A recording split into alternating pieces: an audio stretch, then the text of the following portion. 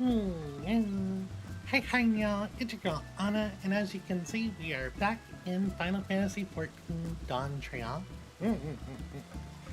In the last stream, we had the Viper ranks to 90, and that was a really fun experience. If you want to find out who won the ranks, and because we had 8 prizes total that were given out.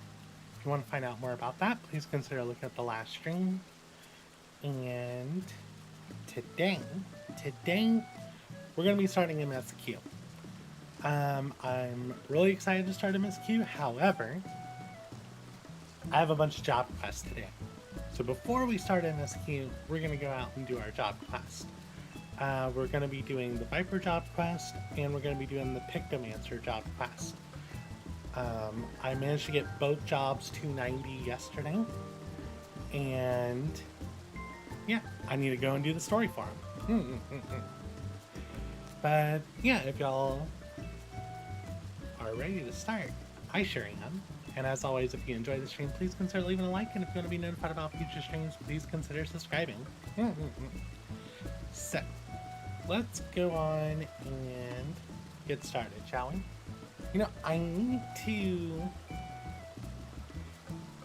I think I need to figure out Viper's job gauge, because I feel like while the nice buttons I put in the center of my screen there are very helpful, they're kind of gaudy sitting there in the center of the screen, I guess.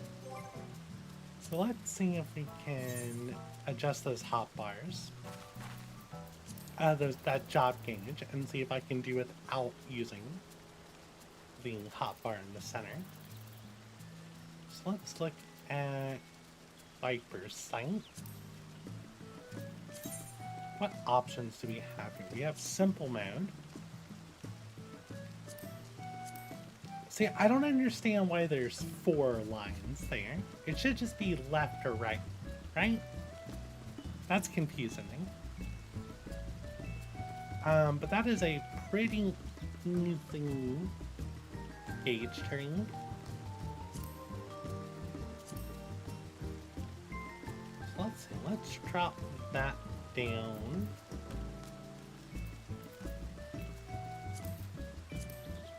Let's drop that down about where my progress bar is. That should be fine. And let's take the Serpent offering gauge. What is simple mode? Just a bar. Offering gauge. Yeah, let's take that, move it. Yeah, let's put the offering gauge there. We'll see how things go. Maybe I'll put this here for now. No, I kind of want to have the bar up so I can look at both and make sure I'm figuring it out properly. Okay, let's see what we got here.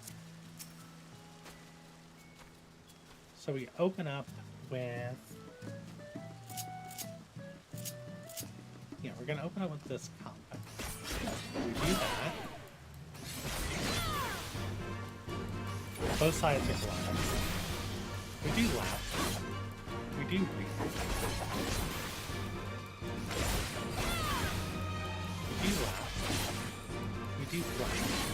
We stay fly. We do this. It wants us to stay rear. And we do flying. And this one. Okay, I think this is useful. I'm gonna have to get used to it. I feel like the big glowy button in the center of my screen is a lot easier. But it just looks lovely.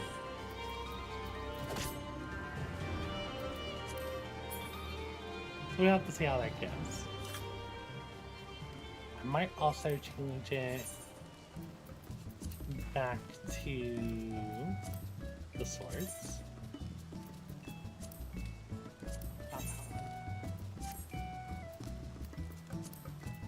5%. Swords. Probably make it a little bit smaller. Go to 90. About 80. Ah, 200. That's too bad. Let's do that 100. It's still pretty big in the center of my screen, though.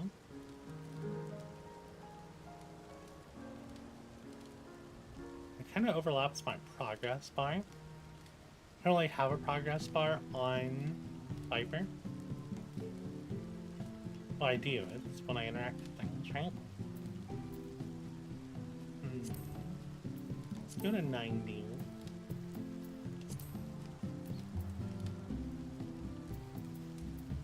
And just move it up here. So it's not blocking the progress bar. Now, something that's got me confused is the Serpent Offerings gauge has those 4 diamonds on it.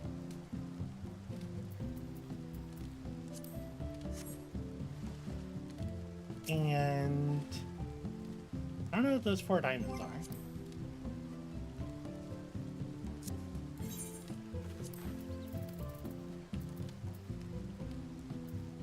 Is that just for my generations?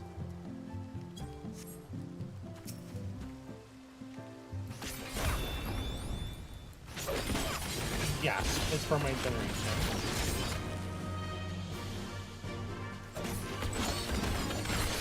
How come the swords don't glow for this mode?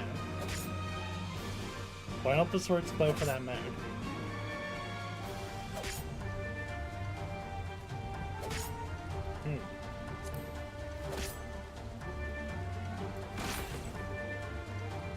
Oh, where's my serpent's tail?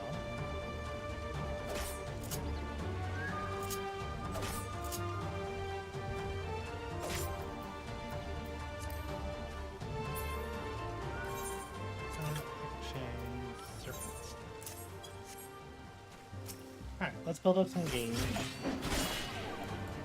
Stay in. Can do either. Then we can flash. Let's make it a flank. Flank. Rear. Left. Open up this one. Let's go flank. This side.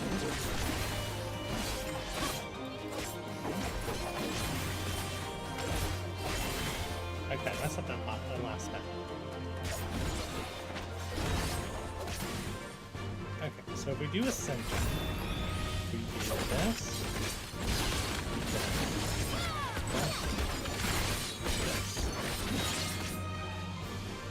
Okay, that's pretty simple. I wish that would show up on...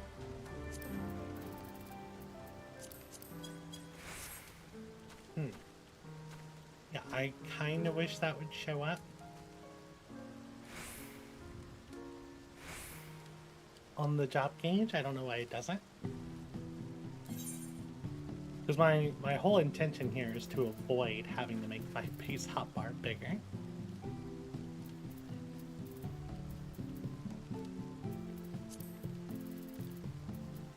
And see, I thought all these generation stuff went on...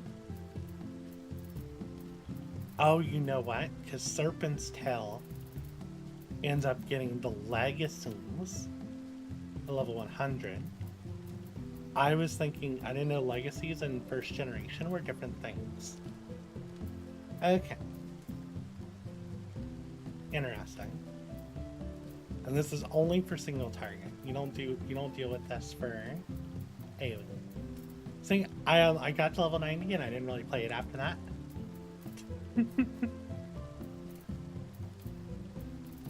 So that's my fault. And I need reawakening is up here, that's fine. Bloodbath. Just took second wind off my hotbar. That could be bad.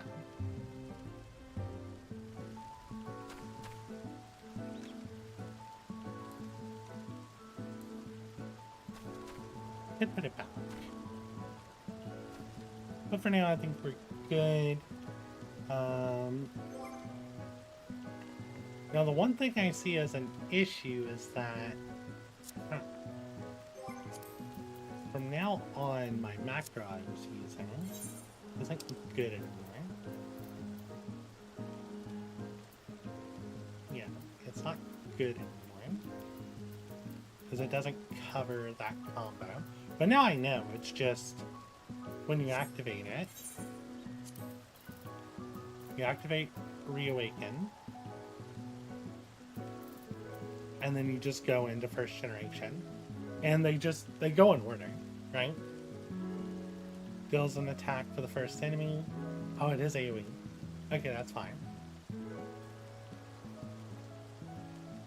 So if you use it after Reawaken, goes there. First generation. Okay, these just go in order. So after I reawaken, I just know I go boom, boom, boom, boom. Okay, that's fine. That's doable.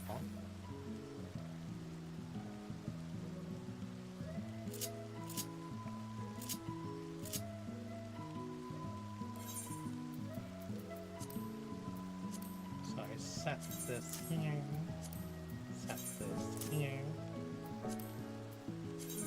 There. Put that there. Okay, we're good to go. Sorry about that. Oh, I'm up. How's the queue? Hey Manny, how you doing? Queue wasn't bad. It was like 30 people. Like I got in pretty instantly, or about what we would what we get on a normal day.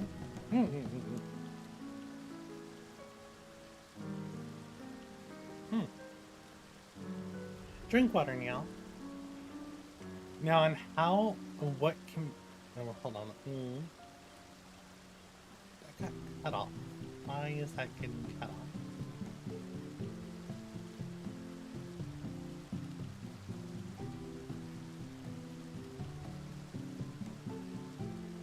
There we go. Now, how and what can be weaved while going through generation and later legacy? There shouldn't, at least for what I have currently, there's nothing I should add. Nothing should be weavable. We might get something later, because they don't proc anything, right? And Reawaken lasts for 30 seconds. So yeah, nothing procs in between your generations. I believe it's first legacy. Can only be, okay, yeah. So once you awaken, you'll go first generation, first legacy, second generation, second legacy, third generation. Yeah, so those things are gonna change. So it's gonna turn into an 8-hit combo once you're level 100.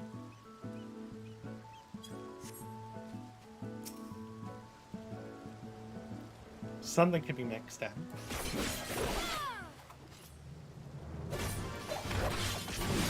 Again, go through my combo. I got my acclaimed, so my combo's gonna be here. Cancel in this. Burn them through those. I do rear. Rear's fine. Stay rear. I go here. I'm flank. I stay flank. Buff is fine. If I go this way again, I get rear.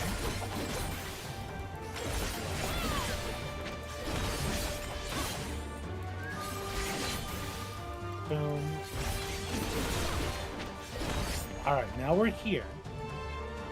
And we go generation. We do a hit. We spam foil.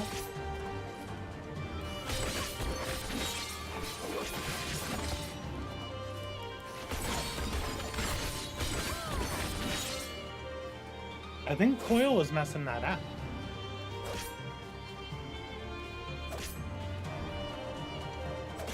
Oh no, you know what's wrong? My macro. My macro doesn't work with this.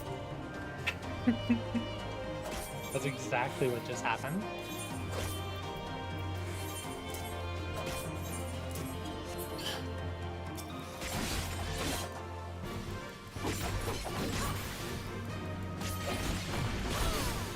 Let's build our stuff back up. Flank. Let's go and get a second piece of this. We're going to stay here. Swing with the left sword. Hit with left sword. Stay in flank. Hit with the right sword. Use our game. If we hit here, you can use a coil. If we have the stacks. You'll be on in a bit to see what I found. Okay, I can.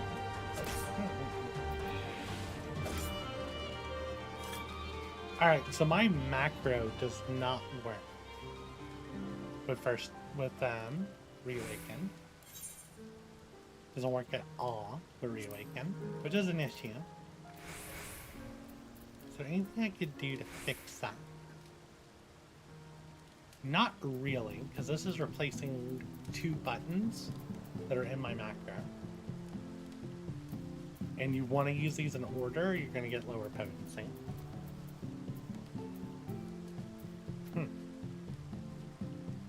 Indeed. I guess what I could do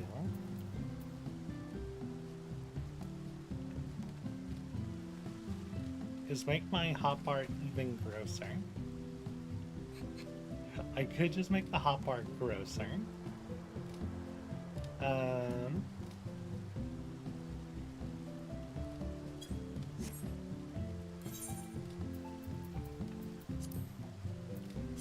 Set that. Set this.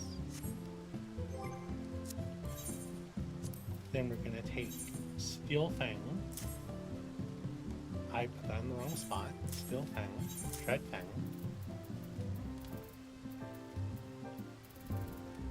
And then we need Hunter's Dens with Skin Den.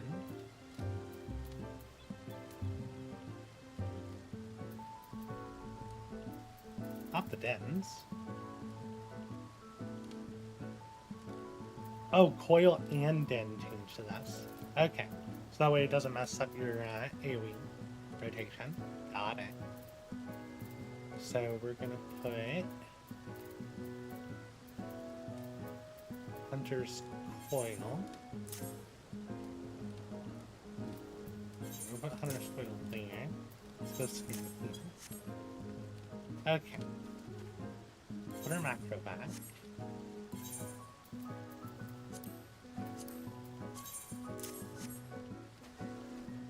Alright. Let's see what we got here. Why is my macro broken? It's not broken.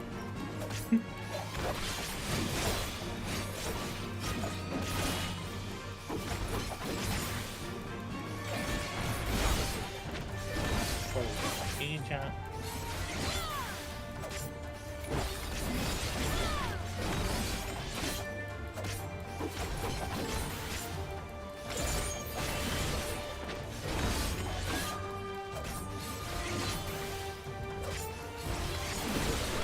Alright, we have enough to reawaken. So we reawaken and do 1, 2, 3. And then get back to our normal rotation.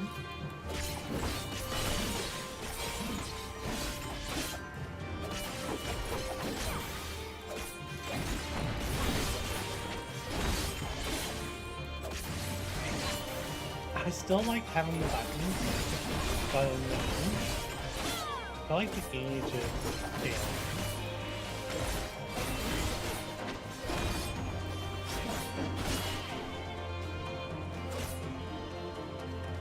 Now that I don't have Yuri thing, What's happening here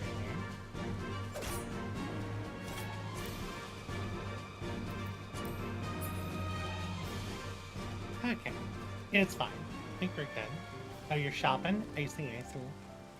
Drink water, Neil. You can also open my monster. Well, this is a bit of a delay. It's been 30 minutes into stream and we still haven't started doing questing. The more you learn.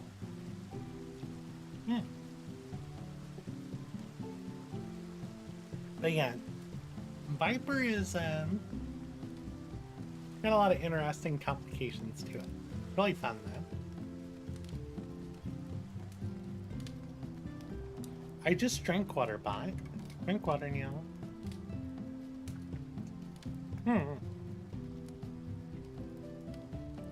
Alright, alright.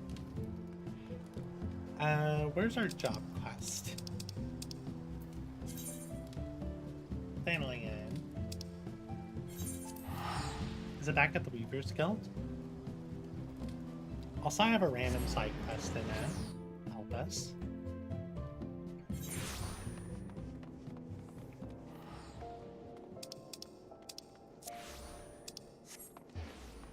So let's see what we got here. Let's abandon this.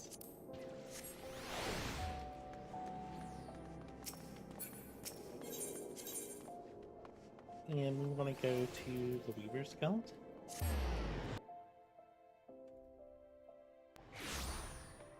Yeah, there's a bunch of people here. Oh, you know what? I never turned on that option. Character config. It's under control settings. Where was this? Auto targeting, ground targeting, quick filters. Hide nearby players when close to quest and piecing. Hide nearby players when interacting with quest and piecing. Apply.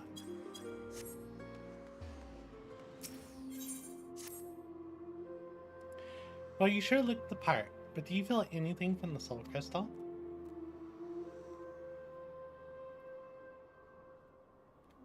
I knew it. Sounds like you got what it takes to be a Viper, but the only way to know for sure is to put them new skills to the test. For that, we need prey. From what I hear, your adventurers have got your own guild, so I'm guessing the folks there will know the best spots for hunting. Let's go see what they can tell us. Alright. I love being told that I might have what it takes to be a Viper when I'm level 90.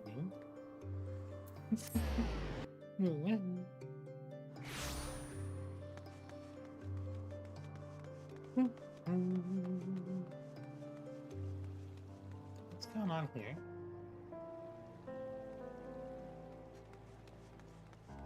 Knowledgeable adventure.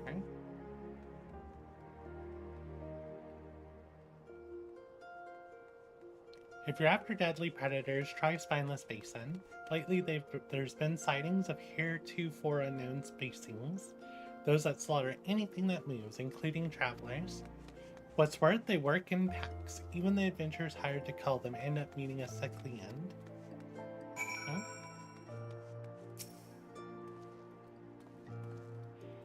You got a lead already? Maybe there's something to this whole asking around thing after all. Really? Critters not from around these parts, he's saying? Either they got chased out of their usual habitat, or they were brung here. Either way, that's bad news for folks unfortunate enough to cross paths with them. The hunting of Vtuber is a Viper's most important duty, but that doesn't mean we turn a blind eye to the lesser threats. Next stop, Spineless Basin.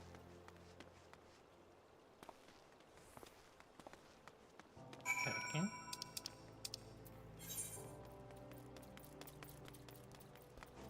We can just lead out this way. Oh, that gauge is still so big in the center of my screen. Let's move it.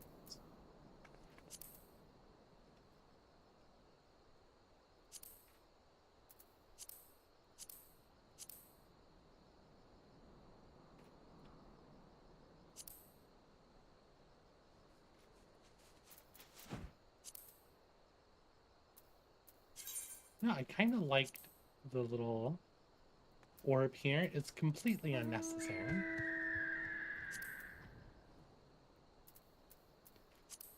Like, to be honest, the whole gauge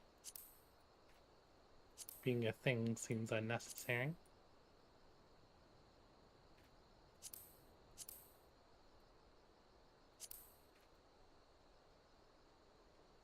That looks close enough. That'll work.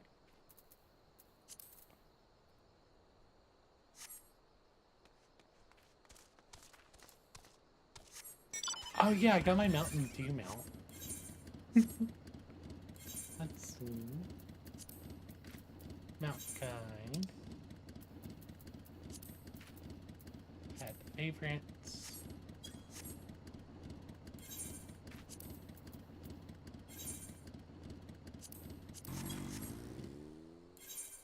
Why am I struggling so much to just press normal buttons today? There we go. This is the Mountain Dew bird. It is not the prettiest of mounts.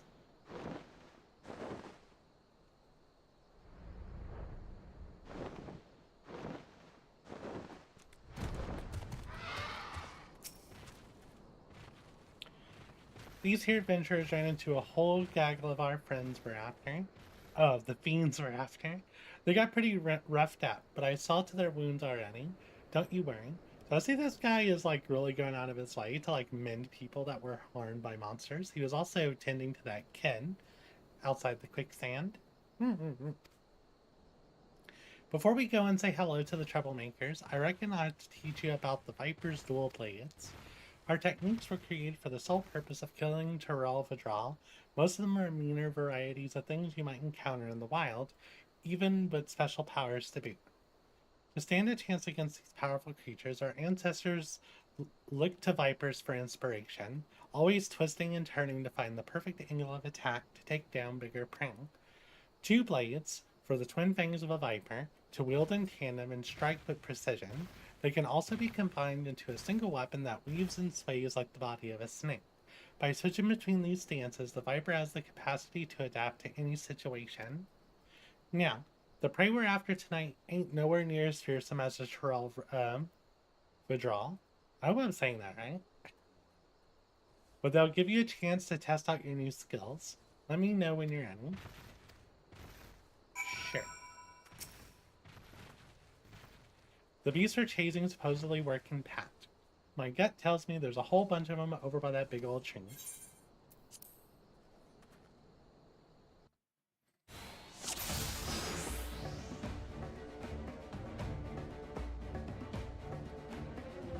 If there are any meaner beasties, they must be biding their time. All I see here is fodder. Though for practicing your new skills, they'll do fine. Are all these monsters just chilling right here? I'll stay out of your way and give you a few pointers. Let me know when you're ready.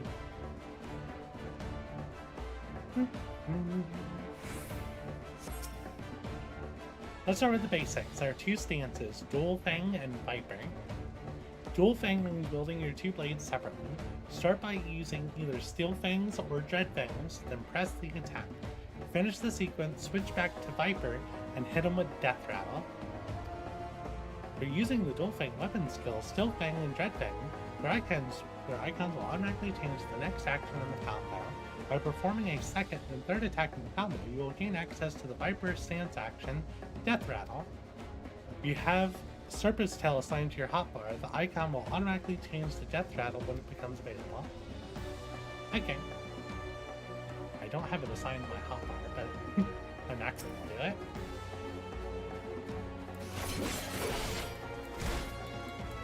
Oh, they just let me have all my abilities, I think.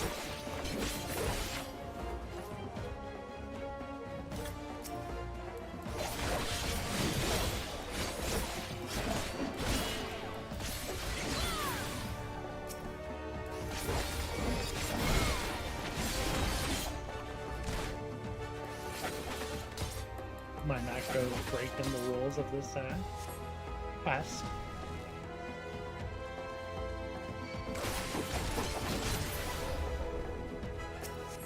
Dual Fang stance. Start with an opener, follow up with a second, then pick one of the 4 finishers. Flanking Strike, Flank Sting Fang, Hindsting Strike, or Hindsbane Fang.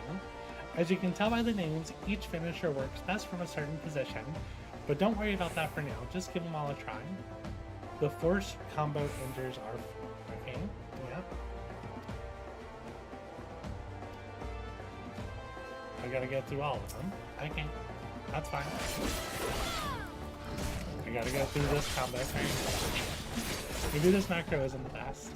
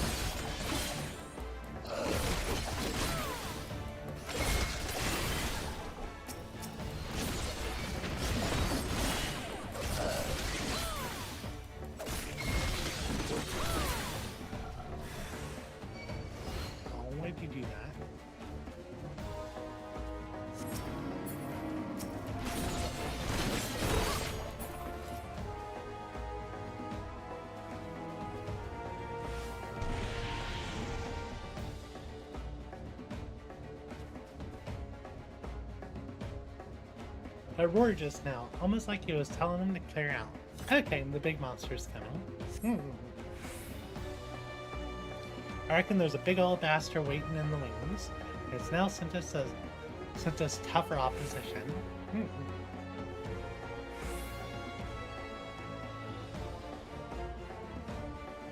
Lucky for you, got just the thing for dealing with Lummoxes like them. I'll tell you all about it when you're ready. I'm ready. Alright, now for Viper stance, when you combine your 2 blades into one to deliver powerful strikes perfect for tough opponents. Open with Dreadwinder, then transition into Twin Fang Bite or Twin Blood Bite from Dual Fang stance. Yep. That's what I've been doing this whole time.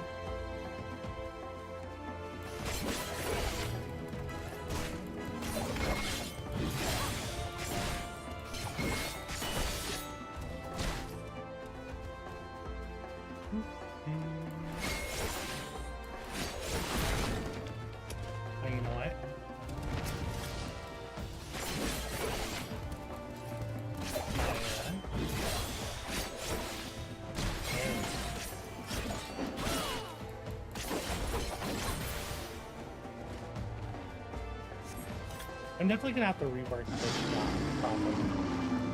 There's a big roar again. Like I have these hotbars made to just get me through the 90 grind, but like I really need to put more work into getting the combos to work to flow better.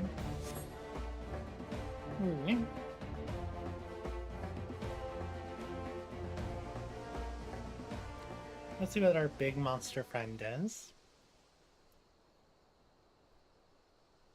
Time to take down everything.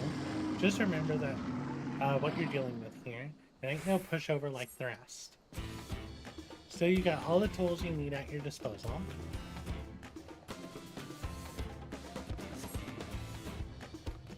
Show it what a Viper can do.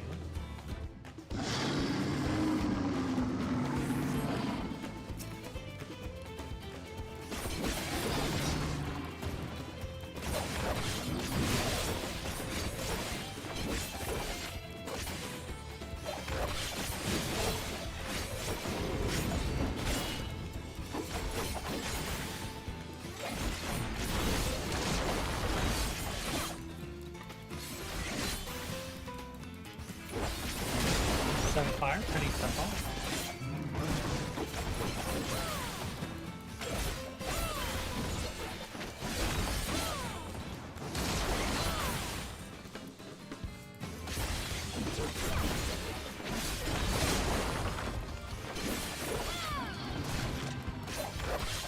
And the only thing attack really quickly. Don't give your prey a chance to fight them.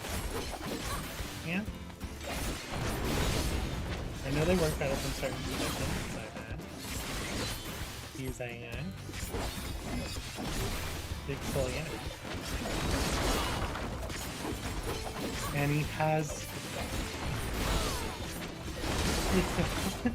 that's funny. Game's like, hey, make sure you use your attacks from certain positions, but they give you a monster that doesn't require positionals.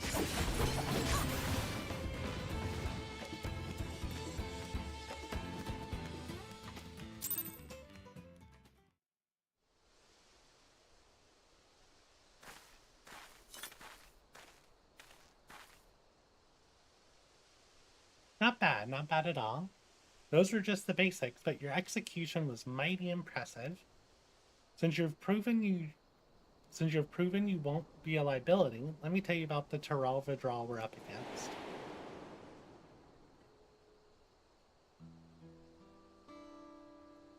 We call it ffxiv.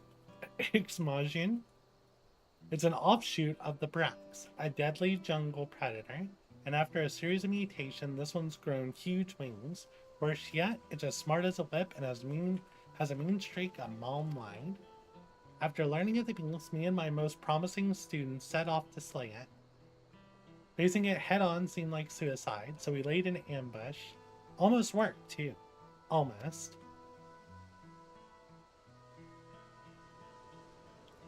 We thought we had it subdued and made our approach to deliver the killing blow, but we underestimated the fiend's cunning nature. When we got close, it lashed out, lightning quick, before taking to the skies. I cradled my brother in arms as he breathed his last. Oh no. Maybe I read that with too much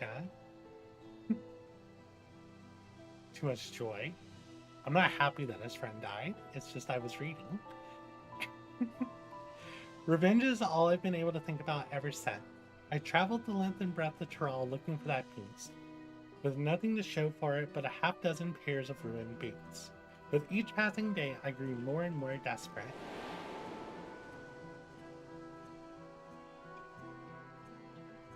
That was until I met some folks who'd crossed the salt on a trade ship with Ul'dah, or from Ul'dah, there we go. They claim they've seen a huge winged creature flying eastwards over the ocean. Knowing how clever ffxiv is,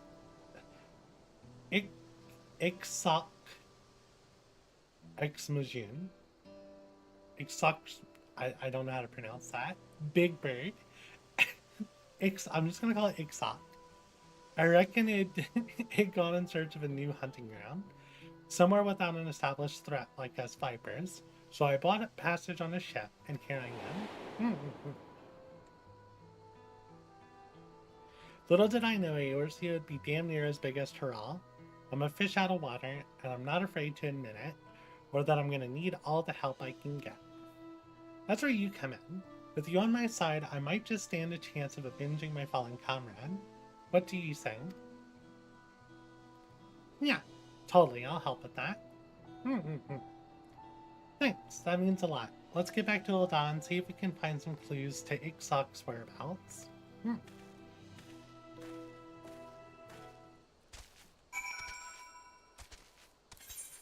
So let's see. Do I like having the swords on the back? It does look pretty cool. It does clip with my cape though.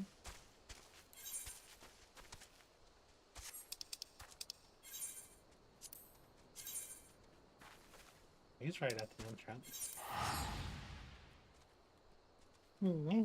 Drink water, nyall.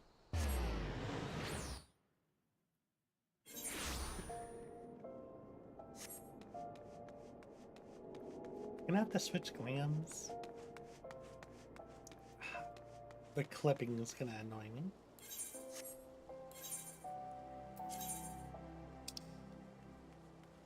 I mean, I could just go with the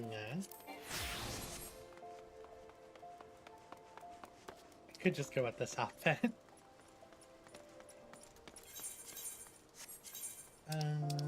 The Criplarker's outfit actually looks really good.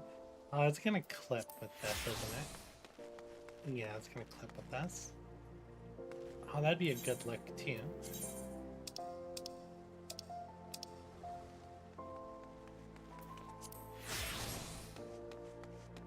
Oh, that doesn't clip. And I think it works with the color palette.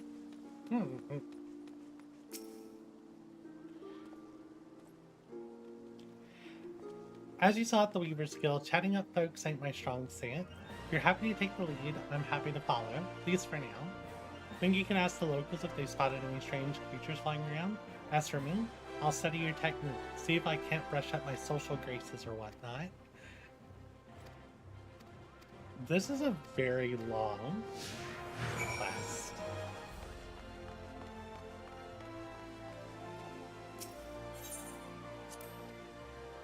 It's not that I'm adverse to chewing the fat with folks, but getting useful information out of them sometimes feels like drawing blood from a stone. Half the battle is choosing the right person to ask, I reckon. I'll watch how you pick them and see if I can't do it better when it's my turn. I think your problem is like you use a ton of like, not metaphors, you use a lot of figures of speech. I don't remember what that one in particular is called. Cliches. You speak in a lot of cliches and metaphors. I can see that annoying people.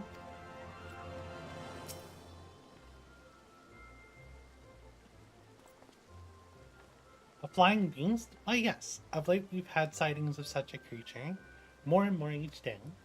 We're looking into it ourselves, but there have been no reported attacks, nor can I provide a more detailed description. As such, I can't say if it's the same one you're after. Okay. I see someone else just ran by, like a Noctis cosplayer. Yeah, when I was on the ship here, I heard about this hunt your local company seemed to be running. We got a system like that back in Tyrol too, mainly for dealing with the Tyrol withdrawal. Naturally, the bulk of the work is handled by Vipers, but ever since the Dawn Servant came to power, the scope's been expanded to cover a wider range of threats. These days, pretty much anyone can take on jobs, and there's no shortage of them all over. If you're ever in Tyrol, maybe you ought to give it a try.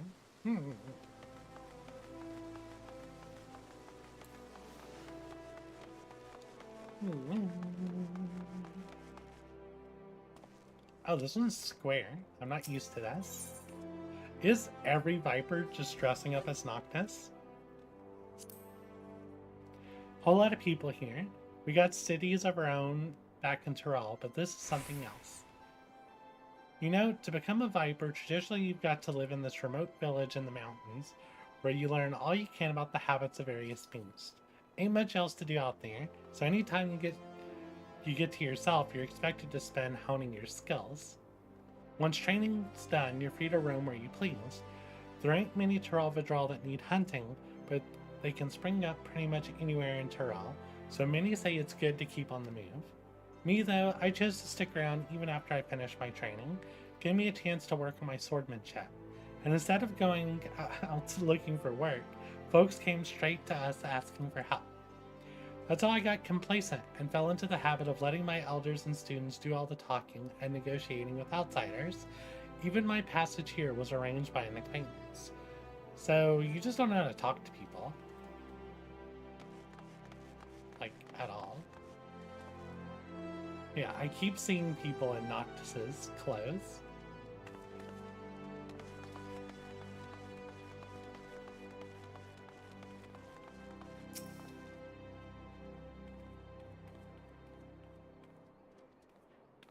What? A winged creature? Well, I've only heard the rumors. They say it has a dozen faces, ringed with red, ringling tentacles, and it shoots beams of light out of its eyes. Of course, it's all too common for those with more money than sense to bring in bizarre species from distant lands, and the trouble with rumors is that they grow even more fanciful with each retelling.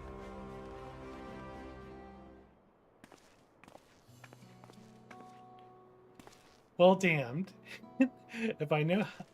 Damned if I know how you did it, but you and your silver tongue got us useful information out of folks. Really? Was that useful? Even if none of it amounted to a solid lead, the knowledge that Ixok hasn't kicked up a proper fuss yet is clue all in itself. I reckon it's taking its time to get the lie of the land, having only just arrived here. Alright, now I've seen a master at work. I'm going to try my hand at talking to the locals. The best way to learn is by doing.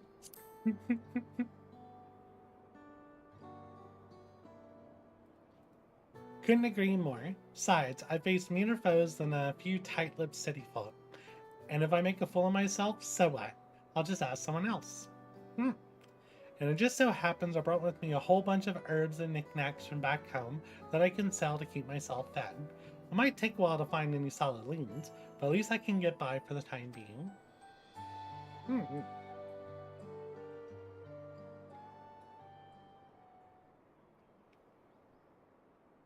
So, those are the ones who slew my pet. Interlopers on the hunt for my next darling prize. Oh, little do they know its lost interest in Thanalan. Just as well, its fickle nature may yet bring us greater delights. Interesting. This lady looked like she had a lot of powder on her things. I'll be doing my damnness to get more information. Might take a while though, so come see me later, and don't forget to practice your Viper techniques.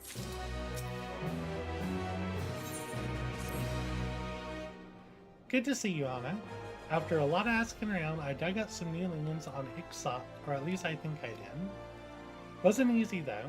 At first, the only stories of interest were about Gridanian poachers dealing with so-called exotic mutants. Juveniles. In other words, too young and too dead to be what we're after. That detour notwithstanding, there were a few other tidbits that might be useful. I got my own thoughts on the matter, but I want to hear yours too.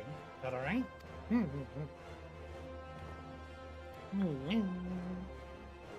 Much obliged. So I hear an adventurer came across a whole bunch of strikingly beautiful red feathers just outside of town. They ended up giving them to some kids who've been playing with them ever since. More to the point, there was talk of a huge beast with glowing blue eyes flying off towards a place called the Black Shroud. Red feathers, blue eyes, put the two together, and it sounds an awful lot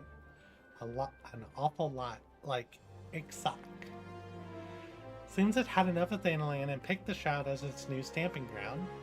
But what's your take on it all? We'd be fools not to look into it. I need you to go. After the amount of mystery I've had to sample just to squeeze information out of those butchers at the market, I'm glad it all paid off. As for our next move, I reckon we ought to take an airship to Gridania. From what I hear, a fellow by the name of Gavin over at Adder's Nest should be able to tell us more. I'll meet you there. Oh, we're going to talk to Gavin. It's always Gavin. My core inventory. Hey, it'll be a good time for me to go and see about getting rid of all these green items in my inventory. Can I break down any of this? ASAP.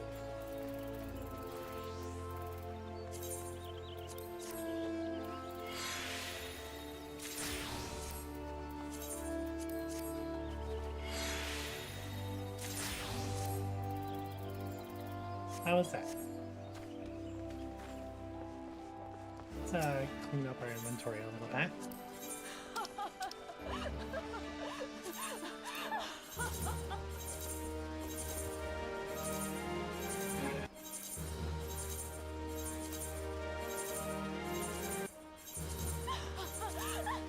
Who's doing that silly laugh?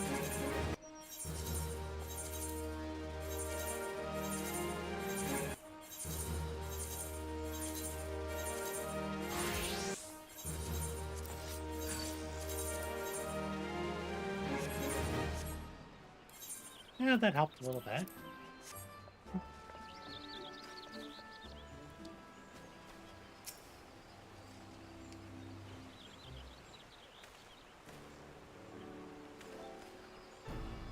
How might I help?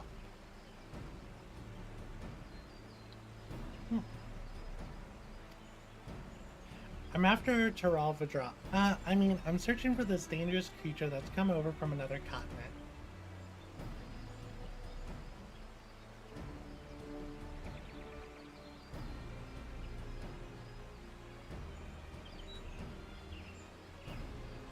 I see. As it happens, I'm aware of a beast that matches the description of this Ixop.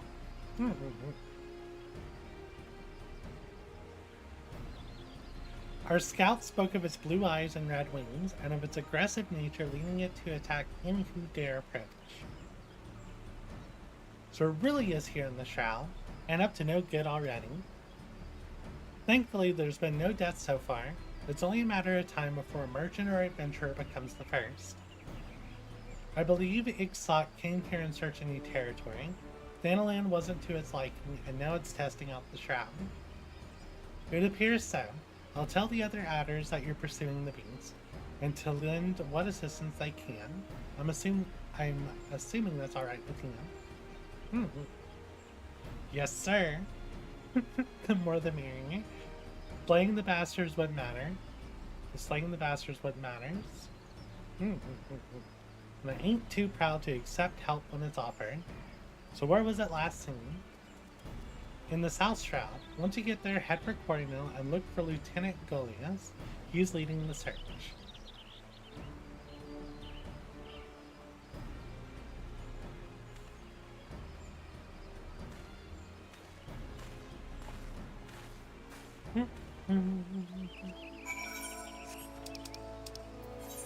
To Quarry Mill.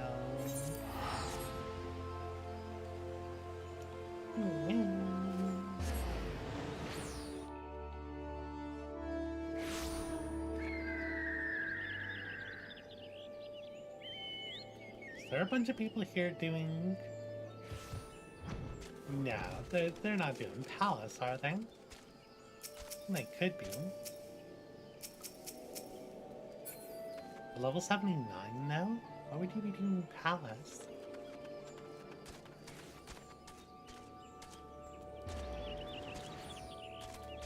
Innocent Stork. Okay, this looks like our villain. You must be Keshqua and Ana. The Adder's now sent word to expect you both. I'm Goliath, officer in charge of this operation. This is Innocent Stork, who has provided us with vital information. A merchant and her employees spotted the beast on the way back from Ulva. She's also taken the liberty of assembling a team of experts to assist in tracking the target. At no small expense, I might add, but compared to the losses my business would suffer were the creature allowed to roam free, I deemed it a worthy investment. As our goals are aligned, perhaps you wish to join my experts in the field. If so, you'll find them near Roots Lake. I'm sure you'll get along swimmingly. This sounds like a trap.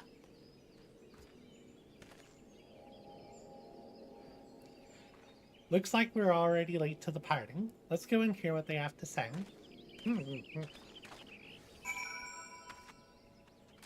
Yeah. Oh, what gear are you wearing? That's not as bad as the others. You're just Kirito. You're going for that Kirito clan. No, the jacket doesn't look too bad. Jacket this time. Let's try it on.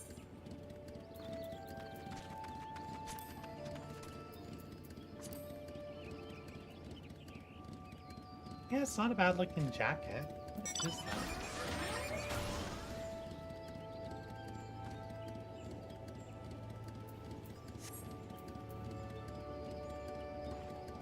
Augmented Crystarian slope, an augmented Crystarian coat of scouting.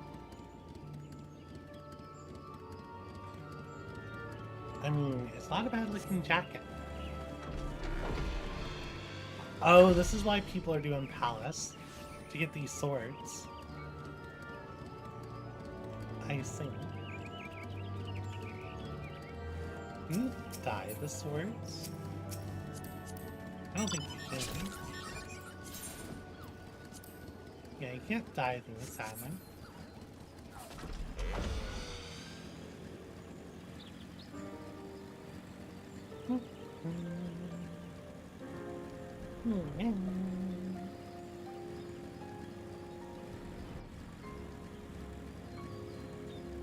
We'll probably take 5 5-minute break after we finish this quest.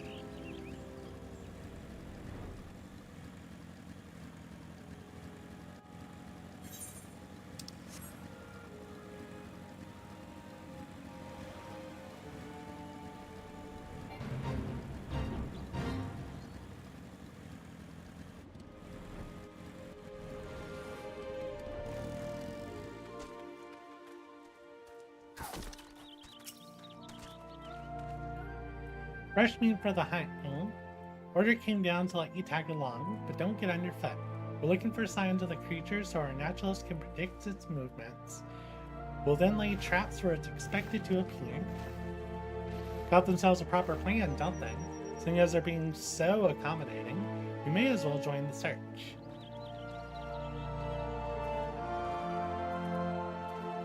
I see Cashbud does not trust these guys.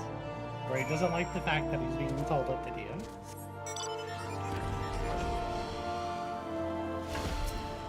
Now we play Monster Hunter. Oh, it looks like a pile of poop. The dung appears to be that of an enormous beast. Judging by its dry appearance and muted odor, it was excreted some time ago. This is very, very Monster Hunter.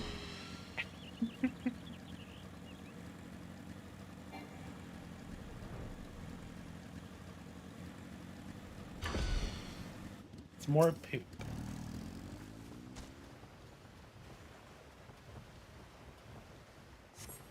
The dung exudes a foul odor. The lingering warmth indicates it was recently deposited.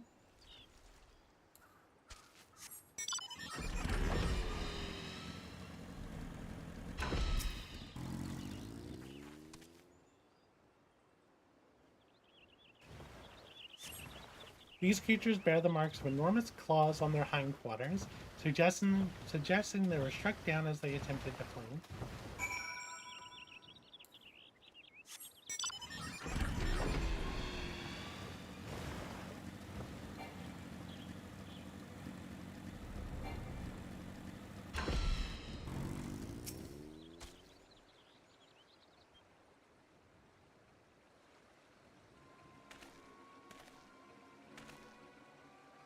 Found me a few signs of activity. How about you?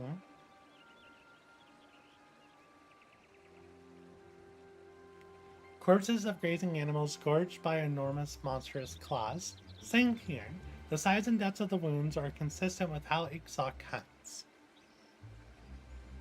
And just like back in Tyrol, is killing not just to eat, but also to mark his territory, to show anyone and everyone who's boss.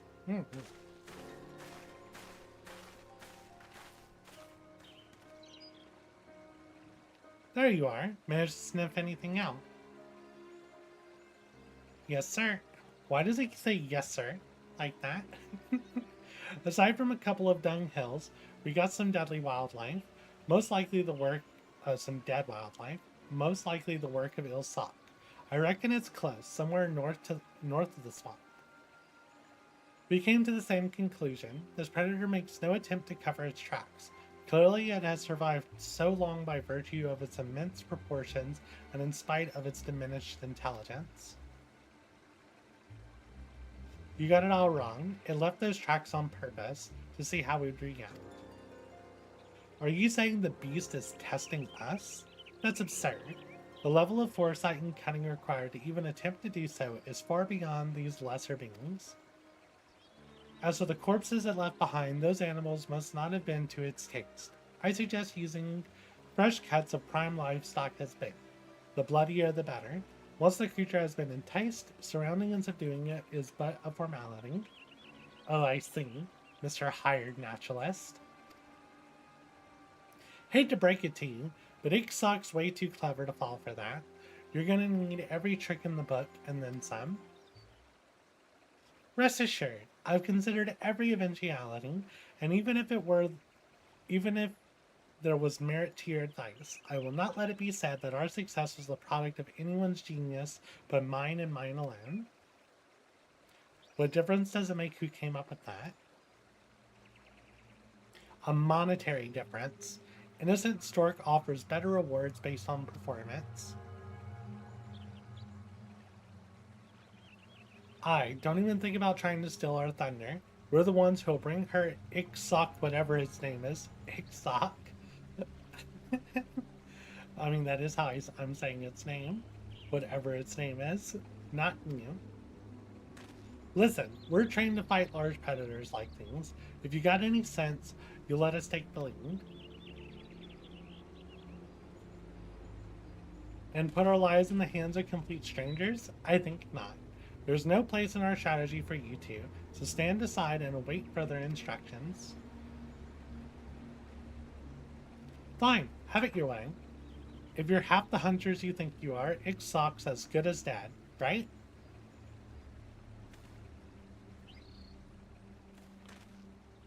Come on, Anna. Let's leave him to it. Nothing good ever came from working with people you can't trust. Even I know that. Then it's decided. You two will wait at the southern end of the lower paths. Be ready to give chase in case the beast escapes us. Not that it will.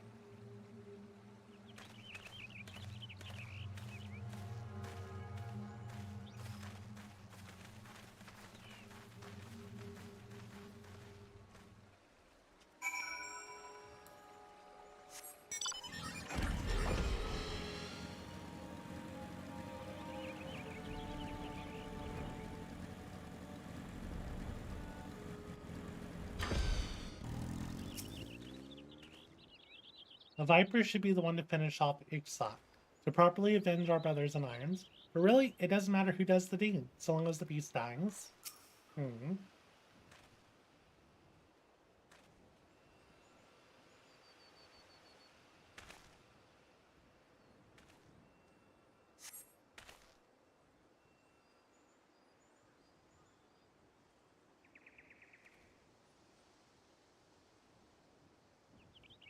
Awful quiet, don't you think? Ah, there's the naturalist screaming. You hear that? That must be one of the hunting party. It came from the north. Let's move.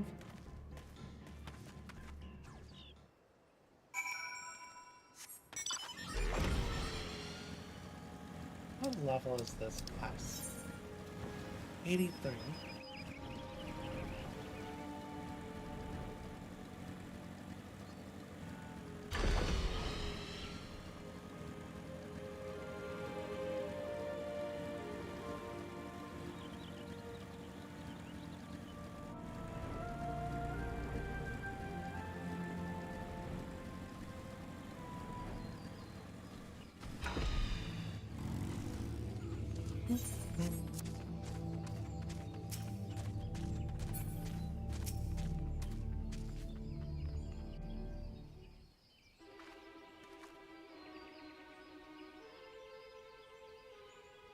Yep, that's the naturalist.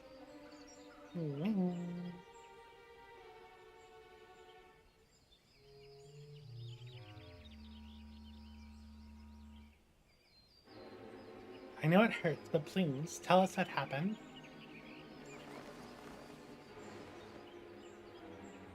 It was watching us.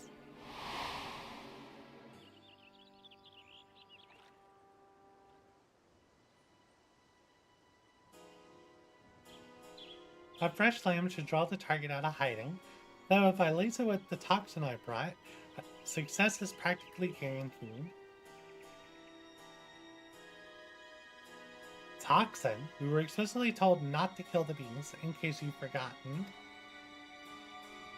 Of course not. It could be used as a sedative, highly potent, but only lethal if applied in excess.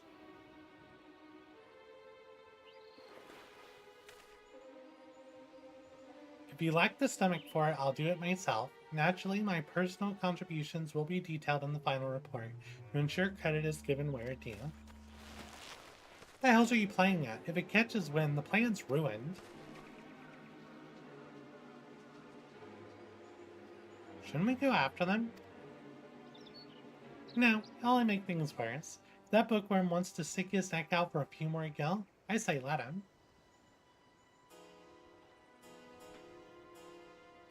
What? No. Okay, so they don't even like... Oh, he's down.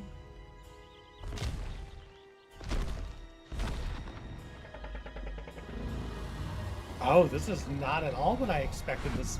Oh. Okay. This guy's actually scary. He's got like a bat face. Gods have mercy, there it is. Stay calm, nothing's changed except the bank. Now's our chance.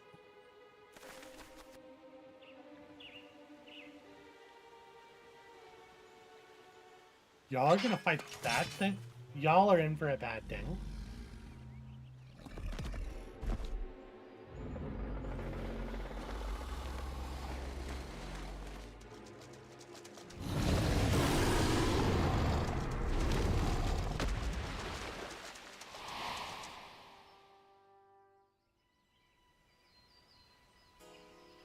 They were screaming. I ran, but I could still hear. You were right. It knew. It knew. Well, what about that part of the story where you said you were going to catch it alive? That's important information as well. Keshpa, Anna, by the 12, what happened here?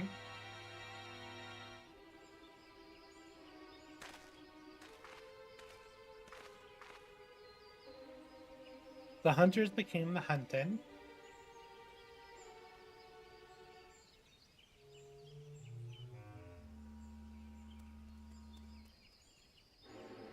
I shall see that the remains are recovered and necessary rites performed. Perhaps you'd be so kind as to return to Cornwall and share these unfortunate tidings with the innocent Stork.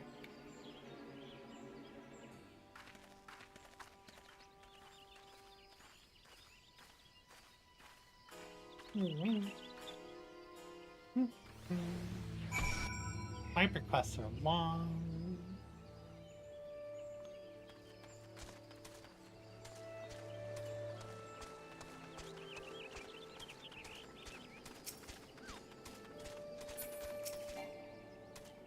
Watching everyone just vanish is kind of funny.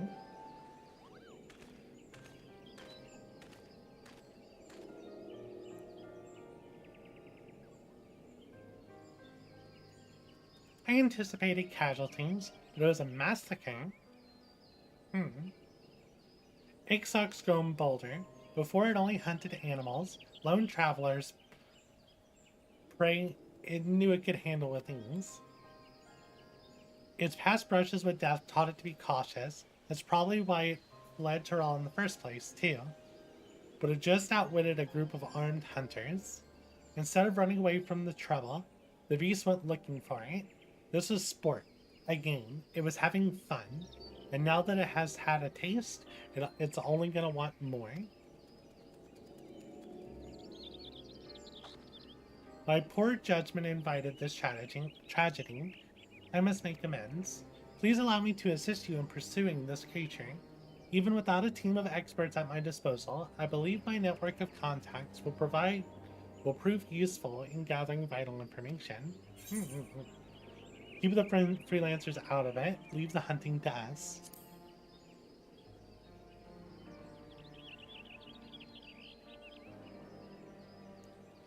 Understood. I place my faith in your ability as Vipers.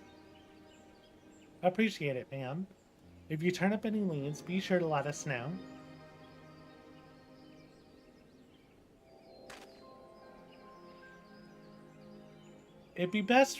I'd best return to Adder's Nest and deliver my report. It's imperative we inform the populace of the threat posed by Ixox.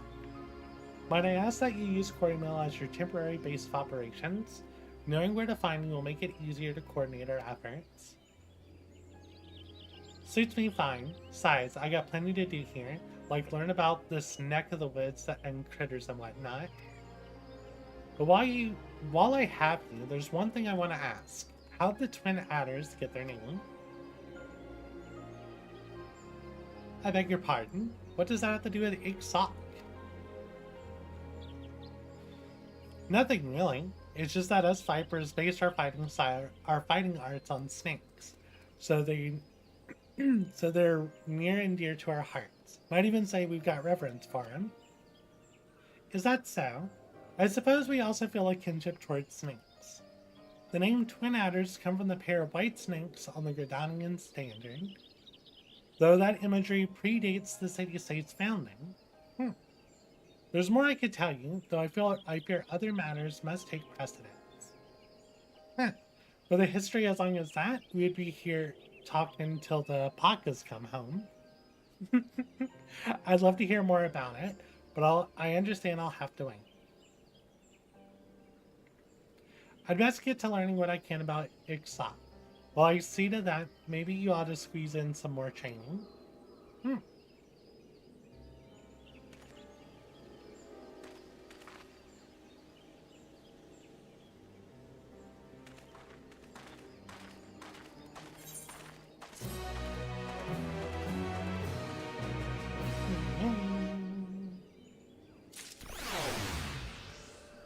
Okay.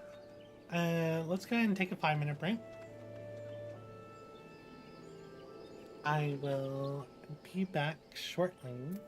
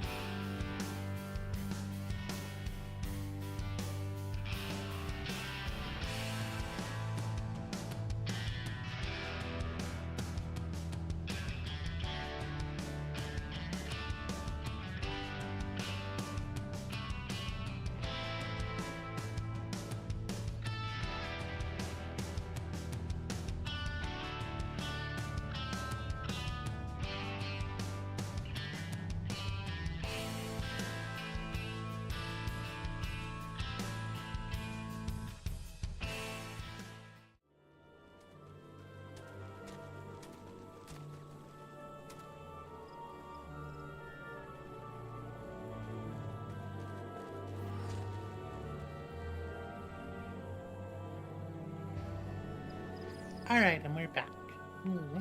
Drink water, Neil. I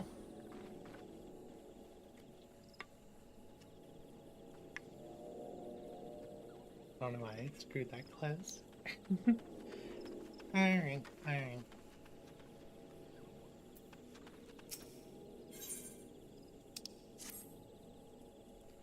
had a bad feeling when I woke up this morning, and sure enough, Ixok has struck again. Goliath and Innocent Stark are trying to narrow down where it will appear next, based on the reports. But so far, they've come up empty. I hear Goliath is over at Fallguard Fort, talking to witnesses. Let's go see what he's learned. Viper's on the hunt. Level 85.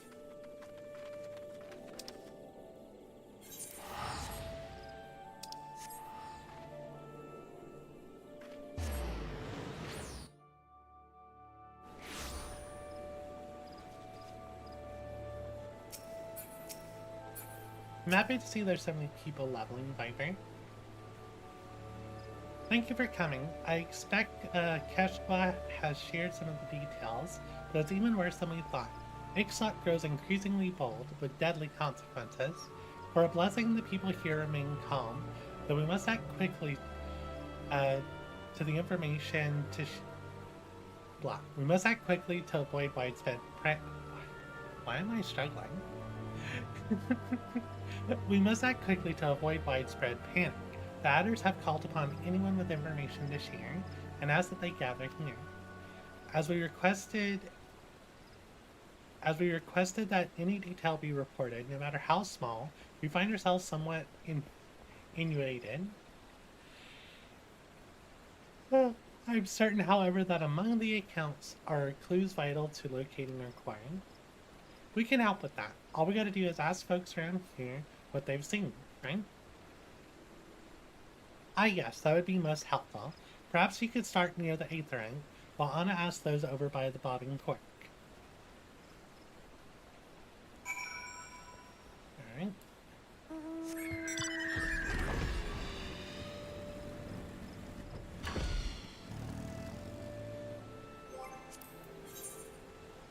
Why is my FPS so low?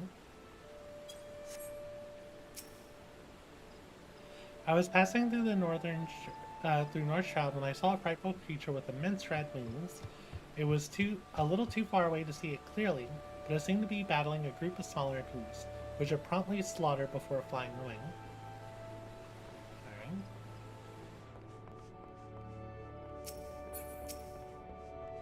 While passing through, I heard that some fiend was on the rampage over in East Shroud. I didn't think much of it at first, but when I saw all the people coming from that direction and the looks on their faces, I decided to stay put. Good thing I did too, or I might have died. Okay, Miss Mikatang. Where's this last person upstairs?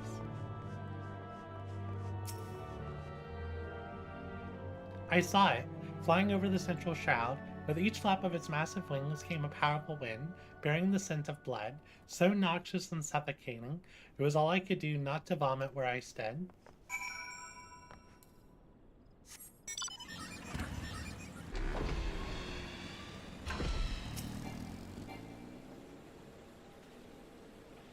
Everyone's got a story to share, but nothing that seems to point to where Ixok might strike next. You do any better?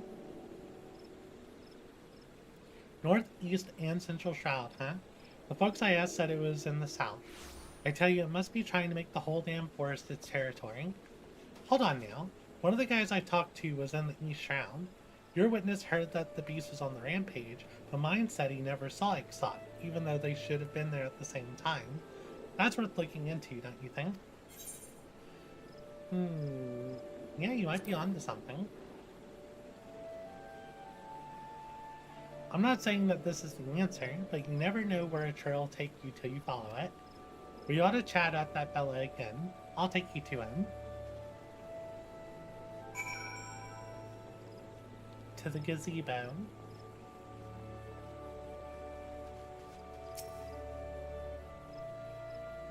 As I said before, I was traversing in the shroud on an errand when I heard what sounded like the flapping of enormous wings.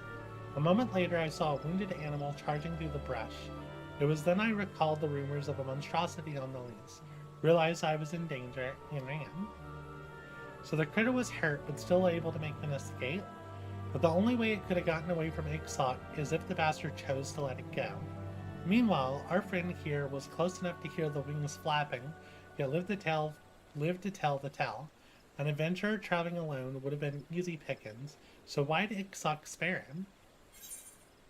He did something that no other adventurer had done before. Besides running away like my life depended on it, I didn't do anything out of the ordinary. But then again, one thing does spring to mind. I was carrying a potpourri filled with Garabonian wildgrass, an Alamegan custom in case you're unaware. That's gotta be it. Goliath will want to hear about this.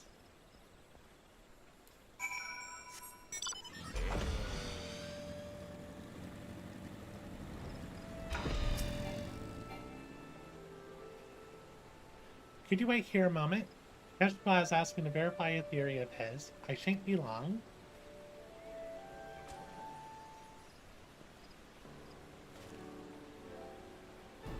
It's exactly as you surmised. Most of those who'd seen Ixok and lived to tell the tale are Alamegan adventurers. I knew it. It's gotta be that fragrance. A lot of animals have a powerful sense of smell, and Ixok's no exception, which makes it that much more sensitive to odors that it doesn't care for. I reckon the beast can't stand the wild grass in these potpourris. It's a potent fragrance, a lot like another kind of grass we got back from Tyrol. Come to think of it, Ixox never went anywhere near that grass where that grass was growing. If one man's meat is another's poison, perhaps the same can be said for aromas. Exactly. And now that we know what Ixox can't stomach, we can use this information to drive it where we want it.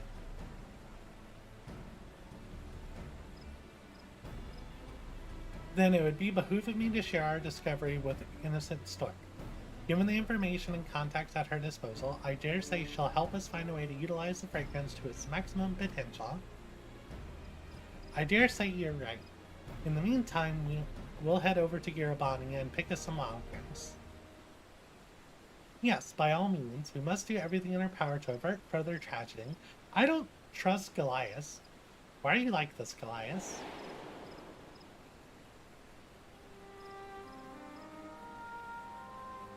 Many of the adventurers gathered here are so terrified of encountering Ixoc that they're considering abandoning the profession entirely. Several are yet fledglings. They had to contend with the foe far beyond their reckoning. They died before gaining enough experience to even be considered adventurers. The thought of their bright futures being snatched away like that is almost more than I can bear. Okay, maybe Goliath isn't a bad guy, but he trusts innocent Stork a little too much.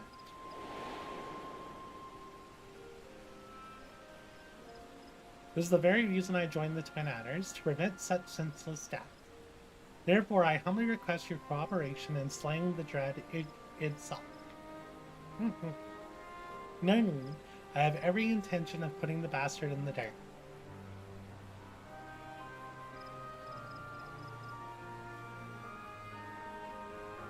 To the matter at hand, then. A few moments ago, one of the adventurers mentioned that the wild grass we seek grows abundantly at Pike Falls. Once you've collected enough, let us rendezvous at Quarry Mill. I must warn you, though, that Garabani is home to some particularly vicious wildlife. Be on your guard.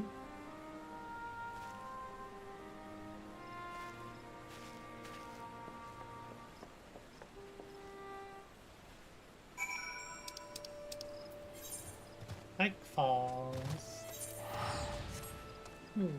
Drink water now.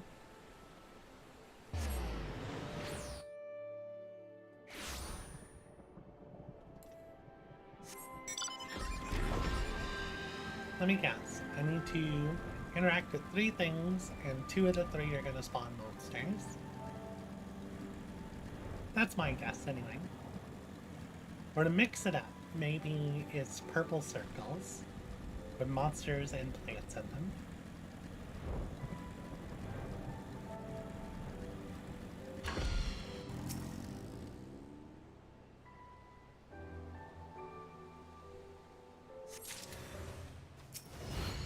Monster? Who would have thought?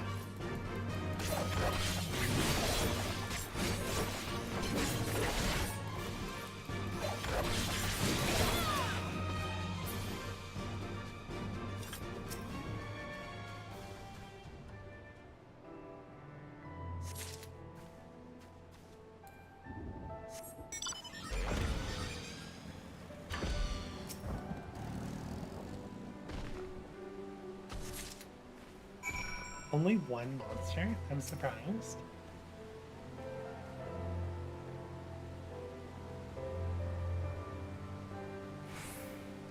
That ought to do it. As much as I'd love to stick around and study the wildlife, we better get back to courting them.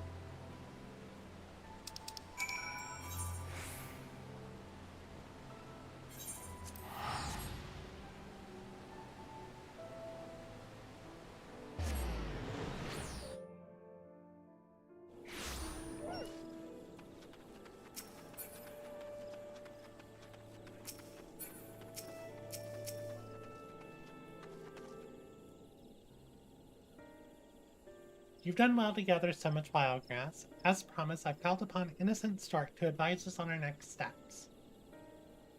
I placed an order with an alchemist acquaintance for custom-made diffuser pouches, which we may employ to spread the aroma over a whole area while prolonging its potency. We will issue these patches to the twin outer units tasked with driving the beast into an isolated location of our choosing, away from civilians and an ideal spot for a final showdown. That's good thinking. Indeed, once the pouches have been produced, the beast is as good as ours. If I may, there's a further request I wish to make. Rather than slaying Ixot, would you instead be able to capture it alive?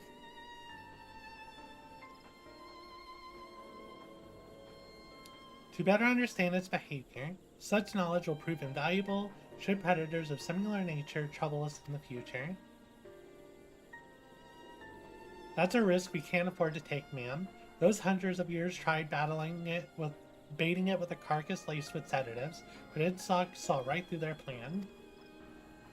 It's demonstrated a degree of cunning to rival any man's. Even if we did capture it, it's only a matter of time before it escapes and kills again. There's only one way you can deal with a monstrosity like that. You slay it first chance you get. No half measures, no hesitation. Then we are left with no other choice.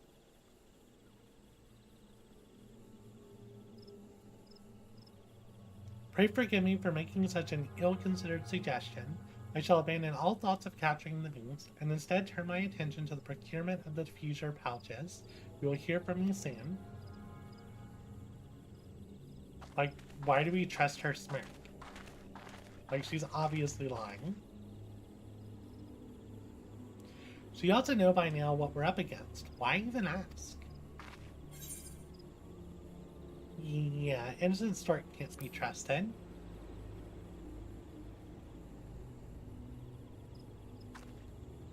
I ain't the type to guess at folks' motivations. Wish you would do us all a favor and put our cards on the table.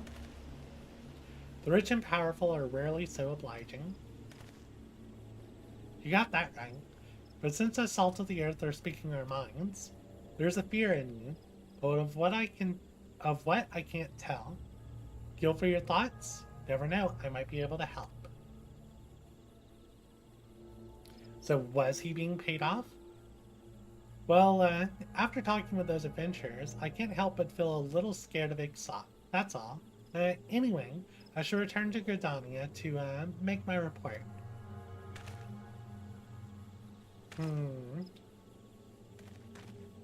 That's kind of sus, my boy. Folks always saying one thing but meaning another. Just when I was starting to believe I had gotten the hang of polite conversation. Ain't no forcing the issue, I know. If Goliath has something to say, he'll say it when he's good and ready. So now we gotta wait on those pouches, and who knows how long that'll be. I'll keep an eye on things here, so I recommend you get ready to face Ixot.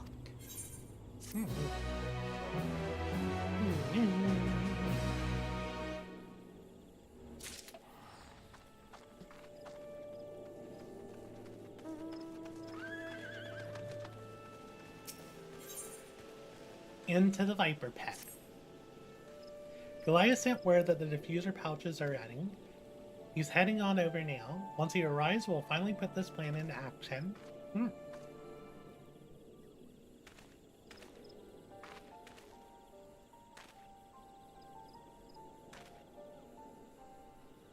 The pouches have been distributed among the twin ladders, along with instructions to correct handling. You see, according to the alchemist who made them, the aroma of the wild grass dulls the senses. For the average person, this would do little more than soothe the nerves, but to a creature with a heightened sense of smell, the effect could be far more pronounced.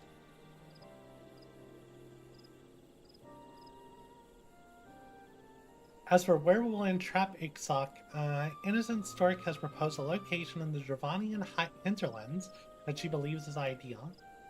The surrounding area is largely uninhabited, and Idleshire, the only settlement nearby, is relatively simple to defend. We've already consulted with the Ishgardians, and they gave us our blessing to proceed. That's all well and good, but by the look of your face, you're not.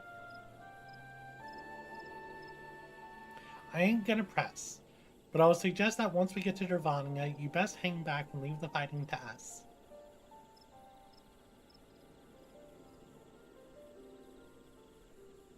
You know full and well I'm keeping things from you, yet you still show concern for my well-being.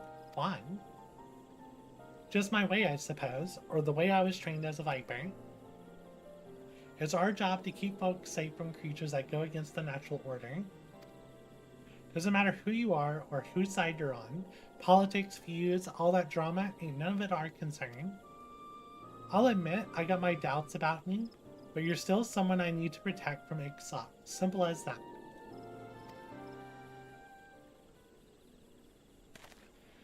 There's something you need to know. Out in Western Coerthus is... Well, as I thought. You've yet to depart from Quarrymill. What's keeping you?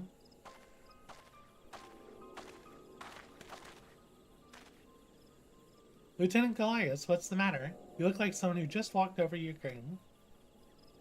You look like someone just walked over Ukraine. I'm glad to find the two of you in better spirits, though. Seeing as our friend is somewhat under the weather, perhaps it's best he stays behind with me in Idleshire. No objections here, but Goliath and I were having a heart-to-heart, if you don't mind. I do. We have a schedule to keep, and I must insist our dear Vipers get on your way. While you're en route to the Dravanian hinterlands, I would be happy to lend an ear to Goliath and his troubles.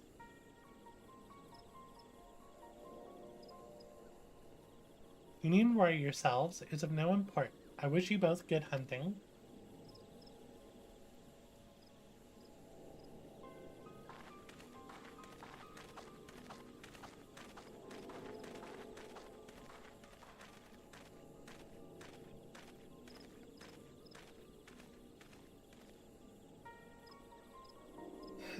Talk about shit timing.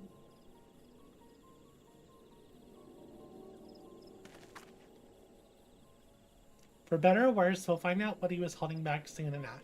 Anyway, we've got a Toral withdrawal to sling.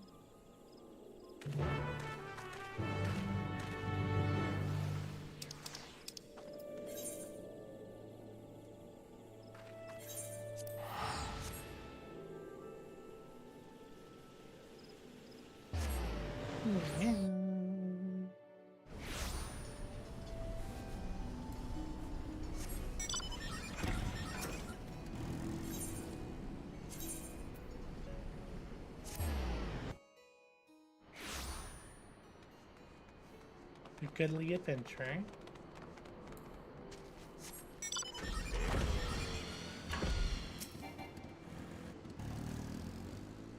No sign of Ixok, which gives us time to pick a good spot for an ambush. Let me know what you find.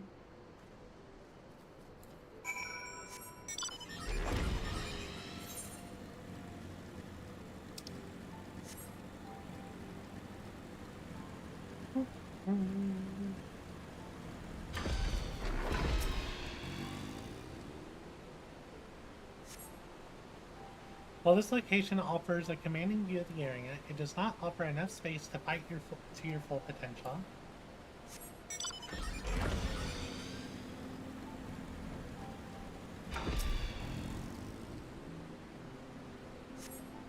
The cramped conditions offer only a limited field of vision, and combat would doubtless prove difficult. Okay. Are we gonna fight on that?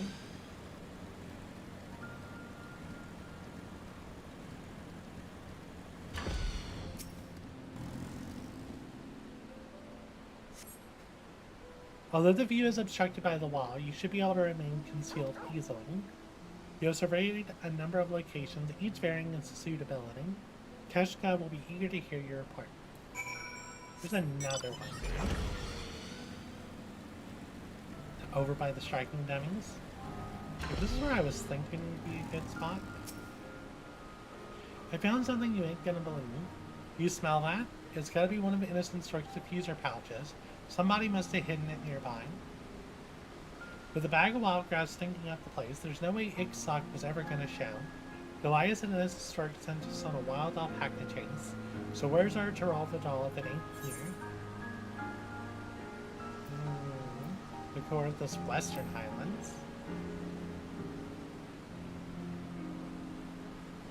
Ah, so that's what Goliath was trying to tell us, at least until he was cut off. With any luck, that clue will lead us to Innocent Stork. She's probably still planning to capture Ixoc alive, the stubborn fool. Go to Rivers now.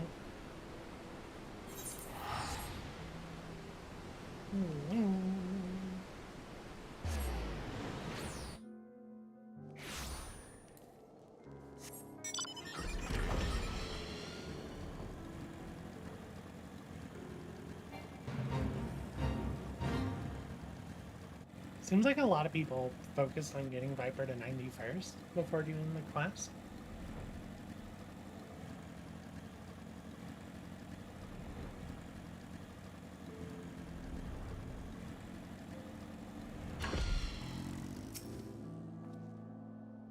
No sign of our tricksters or Ixoc.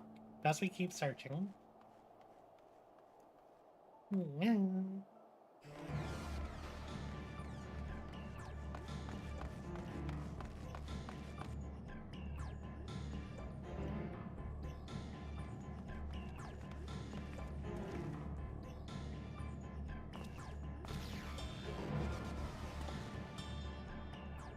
There they are. Now, how'd they manage to get it in a cage?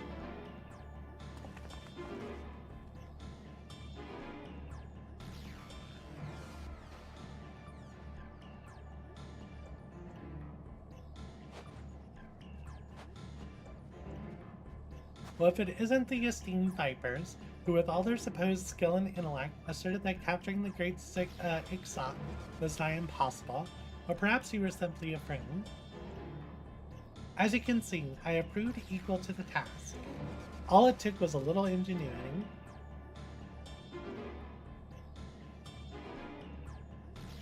I understand Ixoc's cunning and cruelty better than anyone. There's no way you got in that cage without...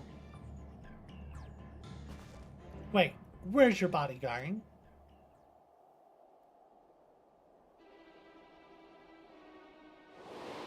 Live bait? You yourself observed how attempting to lure Ixoc with obvious bait ended in failure.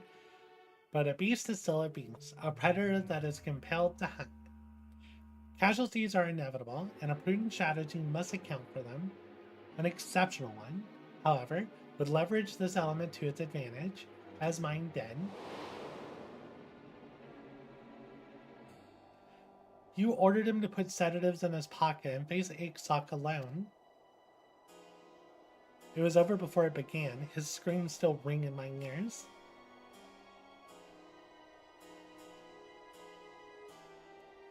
So you fed Ixoc the sedatives and your bodyguard along with them? And you're telling me he willingly offered himself up? Enthusiastically even, all to ensure his plague-stricken family received treatment, the duration of which would be determined by his performance. He all but leapt into the beast's maw. As I'm sure Goliath would agree, there's no limit to what we can accomplish when given the appropriate incentive.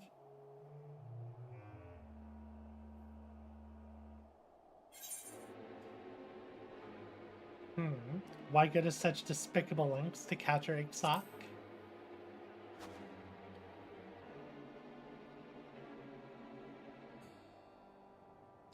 Oh please, everyone's getting what they wanted, so let's not quibble over the details. As a gesture of goodwill, I'll even answer your question, rudely asked though it was. Everyone has their own unique proclivities, and I am no exception. I have awoken to the thrill of bringing rare and ferocious beasts under my power. But it only whets my appetite for the true pleasure when I unleash my pets upon worthy opponents to enact scenes of glorious carnage. I've met my share of monsters, but none of them compare to you. A monster and a fool. That there's a draw. The moment you open that cage, it's gonna rip you to shreds.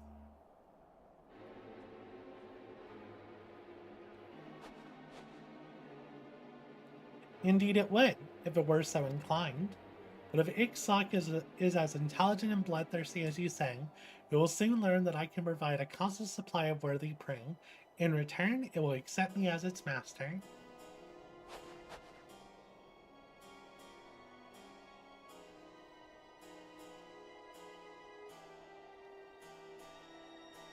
It's a wink.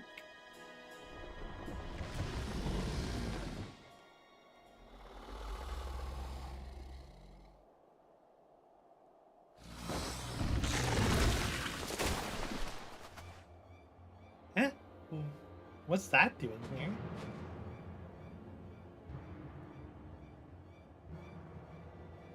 I grow tired of this place. One of my lesser pets should be more than adequate to dispose of me. After all, I'm loath to release Ixok while I remain subdued. And though I may not be watching, do try to put on a good show regardless.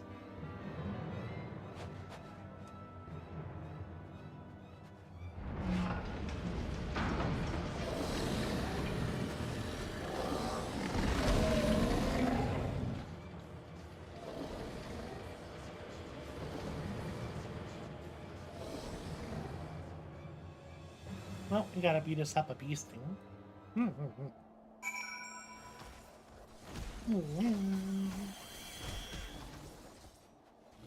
Oh. It is much smaller than expected.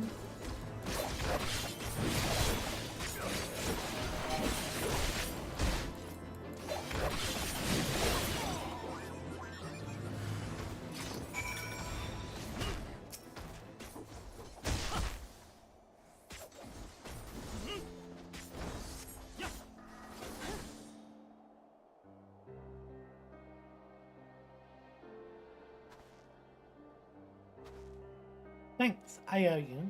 God damn it, I can't believe anyone be stupid enough to try taming a Taravadra.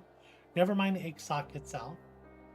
But what really sticks in my craw is that Goliath has been dancing to innocent Stork's tune, and there I was thinking he needed our help. She must be manipulating him.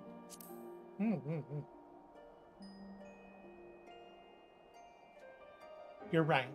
There's more to this than meets the eye. Anyway, no point freezing our asses off here. Let's go back to Quarrymill to think things over.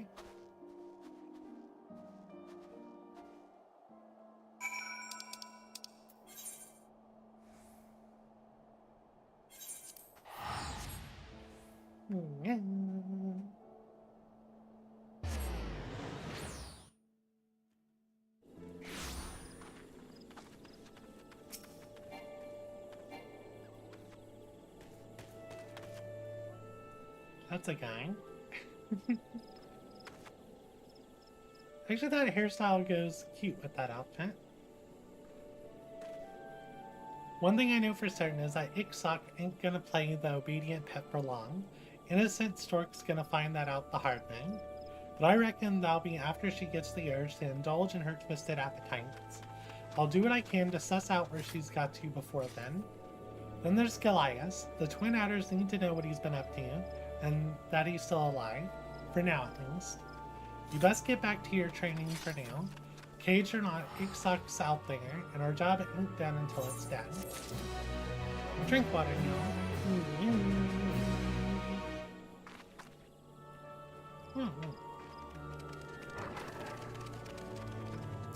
There should be... Wow, that quest was 500,000 XP. It's a lot of XP. Since the last time we spoke, the Twin Adders have been looking for Goliath. They ain't found hide or hair of him. Meanwhile, there's been plenty of Ixoc sightings. Seems any innocent stork's eager to put our new pet to work. I expect that's why Goliath's commanding officer asked for our help. Let's head to the Adder's Nest and hear what he has to say. To the Adder's Nest.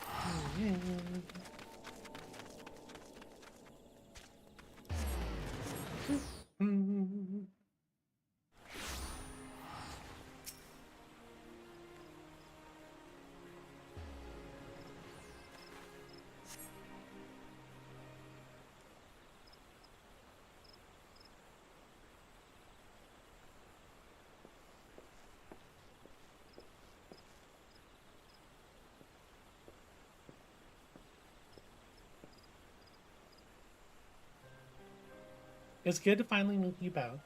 Goliath spoke highly of you and your contributions to our hunt for Ixoc. I mean, you should know who I am. Speaking of which, you got any information for us? Oh wait, you got information for us, right? We received multiple eyewitness reports of a creature surpassing even the most elite marks. It dispatches its victims swiftly before flying away. At Innocent Stork's direction, I'll wager. She's setting Ixoc loose to kill for her own amusement. Those slain were mostly roaming adventurers, but the circumstances of each attack suggest an escalation. The beast is striking in broad daylight and closer to more populated settlements. The risk of a massacre grows greater by the day. There's another matter I wish to discuss, which may shed some light on the situation. We have received a letter from Goliath.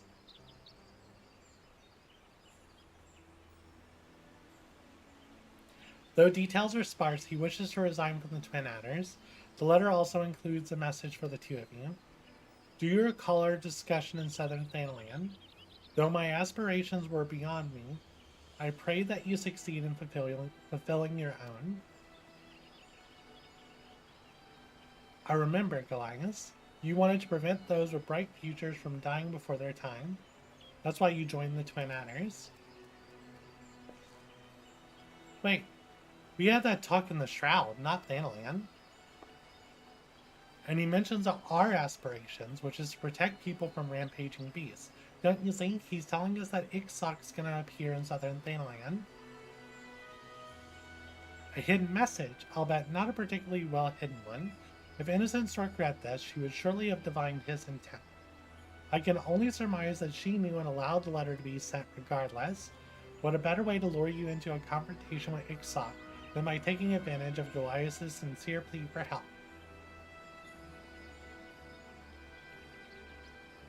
Trap or not, a confrontation suits me fine. If it's a show she wants, then we're happy to oblige.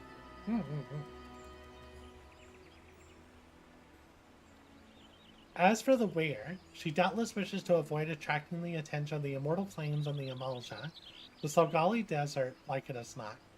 I will send word to Ul'dah, but in the meantime, I wish you every success.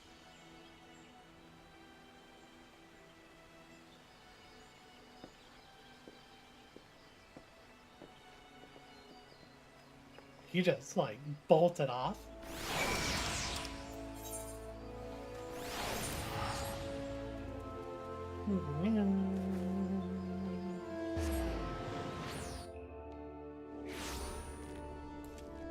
I haven't been here in a long time. I used to come here all the time to do fates.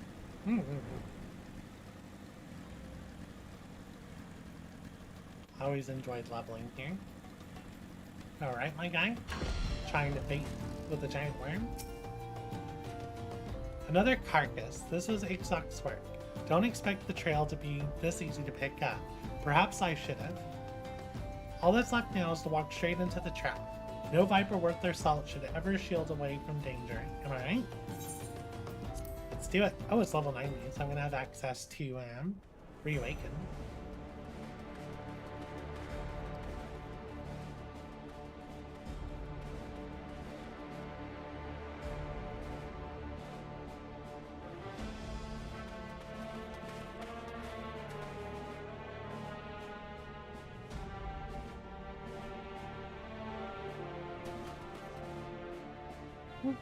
That's an emulsion drink.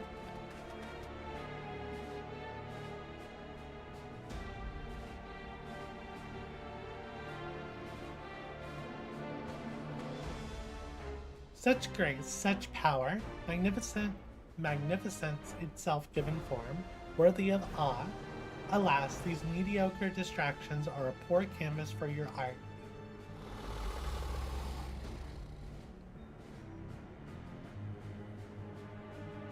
It's over, innocent stork.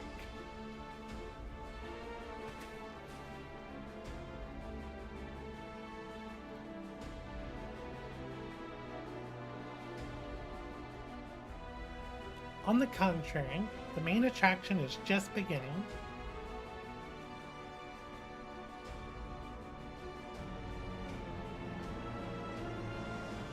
Goliath, what have you done to him?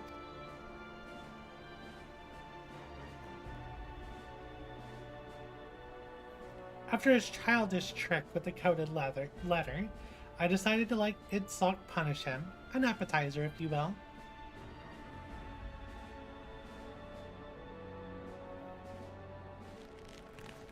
I want those gloves. All the money and the privilege in the world, and this is how you choose to use it? Killing for the sake of killing? You're no better than a Tyral Vidral, a monster that deserves to die. A flattering comparison, though you seem to be forgetting the literal monster that stands before you. Ixok, I've brought you fresh prey.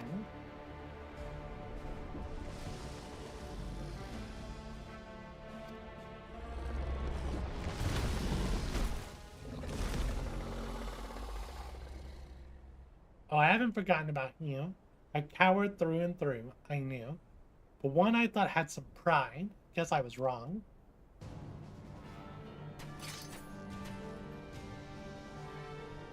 It's time, Ixok. Oh, it's time. Ixok is ours.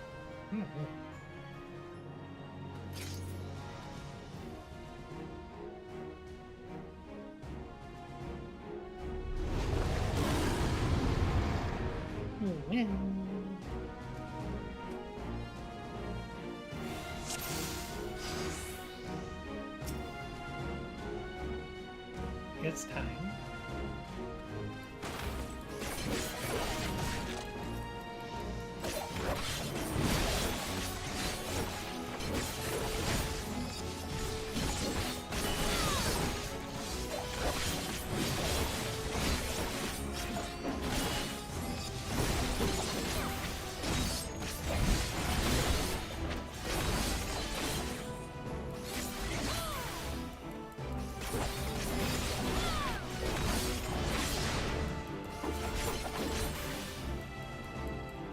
I was gonna... What are you doing, man?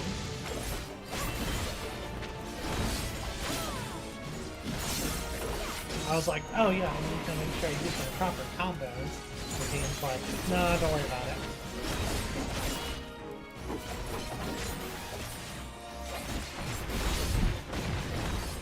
Very much angry. Positional not in this time.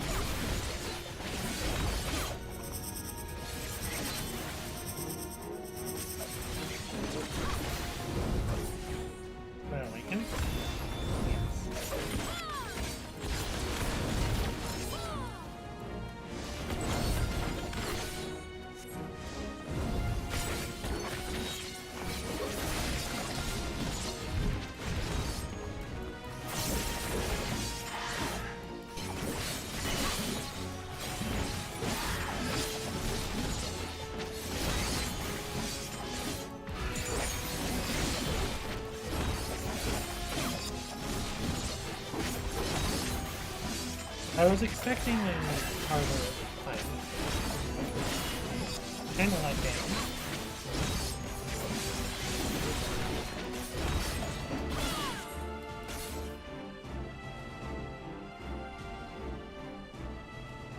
this all you're capable of? Are you not satisfied with the prey I've provided? Have you, you have all that you want and more, but only if you obey. Kill them. Kill them now. I demand it. This ain't the ffxiv now, and I reckon innocent stork is the reason why.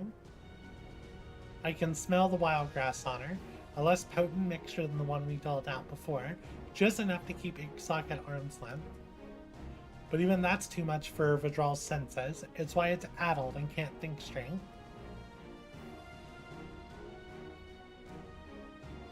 Even so, she's made a fool's bet. ffxiv's only tolerated innocent stork and her shenanigans to sate its own bloodlust. Two apex predators can't make nice forever. I'm not done with you yet. Goliath, you stubborn worm.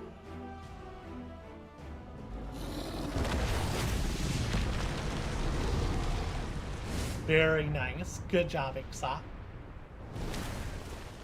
And she is, she's probably dead. Deserved.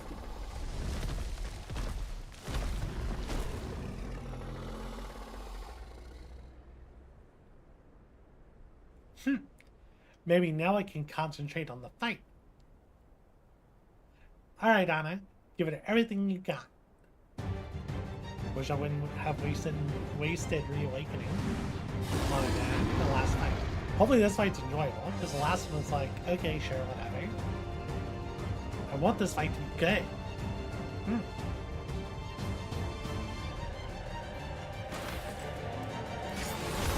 Yeah, let's go straight into this.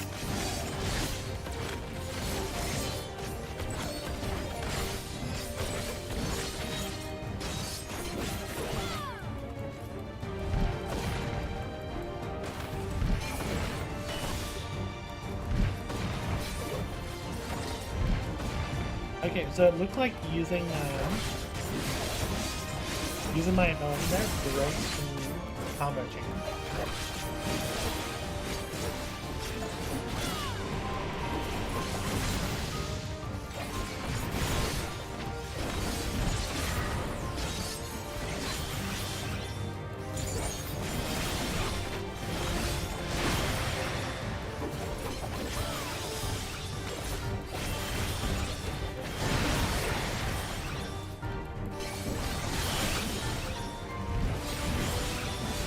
Oh, does that gauge cap at 7 rather than 100? Looks like it does.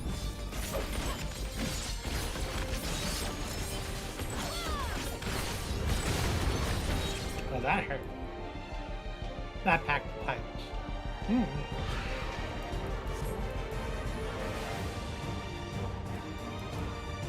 Goliath, no.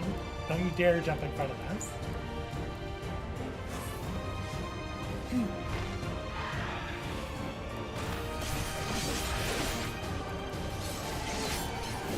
Yeah, I'm fine.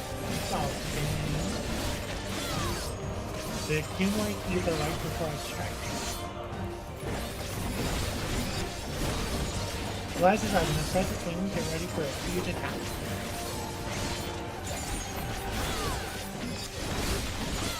Come on, together now.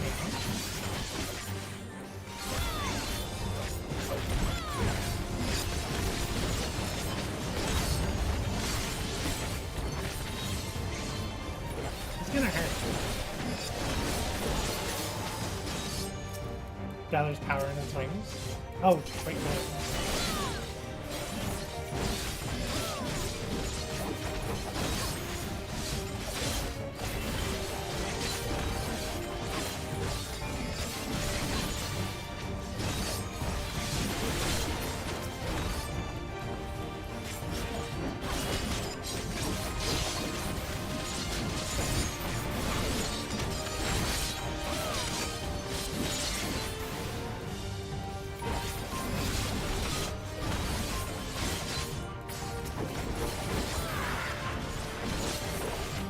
Still really slow right now.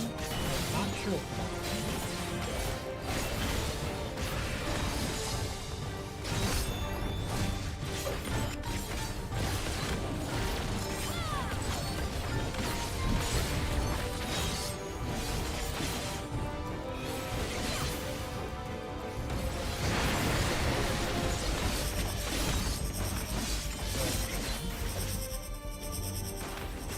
Oh, that's gonna hurt. Oh no, I'm fine.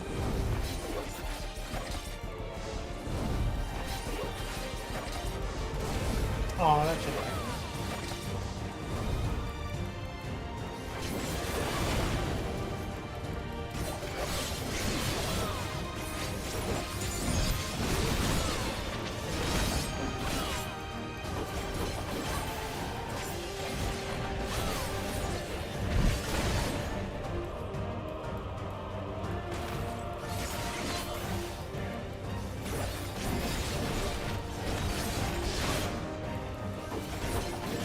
Seems like I should be reawakened. I get reawakened pretty quick.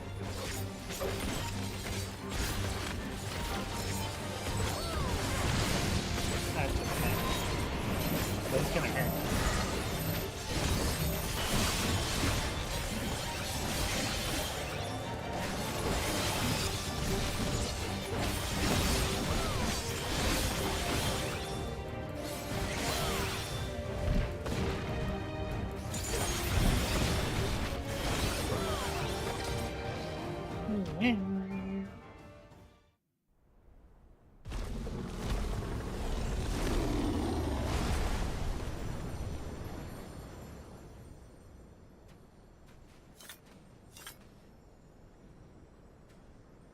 Drink water, nyall.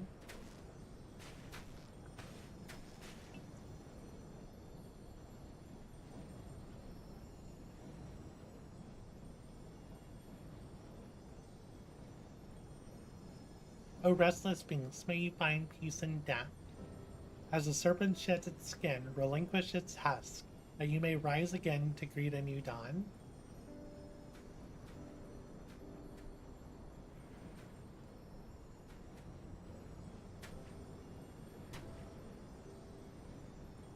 Innocent Stork genuinely believed that she could bend such a creature to her will. That arrogance cost her her life.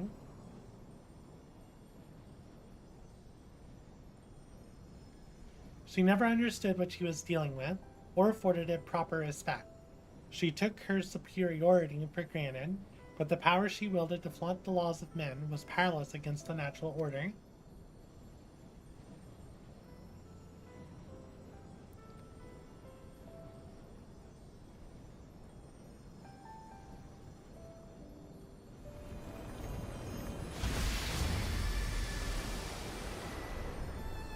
Elias, Anna, thank you for everything.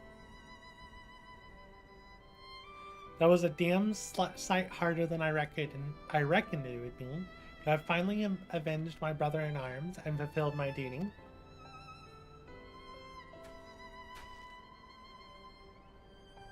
I can once again hold my head up high.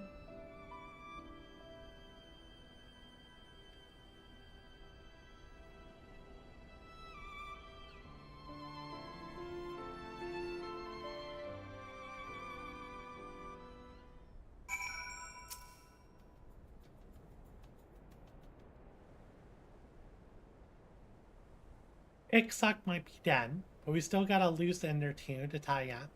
You haven't told us yet why you led us on a merry chase for innocent Stork. May as well come clean now. Well, when I was a young child, my merchant parents were slain by a wild creature on their travels. I meant what I said at Valgard Fort when I told you I swore to save others from a similar fate. That's why I joined the Twin Adders. A commendable motivation. And then I met Innocent Stork, who explained with great enthusiasm that she shared my desire to protect others by bringing these beasts to heal. I thought I had found a kindred spirit, but I later realized she fed me nothing but lies. She used me to obtain information collected by the Twin Adders, all for the sake of identifying potential additions to her menagerie.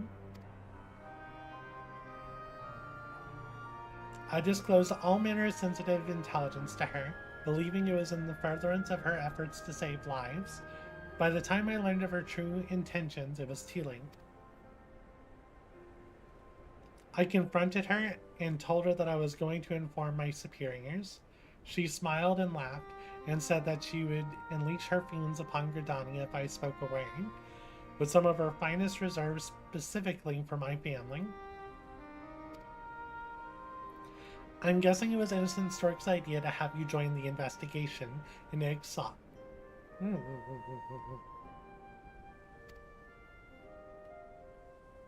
It was.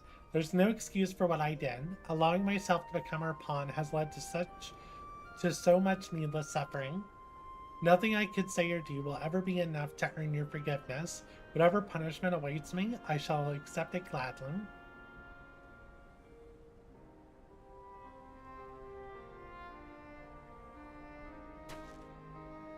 Well, Anna, what do you think? I think you should decide, Keshka.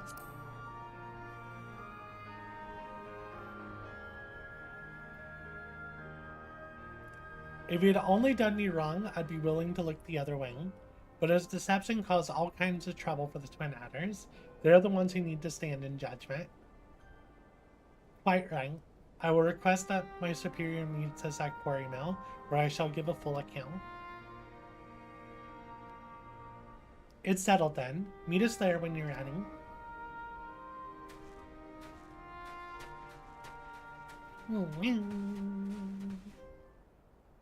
Alright, to Quarry Mill.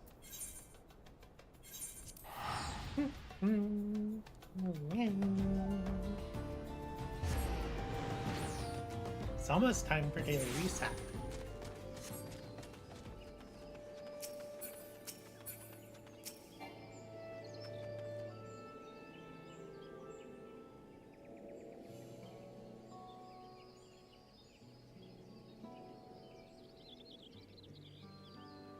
As a soldier of the Twin Adders, your actions are inexcusable. Once I had made my report, expulsion will be the least of your worries. There will likely be a trial.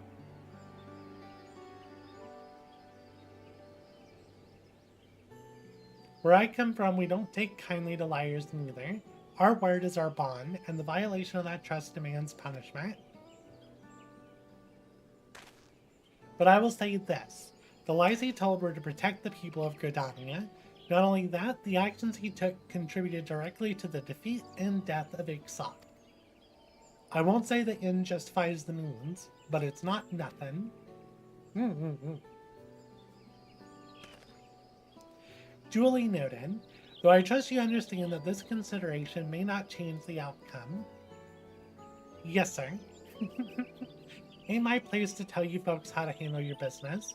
I'm just a simple man who crossed the salt to kill a Vidral. But if Goliath isn't stuck in a cell for the foreseeable future, I got something he can help me with. You see, now that my business here is concluded, it's high time I made my way back home. Trouble is, packing back is more than I can presently afford. I'm gonna need to put in some work, and I reckon Goliath can help me find clients in need of a Viper's skills. For a simple man who knows better than to tell us how to handle our business, you struck an intriguing solution. Well, I've spent a fair bit of time in the company of a silver-tongued someone.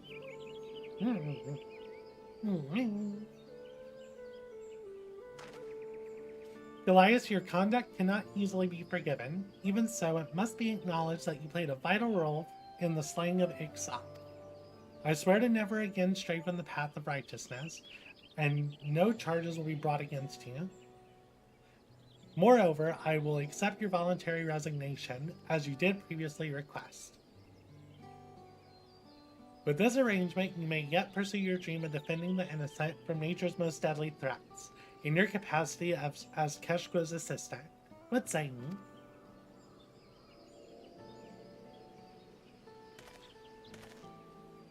I shall do as you ask. You have my word. Though I will bear the shame of my misdeeds as long as I live, I shall endeavor to redeem myself through service to the people. You can start by finding me some beasties to slay. Well, seems like I'll be sticking around at Eorzea for a while longer. In the meantime, you're sure to find clients of your own. I reckon this continent's more than big enough for the both of us. Wherever there are folks in need of a Viper, that's where we'll be.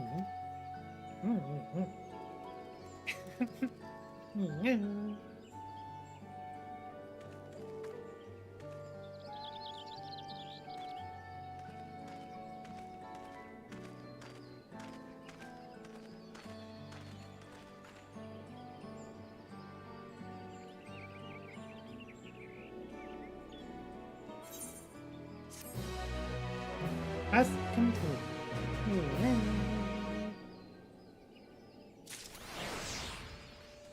Victorious Viper. Oh, and Goliath is in, like, different clothes. How goes it, Anna? Hunted any challenging prey lately? How far are you, Link? Just like back in Tyrol, I've been working as a Viper, putting down all kinds of beans. Only difference now is that Goliath is the one finding clients for me. We must be doing something right, because the guild's been rolling in. Still got a ways to go till I've earned enough for the ferry ride back home now. Goliath's actually suggesting using some of my savings to pay for trips to Ishgard and Charlatan, so I can hunt marks further afield. I'm happy to go wherever I'm needed, even if getting there sets me back a few gil. Alright, Goliath. That's not too bad of an outfit. The leather looks good. Now that I'm no longer an adder, I had no choice but to hand in my uniform. With my new garb, I'm ready to fend off forest-dwelling fiends alongside Keshka. I'm really sad we didn't get any gear from doing the quest line. Alright, so let's go to the free company.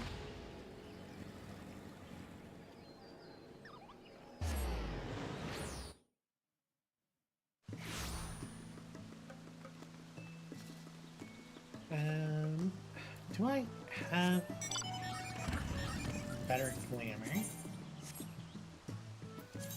Like, I'm still... Maybe this... With that.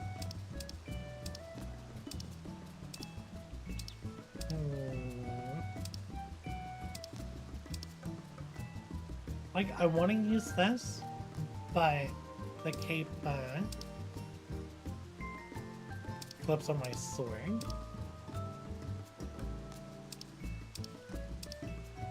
I could always go with this look.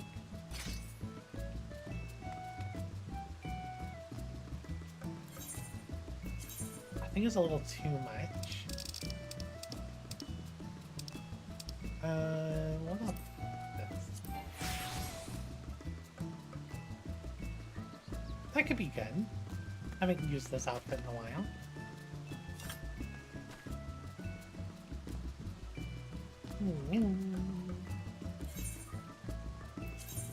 I want different pants.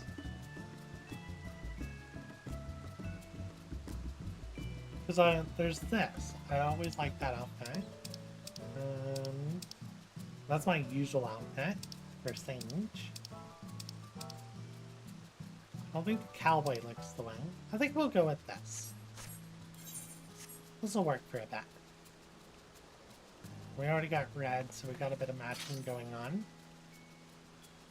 Can the sword be dyed 2 colors? No. It's like the top can be dyed 2 colors now. I guess it allows us to dye the... I'm assuming it lets us dye...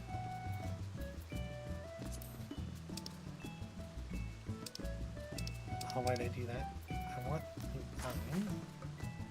So yeah, I'm assuming it lets us dye 2 colors now. So if I say that's pink.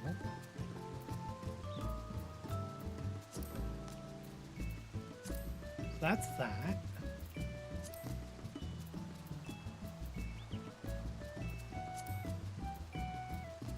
It says, oh, I see. So I do that, and then go to dye 2. Dye 2 dyes the belt. Okay.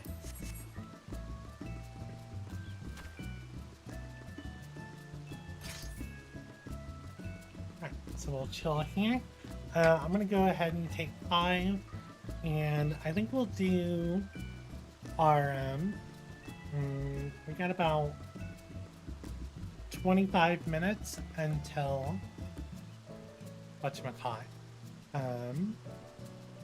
daily reset. So we'll probably do some roulettes after reset, and then we'll look at starting MSQ. For now, I'm going to take 5 and see if I can set up who wants to do MSQ and such. So I'll catch y'all in a bit.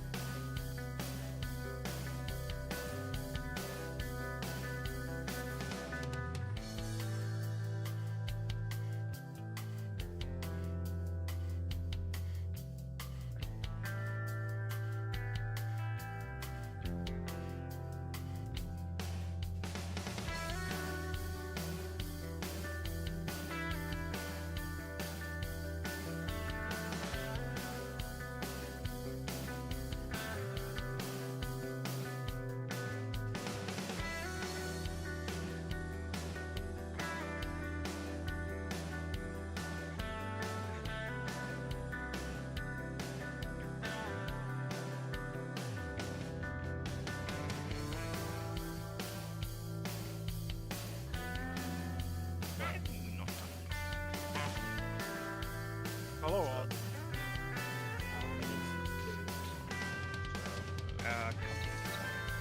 I will once I once Still streaming on it?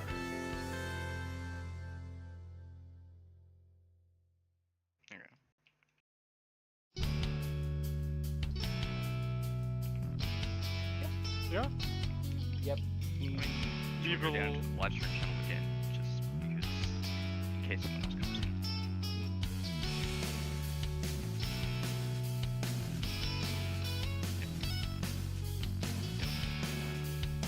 I'm down for post reset.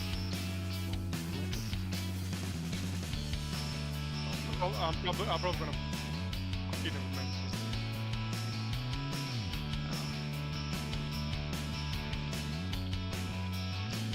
Oh, why not down now?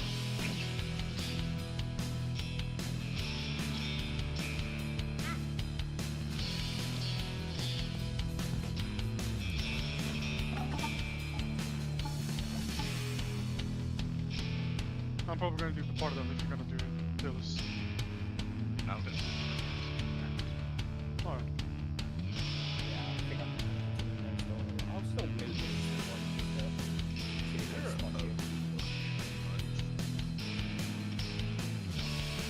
Good stuff to hate on the sea. Like it's shred.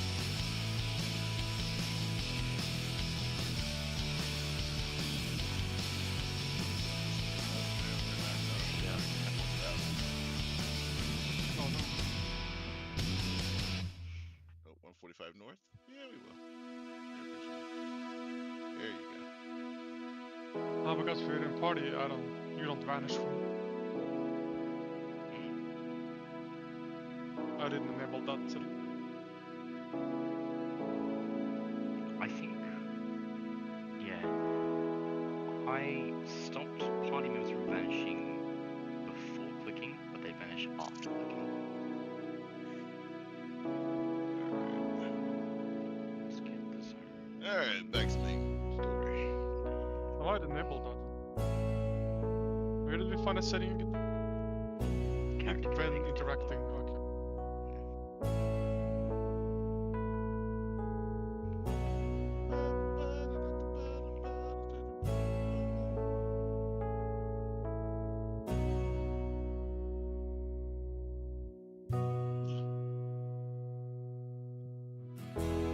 That HP LD.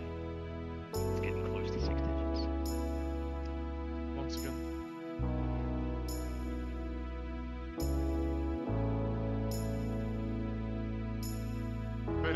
sizing past over here.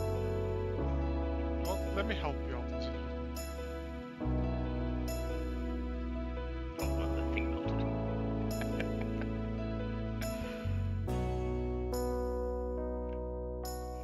Not sizing log here. Missed opportunity. It's probably like further to the southeast. I found the cactus for the front up. Have you found the not a cactus? I found that one before.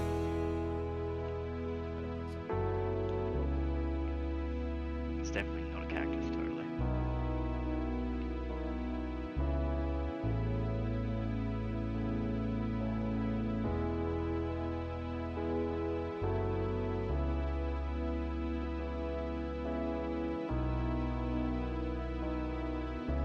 After a certain character gets here, I'm curious what they taste like.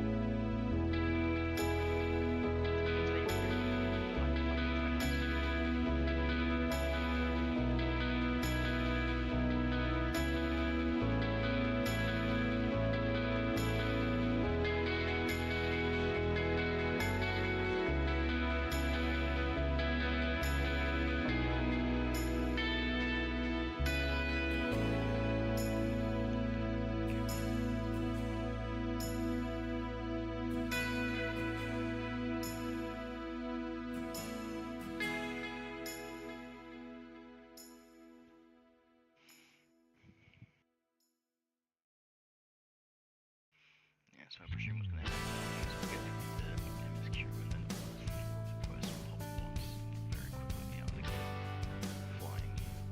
This feels like a very short and small area by comparison. Yeah. Great. I love what I'm doing in this quest. Hey, look, it's necessary. I know, but still. Yeah.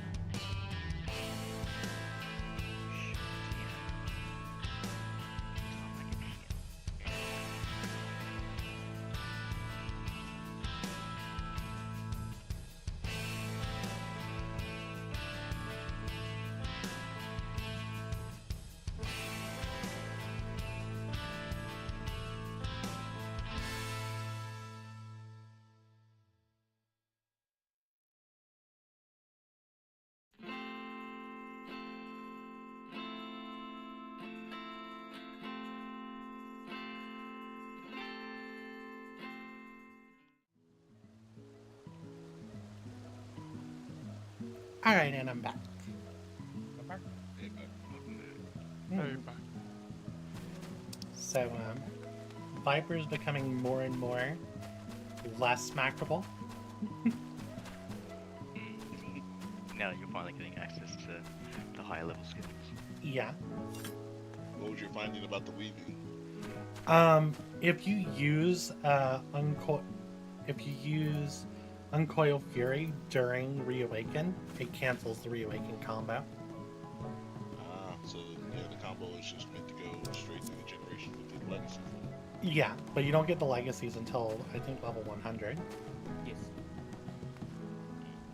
Surprised you didn't dye the sword yet. I mean, the red kind of works with my outfit. Yeah, I think it's an outfit, a Viper outfit. I haven't really looked at clothesline. Let's get the back here. See what colors we can change. I'm happy they finally changed it so you can tab through dies when you have the eye selected and when you're dying stuff. Because used to, if you had the eye selected, you weren't allowed to tab through at all. You can only tab right, but it's better than not being able to tab at all. Welcome to Jurassic Park.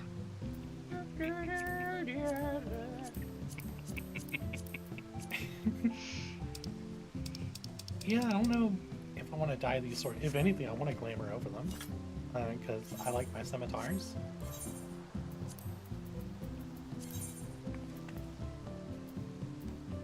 I still haven't gotten the... as many times as I ran Tower Azat, I never got the swords from it. And those are pretty cool looking. I like the paintbrush from Tower Azat. Oh, what? You can cast?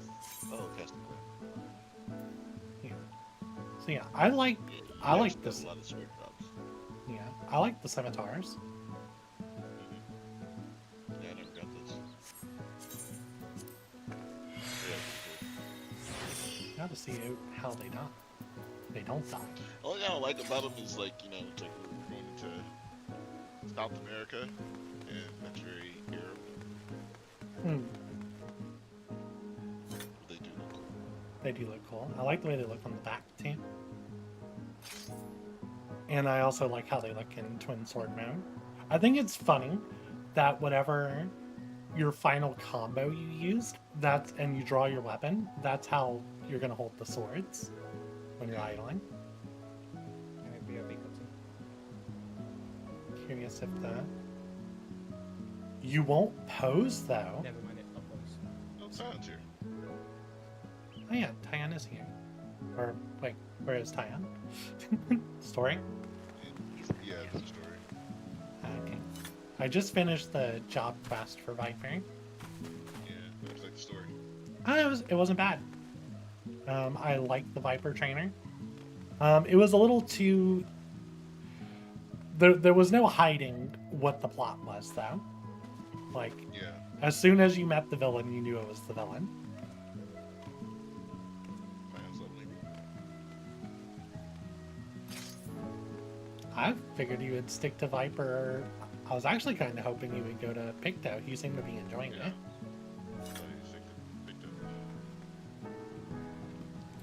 Looks like he's doing it. Repo. That's cool to do. I'll probably bounce with Red Mage. It's worth having two classes at the level as you go because you get a little bit of excess XP as you go through MSQ. Yeah. I need to figure out what job I'm going to do my dailies on. Doing it on Pellet. I should probably do it on Sage. I haven't even really looked at my hotbars to make sure they're still okay.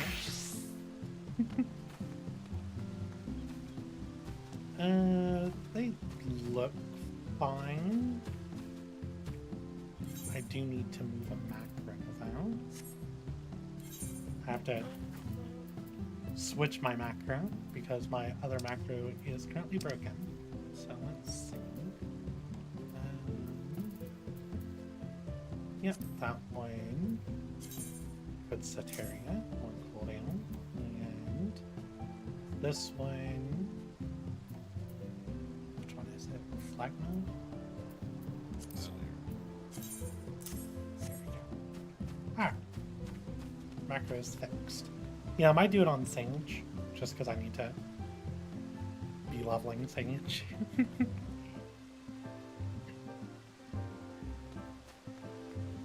Yeah, let's see. So I was already thinking something I needed to change. The hard part about it is deciding where I'm going to put my role skills. Because I feel like I'm duplicating a bunch of buttons. And that's a bit annoying.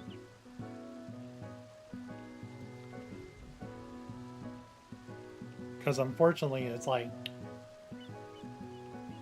the Dreadwinder combo is used for the reawakening combo, and I had that in a completely separate spot because I don't always have access to it.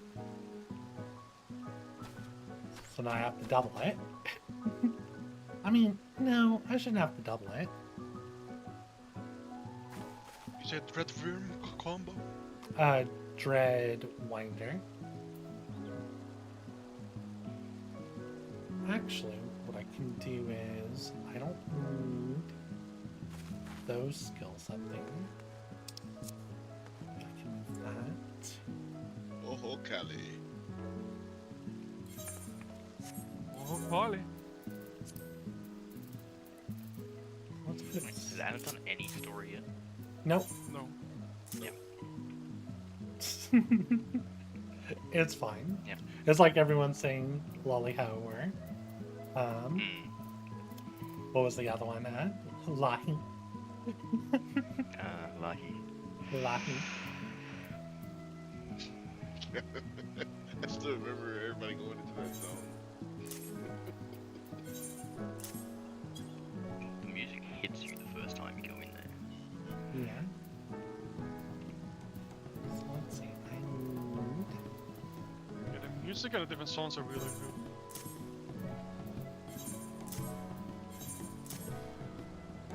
up there.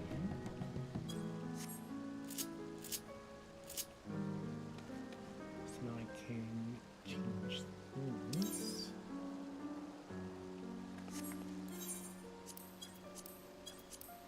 Where's my sprout?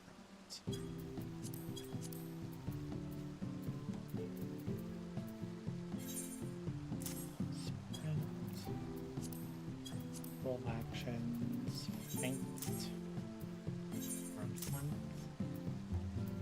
leg swoop. True north this way of the there.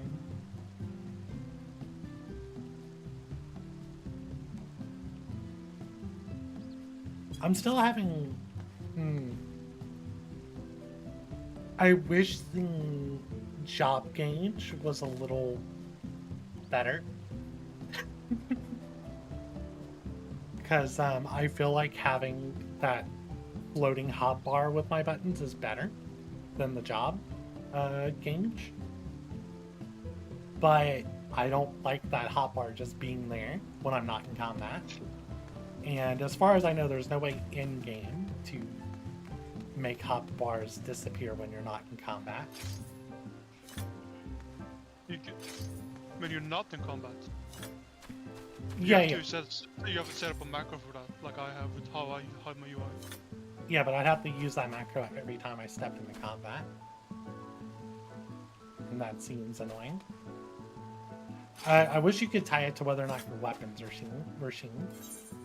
And it looks like there's something for that, but it didn't give me the result I wanted.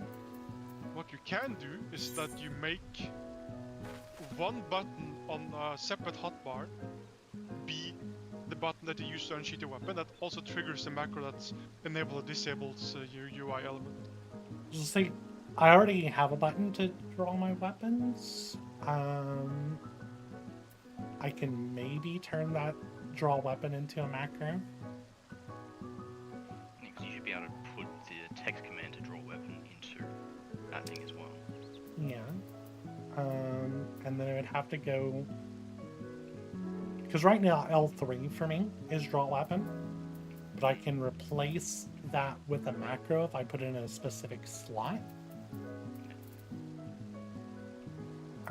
So let's see. See if I can remember how to do that. Keybinds. Gamepad. This is not where it should be.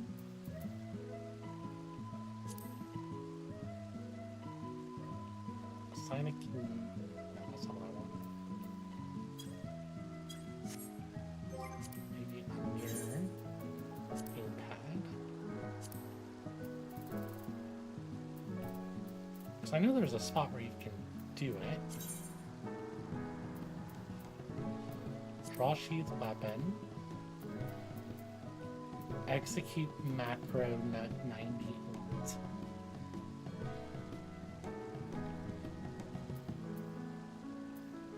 But I can't set that to just Viper.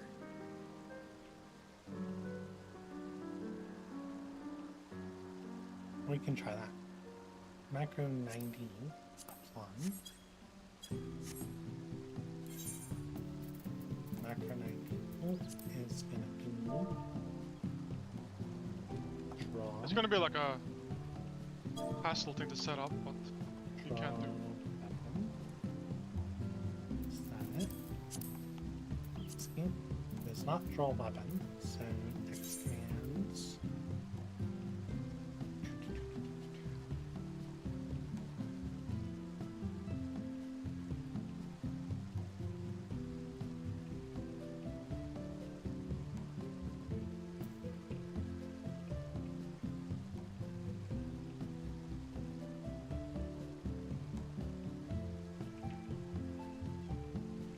Sidestep, sights.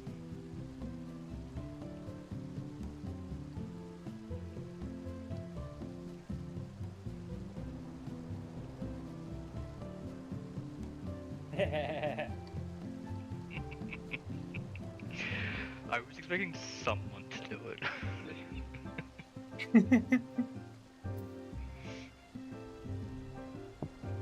Tool switch.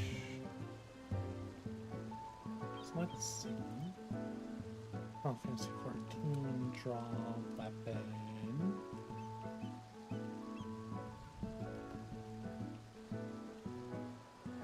Sheath draw.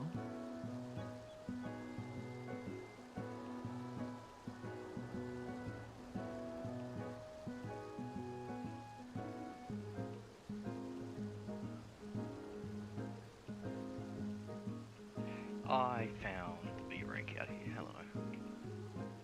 It's just draw. The cheeks on this thing.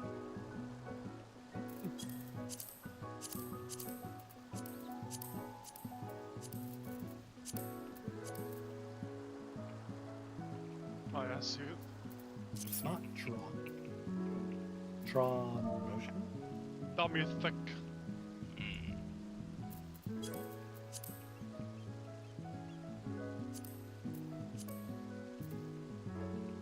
What's this?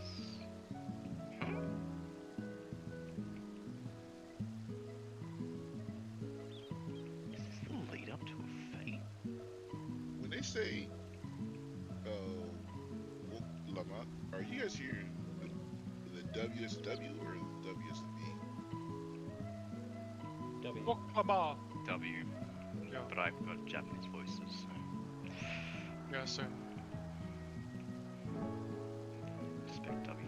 I guess I've been in Germany for too long. Did they change what it was? Because everyone's saying use slash draw, but slash draw does nothing. It's heaven. It is. Is he ahead of us now? Yeah.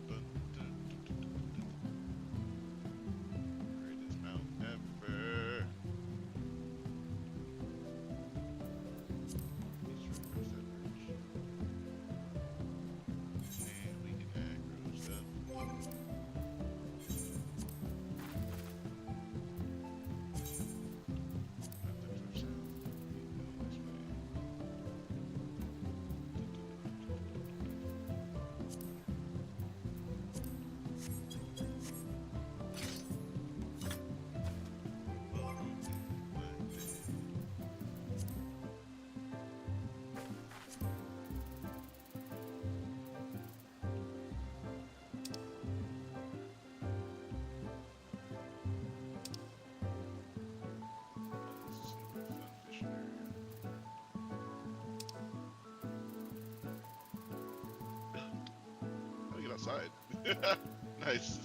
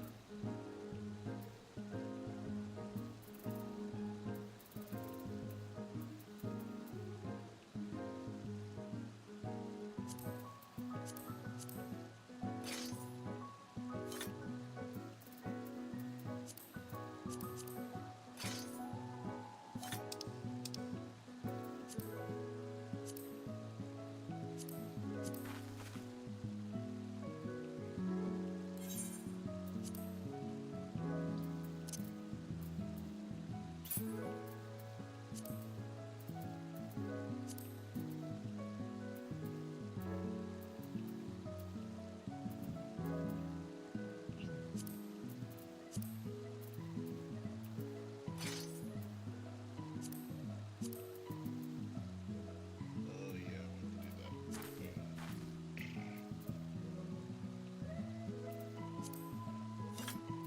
Archer's look.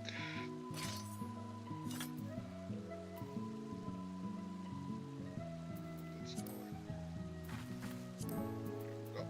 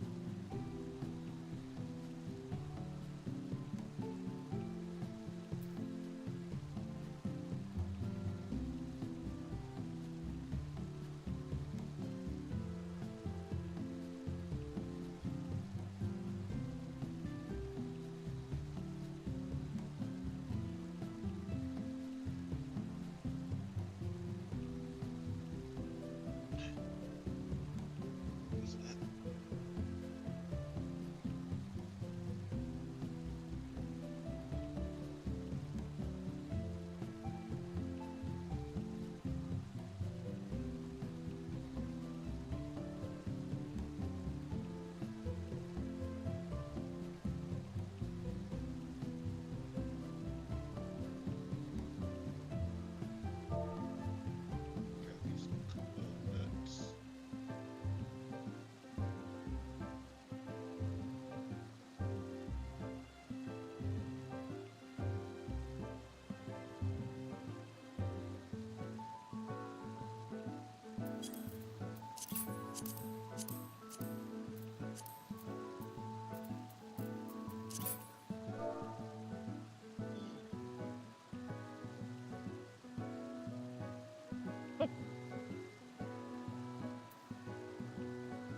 Of course.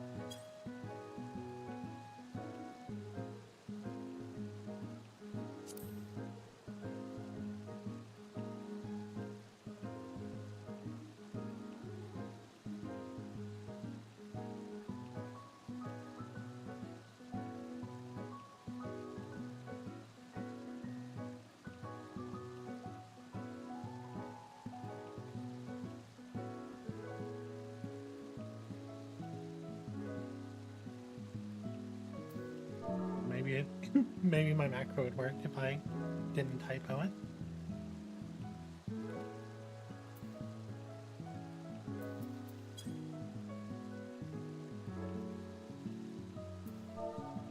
So hotbar displaying the room. Okay, that works.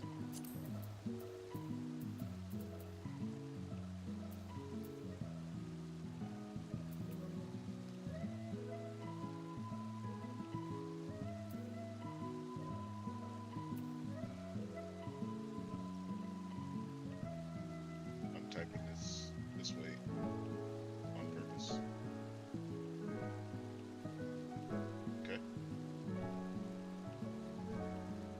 I am. I am.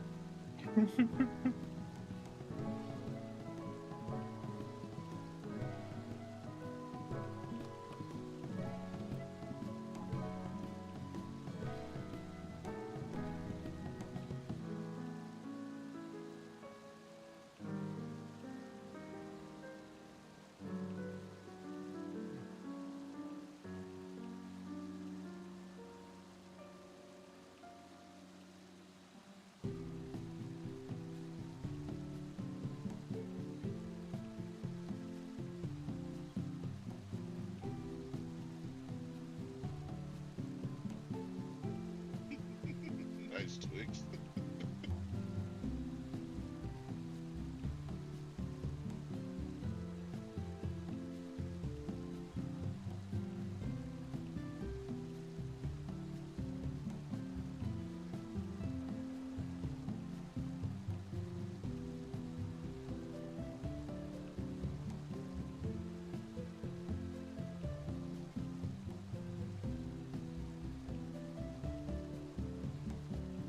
Jesus, this guy is not very cheerful.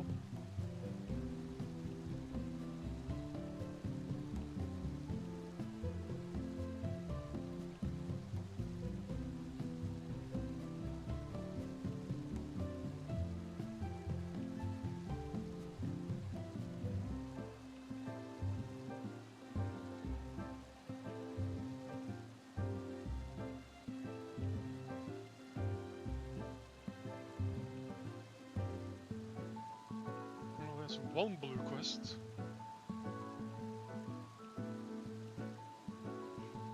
You think this cutscene already?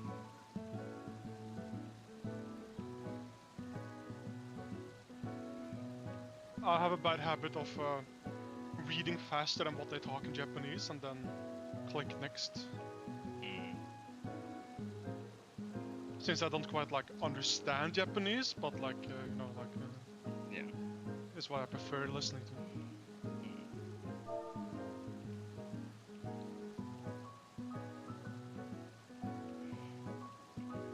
I'm always interested in the differences between the voice lines and the written lines. Yeah, but some things I can't make out, saying like when they say certain things like, hey, that doesn't match up with English.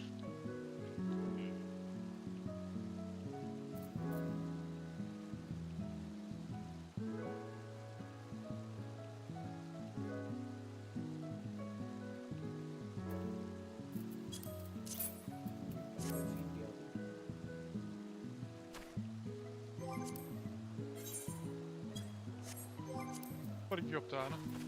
Trying to fix this, Macro? yeah. Nothing else. I can just assign change camera to macro 19.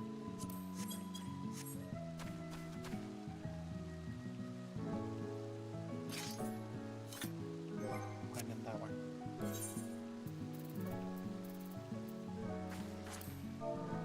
I just had this working.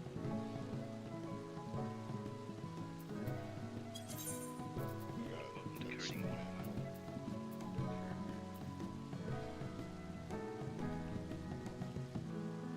I just want to fix this. I introduced 3 more bugs.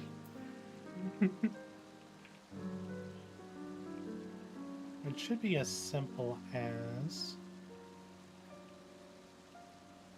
just displaying the number, hotbar /hotbar, display number.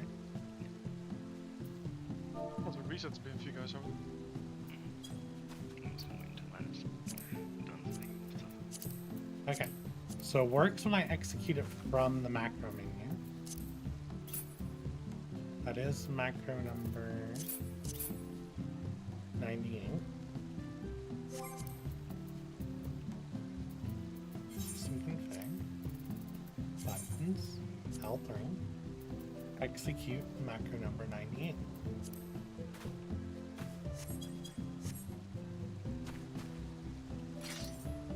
Doesn't work.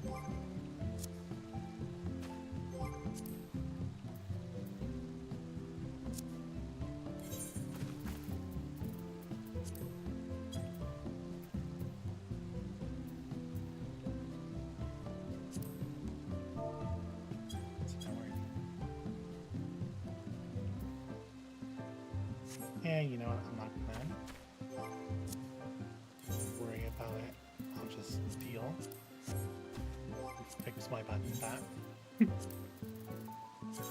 Big. That should be new. Change camera. One. Okay. So I am ready for roulette's manure. And I will go on Sage.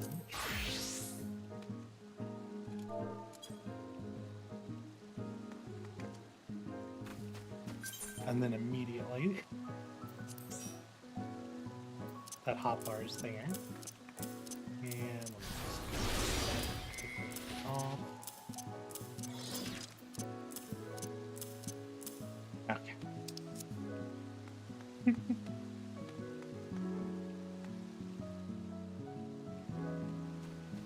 That's so little rest XP. I'm assuming you're going on DPS, Austin? But of course, So... Anyone here joining? Holding a comment? No, sorry. If I had any of the classes locked, I would have. But...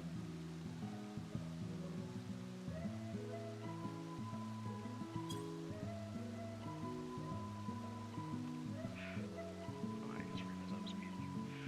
Ah. I prefer to not have a full party so I can get the challenge log done for accommodations because I haven't finished that. Ah. So, Damn it. 3 of us ready to go. Damn it.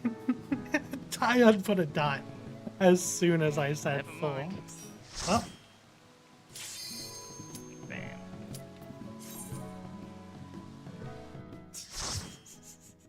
which challenge log were you working on? Commendation. I need to do one more commendation to finish it off. I'm sorry. It's fine. It'll get done eventually. Is this the one that we had? Yeah.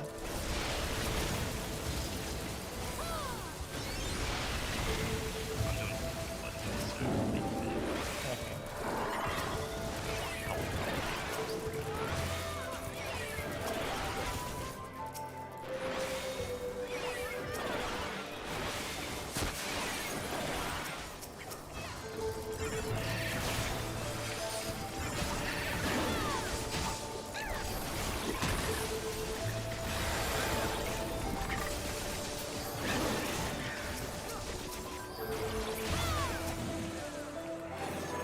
Why you do this?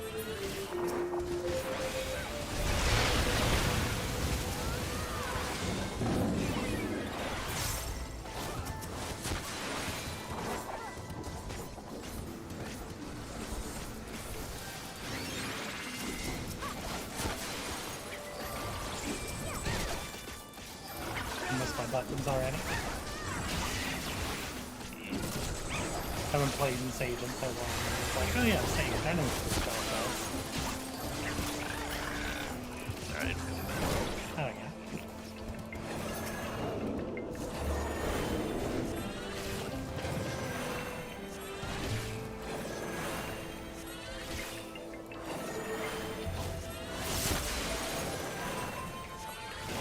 Level. Yeah.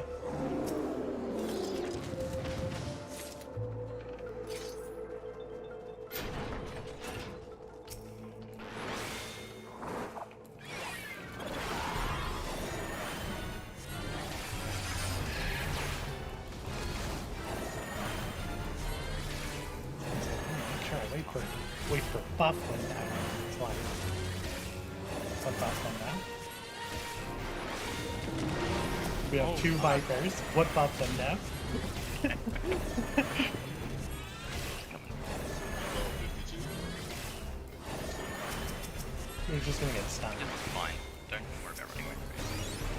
Oh, There is nothing in this dungeon that you need to remember. Except for the boss. There's nothing in this dungeon you need to remember. I mean, if I you... hopefully position the boss so that they would be the boss anyway. Okay. I think it's cool how your character now leads with the console. And mount change.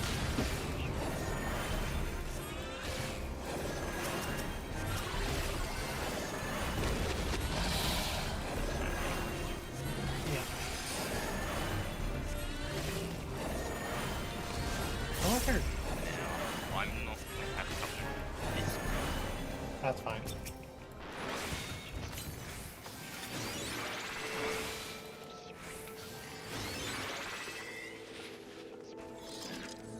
Oh, I can't do that anymore. Oh, my time is full out.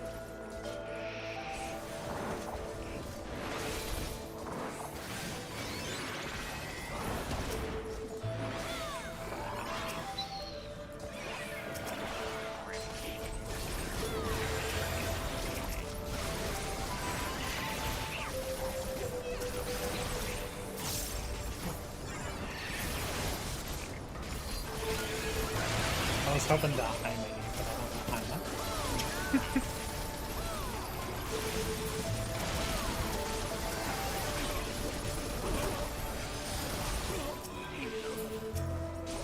Like, we have issues lost. I don't know. Did we have a random... The Oh, it heal- was... the heal was new. Yeah.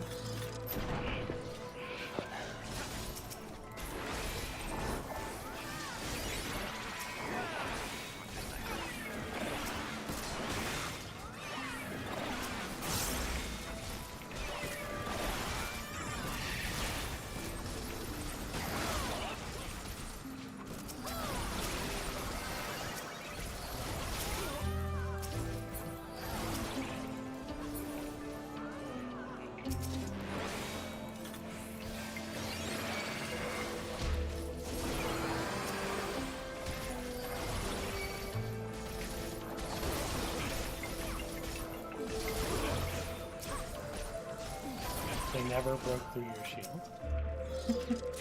That's the way.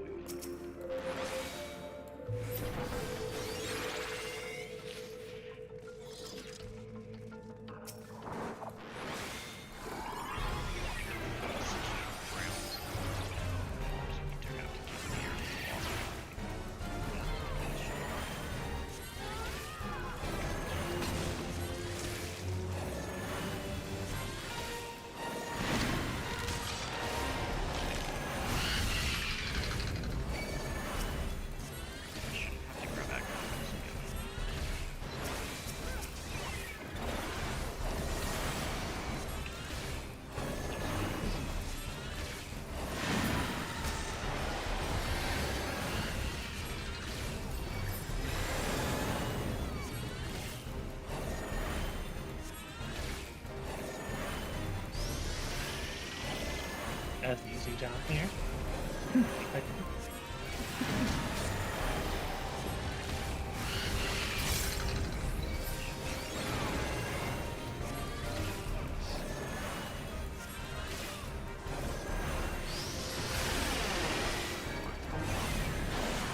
Make sure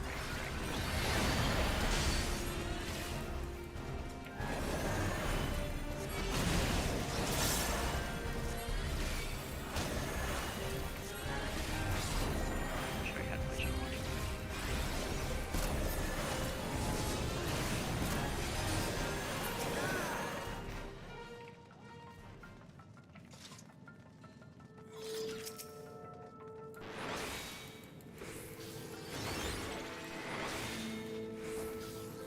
There we go.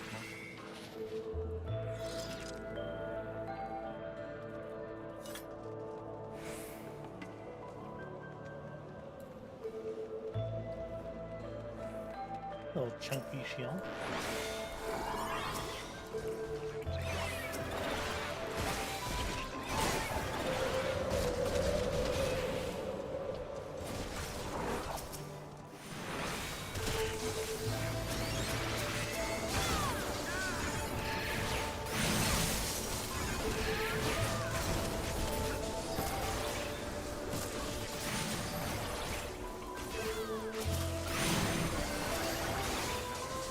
the dumb range.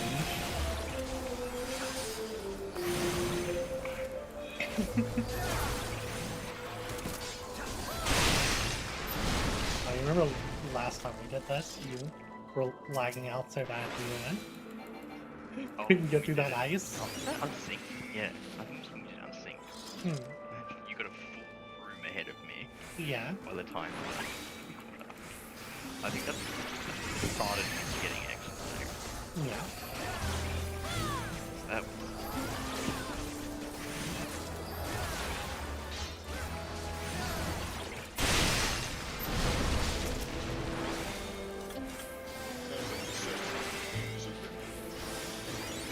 Okay. About 30 your health. almost up. Oh wait, I just realized I have...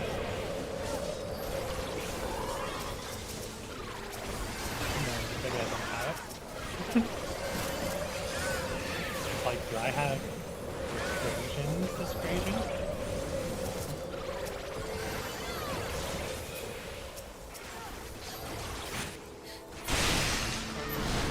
I had my hopes up that I'd be able to AoE dot.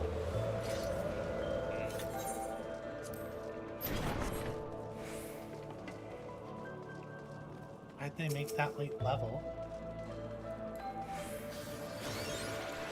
Say like up to 50. Yeah, it would suck to play this class. I mean, you just press 2 buttons, and if it's AoE, you press a different 2 buttons. Technically, you have like 6 buttons, but it's like press 2. Yeah. As a DPS, you should know.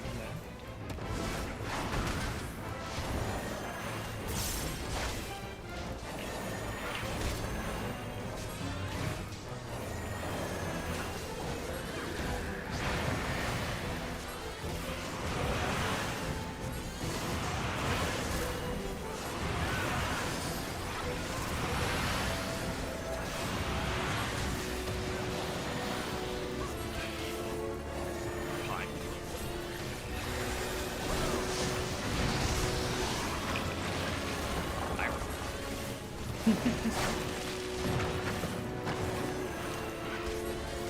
Now behind.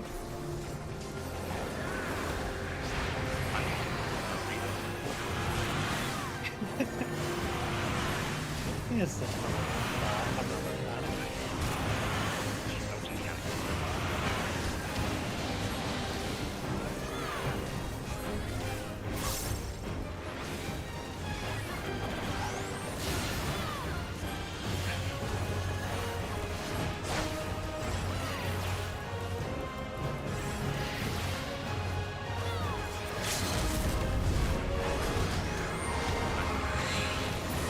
There was so much damage. I needed to. Need LB for it.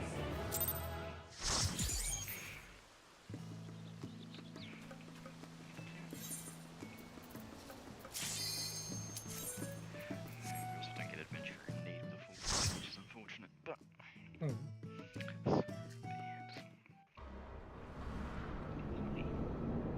be it. Oh, Hi, Castrum. Pray, just give us pray.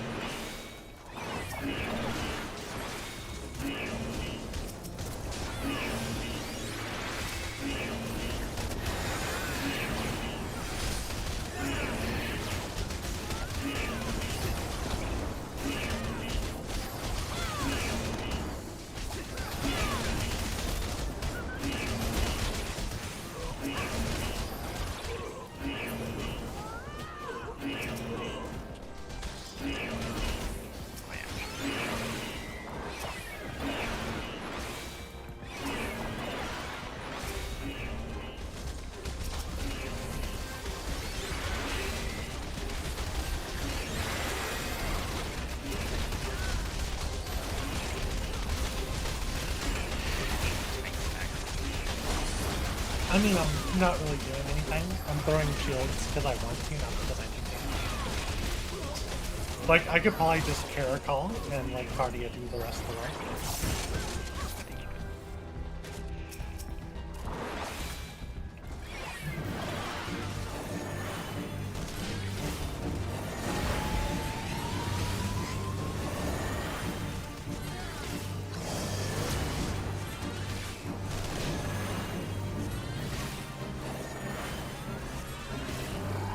Like, I'm just gonna spam Des this hand. I shouldn't need to do anything else.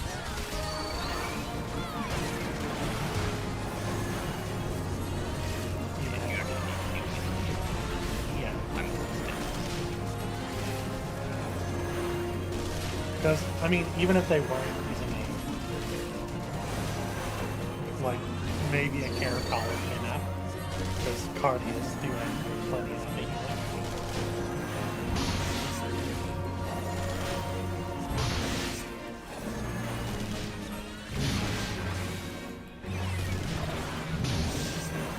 I also have a regen sitting on that I had previously. Like, let's use a card. Not a card, Caracol, to give you some regen. Yeah. You've got the carding already.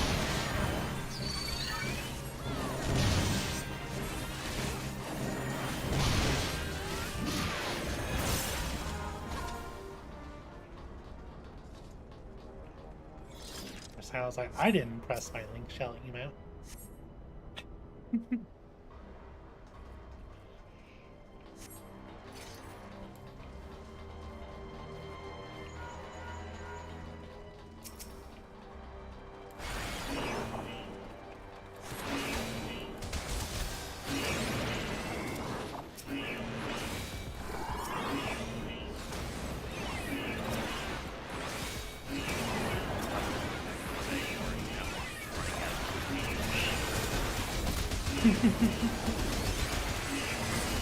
That's going real far now. When I was I remember casting these people. Flash. Now through AoE motion, getting accurate. You know, I missed the blind man.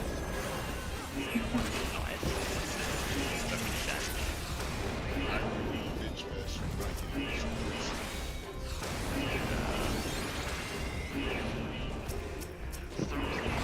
I kind of miss it. It was one of those things where if you did it, and like something that was going to kill something, it felt really good. At the same time, having to set up certain Yeah. We'll see, at 1.0, you could just cast and skip it. eventually put through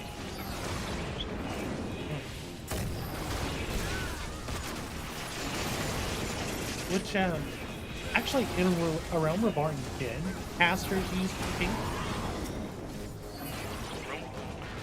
Okay. on that stage. You also have to be careful with melee MPs. High max MP. Yeah. Which is why you really they had access to it.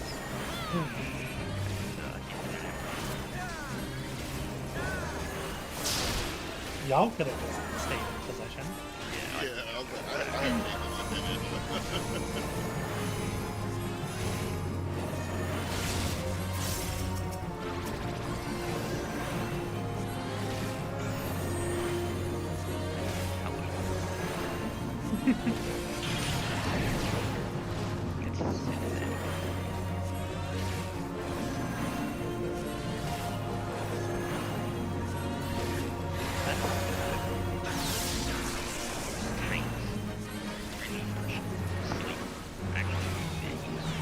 Yeah.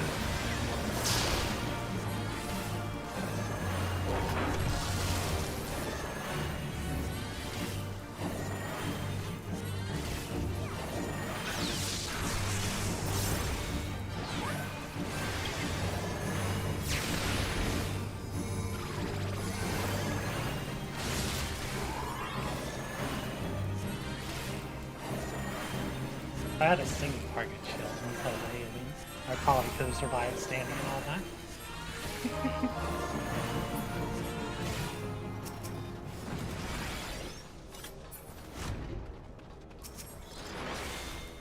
Good shield.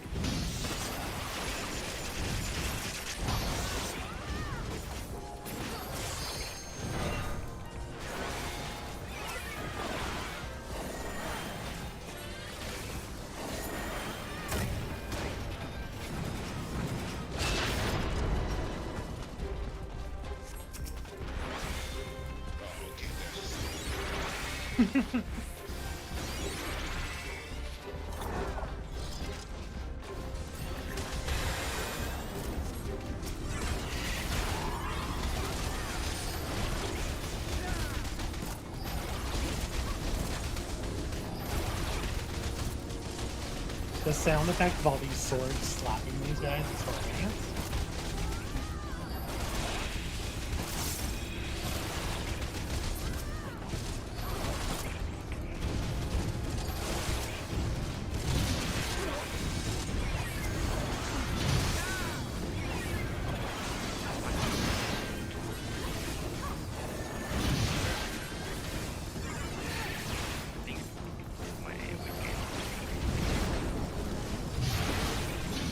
I'm a gain on 2 from someone. Typically healers are gain. Yeah.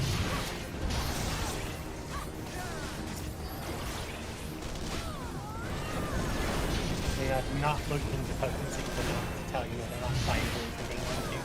I'm very much assuming it's not. What's good is some of our, at least at 70, I think, our Dreadwinder combo, one of those combos just leads into AoE damage, even if you're single targeting. Yeah, with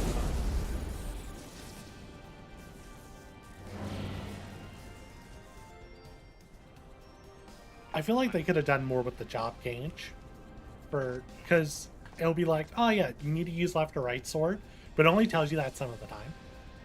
It only tells you that for your 1 or 2 combo.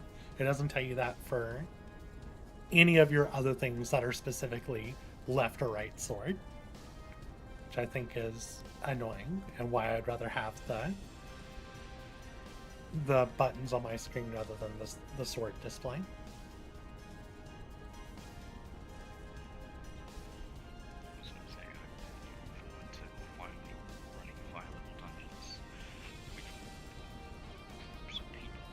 Yeah. Actually seeing how quick me and Oli we somehow synced up in our progression story, so we were every now and then popping mobs just deciding to kill them together, and mobs died so quickly that I would be on my first glare and they're dead. I'm sitting here with 2 left to use.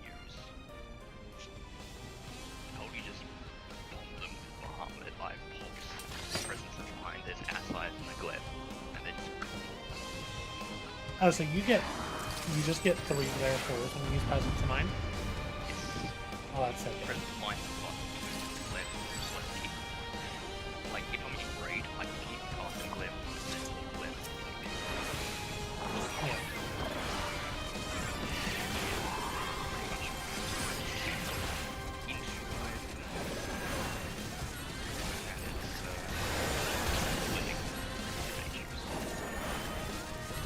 That's really good.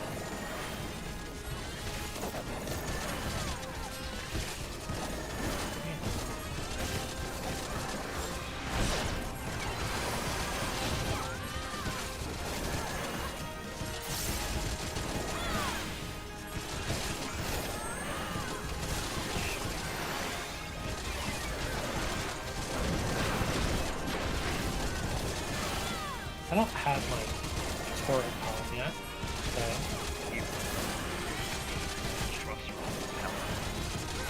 So you know the new like level 9 thing. It's not just an upgrade. The damage machines like heal machines. Right? yeah. So Paladin has 1,000 shield and line. That combined with all the shield like damage. Oh, that's kind of fun. Well, no, me and you were doing trust at the same time. Well, I was doing duty support. You were doing trust.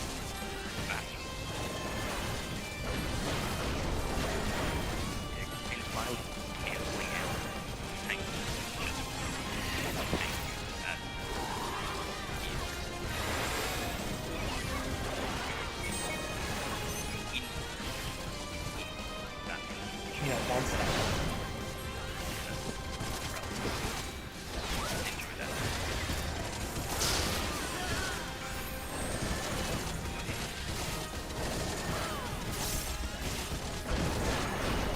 I haven't passed this stuff.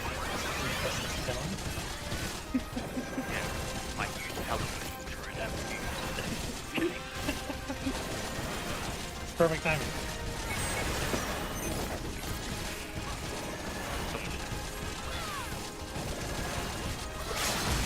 I'm about to do an awesome.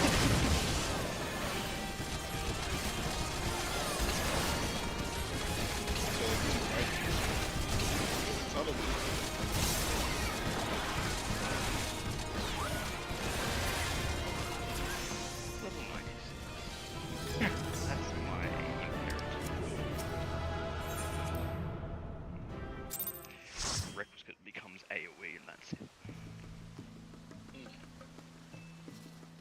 It's something, but it's That put me 2/3 of the way to 91. 92.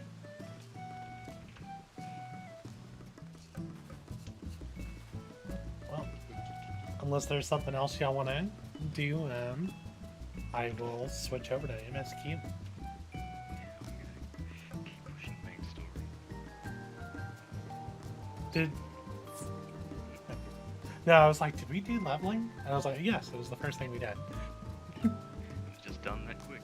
40 Yeah. minutes. So actually no, combined I think that took 30 minutes to go. Yeah, because we didn't start at 10.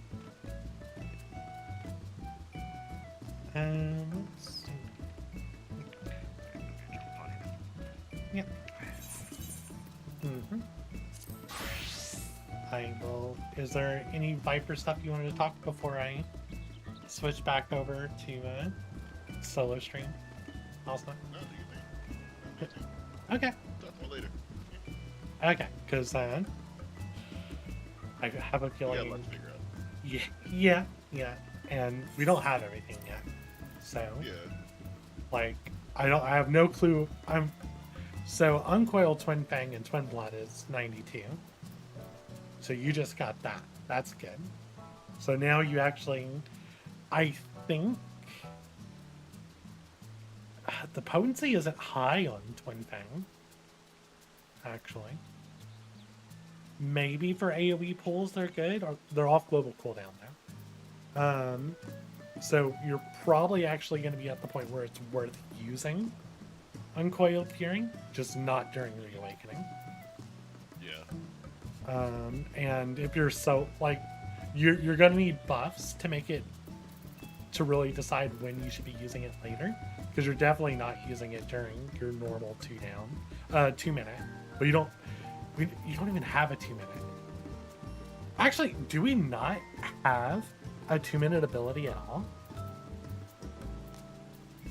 I don't think we have anything that's on No, a we 2 just- minute timer. Yeah, you need to just time, I guess. Because Reawakening is just gauge, and we build up that gauge so fast. Okay, that's really weird. Oh, Serpent's Ire is our 2 minute, and that gives us 1 rattling coil and turns on Reawaken. But you can't use your rattling coil while you're Reawakening. So I guess you would. Combo first and Well, you would reawaken normally, right? Do the full combo, Serpent's Ire, coil, reawaken again, or save the coil for after the second reawakening. Yeah, because I'm assuming ready to reawaken buff is literally just giving us 15 gauge. I mean, if it's a separate buff, it shouldn't be gauge. I don't Probably also has a timer written because it just says ready to reawaken is what it grants for 30 seconds. there. Yeah, but That means that it we just specifically don't- says grants ready to reawaken. It doesn't grant you 50 gauge. But the thing is, reawaken is on a 2-second recast.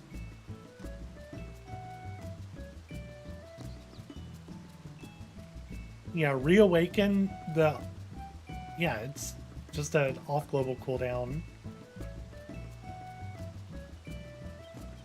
Yeah, I'm confused because I'm looking at it. It just has a 2.2 second recast with a 50 gauge cost. I mean, I have Yeah, both skills. I presume that the way it's set up is, say you were at like 80 gauge, if you were given 50 gauge you'd overgauge, but being given a buff that short circuits that means that you can still use that whenever you want, and then it'll consumes 50 gauge. Yeah. So I have 0 gauge. I use Serpent's Iron. I can press the button for free. Yeah.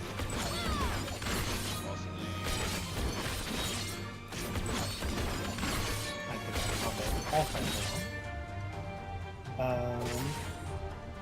yeah, probably for the opener, and then again on the next 2 minute. Because you get an opener, then you'll basically be loading up, and you'll have reawaken pop first. I would assume.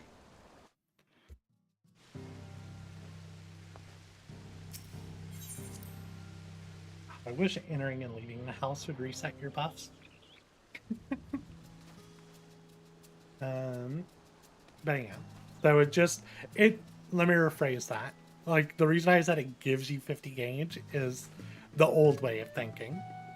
Because now in Dawntrail, everything that would have given you 50 gauge just makes the button glow now. Yeah, well, it's that sort of safety that you can be on high gauge, and then in order to maintain your rotation, you should be hitting that button. Yeah. But before it would put you over gauge and be a waste. Now you can safely hit it, maintain rotation, Yeah. timing, and then use your gauge when it's more appropriate. Right. Yeah, because Modification had that change. Ninja's ability changed. Did Warrior's button change? I'm not sure, I haven't looked at Warrior yet. Because Warrior had a button that would give them 50 gauge before, right? Yeah, no, it's in It's time to go up. Yeah. So inner release probably did change. Do I even have a Warrior set? Oh yeah, that's trash. I can take a look. Sorry, not inner release, infuriate. So infuriate. No, infuriate increases base gauge by 50. Oh, so it still does 50. Interesting. Can only be executed while in combat. Yeah, because they changed inner release to sort of be its own separate thing that you use specifically after inner release to your felt bleeds or decimates. Right. But infuriate is still just 50 gauge. It does give you Nace and Chaos, but again, that's sort of different to the base gauge.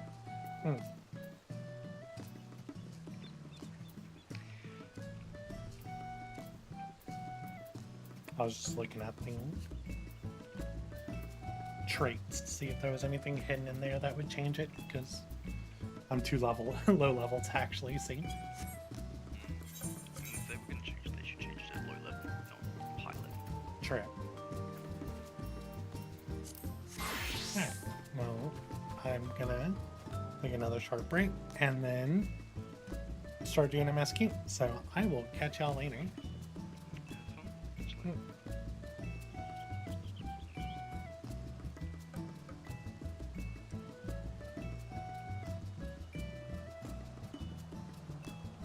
Alright, y'all. I'm gonna put us in AFK, and when I get back, we'll start MSQ.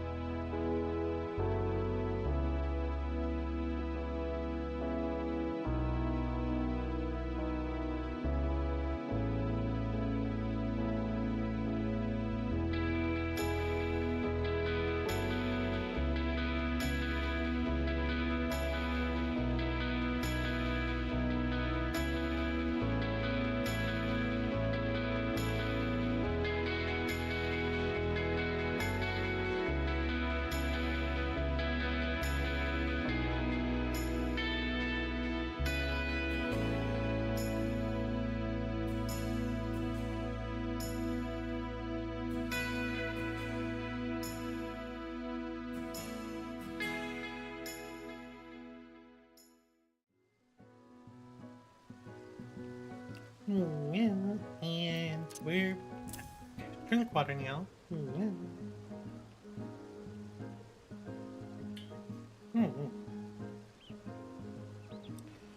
Alright, I noticed my combo looked weird, so let's turn that on. Really? 1, 2, 3. Okay, so I want to swap those two buttons.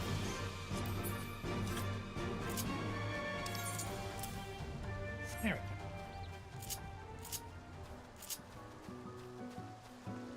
go. We should be good. So yeah, it's time for us to start MSQ. Finally. Stepping into Dawntrail. Hopefully our half-level experience will carry us, because we're gonna need it. I'm excited.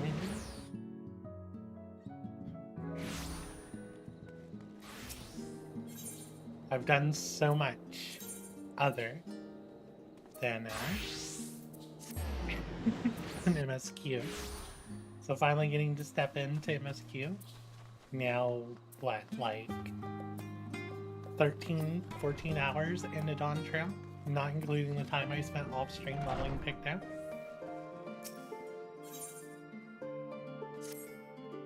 Welcome back, Mama.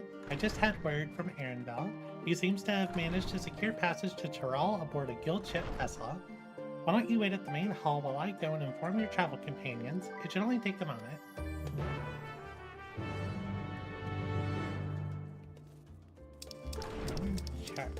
Chat. Okay, that's it. If you see tile installed, pardon. Should be fine.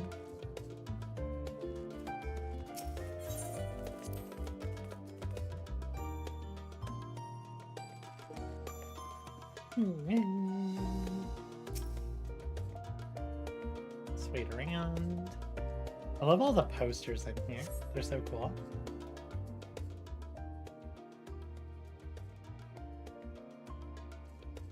We're gonna have voice acting. Please let us have voice acting.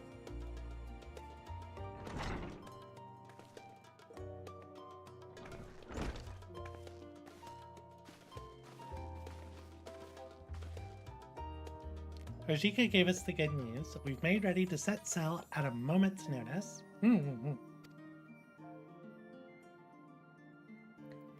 The only one yet to arrive is Erenville himself.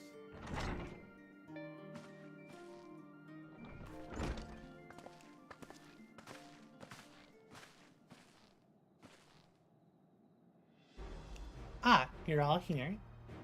It took some persuasion, but the Gleaner's Guild ship has granted us places aboard a vessel bound for Tyrol. There will be other passengers, researchers, and artisans and the like, so we'll need to share deck space. That's fine, Erenville. I doubt anyone expected we'd have a ship all to ourselves. They're not casting off just yet, so if you have any lingering concerns, now is the time to voice them. I wouldn't call it a concern, but everyone's still clear on what it is we'll be doing in Tyrol, yes? We've not forgotten. The nation of Tulialal is in the midst of deciding its next ruler. As your chosen allies, we shall assist you during the rightest session and support your bid to become Dawn Servant. In addition to that, Alphino and I have another objective. As part of its reconstruction, Garlemald seeks ways to reconcile and re-engage with its neighbors. By visiting Tyrol, we hope to learn more about how its myriad cultures interact with one another, how they found common ground, develop stronger ties, the sort of insights that might help our friends in Isilbarn. But we'll pursue this goal in our own time. You can rest assured that we'll give the contest all due attention. That's all I ask. Otherwise, you're welcome to do as you like.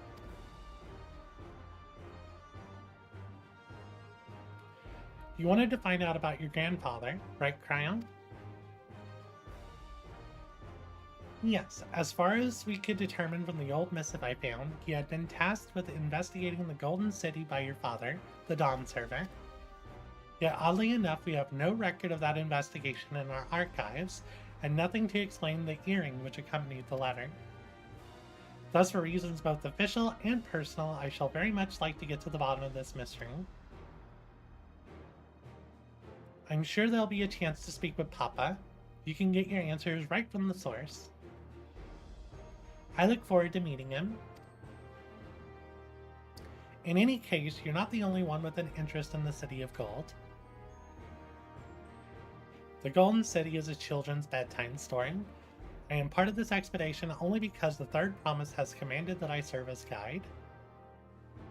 Still playing the part of a stoic servant, I think. What of you? Don't you dare tell me you've changed your mind.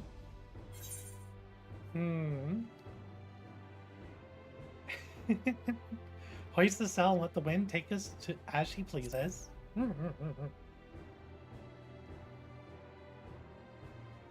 Well said. We won't get far wallowing in the shadows. Right then, if we're all still committed to the journey, then I say we make ready to depart.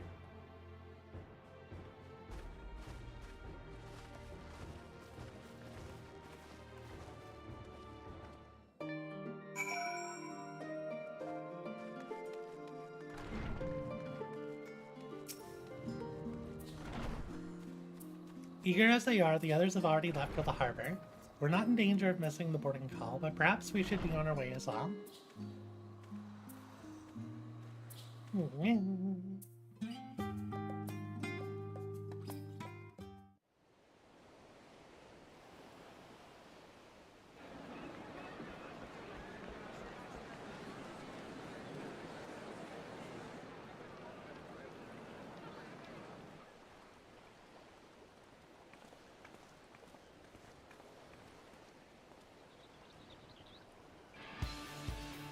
Savoring the moment? I can feel your excitement, your eagerness to explore the unknown. Well, for once, the fate of the world doesn't rest on our shoulders. We might even get a chance to enjoy ourselves.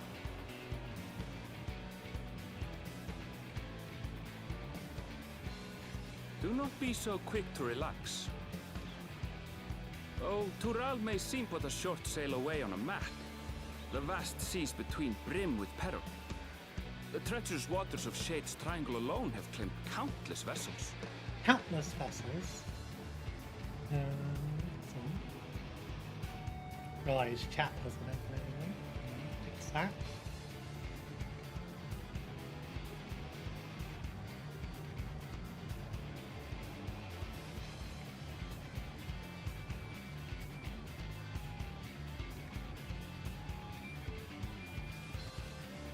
Even following the safe route plotted by Admiral Bufiswin herself, this will be no pleasure cruise.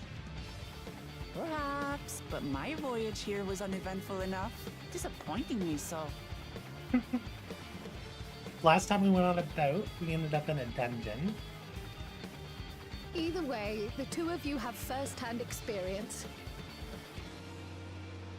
which will be of great comfort in the days ahead, I'm sure.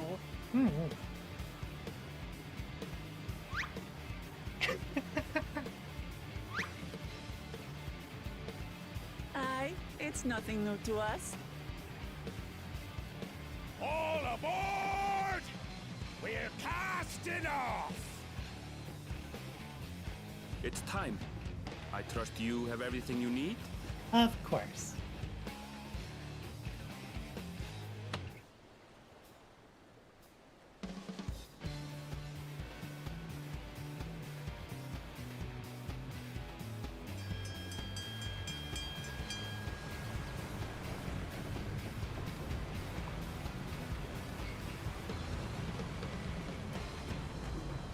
And so does our ship cast off from the docks.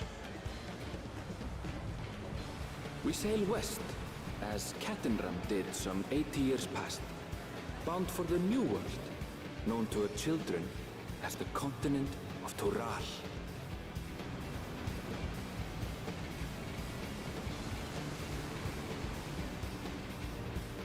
That's where I want to stand. Just wait, Papa. When this contest is said and done, it'll be your daughter who sits the throne. Me, Woklamat.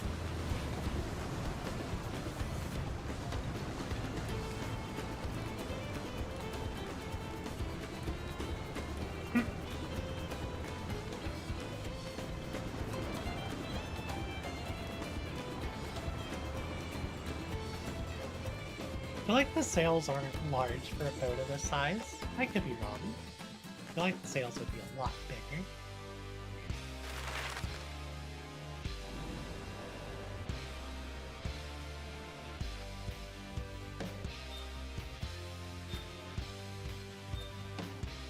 Bermuda Triangle, here we come.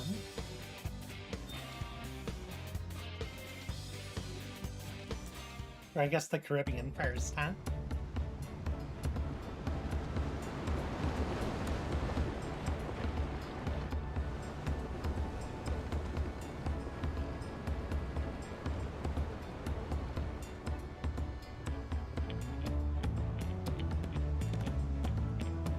Halsey's so short compared to her.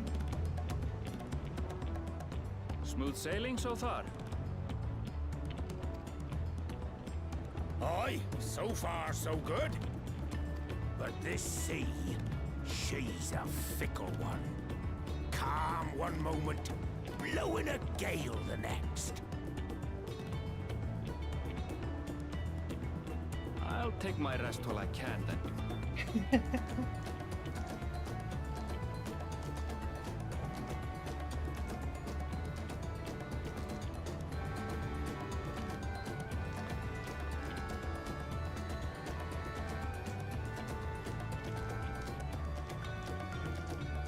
We left port what seems an age ago now, and we've seen naught but open water ahead. I knew Tural was far, but it's another thing to really know. I mean, we sailed all the way to Kaganing. That was really far.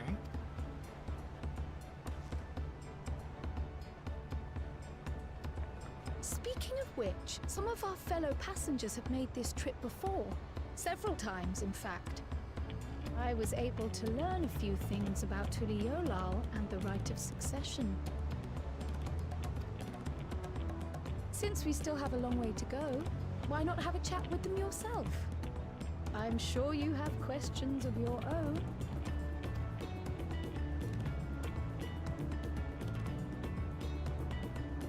We're gonna do what we do best, talking to random people. Did you look out across these same waters, Grandfather?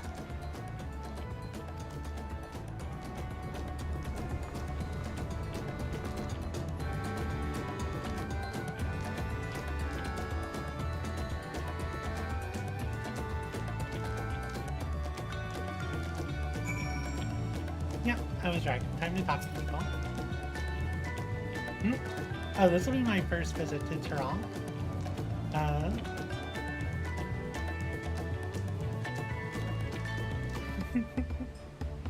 Bonjourtin. Bonjourtin is the name. Bonjourtin. Bonjourtin. I was working at Estame's Aesthetics in Ulta, as you've seen. And my employment with them came to an end. That's why I visited Charlian in hopes of starting over. While I was attempting and failing to find a new job, I seized the chance to board this vessel when I overheard room for another passenger had suddenly opened up. I am told the Dawn Servant welcomes all regardless of origin, so Tuliolal seems like the perfect place to begin anew. Hopefully things go better this time there. What you up to, Alizé? I can feel my edge starting to dull on these long sea voyages. How about some light sparring later? Gladly. I see you in Eorzea before. You great and famous hero. Tell me. I've had enough of playing the simpleton. There was a time when we took great pains to maintain the deception, but with more of you Eorzeans coming to Tural, it's becoming practical. Besides, my mercenary days are over. Too many of our warband have fallen, and so we head home to lick our wounds. My story? Well, since you asked, I wanted to retrace the historic journey of the great Katsunram. You know, the first Eorzean to set foot in Tyrol, almost 80 years ago.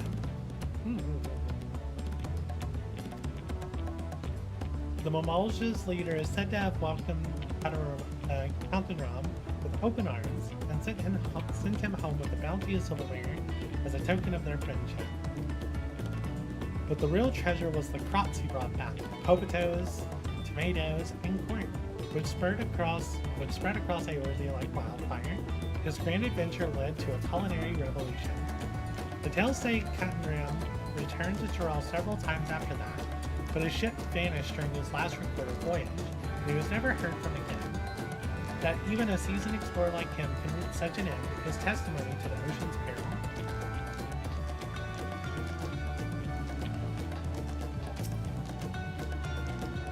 An adventurer, I presume? I'm a merchant myself, based in Ul'dah. Specialty imports and exports, Eorzean and Tyrali both.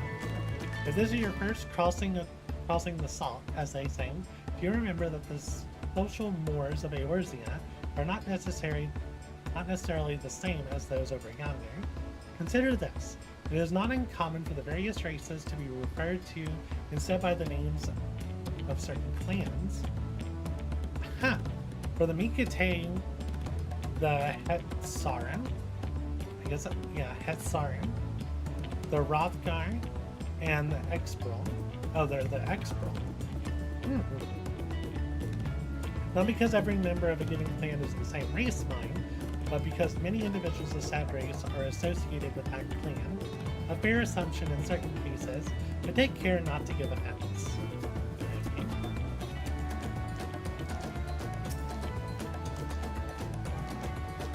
Do you want to make a wager?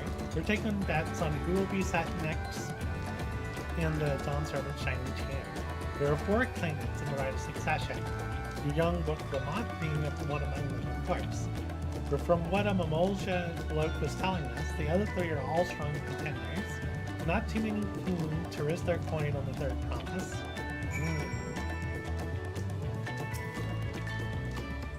I am told this vessel has been equipped with a barrier generator to protect it from storms. A reassuring thought, though I nevertheless pray there will be no need for it. Oh, interesting. So this is kind of like what we use for Leviathan. And I like how we could just walk through this door and end up packing old Charlie. Drink water, yeah.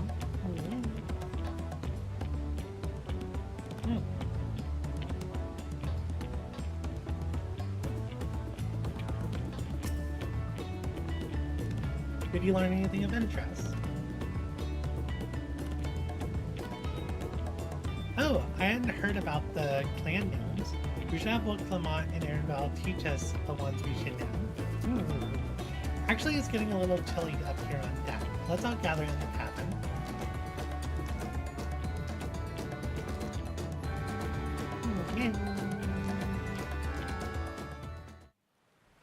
Ah, there's the storm.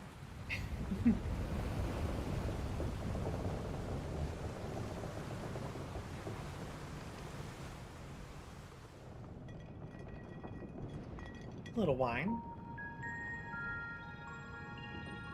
We're in for a proper storm, it seems.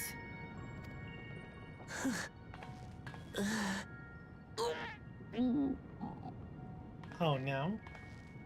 How's your stomach? Any better? I don't know what you mean. I don't get seasick. I'm just feeling a little nauseous is all. Isn't that what seasickness is? Erenville, you were born in Tyrol, yes? Do many Vieira live there? The Shetona, as my people are called, have settlements mainly in the north, in Shaktural. Shak. Okay, so X has a sh sound. Shakturai. Shaktaral. And your family? I know nothing of my father, not even his name. As for my mother... Oh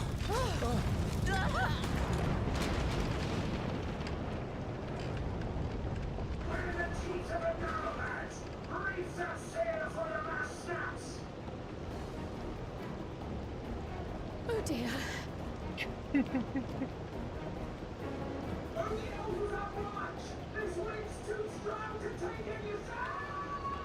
Well, that's not good.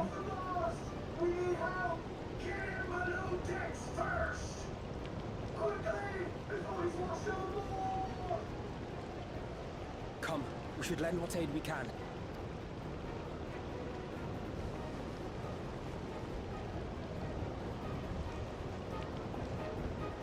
Let's take people who maybe this is their first actual voyage.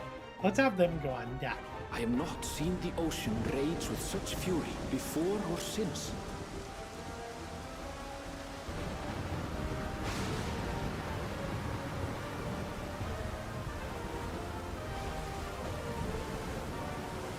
The heaving waves tossed our ship about like a toy, sending sailors tumbling. The dauntless Alizé, quick to the rescue, was almost lost to the sea herself.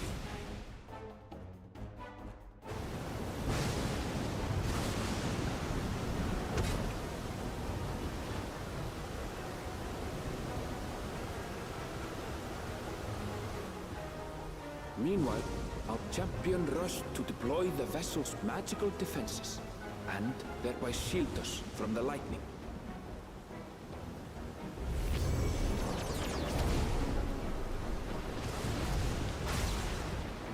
What an extraordinary life she must lead to be able to operate such a device with practiced ease.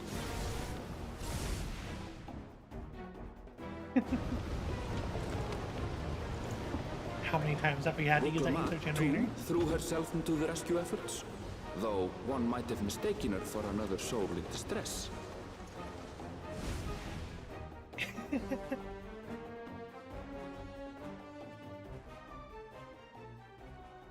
Hope the guy who fell off the mast is okay. By the time the unruly seas had calmed, our strength was all but spent, and we had yet to even glimpse the shores of Tural.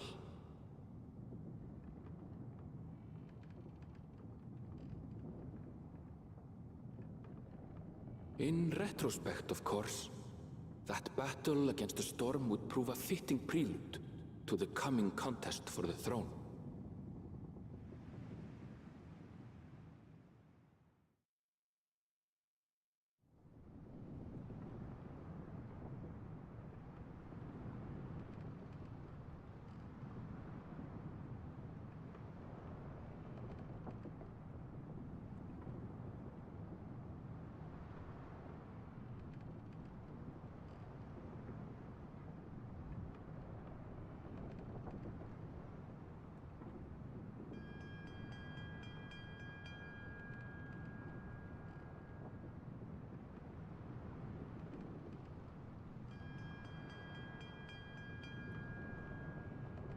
You just let us sleep?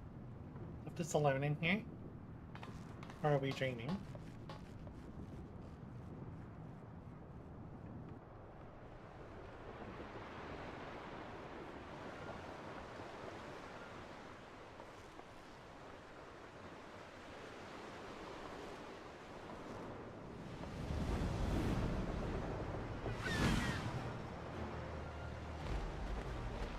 Blue-footed booby.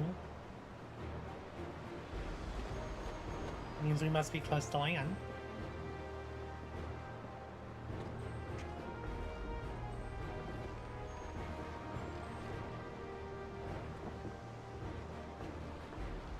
Morning. Joining us for some fresh air?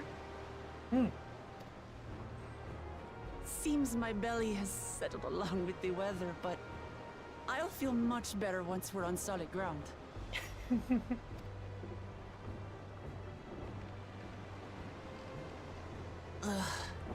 Can't be much farther now, can it?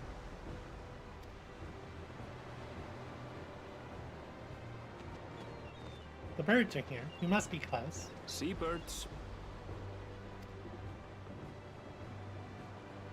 Land must be near. You need only hold out a while longer.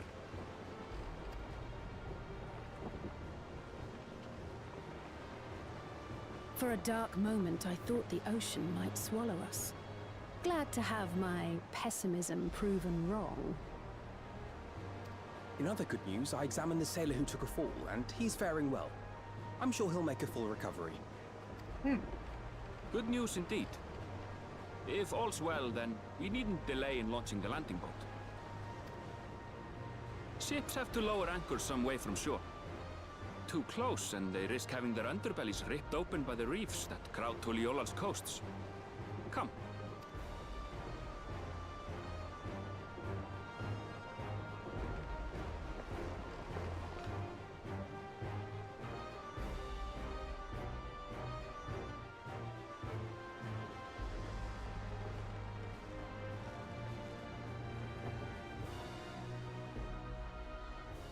Thanks for bringing us all this way. Ha! We only did what we were paid to do. Couldn't hardly set you adrift halfway. If anything, it should be us thanking you for helping us through that beast of a storm. As a matter of fact, everyone's starting to fancy your chances in the contest. At this rate, we won't be able to lay wagers no more. There's some good sailor outfits as well. I'm sure we've seen them before. At least I feel like we've seen them before. They look much better with the graphics update, if we have seen them. Then I better not let you down.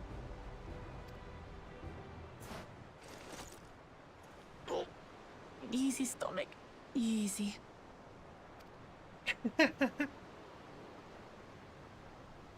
We're the last to board. If there's nothing left to say, then let's shove off, shall we? Hey, Elding. I'm enjoying it so far. It's not like much has happened yet. Well, other than a crazy boat ride, but I expected that. I'm glad everything seems to be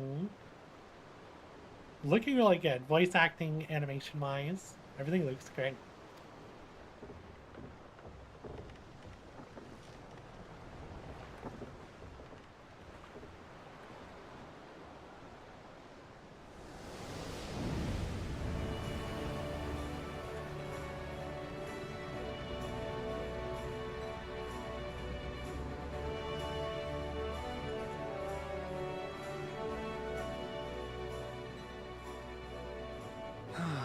Blue seas, clear skies, and boundless possibilities. I dare say our destination will soon be in sight.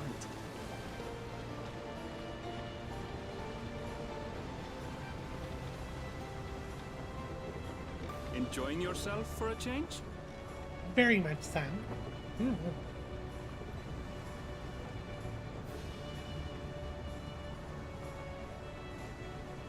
There, look, my friends. Behold the scene of our next great adventure.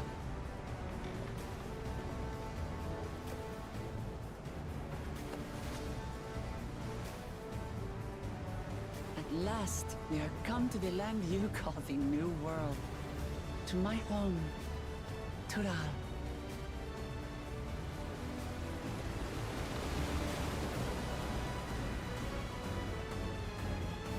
There we go.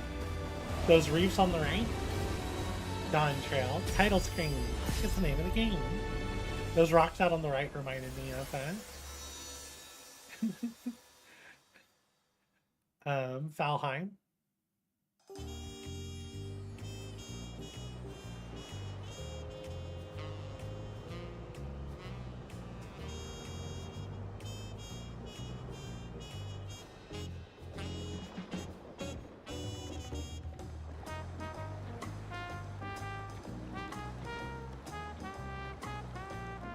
There's some good music.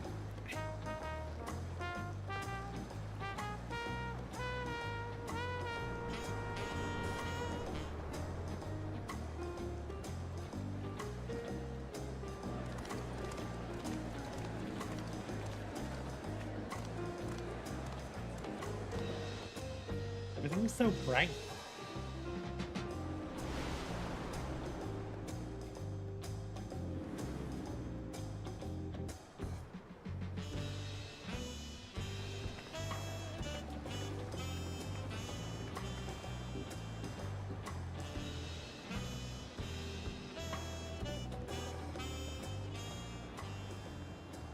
Gods, I've seen cities with an impressive mix of cultures, but this is something else. Is that a... No. I've never seen Vanu feathers in that color before. It's not the Vanu Vanu. You'll find much here you never knew existed. There may be a sea route now, but visitors to Tulihyolal are still few and far between. And as we don't build seafaring ships, only a handful of Turali ever venture abroad. Mamulja sellswords mostly. Those willing to play the fool sail with Lominsan merchants to secure employment in Eorzea. I suppose that makes us a rare sight in your country. Rare and currently undocumented. Were there some forms we should fill out or... Forms? Did you forget who you're traveling with?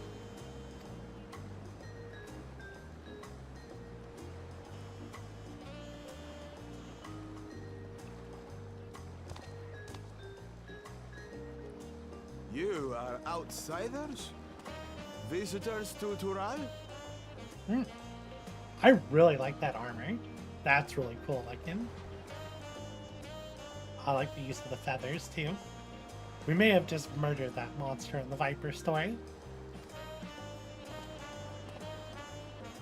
We are. Our nation is soon to hold a right of succession to choose its next Dawn servant. We will not abide interference from foreign agents seeking to foment trouble. What brings you to Tulihyolal? I can answer that. These fine people are allies in my succession bid. Third promise. If you vouch for them, then all is well. Of course.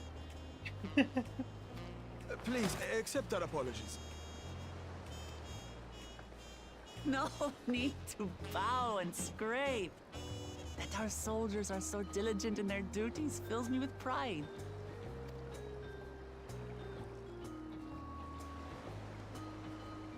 We'll be continuing our patrol then.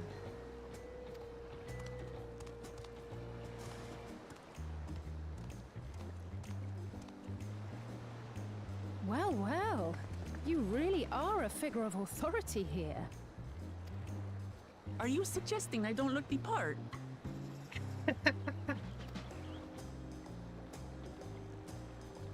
Anyway, first things first. Food? I bid you welcome to Tulihyolal. Tulihyolal?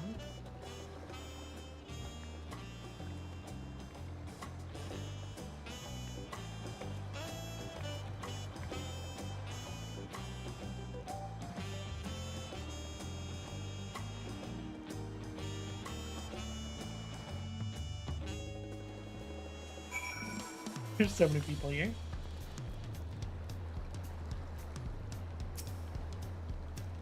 What an amazing setting, as lively as Ul'dah, even more colorful. The people just vanishing as they step forward.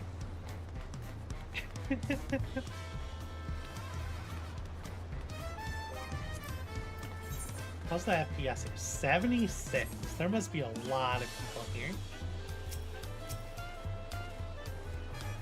Well, despite the storm's efforts to the contrary, we're here, safe and sound.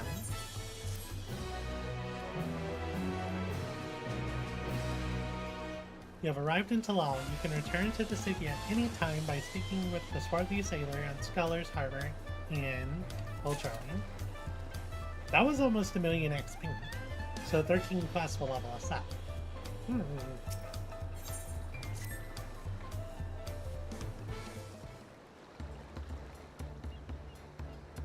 Right then, first things first.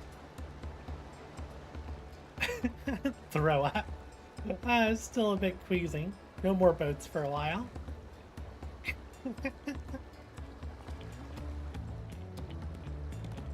I realize you just arrived, but we should get you familiar with the city before the rite of succession begins. Succession. No arguments here. I should very much like to explore. Then I'll guide you. Are you sure you're in are you sure you're in any condition to do so?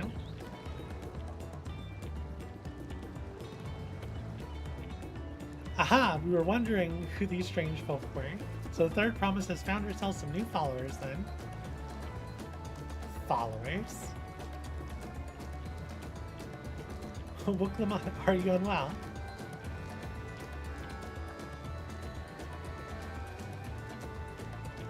No, not at all. Couldn't be better. The third promise does not get seasick. No, sir. As for my hand-picked entourage here, I've recruited them to help me win the rite of succession. I was about to show them around the city, in fact. That sounds lovely. But a group of foreigners is going to attract attention, especially if they're in the company of the third promise. Everyone will be curious. We certainly were. I like the female Rothguard. Your siblings have a tendency to, command a respectful distance, but you're just so easy to approach. And I enjoy it so much when you do. Please don't ever worry that you're a bother to me. You're very kind. Good day to you, third promise.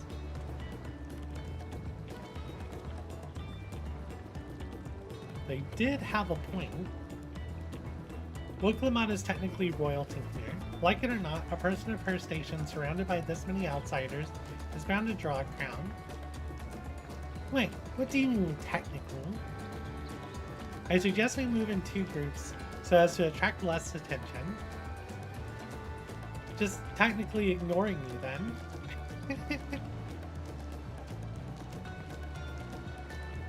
Anna, you and Kryl can come with me.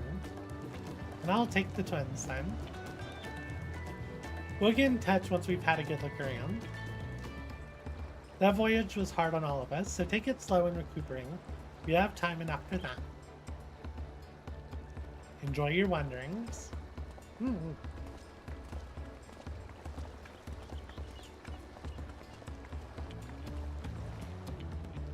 Perhaps we should wait a bit, at least until Wooklamon's nausea subsides. No need for that. Look, I'm ready to go.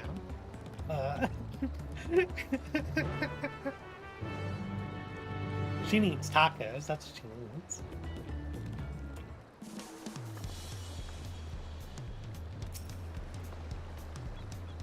I'm fine now, really. Can't stand around all day feeling sorry for myself, what with the contest looming and all. Now then, seeing as we're already here, I might as well tell you about the harbor. Aaronville already mentioned the reefs in our coastal waters, which explains why you don't see any big ships moored at the docks. Only vessels with shallow drafts can navigate the bay, mostly small fishing boats or barges ferrying cargo up and down the rivers from inland settlements. I see. Much of the incoming traffic is from Yoktural, the southern landmass. The clans there produce various goods for export. Their wares are unloaded here and carted off to the merchant stalls in neighboring markets. Speaking of which, Bayside Bevy should be our next stop. Wooklamon and Kryl are now accompanying you. Keep them at your side in order to proceed with quest objectives. Okay. Yeah. Why is there an ADS node right there? Oh, that's a cute look.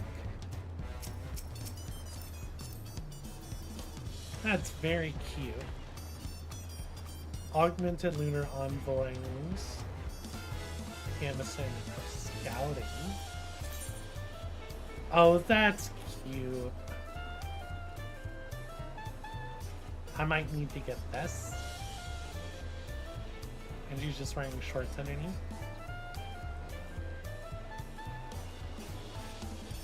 Yeah, I might need to get this. I'm assuming that is poetics, and I don't have a lot of poetics. That's a really cute top. In fact, let me... should get a screenshot of that. Delaying 5 seconds new. Come on, change the name. There we go. Oh, it changed. Change back. Change back. Yes. I didn't click move.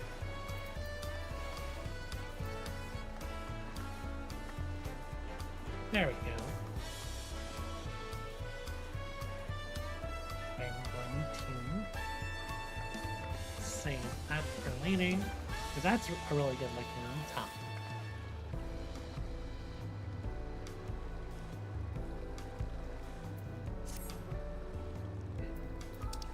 And you know, the swords actually do look really cool. The ones from Palace of the Dead.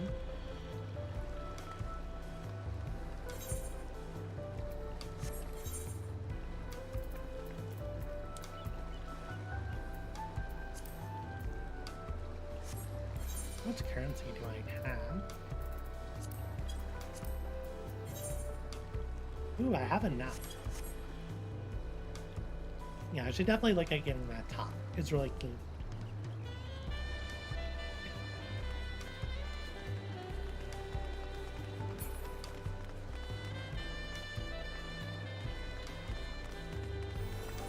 The frames here are very low. Oh yeah, I'm dipping below 60. You know what, I should...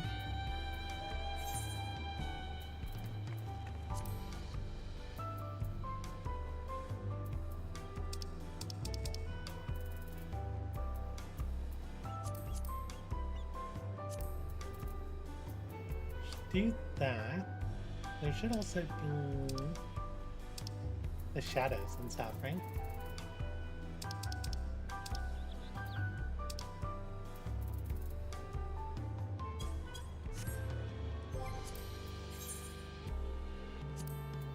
Ah, you know, it's probably the physics for all these people.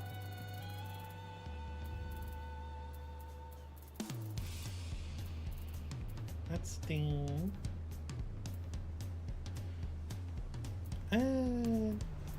can't ship fun. 59 FPS though is like, dang, what the heck? Probably also just taxing my graphics card.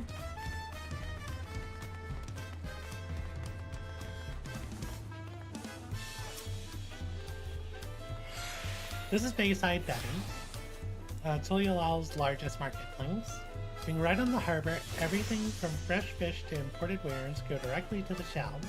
Anything you want, they most likely have. Alright, I should mention that here in Taliolo, we buy things like Pel, the currency that the Pelu Pelu created. But don't worry, more and more trade is coming in from Eorzea, so most shops are happy to accept your guild. There's also Watchmaking Inc., another market to the east of here, but that can wait for another time. I have other places I want to show you first. Next we'll head back to Beth, then northwards up the stairs to a certain plaza. Can't wait to get a look on your things. Okay. There's a Leafy, there's Elding just chilling here. This city's huge.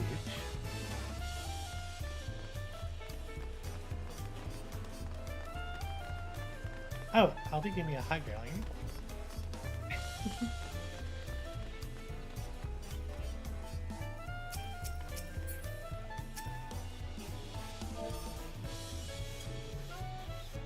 Nice.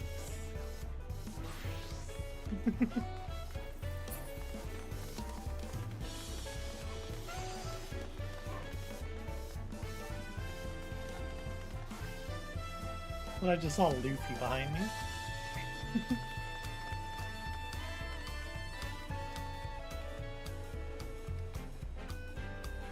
Oh, the city's huge. I love it.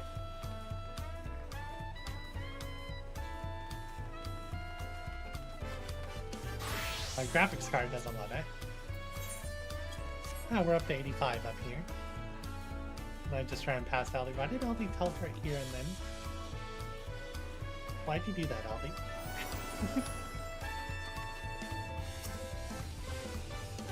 What do you think of that? You have Aetherites here. It is a good looking Aetherite.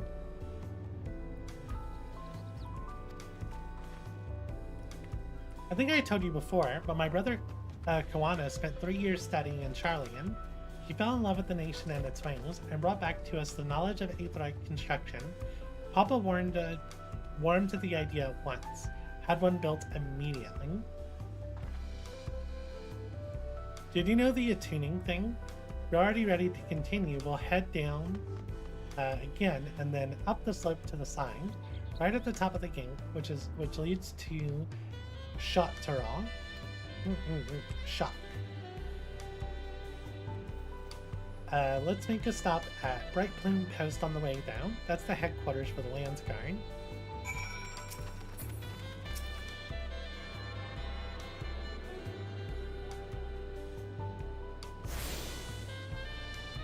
Right, we got our attune.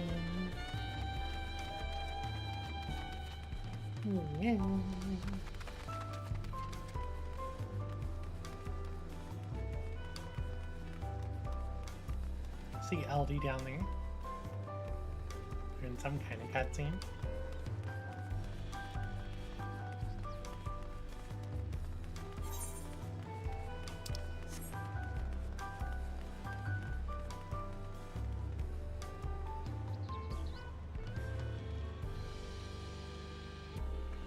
This place is huge. I love it.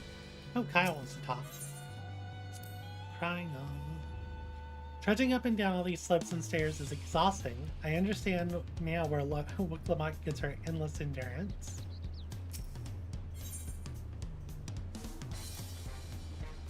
We have a lot of narrow, winding streets that call up the sides of the mountain. As you can see, though, the builders made sure the city's main thoroughfares are wide enough to accommodate wagons.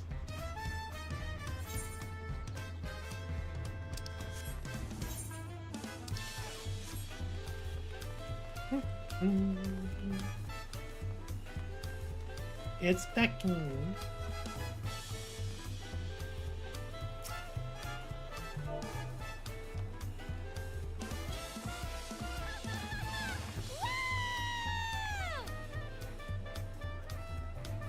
That's a really cute outfit.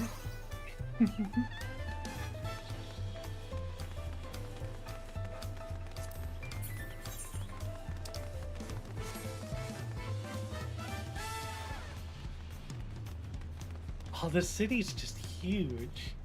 I love it. There's so many places just to hang out here.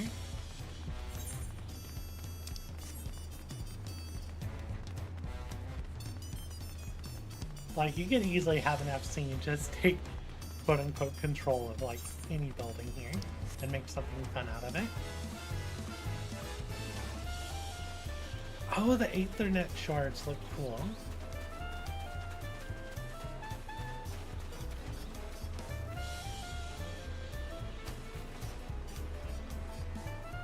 Oh, I like that.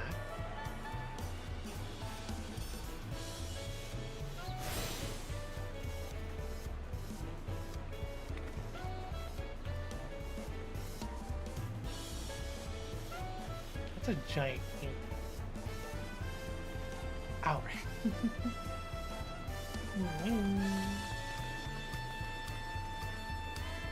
Oh, I want to join in on the sword fighting. Oh, they have clashing sounds too.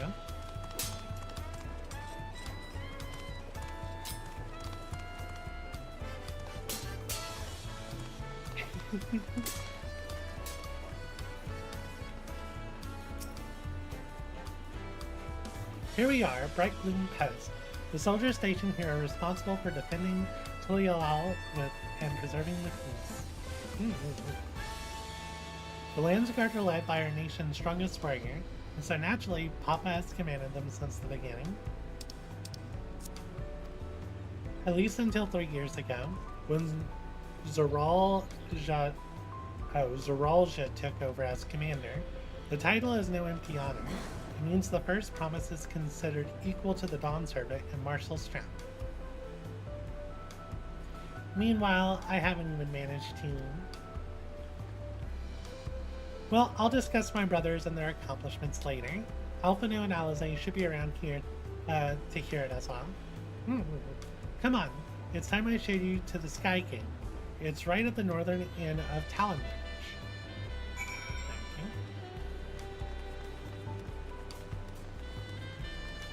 This is so, like, the fact that they dedicated such a large area just to show off, like, the guard space.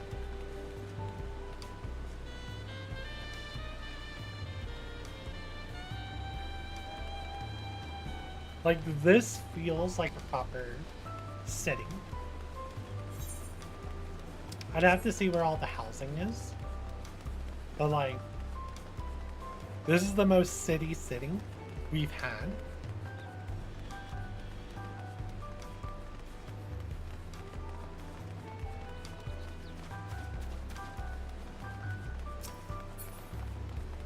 Well, I mean, there's Ishgard. But I think this blows Ishgard out of the water. At least what was available in Heavensward.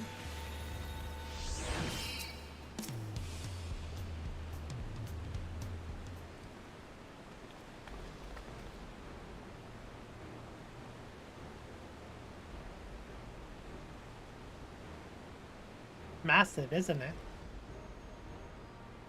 On the other side is an equally massive bridge to match. Both were constructed by a race of giants, the Yakwoin. Oh wow, is that going to like another continent? Strictly speaking, Tural is actually two separate continents. Okay, so it is. Tural, the southern lands of the mother, and Tural, the northern lands of the father, which lie beyond the bridge. Okay, so the bridge goes to North America. Got it. Legends say it used to be one great landmass, but long, long ago, the two gods fought a titanic battle, and when one threw the other to the ground, the impact was so devastating as to split the continent in twain. A familiar sounding tale. I am put in mind of the conflict between Heidelin and Zodiac. But getting back to Tural, those lands are also part of the Tulialal nation, correct? That's right. Isn't my father incredible? He united the peoples of two continents into a single nation. The many clans of Tural have been at war for generations. It was only when Papa traveled the lands and put a stop to their myriad conflicts that we finally had peace. And that's the main reason I want to win the throne, so I can preserve the peace he built. But I'd say you're more interested in what's behind the king than hearing about my aspirations. Crossing the bridge into Tural requires a special travel pass. Unfortunately, they won't issue any new permits until the Rite of Succession is over. I promise to get you one when I'm Dawn Servant, but until then, you'll just have to wait. Then I'll make sure you win. Mark my words.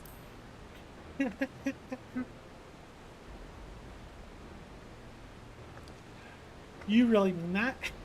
Woe to anyone who stands between you and an adventure.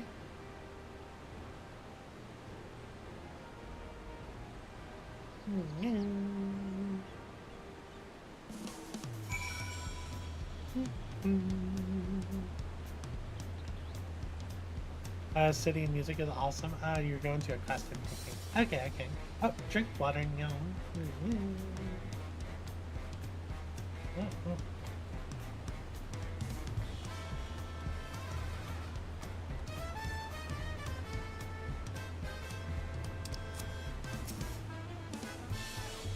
You must have covered half the city by now. Tulialal is unlike any other place I've visited. I'm thoroughly enjoying myself. Singing. What are we getting? A weapon copper? 645. I already have a 645 weapon.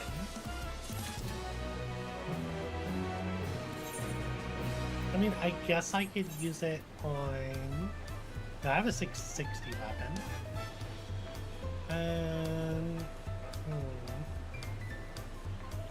You know what? I'll probably look at the market board later to see what the weapons look like before I open it.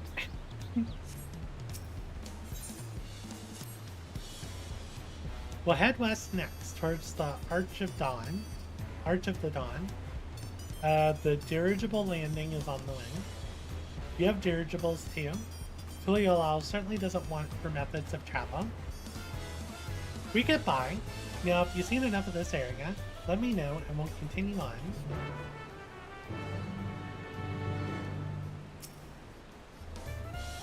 The Arch of the Dawn is on the other side of the city, so speak up if you wish to see something that interests you as we walk.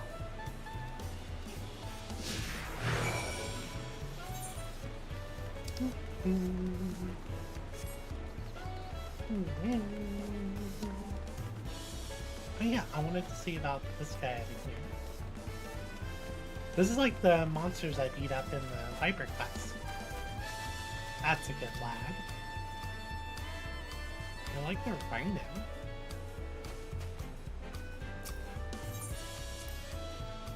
We should heed Aaronville's suggestion and take it slow when we can. I imagine we'll need our full strength for the contest. I wonder if she has a specific dialogue because we're next to us. I hope you aren't too tired. Tuliolao still has plenty of sights to see.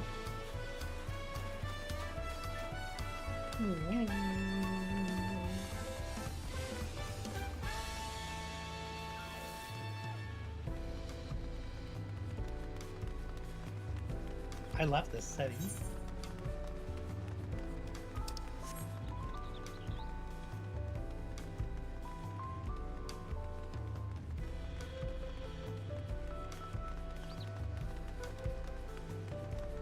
Like, still just chilling up here.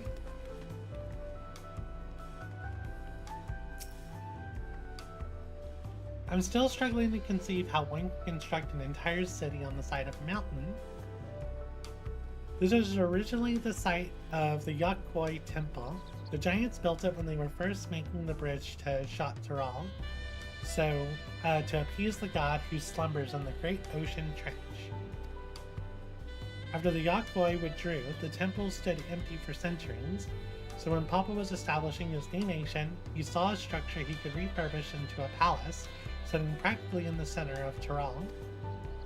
He gathered artisans to do the work, and the houses they built for themselves became the foundation for the city you see today. Speaking of houses, we'll be passing through the Resplendent Quarter, the biggest residential district in Tuliolao.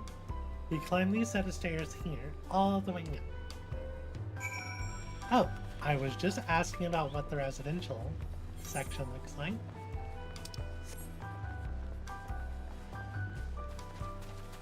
Oh, this looks like my house in, this reminds me of my house in, New World.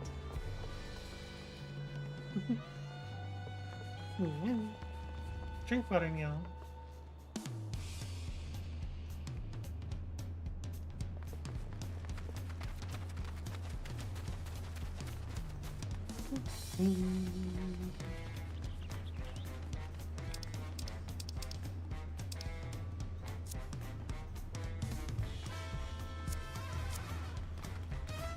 Oh, look at the baby.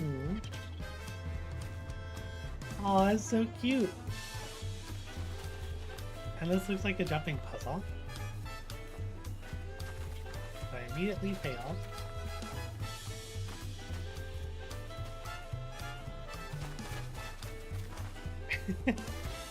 Okay, these guys are adorable.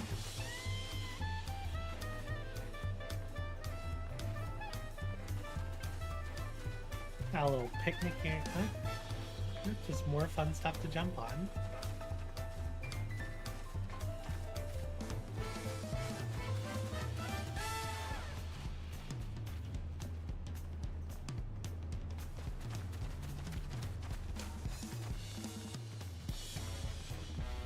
Oh, look at this view!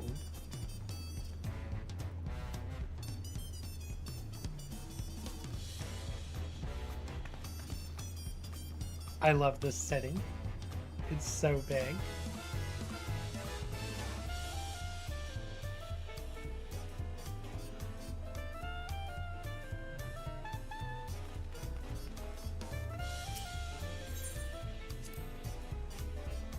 Papa's palace is called the Valak Shunsa, which roughly translates to the invincible resident.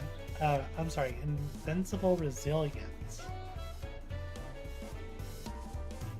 This place is huge.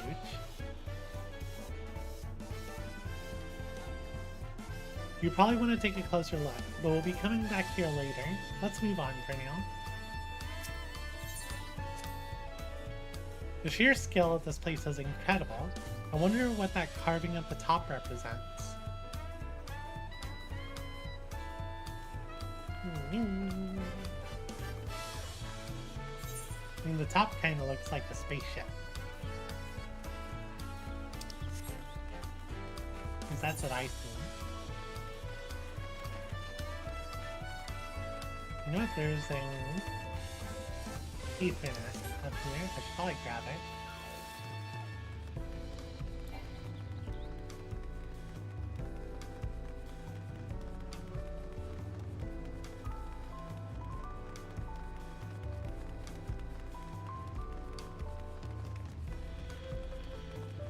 People RP walking around. That Viper was wearing the Wonder gear like I was wearing earlier.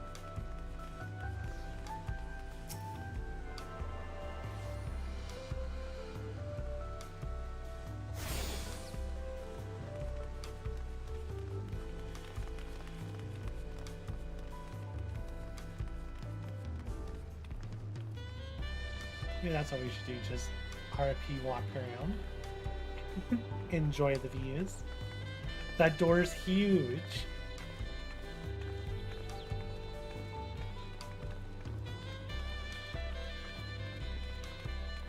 That's enough RP walking. Can I jump up here? Yeah. Can I jump up here? Yes.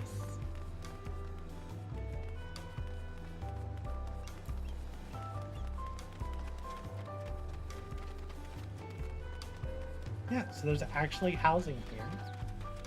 It makes it feel a little lived in. I love all the, oh look, the water down there. That's so good. Look at the trees in the background, they look good too.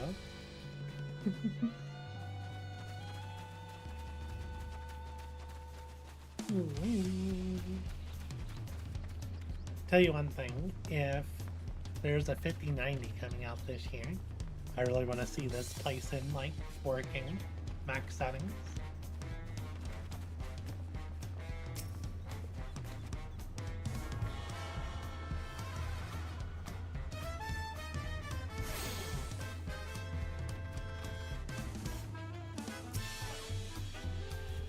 So this is the Resplendent Quarter. What manner of people live here? We have residents from all the Yogg-Thorol clans: Emulsia, Shabral, Pelu Pelu, Moblin, Hani. We also have Tanawata, Hetsara, and Shatona, who moved south from their ancestral lands in Shat-Tural. In essence, it's a gathering of people from every corner of Tural. The true representation of Tulialal's diverse character. The adornments on each building contribute to the eclectic cultural aesthetic. It's also so beautiful. I'm glad you think so. Now, we continue down the stairs. I want to look at these gardens. Oh, there's tomatoes.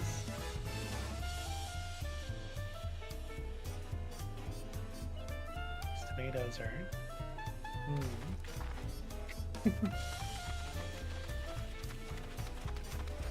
the down ripple.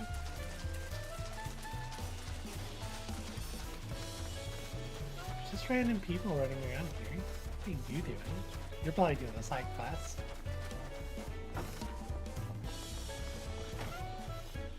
like these houses. Beds need some work. But I like the idea of just to roll down that. Dividers.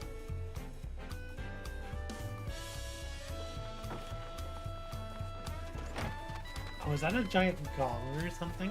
What is that?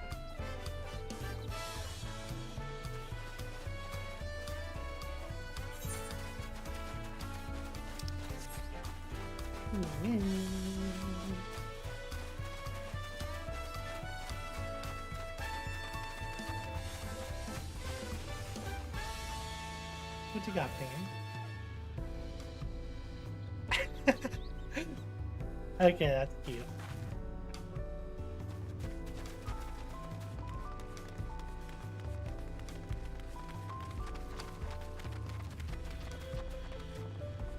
Alpaca.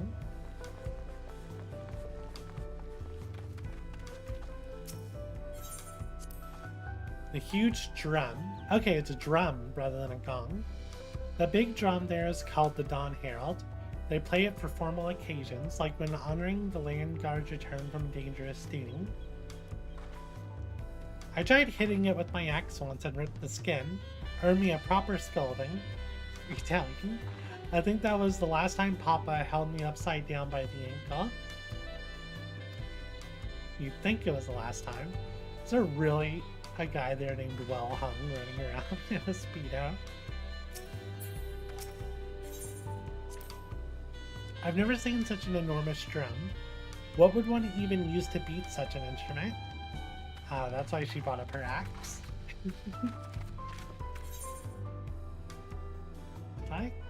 Yeah, I got the one up there.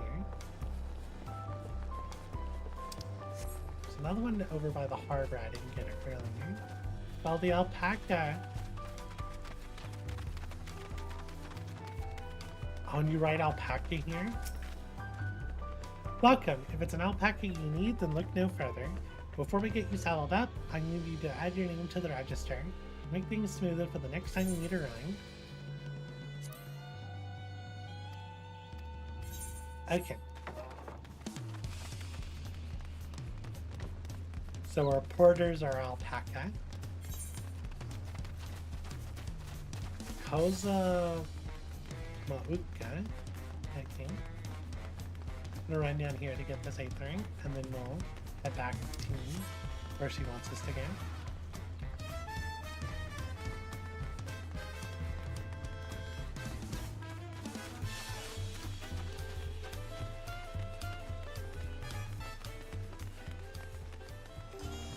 Well, it looks like we're gonna have a quest here eventually.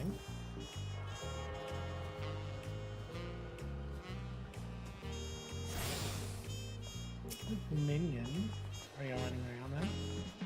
Oh, that can.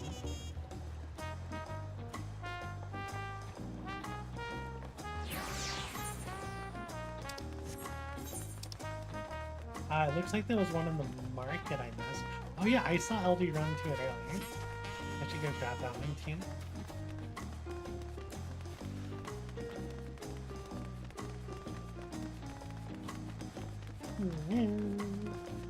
I sense a summoner that's not helping.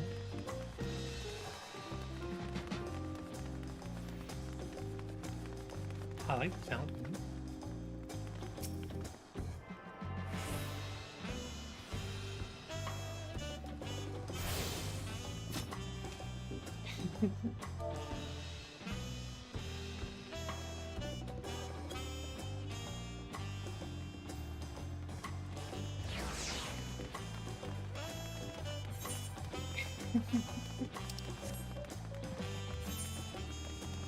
You know, I could have just used that aetherite to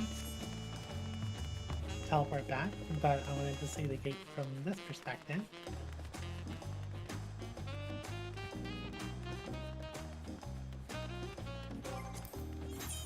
Yeah, FPS seems to be a little bit better when we're not over by the harbor.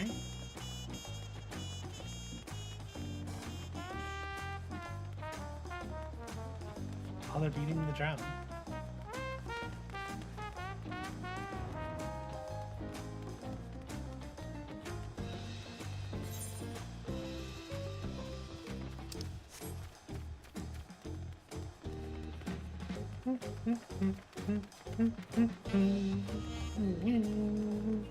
The music here is really chill.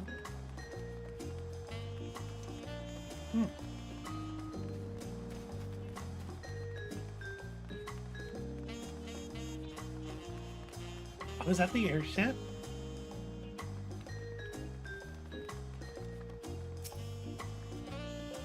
And here are our dirigibles. Not bad, huh?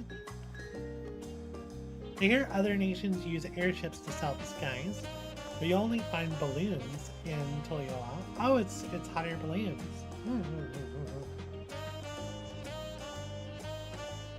We have them for the exact same reason as the Aetherites. Kawana brought back the plans for Charlian, and Papa thought them fantastic and commissioned them in blah. Kawana brought back the plans from Charlian, and Papa thought them fantastic and commissioned their construction. That was around 3 years ago. Since that time, we've added flights to other settlements. Trade with frontier communities has never been easier. That's enough about dirigibles. The Arch of the Dawn awakens. There's an Aetherite down here. I wonder if I'm saying that word right, dirigibles. Probably butchering it.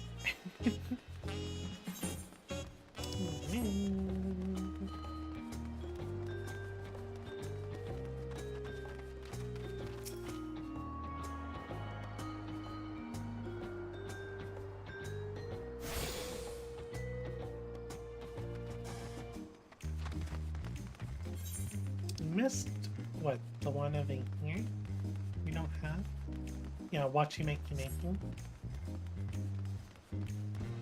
I think I saw someone joking earlier that is where the crafting step is, and it's watch you making. And someone shared that meme earlier, and I think it's hilarious.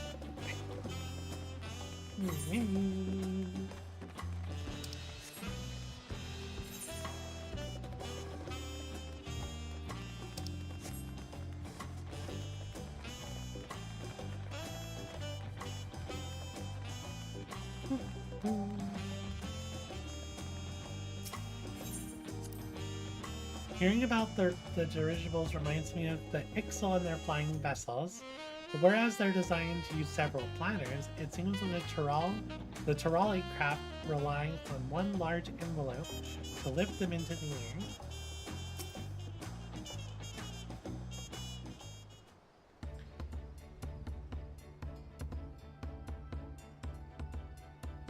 This is it, the Arch of the Dawn.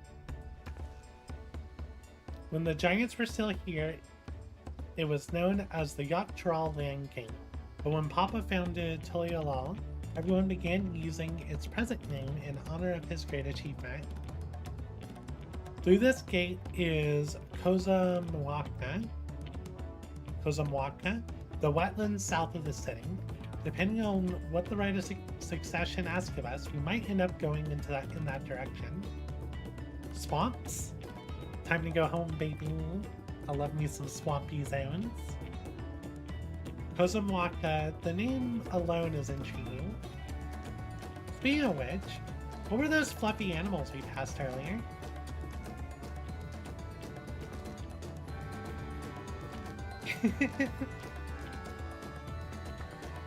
Ah, those are alpacas. Here's some four-legged fiends.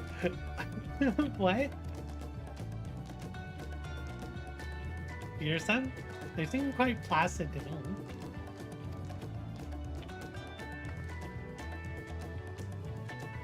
You'll learn soon enough, Kryal. You'll learn soon enough. What happened to Lamont? What did the alpacas do to you? But forget the alpacas. I have something far more important to show you. Come along.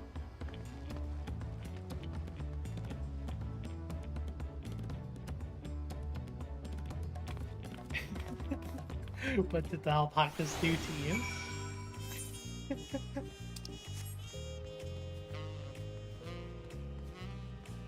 Triclovia Dragamesh.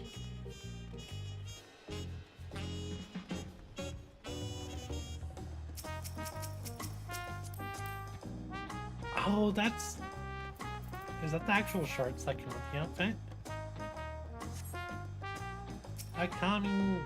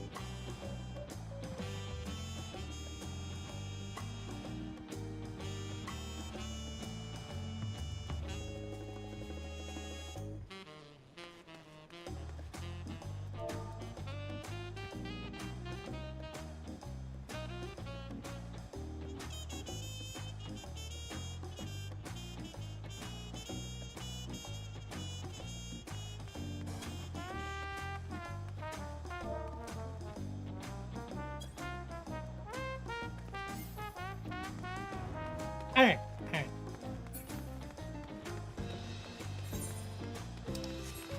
Yeah, those shirts would look real good at this top.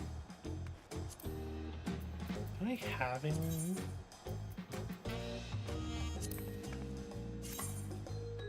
Not those.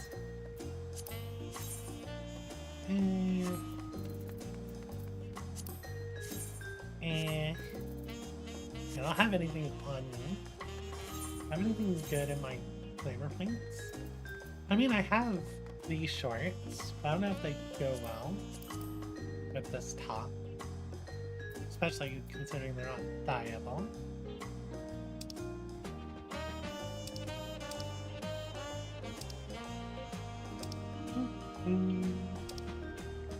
I like my red shorts, but I can't wear them because they're caster. Yeah, I don't think I have... I mean, I have those, but I think the jean shorts would look better. Yeah. I mean, I have these. They're dyed green, though. I definitely need to change that. This is my normal, like, just running around clothes.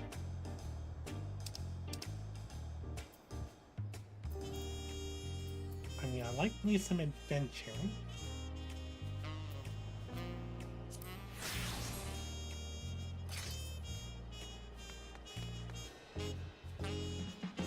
I mean, this could be a good look while I'm exploring the jungles and such.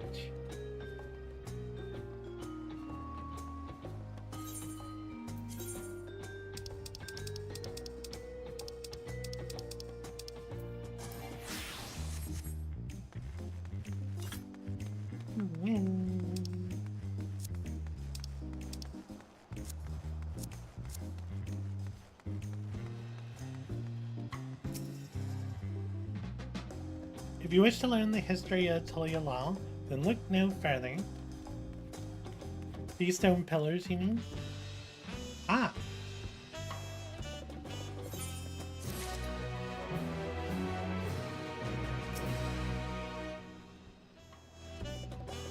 This spot's captured Kral's attention. How are we looking? I remember when I had my last break. We should take a quick break. I'm gonna come chill over here. What shorts was she wearing? Is she just wearing the spats? Yeah, she's just wearing the spats.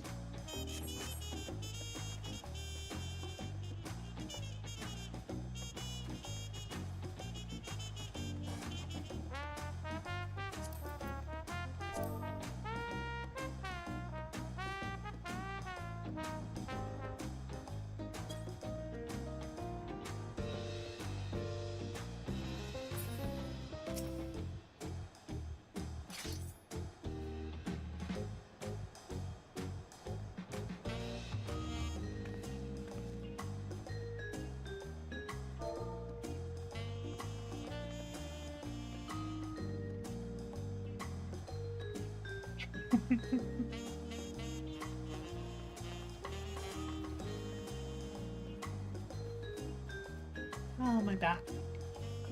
I definitely need to take a break.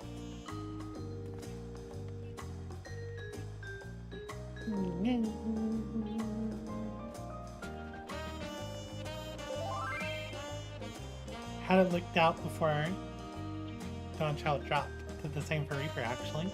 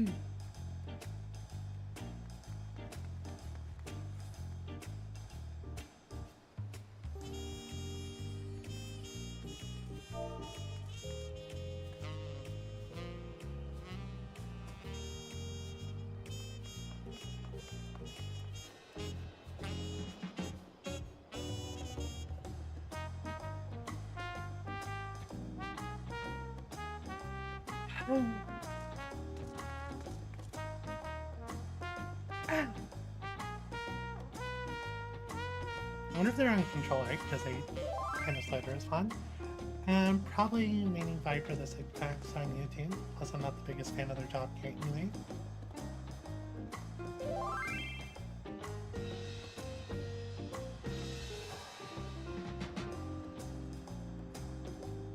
Up here does kind of stink.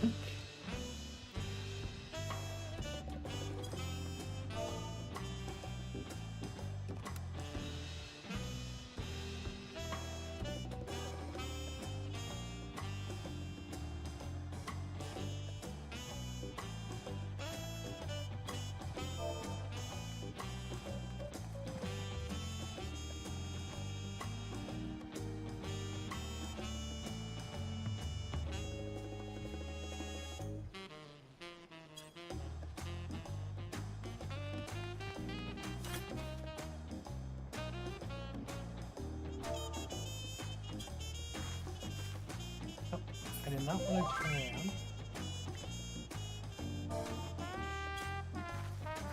around. Alright. I am gonna be having...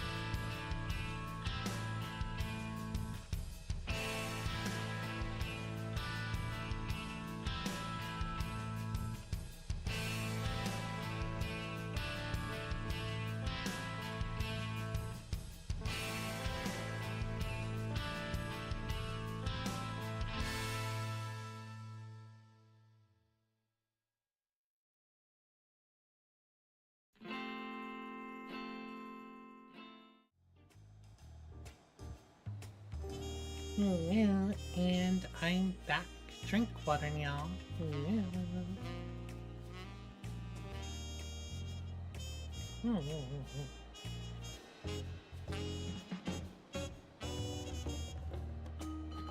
I decided to switch my desk to sitting mode because, oof, I've been standing for the last, what, 5 hours?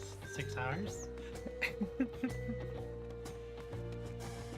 It looks like we're probably going to learn about the history through these pillars. I'm excited.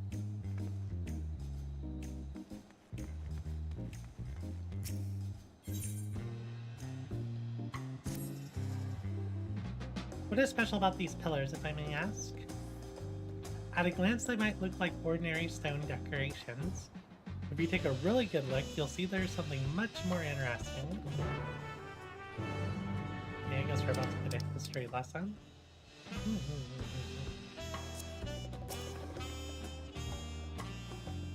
The following event cannot be skipped. You may wish to cancel any pending duty finder registration. Okay, so this is probably a long cutscene where we learn about the history of the pillars.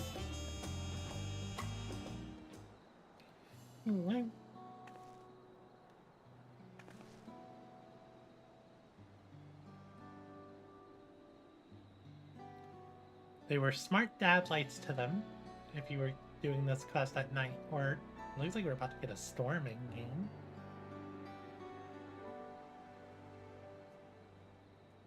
One of those pillars hasn't been updated yet.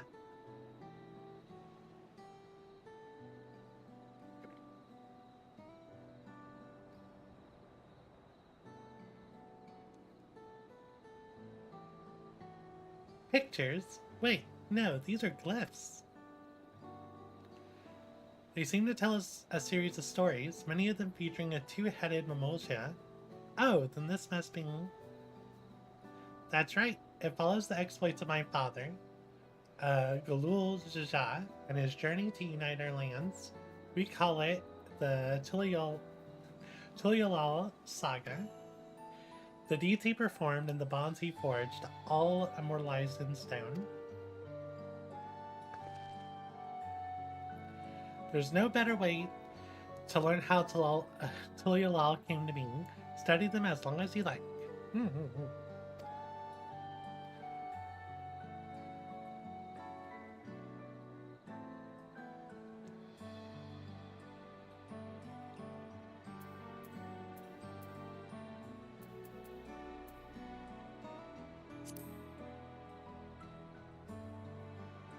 This pillar tells the lay of the Brotherhood. It depicts the scene where Papa granted an audience to the foreign explorer, Ket something. I can never remember the name.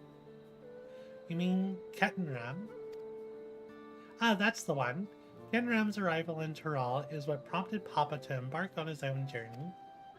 It's said that the two grew to be close friends, brothers in spirit, if not in blood, but no one knows what became of the explorer years later. Kenram's disappearance is a mystery in Eorzea as well. The records say he traveled between our lands and years for a while, but then it's assumed he was lost at sea.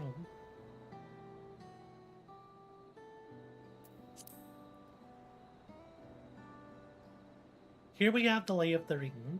This is the story of when Papa visited the Hanu Hanu in their village in Kozama Uka. Ah, the people Alphino almost mistook for Vanu Vanu, if not for the colorful plumage. He spent a fair bit of time among the Vanu in the Sea of Clouds, so it's no surprise he took an interest in your countrymen. I don't know how it is with your Vanu, but our Hanu are a bright and cheerful sort. They hold this one festival every year, very famous and a lot of fun.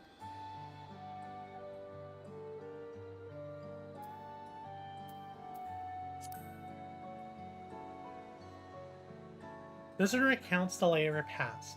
As you can probably tell, the figure depicted here is one of the Chibroxal, like me.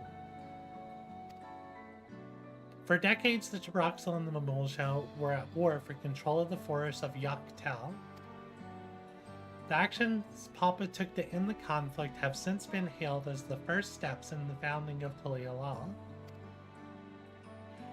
There is a clan of Hrothgar and Boja known as the Hellions. In their society, the women rule as queens and the men serve as devoted subjects. Yet here in Tyrol, Shabroxel men and women appear to be of equal status. How dramatically culture can vary with location.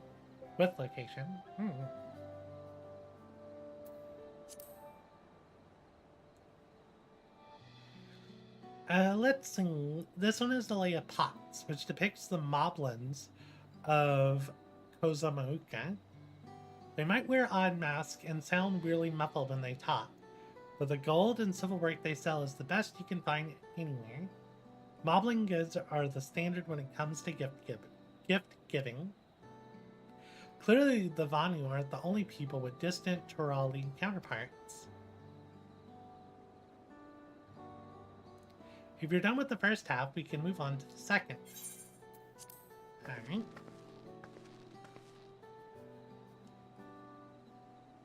This is a good way of handling this. The Lay of Gold. This pillar shows one of the Pelu Pelu, whose homeland is in Orkapaka. Having created our currency, the Pelu are rightfully known as the Merchant Clan. They oversee Tulialal's markets, and their traveling peddlers are a common sight no matter where you go in Tyrol. Don't let their size fool you. They might be mistaken as children, but beneath those beaked masks, they are clever and calculating traders.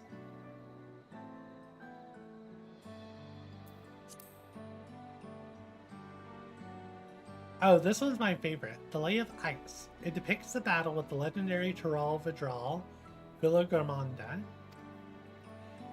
I should explain. A Tyrol Vidral is a creature that has lived far beyond its usual lifespan and awakened to a preternatural power. Okay, so it's like the auspices of, they were auspices, right? In Stormblood? And we know about the Tyrol Vidral from Viper questline. Tataru described the Far Eastern auspices in a similar fashion. Could this be the same phenomenon? Villagormonda itself was dubbed the Sky Ruin, a name earned for the destruction and terror it visited upon Tyrol every time it stirred from its slumber. But 80 years or so ago, its ruinous reign was brought to an end. After a great struggle, Papa and his comrades managed to overcome the raging Vidral and sealed it away in the Orkapacha Mountains. Despite its reputation, however, Villagormonda is also a symbol of power. That is why you see its likeness on Tolialal's national emblem and adorning the banners of the palace.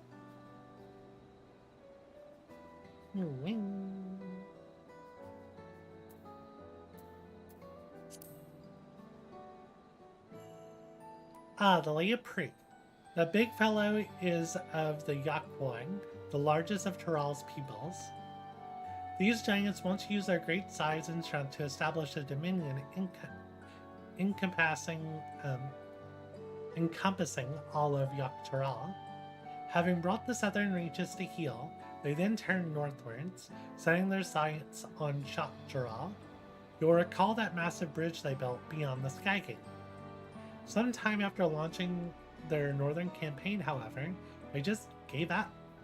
They abandoned the lands they conquered and withdrew into the mountains of Orkapacha. I've never seen any of their kind so much as set foot in the city. This is a people with the power and resourcefulness to raise a temple on a mountaintop and build a bridge across the sinuous stone. What would move them to renounce their ambitions and their place in Tyroli history? Yeah, that what's in the north that scared them so much? Oh, this one is unmarked. Papa says he left a blank pillar for the next chapter of Tolialal's history, whatever that may be. Had your fill of history then? Maybe one more luck. Of course, take as much time as you need. Is there going to be more, or is it just the same options? Okay, it looks like it's just the same options. Well, there you have it. I trust I gave you a better understanding of our nation. If you want to review anything, just let me know. I think I have a decent grasp.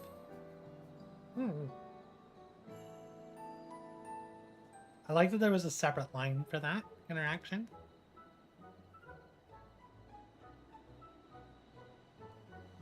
Glad to hear it. You know, I feel awfully hungry all of a sudden. No surprises, no surprises there, seeing I couldn't keep anything down for a while. But now I think I'm ready to eat again. Let's go and have ourselves a bite of local delicacy. Come, I'll take you to the best restaurant in the city. Oh, why are you doing this? I'm already hungry. I like the sound of that. Game's gonna show me a bunch of food when my stomach's literally growling.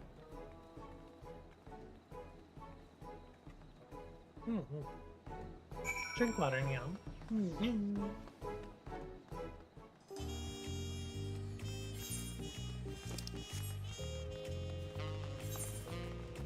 I should probably go grab that other ether before I go to dinner.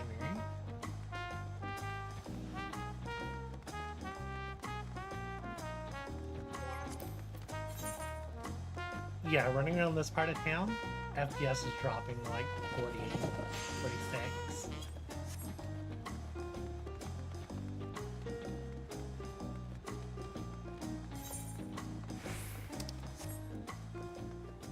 These things are so addictive. What are you eating?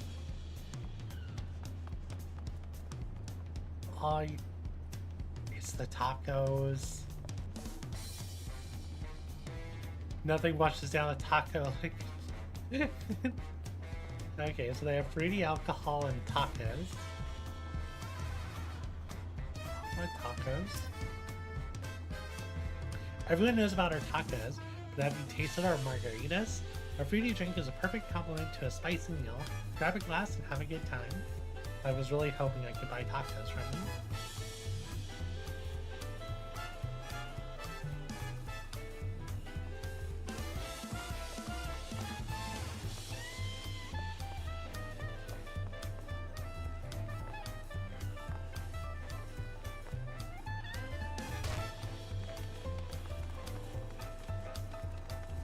My tongue was on fire.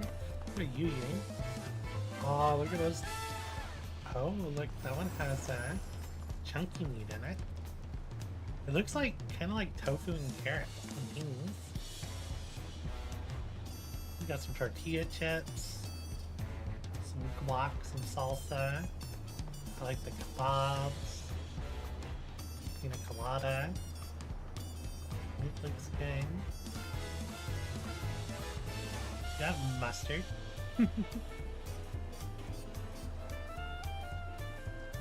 Okay, I guess that's supposed to be like street tacos. Oh, look, the little kid eating the taco, that's adorable. I wish it was me.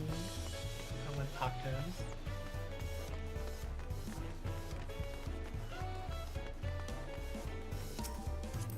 That's a good gland too. What chest piece is that? Oh, I probably have... I think I had this, but I might have thrown it away. Yeah, that's a good top.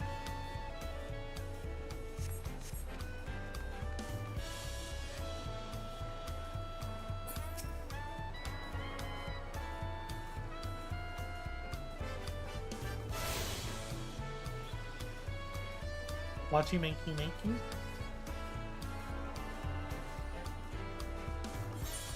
That should be the last one. So now we can go back here.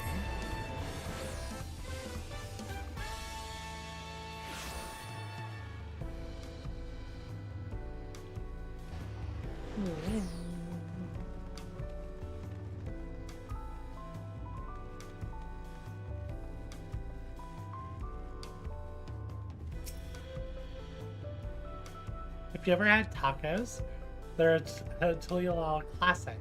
You bake a crunchy shell made from corn flour and you fill it with meat and salad. A lot of shops and stalls sell them, but I like how they're made here at Shabalthai.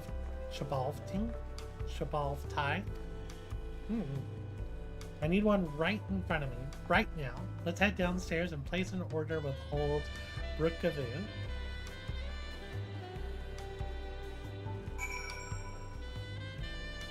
Oh, the game is gonna put tacos in front of you in a higher quality.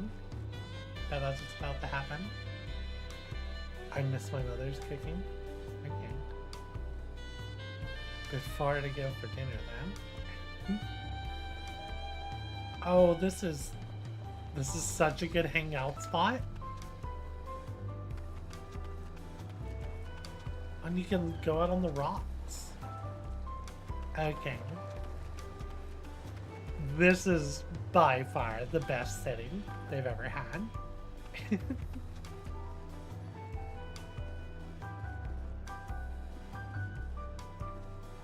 So we got fruit platters, got chips and salsa,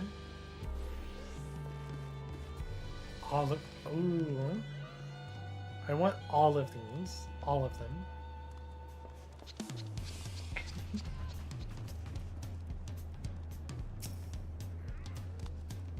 This is Brookavoo, the owner. Don't let his unassuming appearance fool you. When it comes to making tacos, he's the greatest artisan in all of Tural.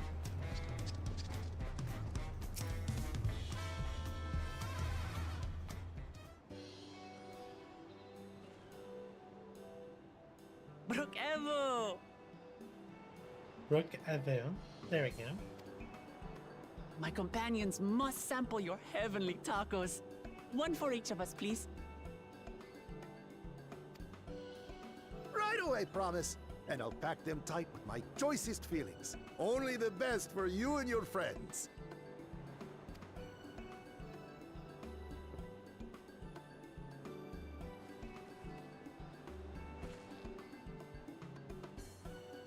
Did you hear the silver scares are back? Seems their overseas foray ended in disaster. More than half their warband is missing, including their leader. Interesting. I don't know who the Silver Scales are. Maybe it's a mercenary company.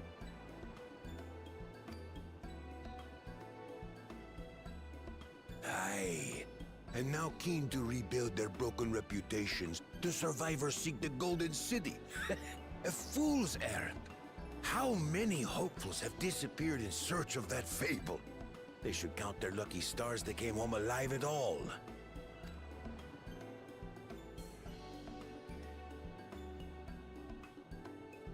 The legend of the Golden City is well known here, I take it. It is, but as no one's ever seen it, many question if there is any truth to the tale. Like our skeptical Erenville. I can't imagine the Dawn Servant would request a formal survey for a place that doesn't exist.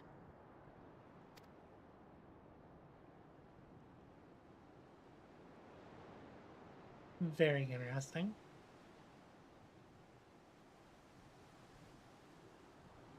Oh, they didn't torch him. Now to find a spot with a pleasant view to enjoy our crunchy spoils. They are going to torture me.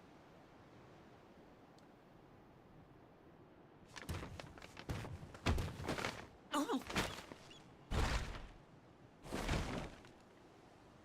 Oh. No. How dare? If it isn't the third promise. Oh. No.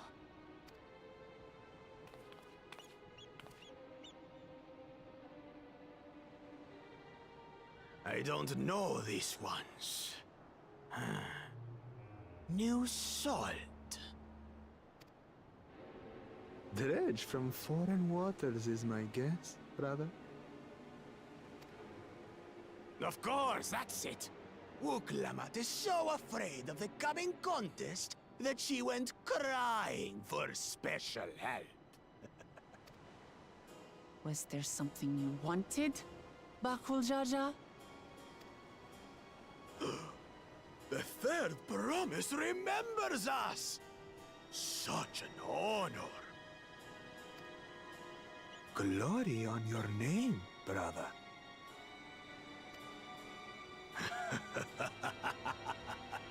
beyond yours, brother. I know my rivals for the throne. Nothing more. Another child of the Dawn Servant? No, this brute. We have no ties to their farce of a family. Unlike the sneevling house cat, we are blessed siblings, the elevated chosen. We alone are fit to succeed Golul Jaja as Dawn Servant. All peoples are equal in Tulihyola. Your heritage gives you no greater claim to the throne. Ha! Shall we test that idea here and now? See if your strength is equal to ours.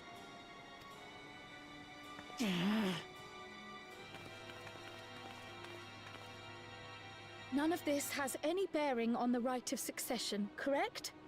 Best not waste your energies on pointless scuffles.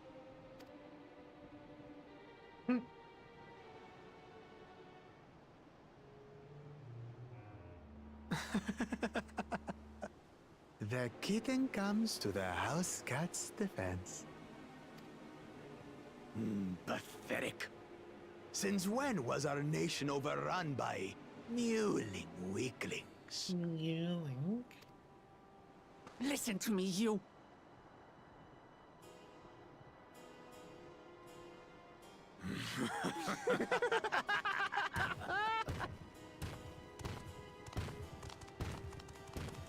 Or tacos.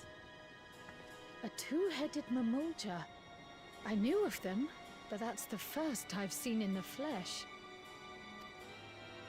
Some get it into their twin heads that they're destined to follow in my father's footsteps. So they travel to distant lands to hone their battlecraft. Those are likely the ones you've heard about. Are there other two-headed claimants? No, just Bakul Jaja. Even in Tural, his kind are far from common.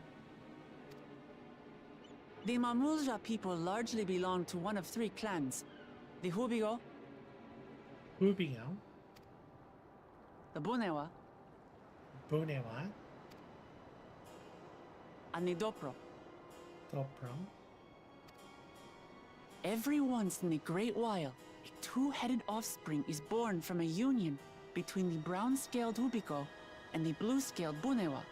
The child grows to possess immense strength, both physical and magical. Blessed siblings indeed.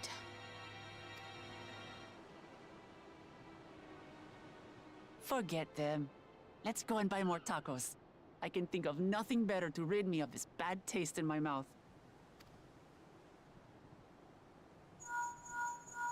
Oh no. Well, we need Enjoying tacos. your tour of the city, I trust. We've seen our share of notable sights and took a moment to rest. As such, we're ready to present ourselves at the palace for the rite of succession. Shall we meet you there? The palace it is. I'll let Wuklamart know. Destiny calls. Perhaps we can return for more tacos later? Tacos? Did you really say tacos? So it goes.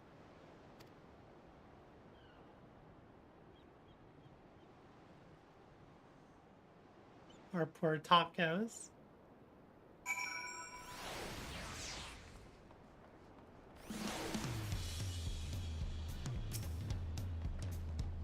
I was looking forward to trying some authentic Tulial cuisine, but we should hurry and join Alphino and the others at the palace. Alright, it's a bit of a climb to the top, but you can head up from the Resplendent Quarter, or even the eastern side of Kalamarch if you prefer. Now you have an idea of how the city's laid out, I'll let you find your own way to Valakshinta. Oh, my poor empty belly.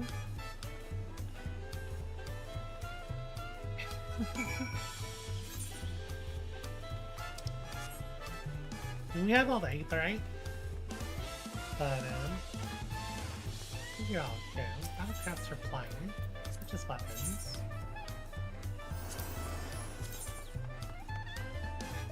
That's the holiday weapon. Where's my Viper sword? Okay, I think that's what's, I mean, they do look good. Those are some pretty swords. I think that's what in the, yeah, that's gotta be what's in the chest. It's a good looking longbow, too.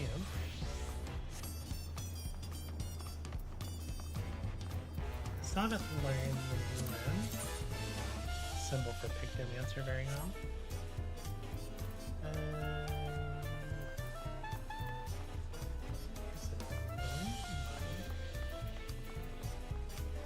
What's this one?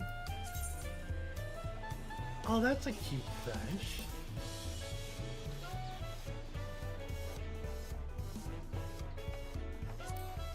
Yeah, that's a good brush.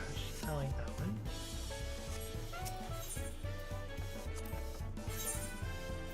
Let's look at scouting.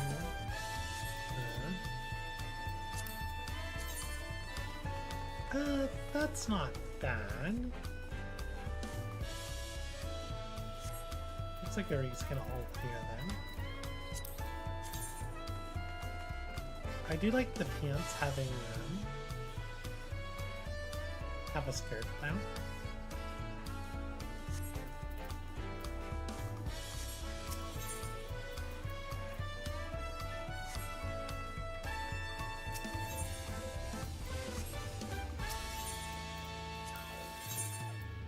No tacos.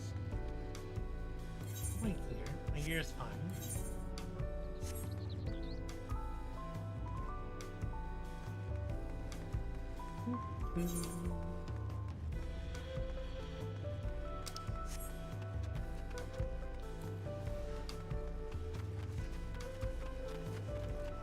Think you can get up in the E3? Could be very wrong. Says we're in the resplendent quarter. I don't see an easy way up.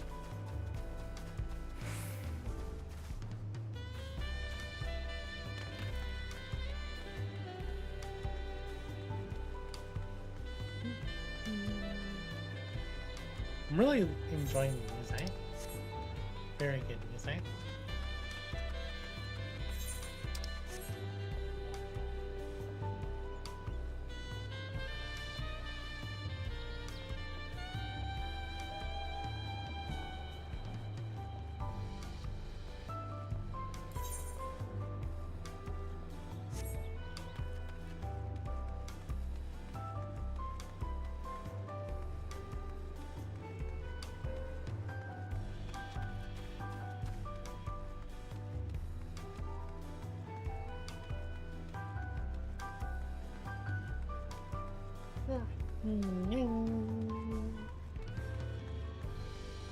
I think I'm gonna aim to go for another 2 hours.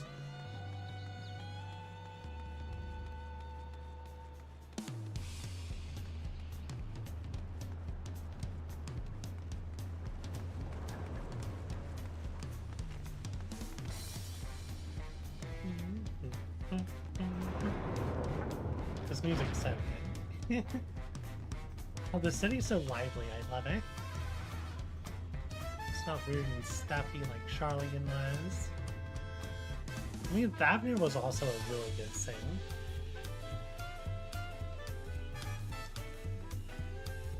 Oh, looks like everyone's here.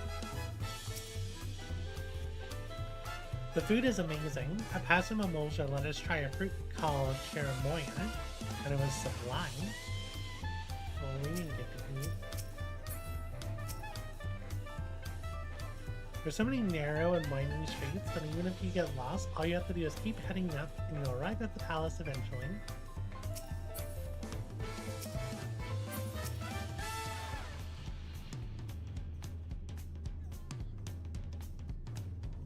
You made it. Good.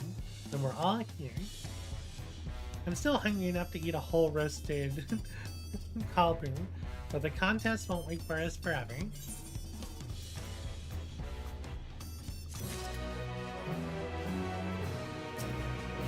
Oh, Twyla's here. Upon speaking to Erinville, several cutscenes will play in sequence. Okay.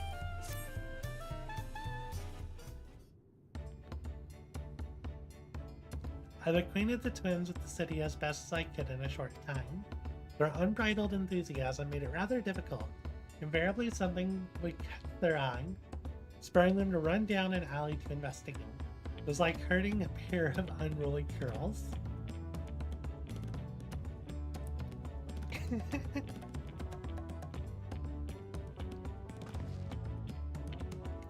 I understand all too well. Charlene had the same effect on me. Right then, now it's time we saw the inside of the palace. Papa will want to know I'm home, and to meet the allies I have chosen. Given how impulsive he is, though, there's no telling what we might be in for.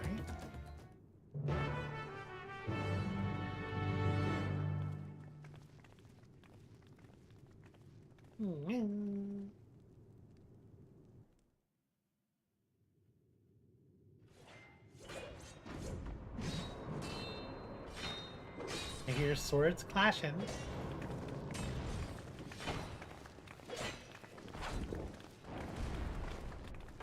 Oh, that's crazy. He's so big. Wait, it's a Stenian.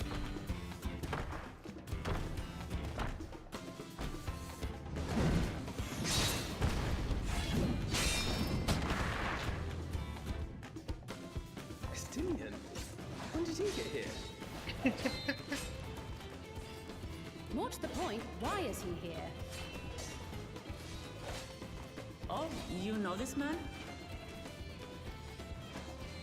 Whenever my father spots a promising opponent, he invites them to Sunperch to duel. Pressing duties or no, he can't resist a good fight. So the one Estinian is crossing blades with.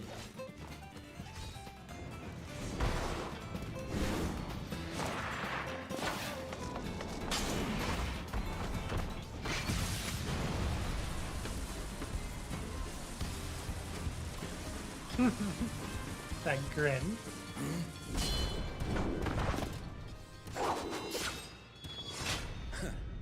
That will do, Spearman. I will receive my darling daughter.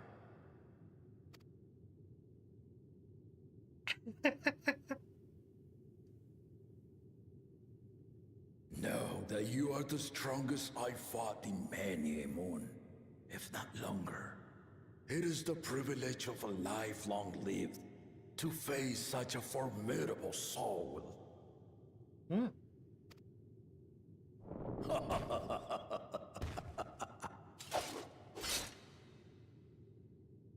If it's formidable you want, then look no further than that woman there.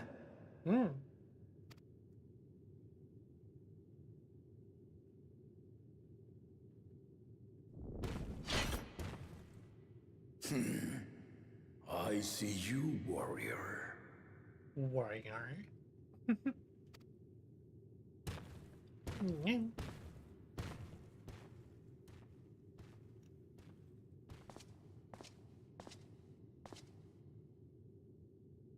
We had no idea you meant to visit Tural. I've seen what lies east. This time I chose west.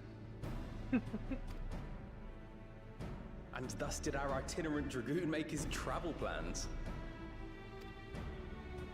You witnessed our bout. If you thought he was fearsome, that was with one head dozing. I'm not sure I understand.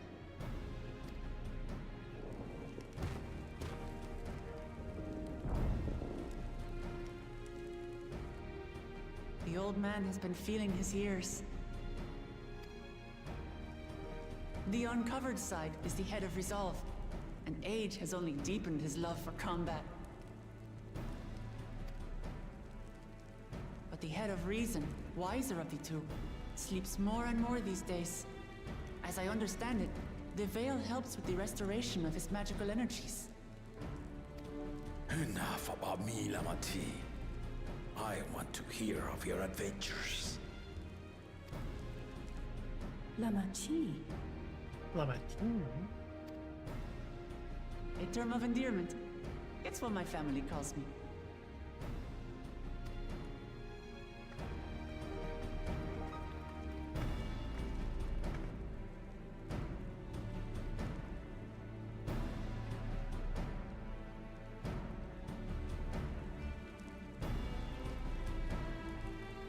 Oh.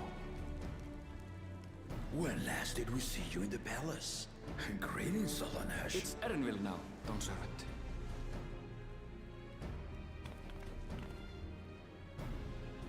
I took the name while abroad, and have since grown accustomed to it. Erenville, then. And these others? I assume are Lamati's recruited allies.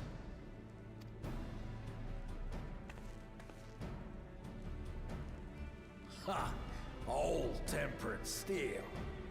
Yet as much as I'd enjoy testing their metal, the hour of the right is at hand.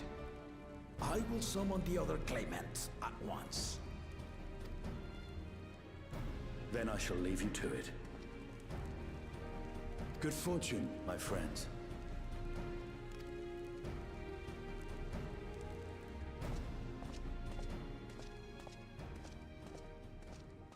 Oh, then where's Estinian going? Is he not taking part in this?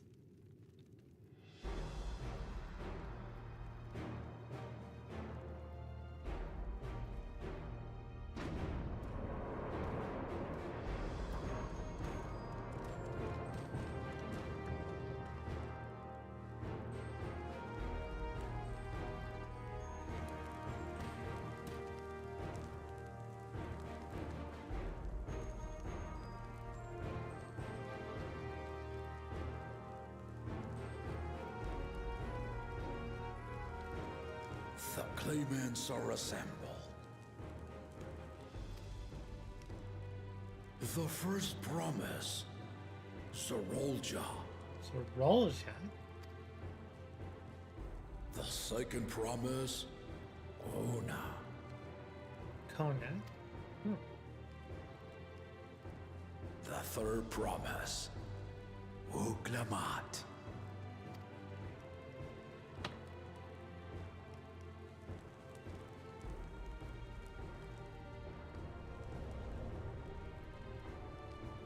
And lastly, the chosen of Mamuk, Bakun Jaja.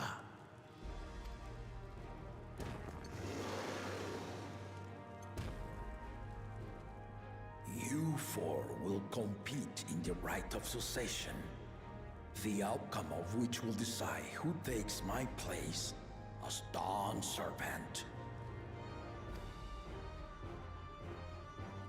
I am not the man I once was. My wiser half sleeps the days away. And it is time I yield my position. But mine is a torch that has never been passed.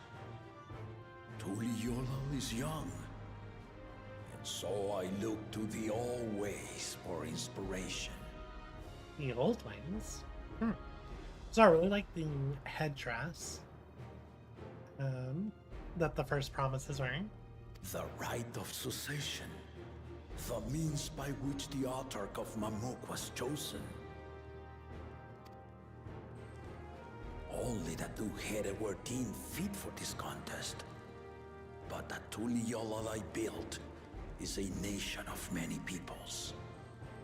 Our leader needn't have two heads, nor be a Mamuja at all. So I gave the right of claimant, not only to the son I sired, but to my adopted children as well. Yet the opportunity to rule was still not equal. That is why a recent tournament offered a place in the contest as the winning prize.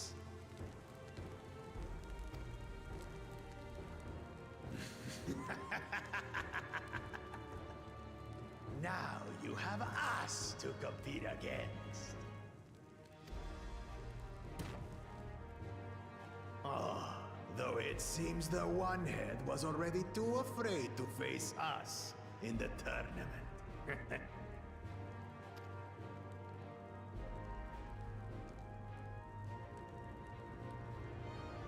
Our brother was in Shock Tural leading the Landsguard on a campaign to eradicate a Tural Vidral.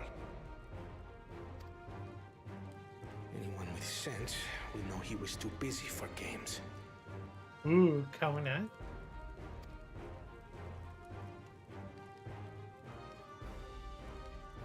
Now for the part you've been waiting to hear. The nature of the contest itself.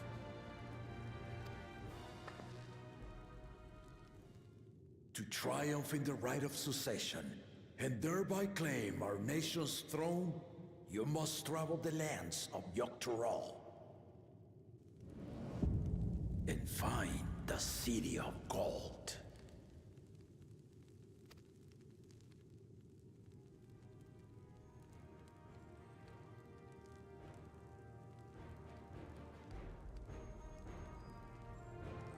If I may, Father. Speak, Kona. The Golden City is an ancient Turali legend, but after so many failed attempts to find it, the story has become more fairy tale than fact. If you would charge us with such a quest, are we then to assume you have proof of the city's existence?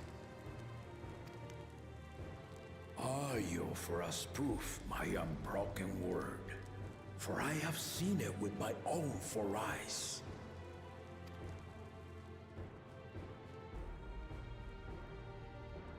Oh? The city's real. All those years. This was before the founding of Tuliyobo. I traveled the lands of Tural with my companions, and we ended our journey at the gates to the Golden City. I mean to have you do the same, but in order to achieve victory proper, you need to break the seal I put in place. Oh, so he put the seal on the Golden City. Bring them.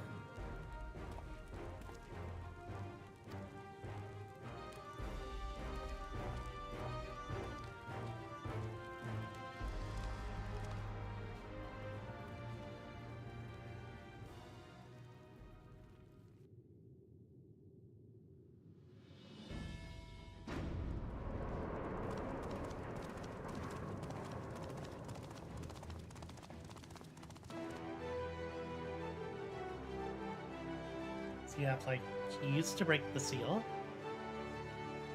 Oh, there's so many of them.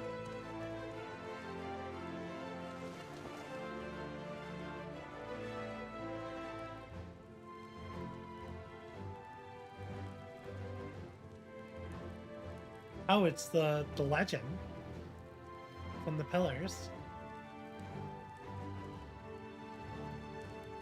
Is that copies, or is it the ones from the pillars themselves? The Tuliyola saga. You will retrace the path I walked to unite our peoples, step by step. Along the way, 7 chosen electors will be waiting to measure your worth. Earn their keystones by performing the feats they ask of you. Once you've fitted each of the 7 tablets with the keystone, you'll have the key to unlock the seal on the Golden City's gates. Very interesting. Okay. So the contest is in stages, none of which can be skipped by rushing to the ultimate objective. Exactly. Exciting, isn't it? Martial tournaments, hunting festivals, and now this? You do so love your contests, Papa.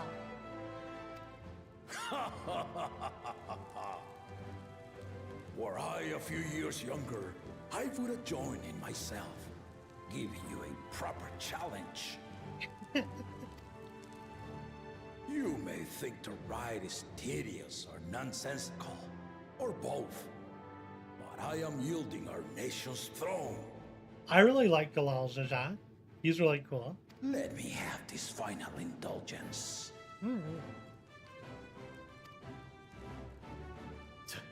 A waste of time. Just name Bakunja just successor and be done with it.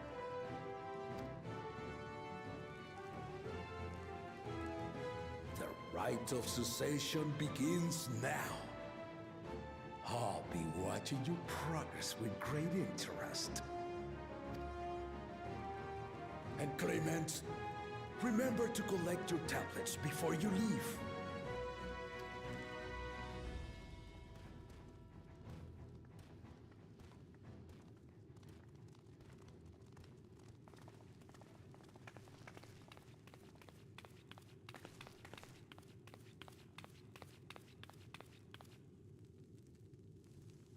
You are one of Lamachi's allies.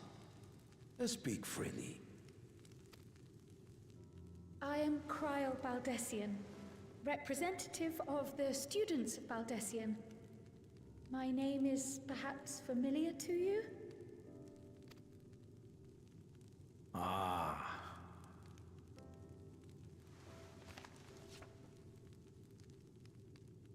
It would seem you sent this letter to my orders some years ago. The ink has since faded and much of the writing is illegible. Even so, we managed to determine the essence of it.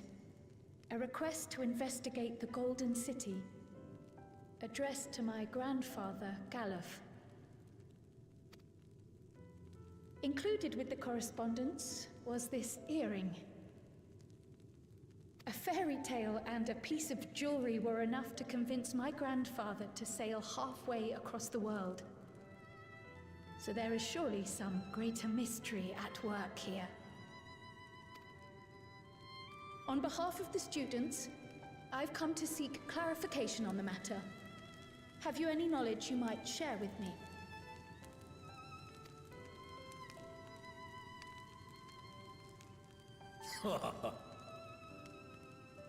No, not at this time. Oh. I have tasked the claimants with finding the Golden City. To fulfill your request would afford one of them an unfair advantage in the rite of succession.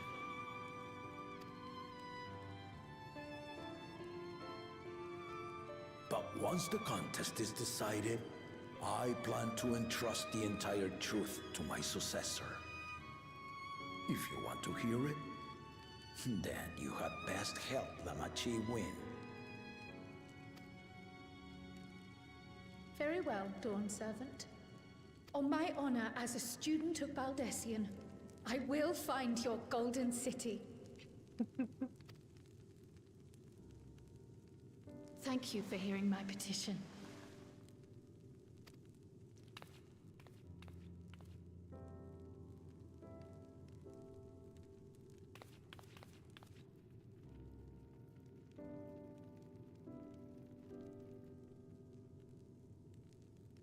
I was hoping I would get to fight him.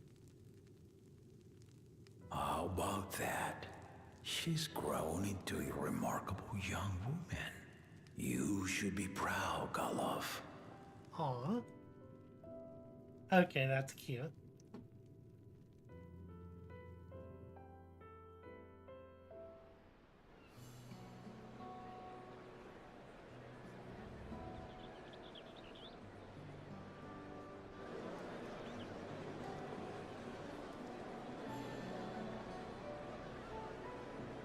Too late to change your mind now, I suppose. But are you sure you wish to be part of this? 100%. Our third promise is not wont to take no for an answer. Though you may have agreed to help, I worry that you were swept up in her relentless enthusiasm. Not at all. It was my own enthusiasm. Or perhaps you've been lured by the glory of the Golden City. Either way, This contest for the throne will place you and yours at the heart of political turmoil. If you are second-guessing your decision, tell me now. This may be my last chance to help you withdraw.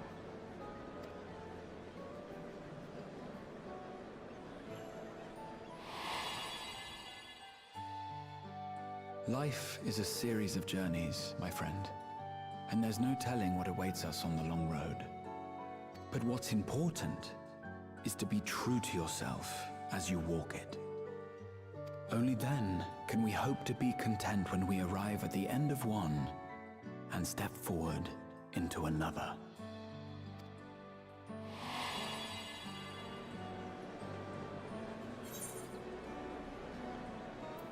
I want to see where this journey leads.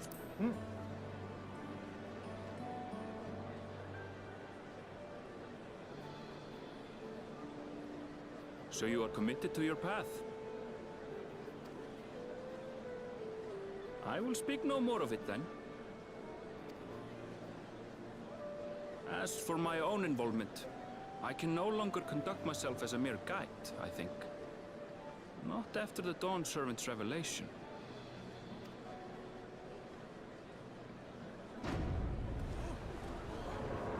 There we go.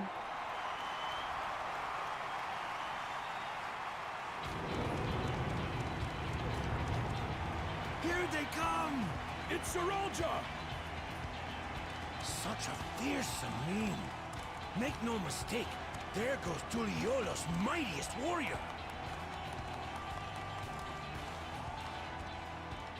First promise, our village needs aid. The cold weather stunts our crops, and the children of our village go hungry.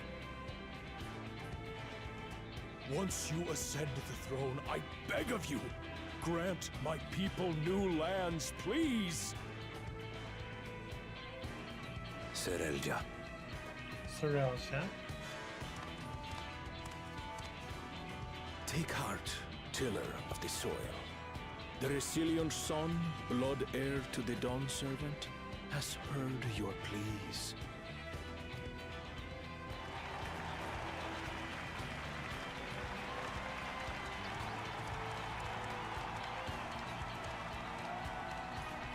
Saralja, the first promise and commander of the Landscape. Saralja, the Palaceer.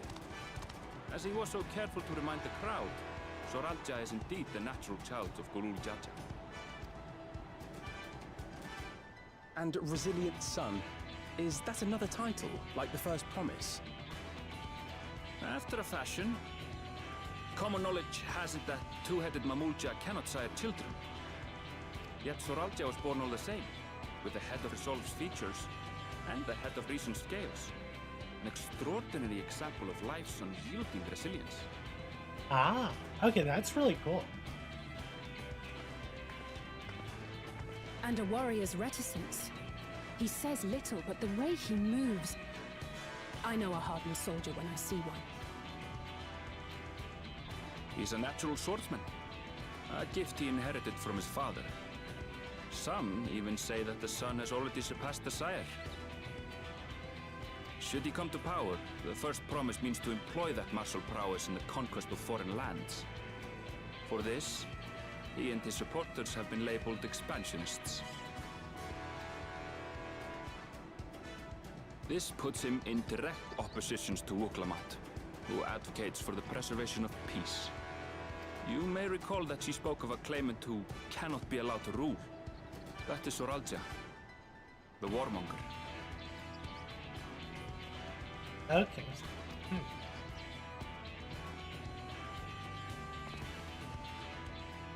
Cryon, are you all right? The echo. It gave me a glimpse into Saralja's ambitions.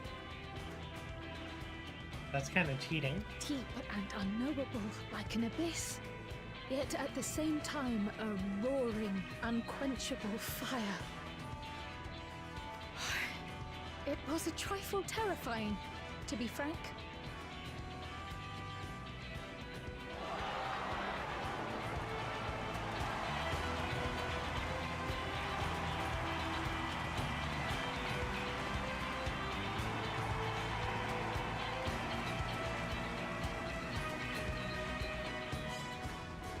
second promise. You must bring us more marvelous conveniences. More dirigibles and trains and the like. We need you in charge to make trading easier. The elders, they complain and complain about abandoning tradition. But we're not like them, afraid of everything foreign and new. Look at the... You have our wholehearted support. With your ingenuity and knowledge, you're sure to win the contest. The texture on those clothes is so good. Forgive me, but the right of succession is barely begun. I will hear your petitions if and when I am named Dawn Servant. If you will excuse me.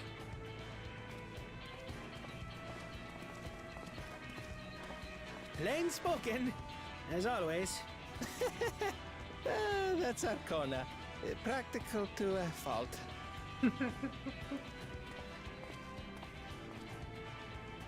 Here we have Kona, the second promise, who spent time as a pupil at Charlian's own studio. Now that you mention it, I think I did see him in the halls once or twice. There was nothing to suggest he was Turali, much less from a royal family. That was by design. He forwent his usual garb and took an Eorzean name to avoid attention. So it was Kona who introduced the dirigibles. And the railway too, given what we just heard. In furtherance of his goal, to enrich Tuliolal with every bright notion he learned of in Charlian. He is the hope of those who prize innovation.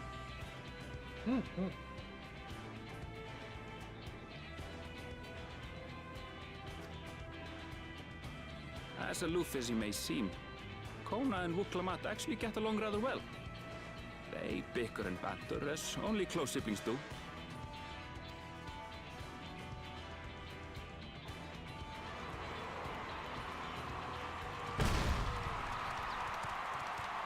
Why are there so many people cheering? How gracious of you all to cheer the lesser Claymans.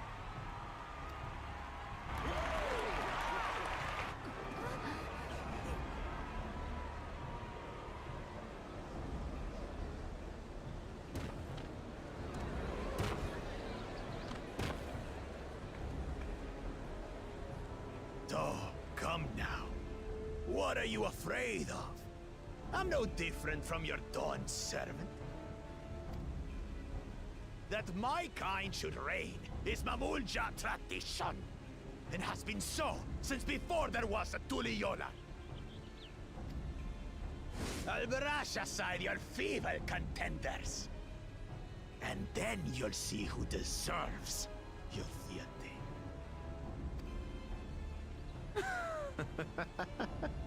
Well said, brother.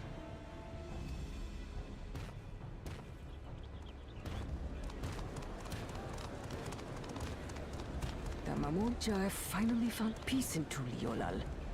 I pity those fanatics are intent on keeping that tradition alive. The chosen of Mamuk, Bakul Jaja, winner of the recent martial tournament, and the only claimant not of the Dawn's promise. His strength is undeniable, but you see how he is. A few devoted Mamulja are his only supporters. What would he do with the throne should he win it? Why is everyone leaving? His policies and so forth.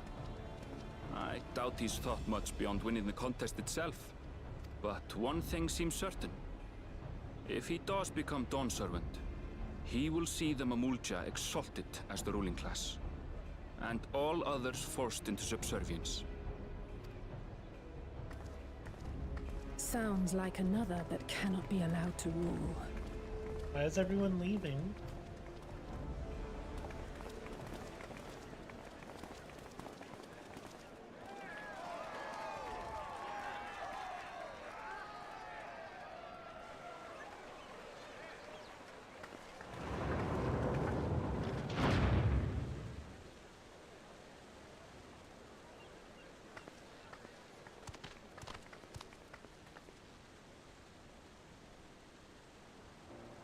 We wish for one thing and one thing only, Third Promise.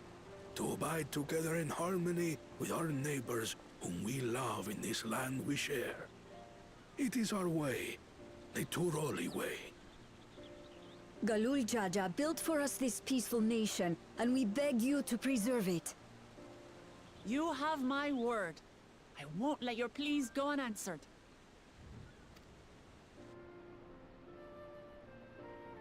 Until Tuliolal was founded some 80 years ago, this continent was ravaged by war. The eldest among us remember that dark era, and they are Wuklamat's most ardent supporters. Apologies, it's hard to get away. This is Namika, my childhood nursemaid. She's been like a mother to me my whole life. I told her it wasn't necessary, but she insisted on seeing us off. Aww.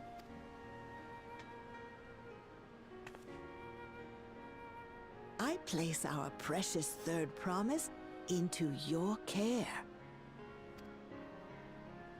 Did you know Wuklamat was taking part in the rite of succession? Of the Dawn's promise, I thought it was only Zoralja and Kona. If she has any accomplishments to her name, I've yet to hear them. Compared to the two Mamulja, she pales in martial prowess. And then there's Kona, who's far and away the most educated of the bunch. I hate to say it, but it's hardly a competition. It's fine. More than anyone, I understand how much better my brothers are than me. Better? Wuklamat. I have never thought of you as the lesser sibling. Your brothers may excel in their respective ways, but you boast qualities that both lack. A strength that is yours alone. Having cared for you for so long, I should know. Aww. Thank you, Namika.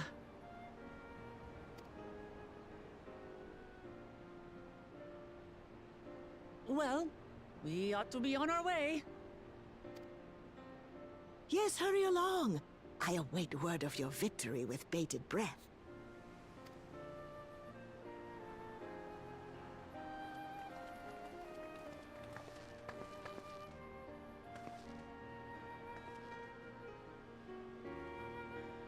I love how all the adults in the palace are like, please look, you must win, precious daughter.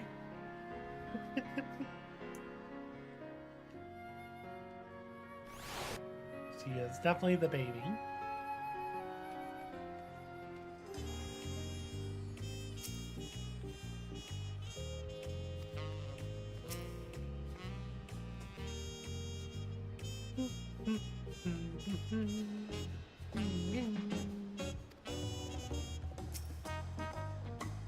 Well, so much for the brief reunion I had in mind. Papa is not one to waste time when he decides to. I'm used to it by now, of course, but others are all being caught off guard. In any case, we should talk about how we're going to find the City of Gold. All we have to work with are the 7 tablets and their connection to the Tuliolal saga. I suggest first comparing the tablets against the pillars. We could check for any discrepancies between them. Good idea. Let's go take a look.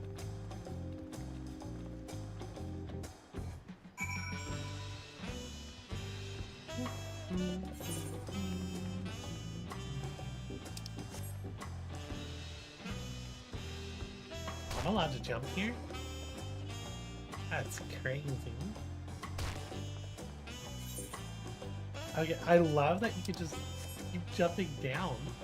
There's a goblin in there. A moblin.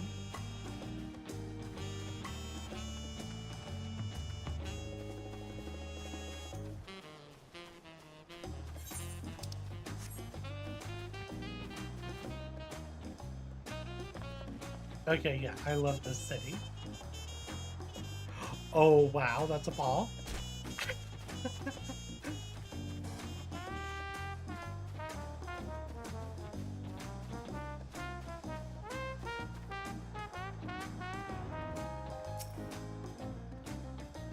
I wasn't expecting events to progress that quickly, but I won't complain. The contest is the main reason we're here after all. I'm gonna check my email. I hear a lot of things, and I want to make sure there isn't my collector's box is on the wing. Let's see, Square Enix, what's the shipping? Let's get this update. I mean, today's Saturday, so I doubt it's going to show up today. Let's see, yesterday it was in Kansas. There's been no update. Make sure there's not any special email. Nothing from Square Enix.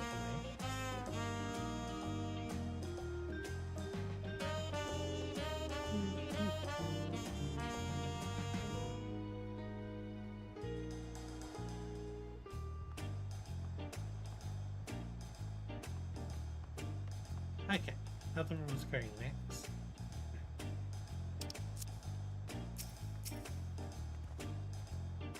That makes everyone.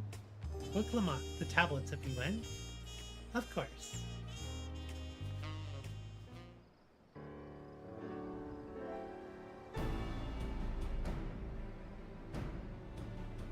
Everyone has a tablet? Well, let's compare them to their respective pillars. Keep an eye out for the smallest differences.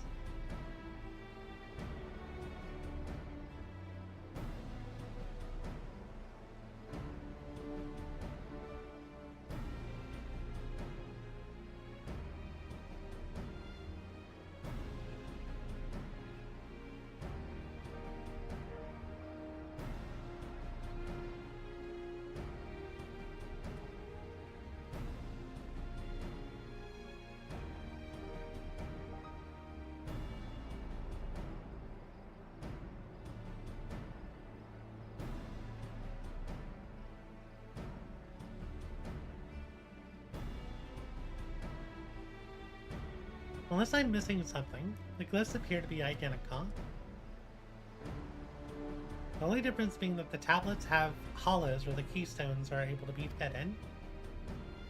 So now that we've established that the scenes are the same, where do we go from here? The Dawn Servant said we were to retrace the path he walked in uniting Tural's peoples, and that we would encounter 7 electors along the way.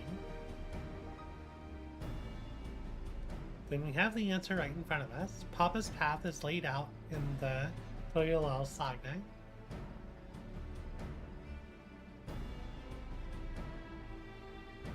The events the glyphs portray, do we know the exact locations where they took place? If one is close, we could go there and search for an elector.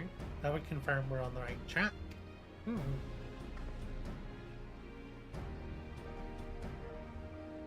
Let me think. The Lay of the Rings was in the nearby Hanuhani settlement. Papa took me there once. It was during festival season, and the whole village was alive with good cheer. There's also the Lay of the Gold. The one involved the Pelu Pelu village. It's about the same distance from here.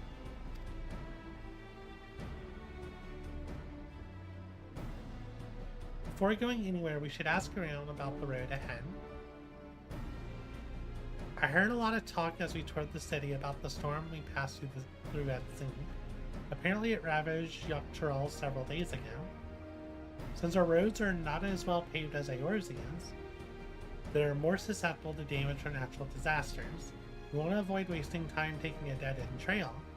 I suggest we spend a few moments making inquiries.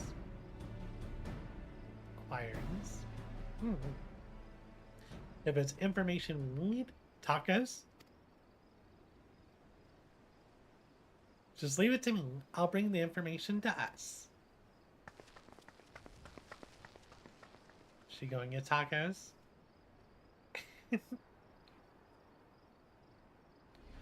It'd be prudent to ensure we're prepared for the journey. I'll guide you to the accommodations I've arranged. Oh, do we have a house here as well? Please tell me we have an inn room.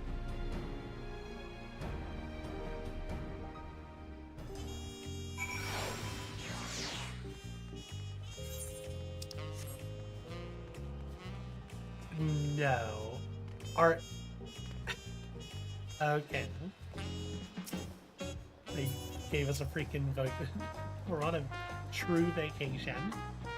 Booklamont said she would bring the information to us. I wonder what she meant by that. I think she means tacos. Yeah, little cottages on the water.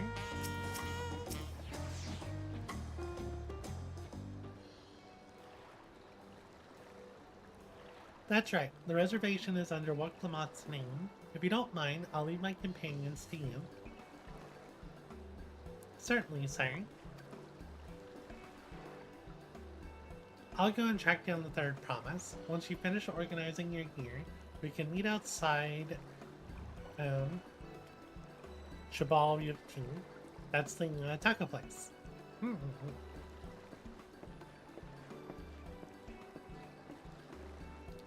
Greetings, visitors to Tulialal, and welcome to the forward cabins. Whenever you're ready, I'll show you to your rooms.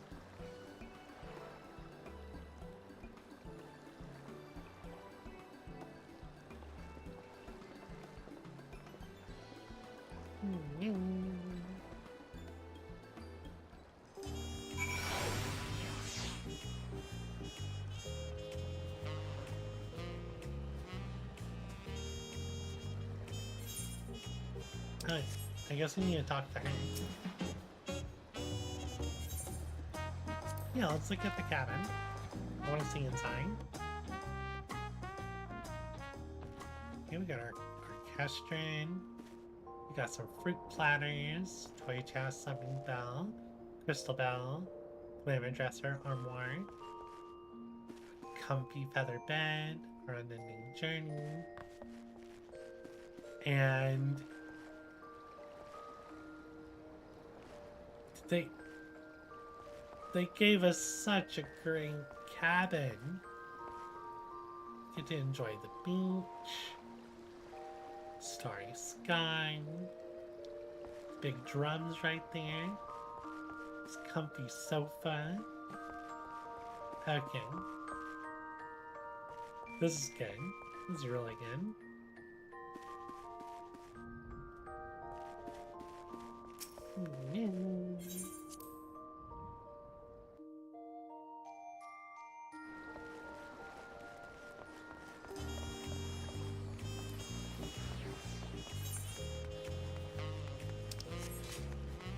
I'm gonna be right or down here. Probably out at the top.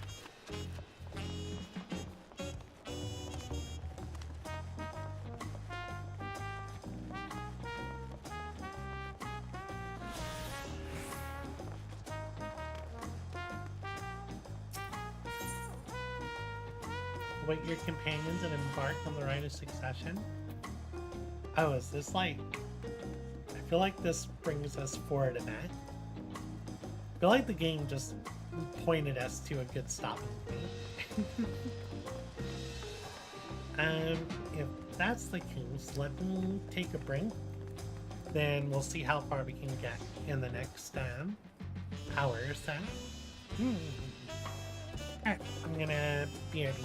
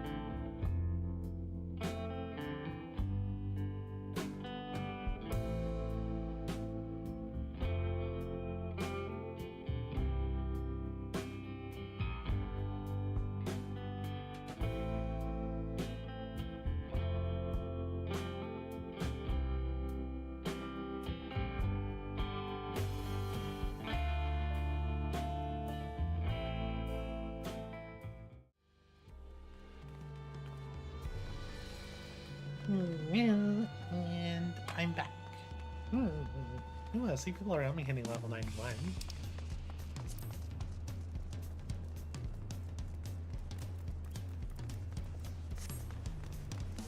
I hope this is tacos, but at the same time, I'm so hungry.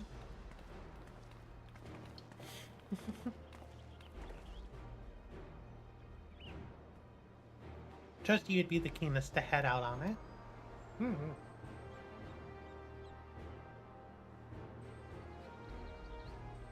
Where are Erinville and Waklamad, I wonder?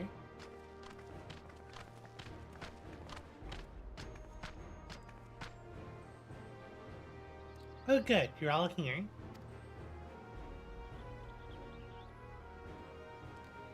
Who might your companions be?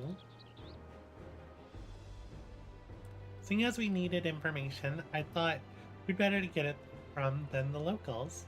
These two hail from the villages we're thinking to visit.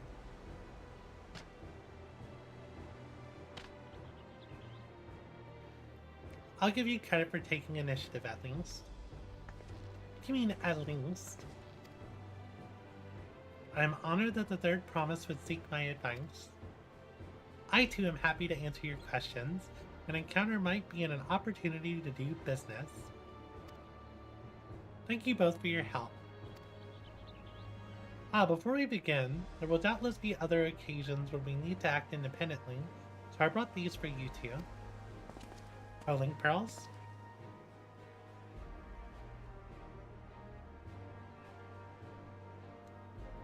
What's this? 'Tis called a link pearl, a gemstone harvested from a special shell. When linked together, they allow people to communicate across great distances. Is that so? What a handy thing to have.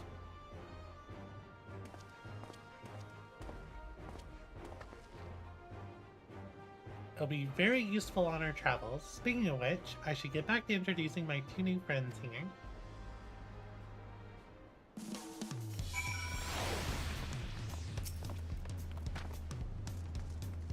The Tulialal saga features a number of Tural's clans. Two of those, the Hanu Hanu and the Pelu Pelu, have settlements relatively close to the city, but I brought a representative of each. As I mentioned before, the Hanu are a cheerful people who love their festivals. They make their appearance in the Lake of Reeds, and their home village, Alkani, is located in Kozamauka. The other smaller fellow is one of the Pelu, a clan of business-minded folk from Orkopacha. They appear in the Lake of Gold and craft all kinds of marvelous goods in Wachipalu, their village. Now, as for deciding which village to visit first, why don't you put that adventurer's instinct of yours to work for us, Anna? Pick our destination.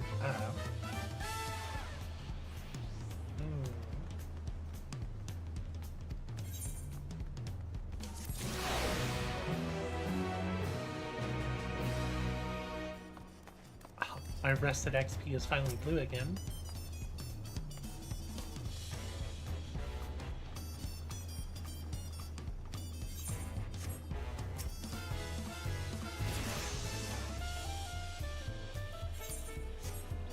Oh no. I was hoping for more information. What does Alizé have to say? What's with this naked guy? Is there a reason the Pelu Pelu all wear those masks?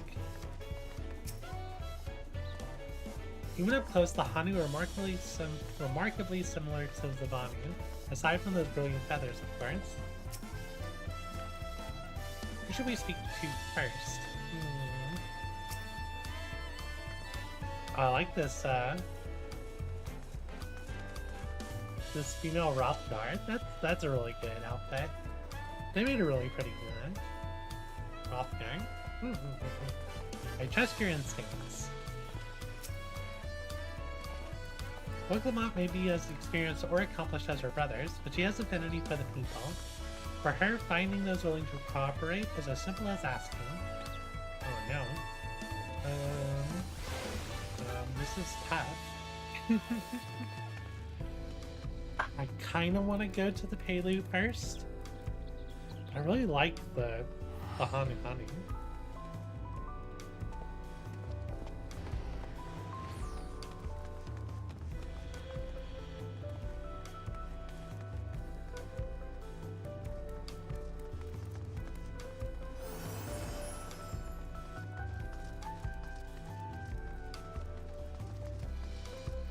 Does this guy have to like stand on top of him?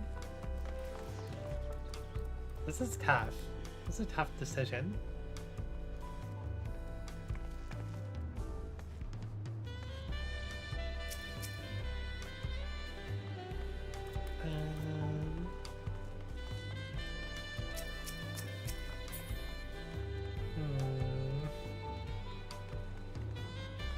Which stone did we look at first? Oh, there's a blue quest here. There are a number of blue quests here. Sight to the west, and a new dawn, a new hunt. I should probably grab those. I'm gonna grab these quests first while I think about it. You there, you are on a Minake, are you not? The adventurer from across the water who has been lending the third promise her strength? Been well met. To tell the truth, I've been meaning to make your acquaintance for some time. I have a proposition for you. You're familiar with the Eorzean hunts, yes? We have something very similar here in Toliolal, and having heard much of your philanthropic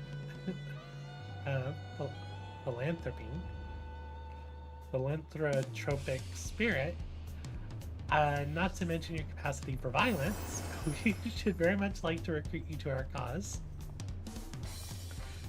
If you're interested, speak with my associate, Bolaga. The Chabroxel is a master of the hunt and administers to the bells in the square overlooking the court. Tell him the Wing of Protection recommends you. Okay.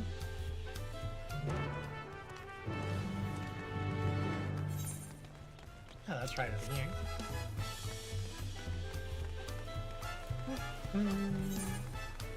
Yours just locked down.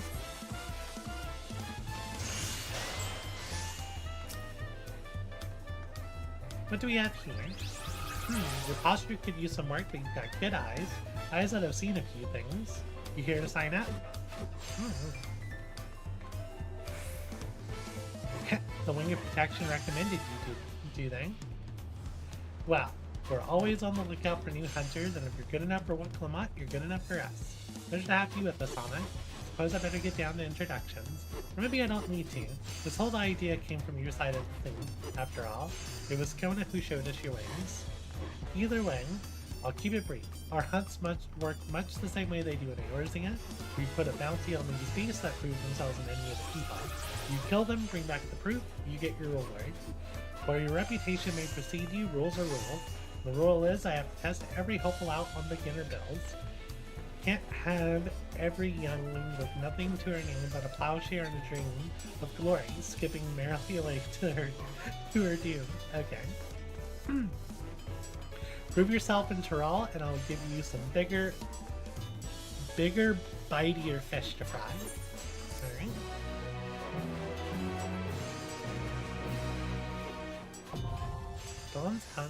Dawn Hunt's now available.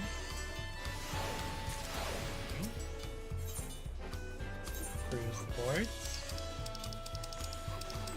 It looks like it's the first two areas where they want us to go. And then there's another blue quest, probably. Yeah. The blue one over sights to the west. It's probably sightseeing log.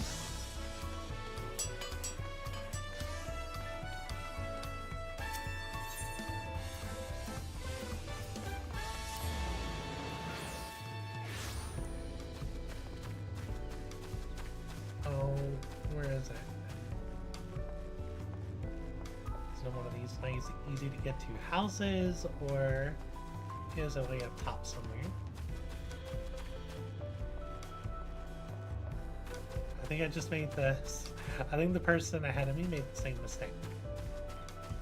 Yeah, it's probably up there.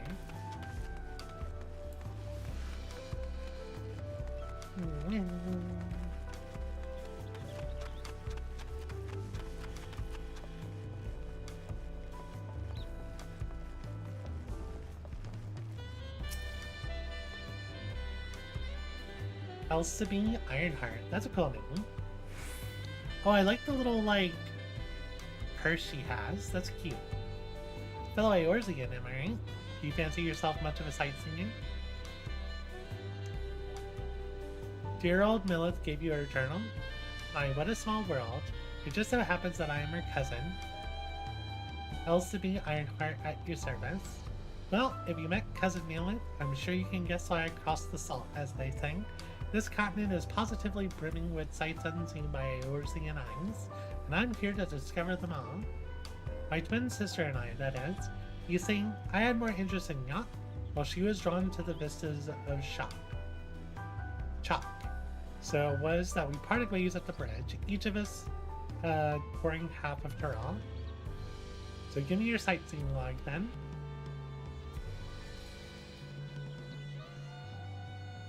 Let's see. Oh, how beautiful. Should like to see these places myself someday. Sorry, I was going to just scribble down my notes on Yacht Tural. I included what my sister shared with me of Chalk Tural, but I'm afraid it isn't much. My twin's name is Emily, and she's still wondering about everything. Given your natural affinity for Ironhearts, you'll doubtless run into her someday. Well, I'm sure you've got places to be and vistas to behold. May your journey throughout Tural be bright and unforgettable.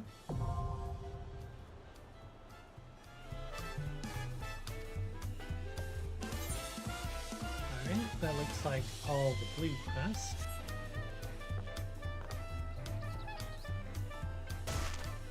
It's funny that I keep seeing people also trying to figure out how to get over there.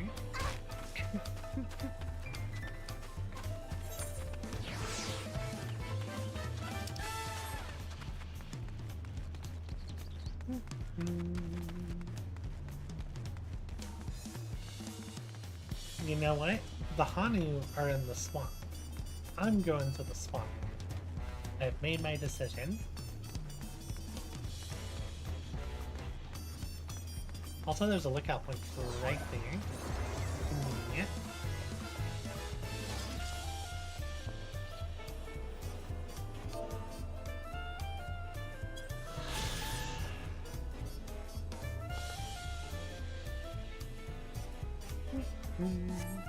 That is a good sign. Yeah, I made my decision. I'm going to the swamp.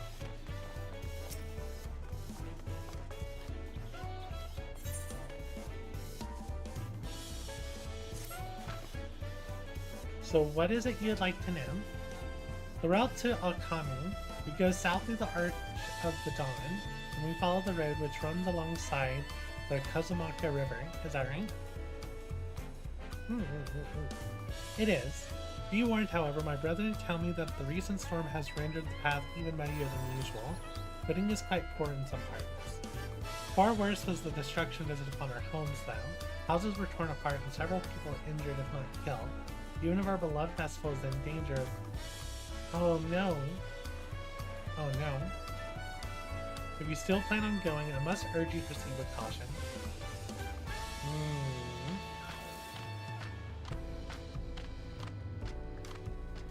Now I'm waiting for the Hanu. It sounds like they were hit hard by that storm. Anyway, if we're bound for Kazumaku, we should head over to the Arch. We'll be back to talk to you in good time, Master Merchant. Meanwhile, you can eat and drink your fill. Oh, they get free tacos.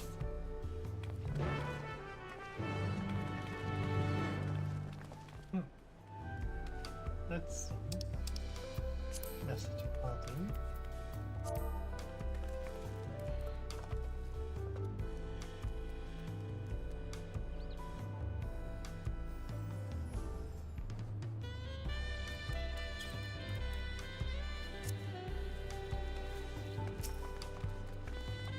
Unlimited tacos in exchange for a few days of my time? I'd be a fool to pass up that deal.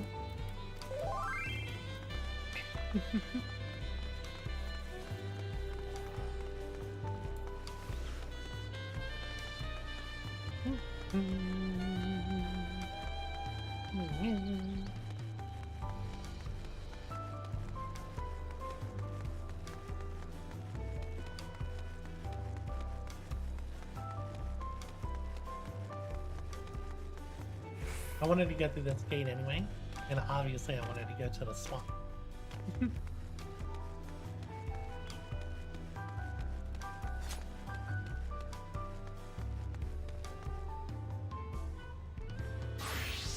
Alright, before we head out this gate, and it's time to open our second monster.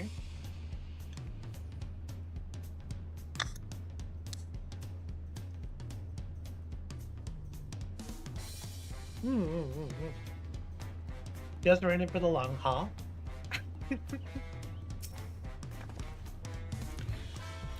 Are we all ready to leave? Then onward to Kozumiwaka. Okay.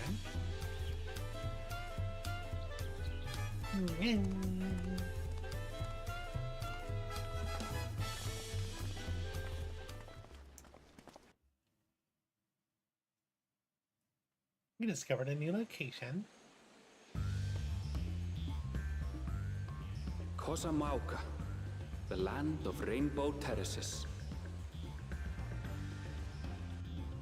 It commands the gaze of all who visit without fail. The many-colored marvel. An endless torrent of water cascades over sheer cliffs to shape the wetlands below. To its relentless flow, all life must yield. Together with Wuklamat, we proceeded along the marshy trail, a road upon which the Dawn Servant and his comrades once traveled.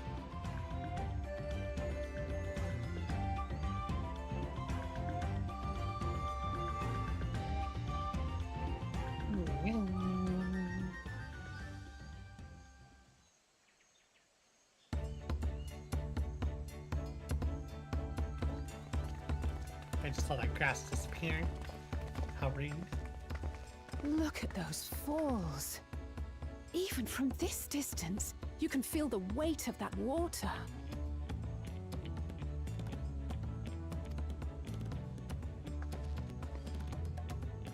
The Isle of Ham was impressive, but as you can see, Tulihiola does not want for natural wonders.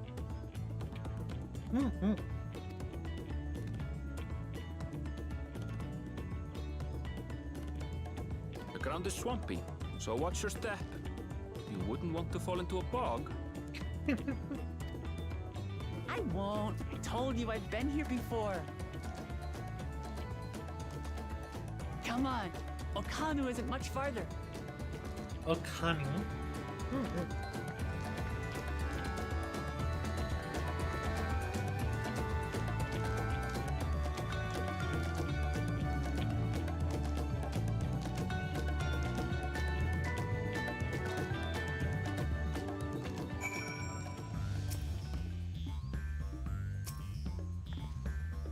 I'd love to stand at the bottom of those huge waterfalls and bask in the majesty of it all.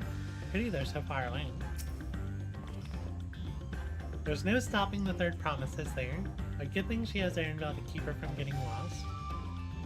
For all his grumbling, he's certainly there for her. Everyone should be so lucky to have such a loyal childhood friend. Right, so let's get moving. If we continue along this road, we should find ourselves in the village before long.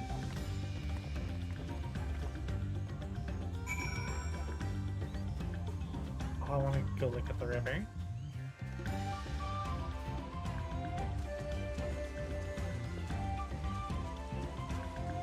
And you can go in it. Oh, I like how the water is like actually flowing really fast.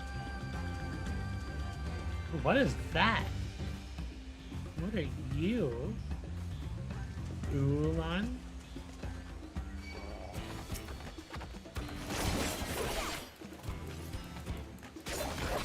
Immediate reaction. New monster sighted.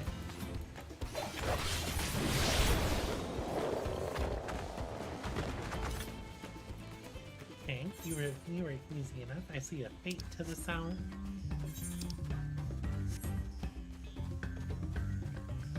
There's a bunch of these guys. Oh, I love this area, is so pretty.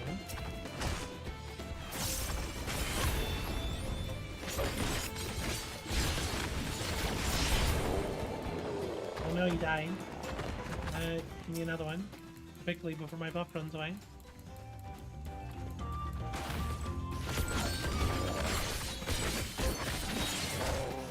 Combo does so much damage.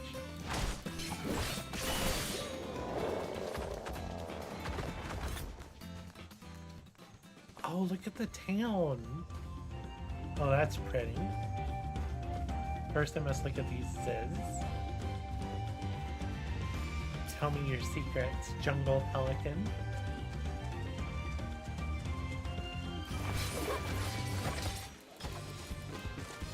Oh yeah, the cooldown on this skill is so long. Okay. Getting chain XP too, which is good.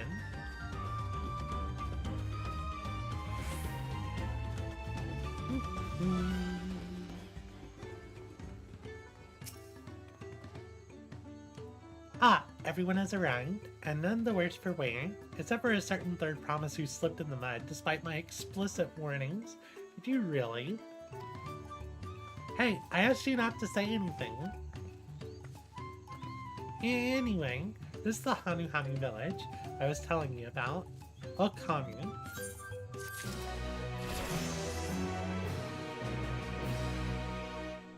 A new aetherite destination is now accessible. Okay, so now we can fast travel out of the city here. We also hit 91. Makes me wonder if I should switch to Sage for that.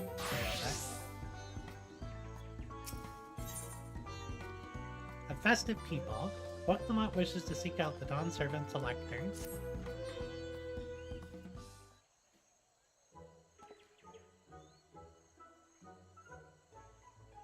It's this music.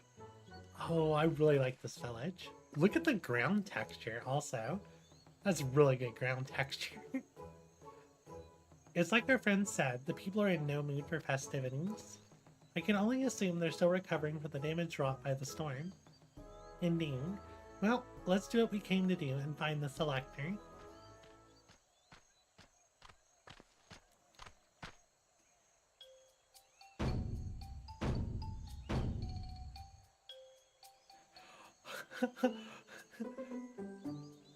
Ahokali. Ahokali? Is that it? Ahokali?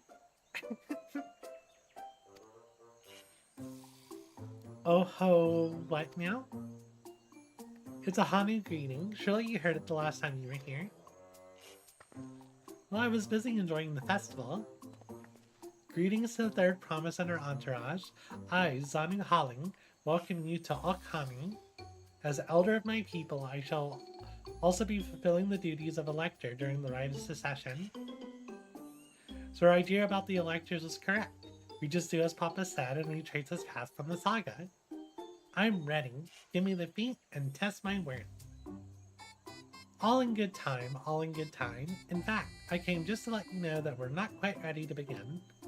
For the moment, please enjoy the hospitality of our village.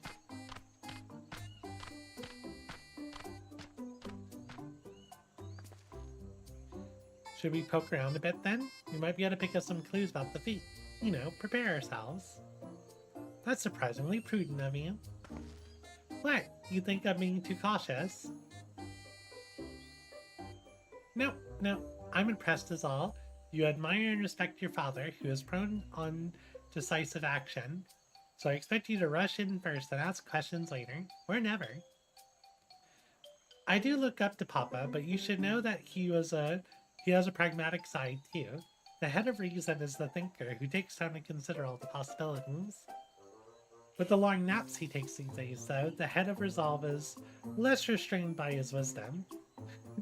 I can't fault you for thinking that's all there is to him, but there's more to the Dawn Servant than you've seen thus far. I should like to speak with the head of reason one day. Well, I'm sure you'll catch him awake soon enough. To return to the subject at hand, you wish to take a look around Alkanu then? Do some groundwork before the feat begins? Something like that. I mean, I could probably pass this test with my eyes closed, but it'll keep us busy while we're waiting. What Clement has the right of it. As elders and Holly is a resident of this village, learning more about it can only improve our chances in the feat. Might I suggest a division of forces? For instance, Aaronville, Alizé, and Kryl could concentrate on the southern half of the settlement. Meanwhile, Wak, Clement, Anna, and myself will handle the northern half. Sounds good to me.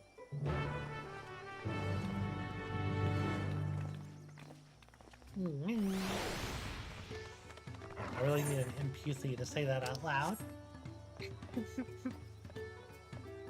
I already forgot what they said.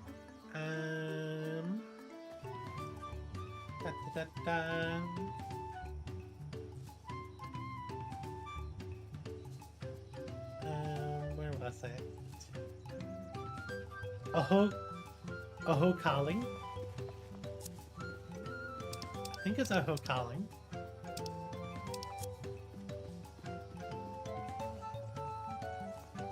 Oh, a gemstone trainer. Welcome, welcome. I'm glad to say the damage on the storm has been repaired and our stores are open for business. If you have any light-colored gemstones to trade, I'd love to take a look. All I could buy is all these materials. So I'll buy 10 of each.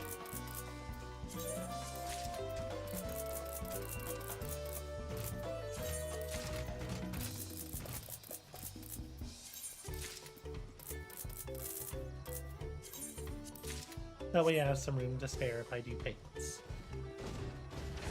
Looks like our quest is over there. I'm gonna go ahead and attune.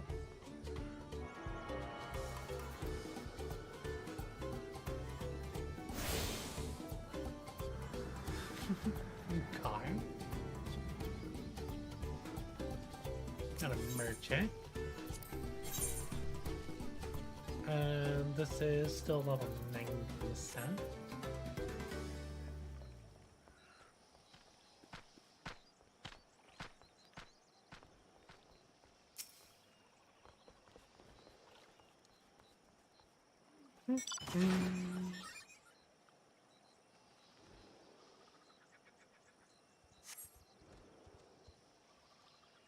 Someone just said, "Oh, calling." I didn't catch who said it though. Oh no. The gaping hole in the wall and missing portion of the roof are clearly the work of the storm's powerful winds. Repairs appear to be ongoing. Reminds me of home. A bunch of people saying, "Oh ho, calling." I'm assuming we have a quest to go around and say it. Sign. You heard about the storm? I've never seen the likes of it before. With the supplies and help from the Dawn servants, we're making progress repairing and rebuilding our homes. But while roofs and walls can be patched, there is so much else that was lost for good. Aww. Yeah, I know that feeling.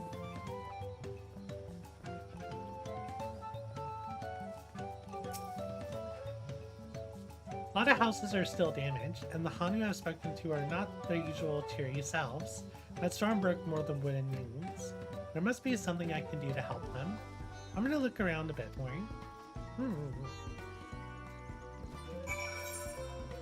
don't see a fake nearby, sadly.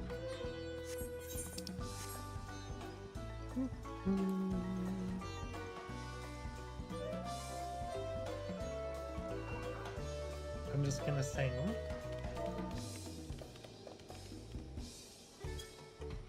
Ohio.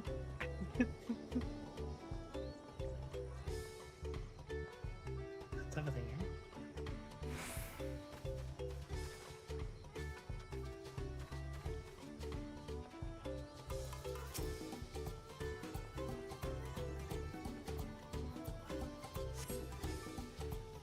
The drying and shrunken bundles suggest the reeds were harvested some time ago.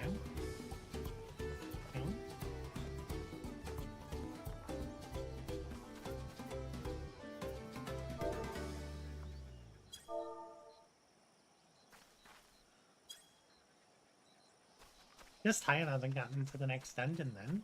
We've been in a party this whole time. I don't know if Tyan's made it to... He's 92. Tyan's ahead of me. By a good bit, I think.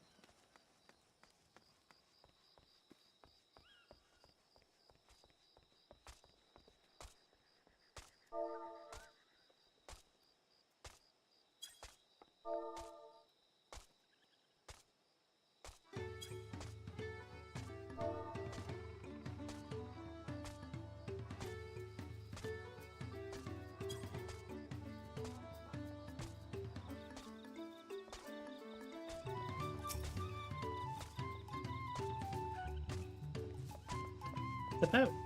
Oh wait. Okay, this boat is adorable. Woven from reeds, this boat-like vessel is reminiscent of a bird.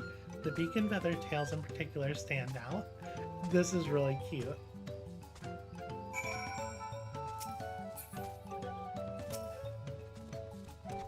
The boat must be woven from the same reeds I think gathered into bundles here and there. The plants hold practical and cultural significance to the honey then. Hello, can you all hear me? I'm told they're ready to receive us now. Come to the large building in the south of the village.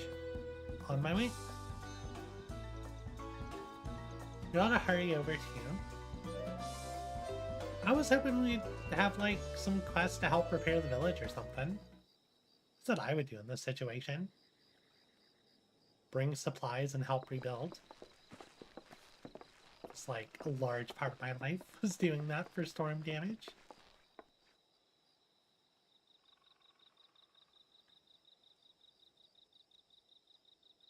No sign of Zorolja or that oversized lout. How much easier it would be if Zorolja were to fail here. But that isn't likely to happen.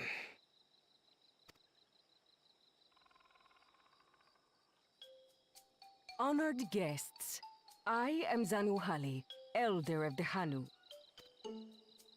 I am also an elector, charged with judging which among you is worthy of ascending the throne. Without further ado, let us talk of the feat. Okay. Not so fast. Surely you couldn't begin without us.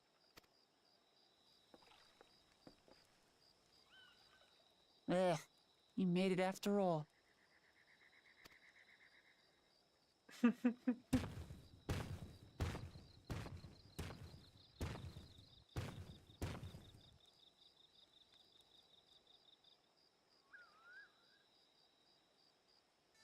No need to fuss.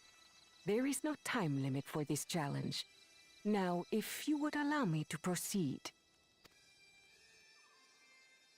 It is here, in Okanu, where my people forged a bond with the Dawn Servant during our own chapter of the Tuli Yolal saga. In homage to those events, I have prepared for you the Feat of Reeds. Do you get to build a boat? Reeds seem to be of great importance to the Hanu. I wonder what this feat entails.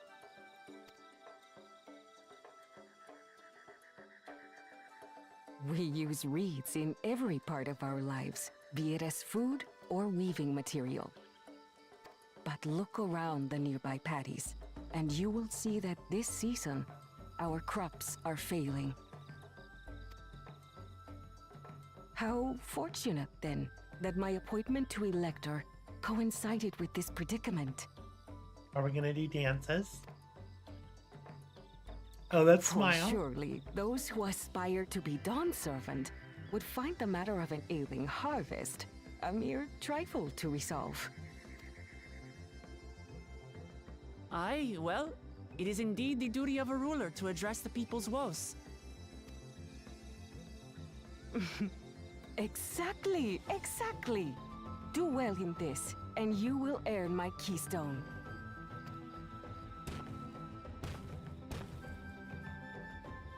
Why bother mucking about in the mud when we can take the stone by force? Oh, mercy me! You are a hot-headed fellow, Bakul Jaja. Some electors may enjoy going toe-to-toe with scrappers like you, but I refuse to entertain your base instincts. Arrangements have been made. Should you attempt to engage a feat giver in combat without their consent, word of your immediate disqualification will be sent to the palace. If you're still feeling feisty, then by all means, draw your weapon.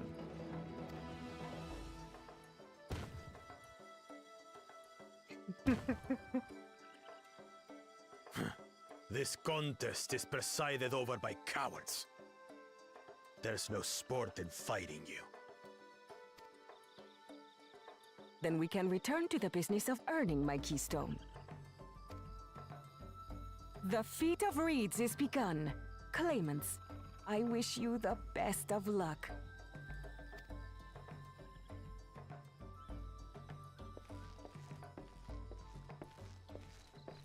Nona probably already has a good answer for this. The clever kitty crossed the seas to study foreign novelties. He might know tricks we don't. Tricks we can use.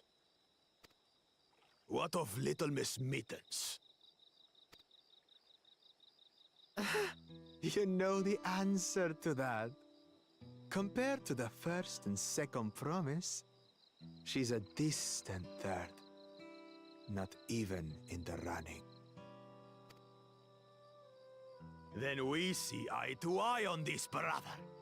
Being Bakul Jaja so long with me has rubbed off on you.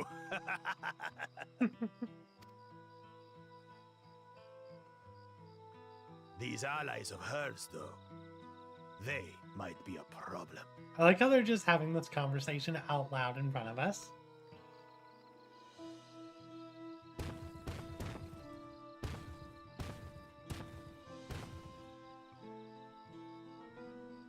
Damn it! I'm just as qualified to be here as they are. I'll show them. Easy now. There's no time limit, remember? Let's keep calm and think things through. Right. You're right. I won't win against that lumbering Vidrol by losing my head.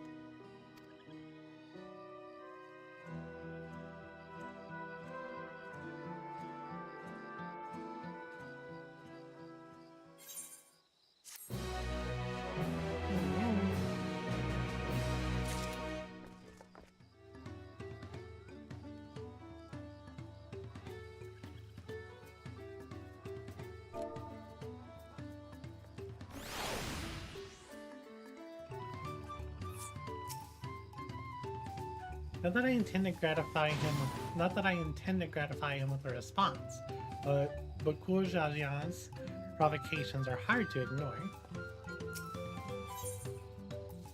We're gonna get some boots.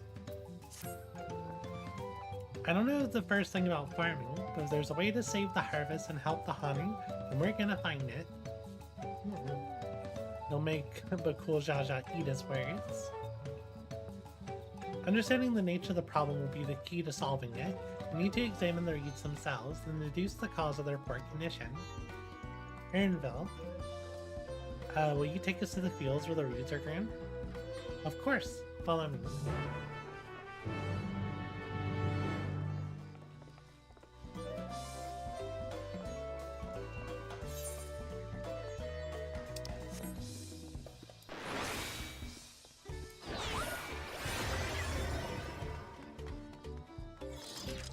Oh, we got two. Oh, we got some new monsters coming. New. Go a little bit closer. Buffer, blacksmith, second blacksmith, Scraggly.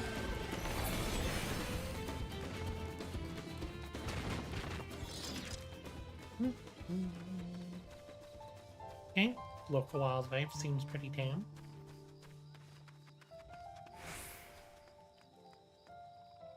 So the rings. Interesting that they grow them like this.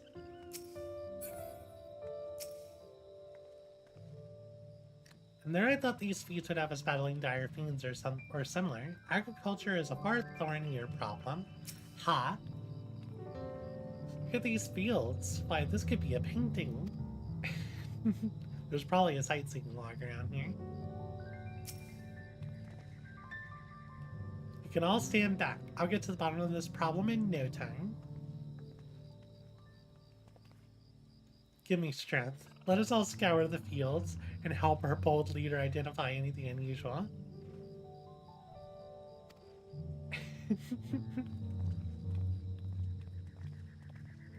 I'm guessing it's probably a bug. Fates nearby? No. They're wilted rings. I mean, they look like they have plenty of water. Yep, wilted and unhealthy. The water's flowing, maybe a little stagnant, but they've got the little water gates here to let the water flow.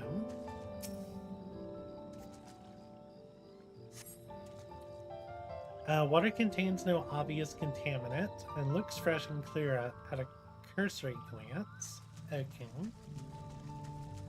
I'm assuming there's bugs. Maybe there's crawfish. Are the crawfish eating their rings? The soil in the patties is as one would expect. Rich in color and suitably moist, not drying nor flaky.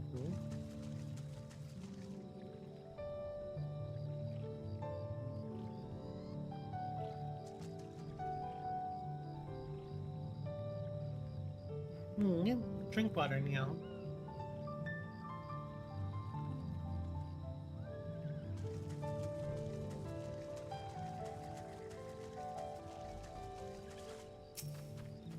Anvil probably has a good answer. Oh, a water strider. A bit sluggish though. More of a water shambler. Okay, that's pretty funny. What does Anvil see? What? Okay, he doesn't see anything yet.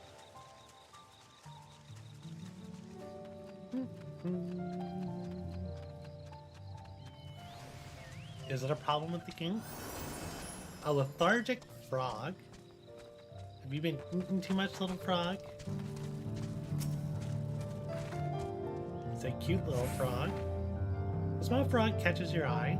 Strangely lackadaisical, it doesn't even bother to hop when it eventually scurries away. Okay. Does that mean there's too many parasites? Too many bugs? Oh, look how fast the river's flowing over here.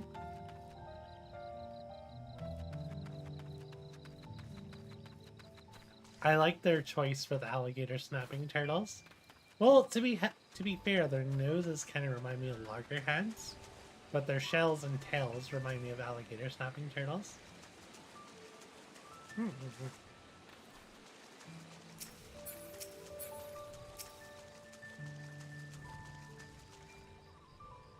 Seen enough? I'll call everyone together and we can share our discoveries.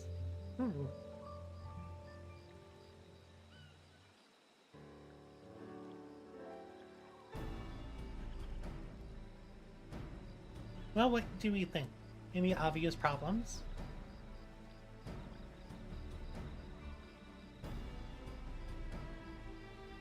I agree, the waters look to be a good quality, as does the mud in which the reeds have been planted. The frogs and insects are unusually torpid. This suggests the problem is affecting not only the reeds, but also the creatures which live among them. Could something invisible to the naked eye be polluting the water? We would need an alchemist to know for certain.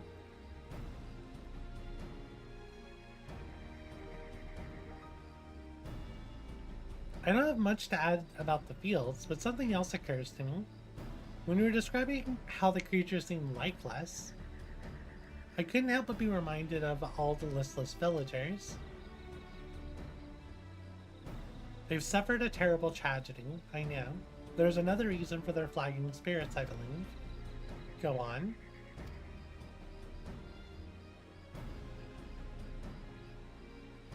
The festival. This is traditionally an occasion for celebration and renewal, so without it, the Hanu are struggling even more to recover. The last time I visited, the village was in the middle of the festivities. You'll never see the Hanu more joyful and alive. It's an indispensable part of their culture, and its absence will only compound their woes. So I say we help them put on their festival, give them a reason to cheer in these sad times. Who knows? Maybe fixing one problem could lead us to a solution for the other. I mean, stranger things have happened. I do like the idea of helping them lift their spirits, though. Right? I love luck. I fail to see the relationship between festivals and fields. Let's not be too hasty in dismissing the idea. Things that seem unrelated can later prove to be connected in unsurprising ways. True, and bereft of ideas as we are, any proposal is worth entertaining. I suppose. Besides, this is Wuklemont's journey. It's only right that we follow her lead. Thanks, everyone. By the way, does anyone know where the festival float is? It's like a boat woven from reeds that looks like a bird.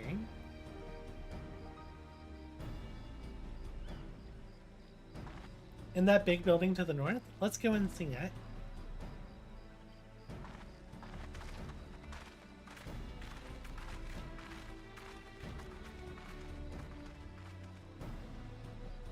There's much less debate when I'm traveling alone.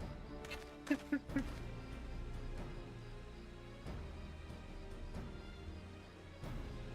mean, Kona's probably finding the real issue.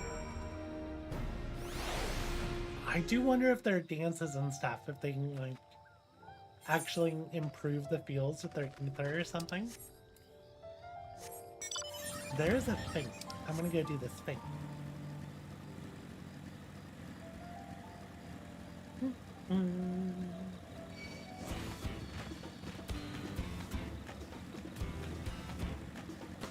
Is it a collection thing? Yes.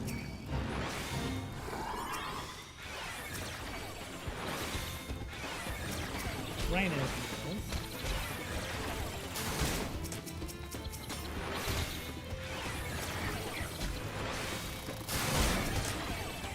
Okay, these guys kind of hurt. Oh, these guys hurt a lot? I made a mistake.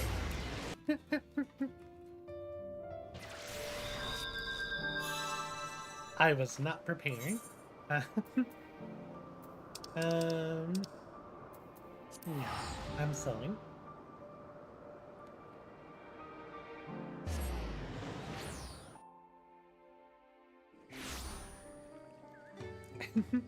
Those fates hit harder than I expected. Let's summon our Chocobo.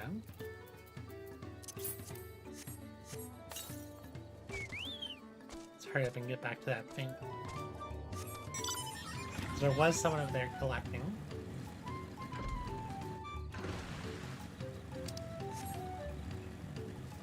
The music here is good. Can't believe I just got destroyed by a thing. I really should have... Oh, there's striking enemies here too.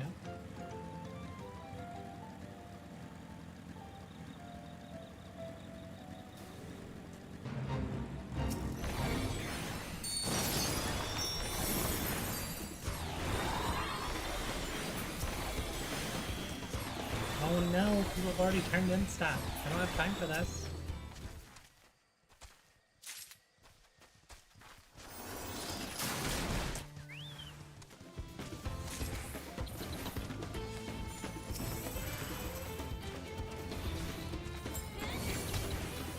You jerk.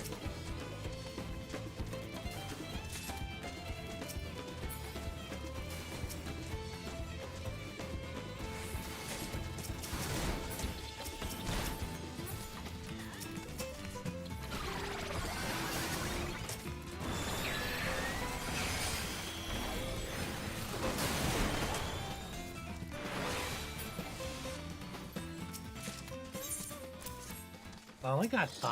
I don't think that's gonna give me much progression. I don't think I can get another one before.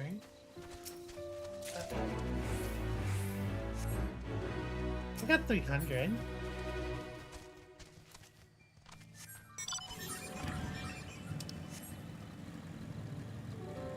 Oh wait, the bike tilts when you when you're driving on it? That's good. I didn't realize that the new tilting affected riding on land.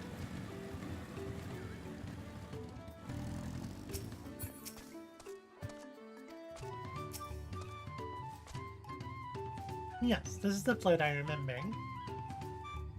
It does not appear... Does it not appear somewhat damaged to you? Just take a closer look. Like, it looks like it's missing an eye for sure.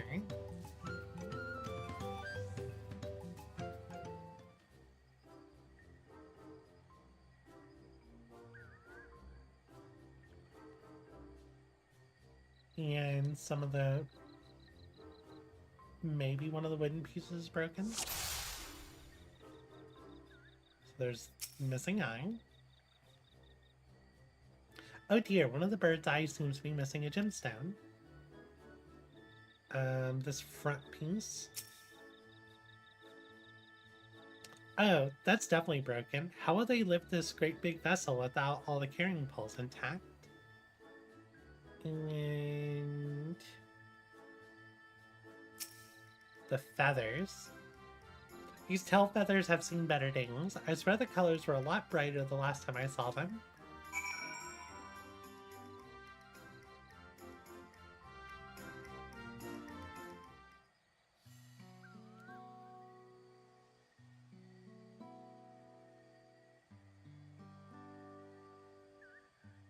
Well, I think we can all agree this bird float is in dire need of repairs. Now, how do we go about fixing it? What's going on here? We're admiring your festival float. 'Tis a shame it's in such poor state. Due to the recent storm, I gather? Yes, we had to leave it exposed while we ushered our people to safety. With the float in this condition, there could be no lifting of wings, no ihihana.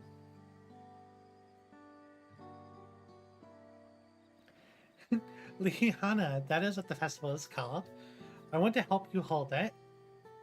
Have you not seen our village? Homes are ruined. We're struggling to make repairs, and you want us to hold a harvest festival? I know how it sounds, but giving into misery never improved anyone's situation. A celebration of life and growth may help give you the strength to work through this tragedy. The role of a festival leader is mine this year, and there's nothing I'd like more than to lift everyone's spirits. But we do not even have enough materials to repair the float. We need a boxa for the missing eye, uyopa wood for the poles, and feathers from the winds chosen to adorn the tail. 2 of these I know. Ffxiv is a type of precious stone used in arcane equipment, and uyuipa wood is essential for crafting ceremonial instruments. These chosen feathers, however, the winds chosen is the victor of a competition in which the contestants see who can blow a feather the furthest using wind magics, and that is something of a problem right now. We Hanu are gifted at employing such airy sorceries, but expend a great deal of mana when doing so. We are soon exhausted by the effort, and having no reinstatement will only make it harder. I think I understand. Your vibrant needs grow quickly and vigorously, so much that they stifle the development of nearby plants. There must be a potent source of energies you naturally lack. They are indeed. Owing to the poor harvest this year, we've been left innervated, and if we cannot gather the correct materials as dictated by custom, we cannot repair the festival float. Oddly enough, we may have just stumbled upon our solution. The winds chosen would by necessity have a natural gift for manipulating magical energies, which means that any feathers taken from the victor should be high in ethereal conductivity. The float's construction also requires a stone used in arcane equipment, as well as timber favored for ceremonial tools. The demand for such specific materials must have been an underlying reason. The float might also function as an arcane device. Outrage of the Float is actually a secret weapon for smiting the Hanu's foes.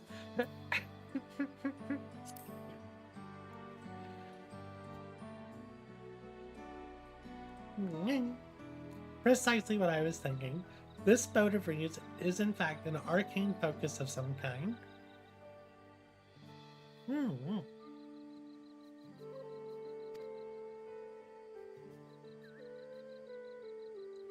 A focus for what?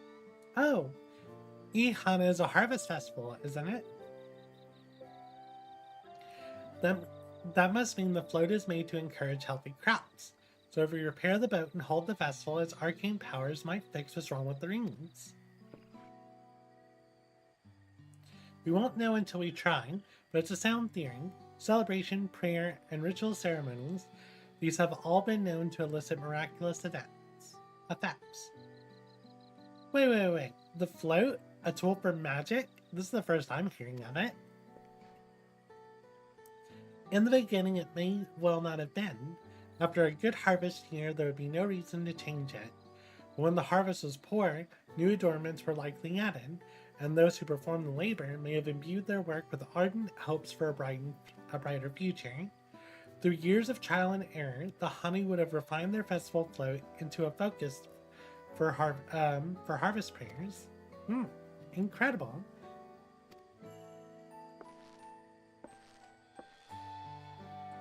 I know you're practically fainting from hunger, but reviving Ihana really does sound like the solution to all your woes, and I promise we'll do everything in our power to help you. I'm still not convinced about this focus business, but I accept your aid nonetheless. I will introduce you to the shipwright, who's been maintaining the float for the last few years. He's replaced both eyes and poles before, so he should know where and how to procure what we need. And allow Alizé and I to acquire the feathers. We will encourage the people of Okanu to gather and vie for the title Winds Chosen by sharing with them our own reserves of mana. I'll go with you. I carry some alchemical brews that may afford the same effect.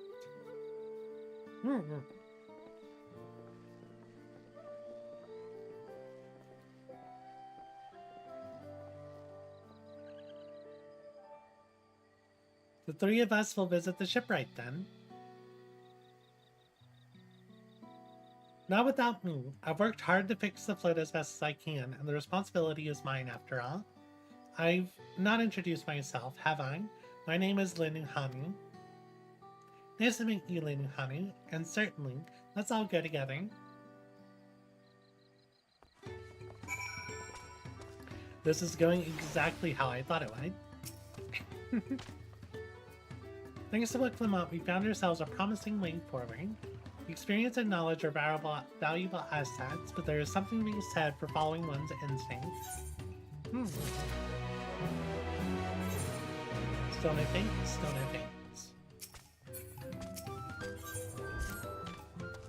The shipwright's name is Wakavu. He's a... okay. Is that a common last name then? For the Chabraxel? Chabrol. Why was I adding an X to that? To the end. He's a Chabrol who only moved to Kozumawaka a few years ago, but he has since mastered our customs to an almost frightening degree. He's especially strict when it comes to manners, so make sure to offer him a proper Hanu greeting. We wouldn't want to offend him right before asking a favor. A proper Hanu greeting. Oh, that one. Don't worry, I remember how it goes. Then we shouldn't have any problems. Let's head back to Ukbekbing to the east of here.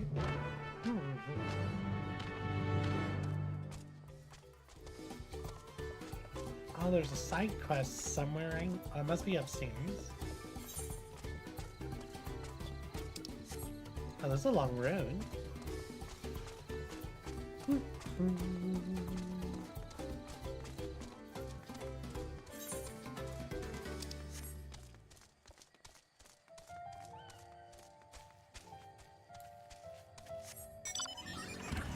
From Vim, I haven't seen any monster yet.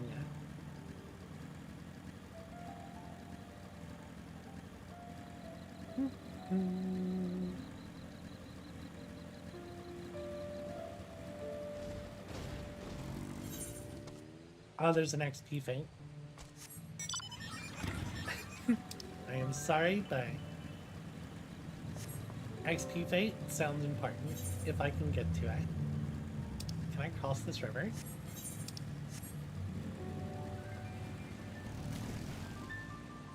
I have to swim, but I can cross it.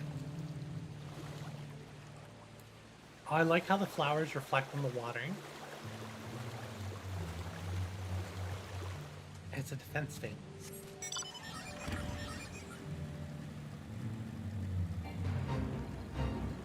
Oh, there's so many.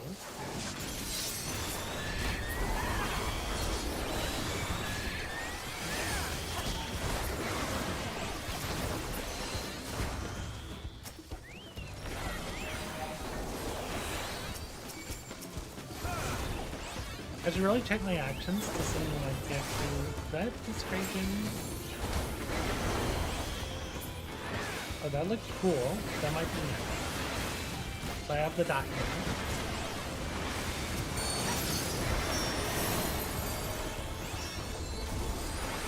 Oh, maiden.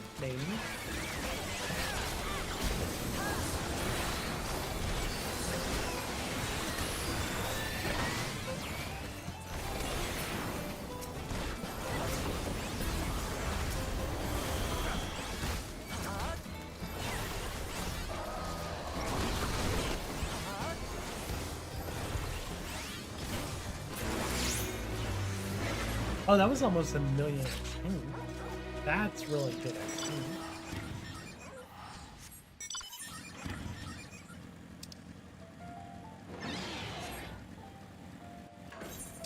Unfortunately, I have to swim back across the river.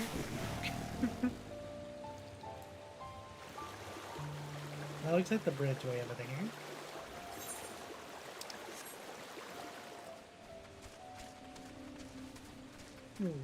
And that was 36 gemstones. That's like a third of what I spent. I might need to buy more of those. Yeah, I'm probably gonna need to buy more of the whatchamacallit? Random materials they have.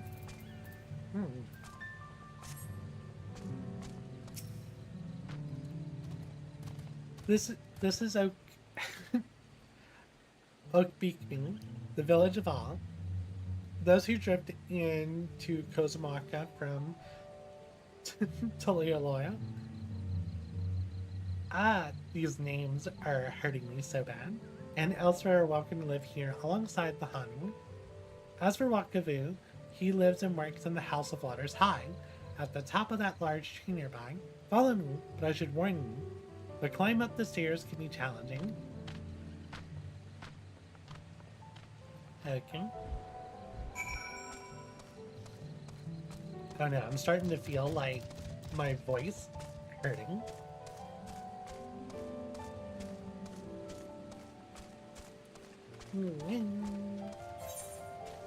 No, I didn't notice whatchamacallit, an alpaca person. And there's one here. But you're not a you're not a porter. There should be a porter near the aetherite though. Oh, I love this zone. So pretty.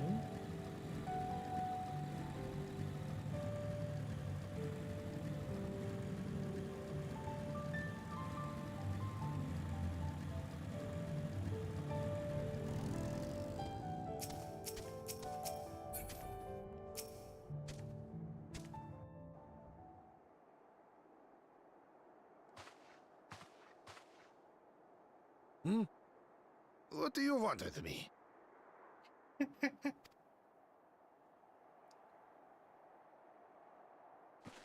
Right. The greeting.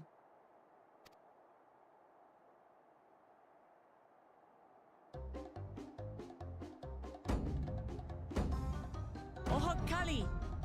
Oh, Colin.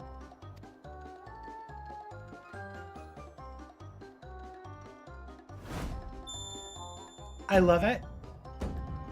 Oh, Kali!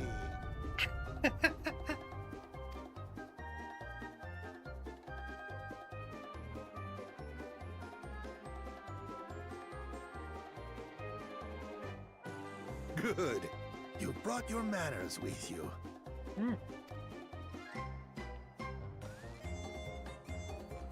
When in Ukanu, do as the Hanu do. For a country as diverse as ours, the preservation of harmony demands that we respect the cultures of all peoples who call it home.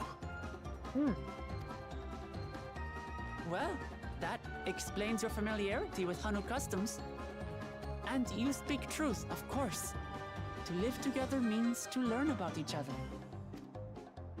Ah, I appreciate an open mind. In fact, I get the sense we've met before. Oh.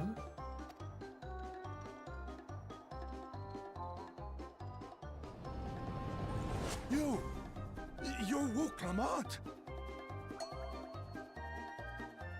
Oh, what an unexpected honor for old Wukevu.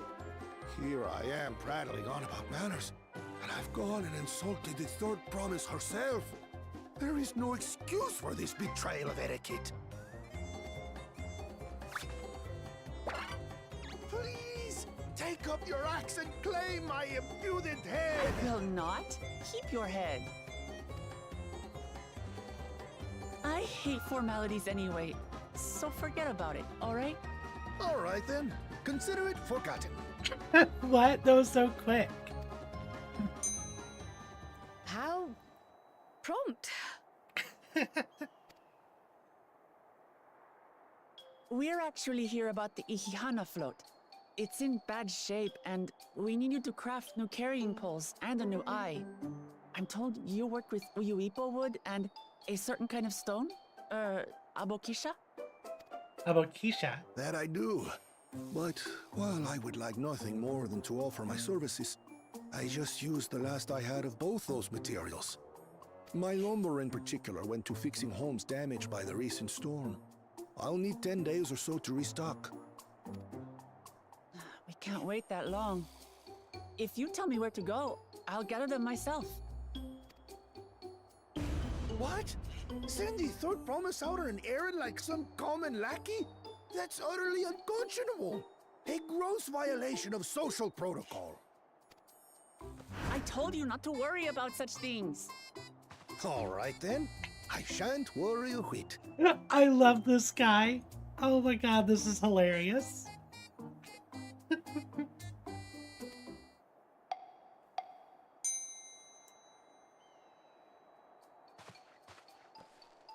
What's with your Hanu friend there?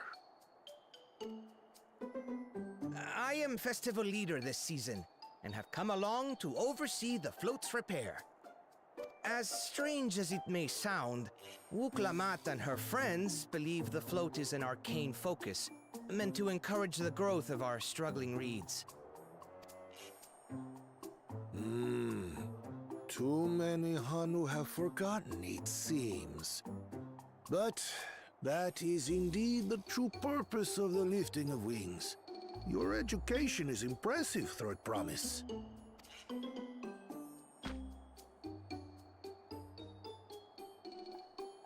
Well, maybe a little. Maybe a little. Allow me to show you where to procure Uyuipo. We can leave the Abokisha to your friends, I presume? Take yourself to Cave Kikitola or thereabouts, and you should find the stones you need.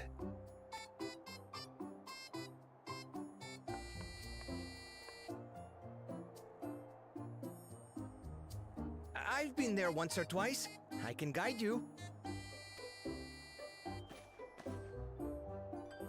That should save us some time. All right then. Let's get moving.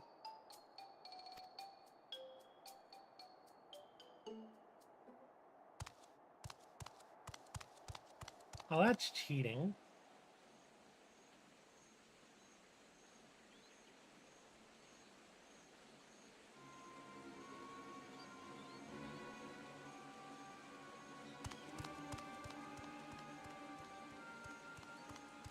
Chosen one of your rivals is making progress.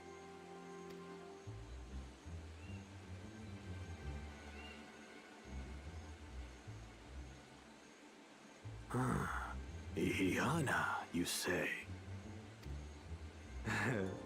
Should our first choice fail to deliver, it might be wise to let this play out.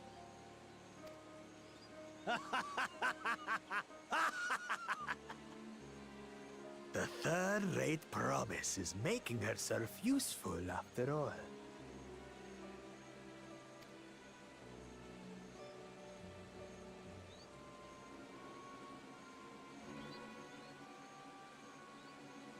I had a feeling that this is how all of the thinking feats would be taken care of by the warriors. Just them paying attention to what we're doing. Cave Key to Tola is southwest of Akanu. We can return to the village first, then head there on foot. Oh, any fates nearby? Nope. Oh, there's fates over there.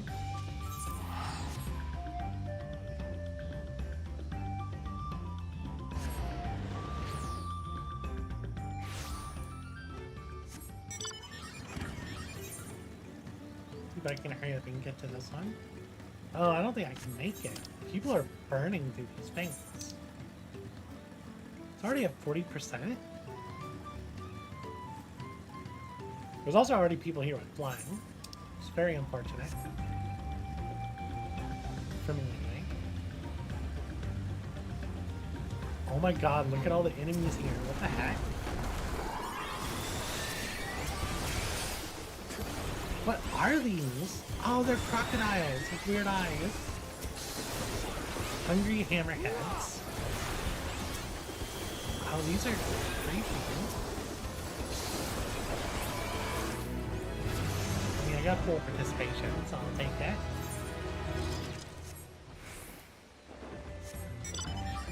Okay, we can switch back to Viper.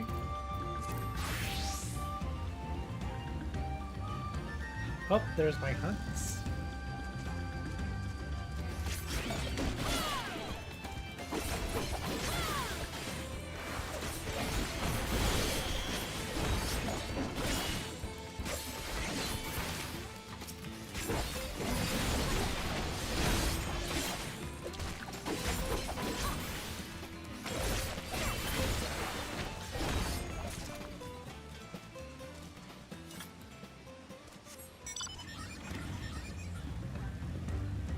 Why didn't I go straight into my combat?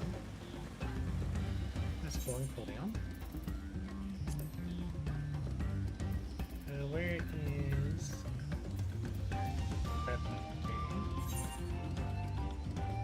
Yeah, why didn't that go wrong? Very interesting. You have my charges, right? Yeah, I got 2 charges.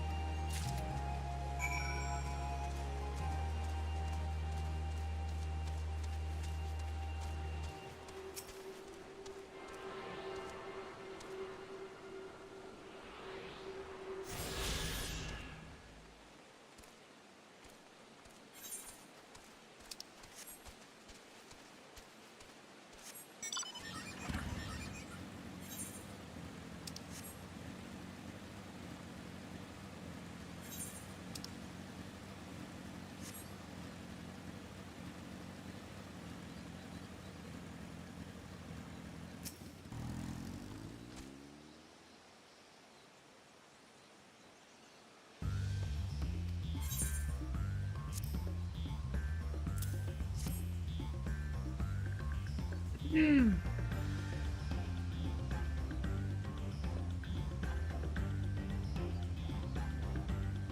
this is a box shop. Along with Kral's contribution, we have more than enough for our needs. The stones you brought shine very brightly. Thank you, Beth.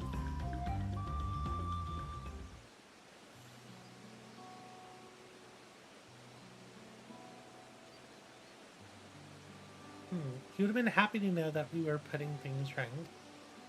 Truth be told, a good friend of mine was meant to be the festival leader for this year's Yihihane. But when that big storm hit, he did not survive. It fell to me to carry on in his stead. That is why you agreed to walk the moon's request, despite your initial reluctance. Yes, it hurt to hear, but she was right. Though I must mourn, I cannot let my grief consume me. Her words made me realize that the path to my recovery, our recovery, is already laid out before me, and I will walk it, for myself and for my friend.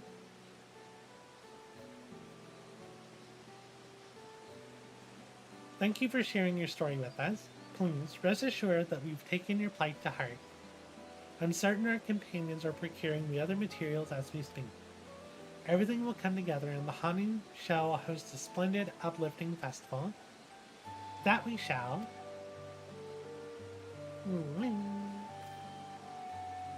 With that, let us return and deliver the Baksha into Wukavu's waiting hands.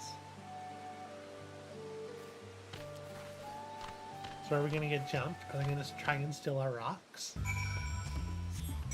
I hope that's the case. I want to beat up that. I want to beat up some people. I'm gonna go way over there.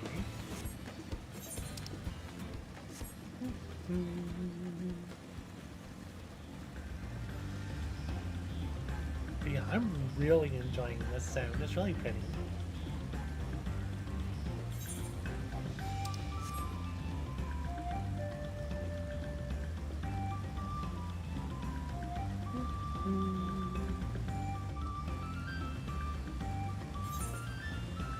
Oh, this is the wrong thing. Oh, this is the bridge. Okay. Oh, there's so many bridges. They're fishing with cane poles. I love it. Got a bunch of fish. All the fish. I'm going the wrong way.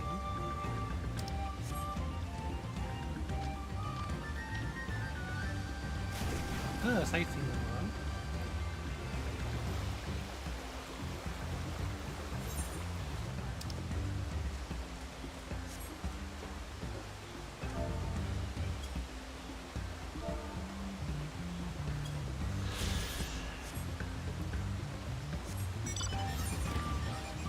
And there's a big thing.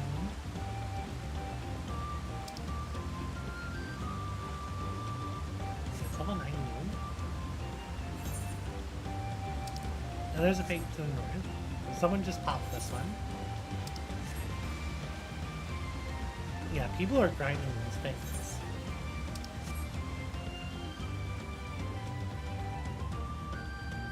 Big grind is my kind of thing.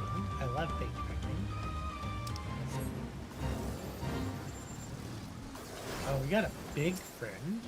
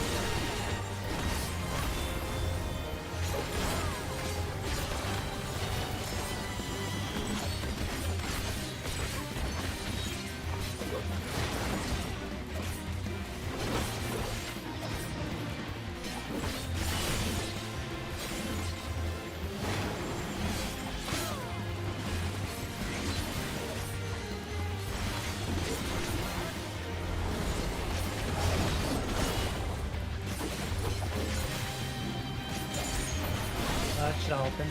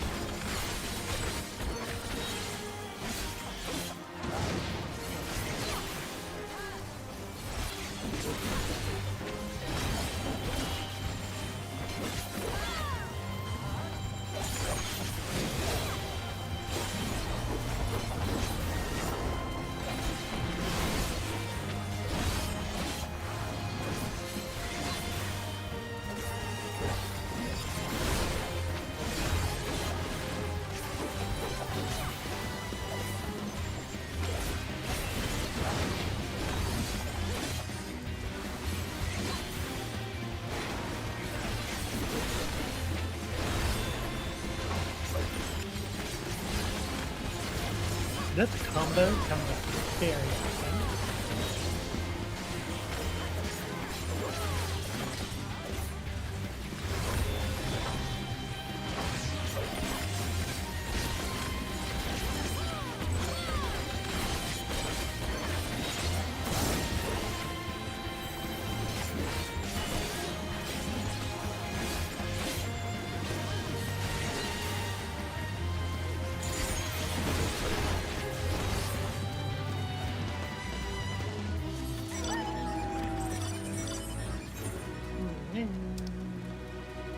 Yes, they already started this fight.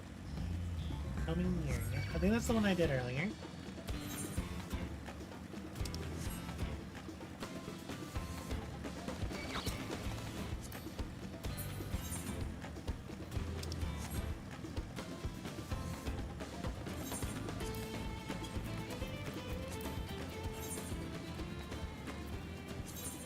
Okay, I need 3 more things here, and then I should be able to buy the riding map.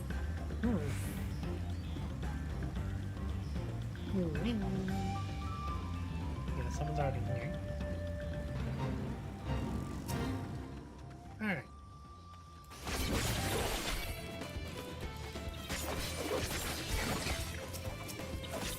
I feel like I'm getting a good bit of latency. Where's my chip drive? Chip drive? Alright.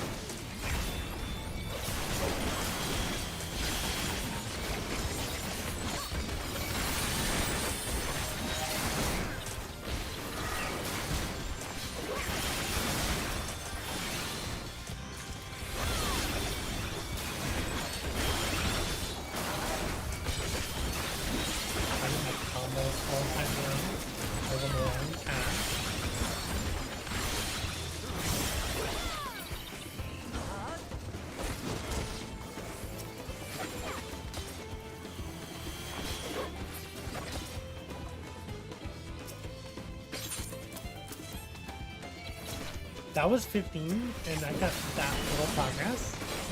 Uh-oh.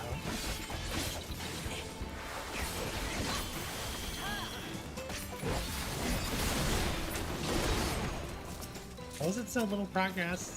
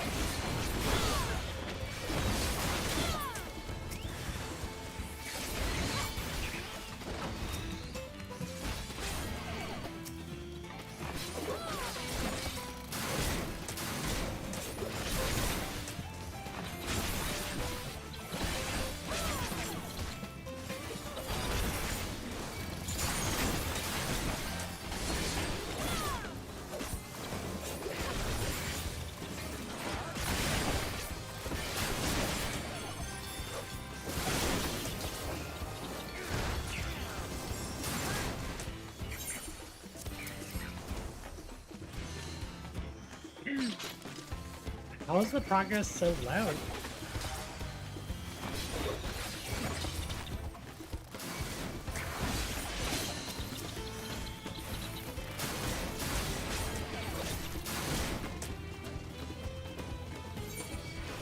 Nope, I took those down again.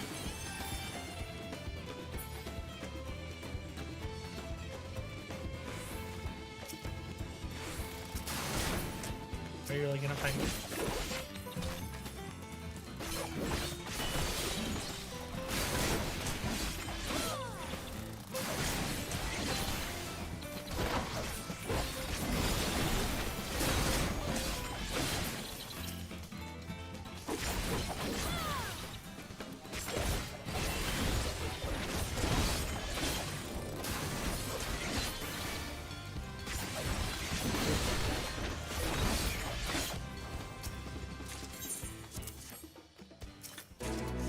There we go.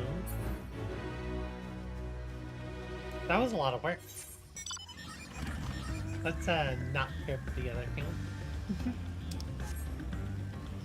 I want to though, but it's kind of far. Need 2 more. It's kind of far. I almost feel like it's close to break time again, but I kind of want to finish.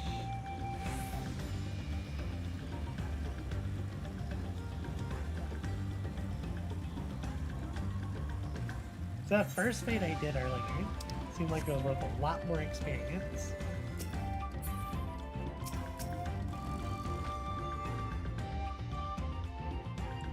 Thanks to the third promise and our mighty swings, we collected some suitable logs of Uipa. What about the Abaxia butchering? These words. Yes, these are excellent samples, a good quantity too. At this stage, you've likely surmised that the lifting of wings encourages the crops to grow, but not exactly how, eh?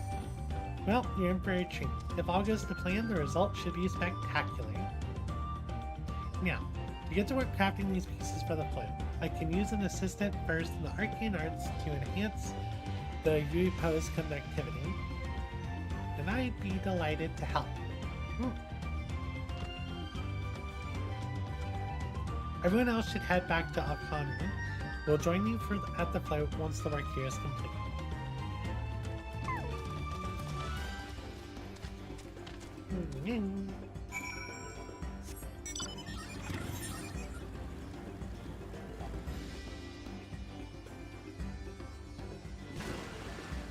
That was a very long thaw.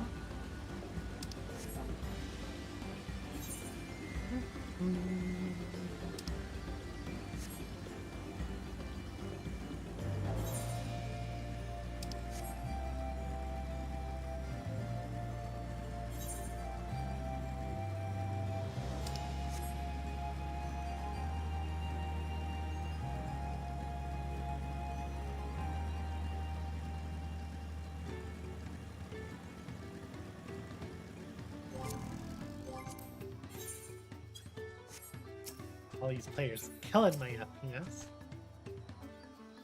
Gathering the Yuipo was a trial in and of itself. At first, Wookiee criticized everything I did, then he suddenly yelled, "I've spoken ill of their promise and must punish myself," and proceeded to slam his head into a tree. I told him not to worry about it, again, and it was like snuffing out a candle. He's an odd one, that's for sure. I think he's hilarious. At least we've seen to the poles on the new line. Now we just have to wait for the feathers from the twins.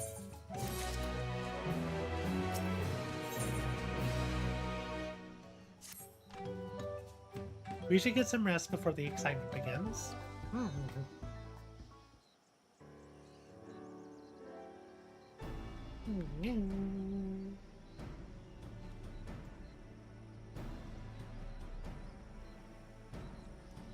Over there by the float, isn't that the third promise? The rumors are true. She's trying to compete for the Peter Brilliance by reviving Ihana. The festival is a prayer for healthy crops. Does she honestly believe there'll be enough to save her harvest? The second promise, meanwhile, barely glanced at the fields before leaving Akamu altogether. Maybe we asked too much of our young playmates.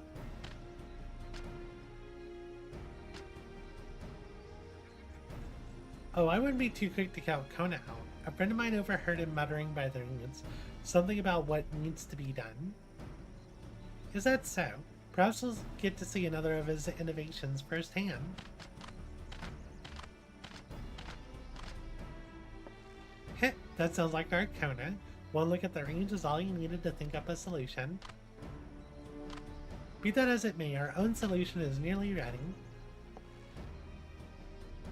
Indeed, as soon as the others get back, our long-awaited festival can begin.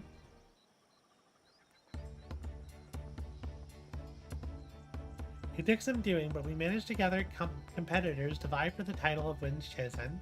The winner was only too happy to donate his feathers. You should have seen it. He called forth an incredible gust that sent his feathers sailing for miles. We had to turn ourselves, but it was more difficult than it looks. Poor Ehrenval's twirled in the air for a moment before landing on his foot. I am a gleaner. Magic is not part of our training. As for us, we brought the wood and the gemstone replacements crafted by Wookiee, and all that's left is to attach them. Has been decided who will ride in the float.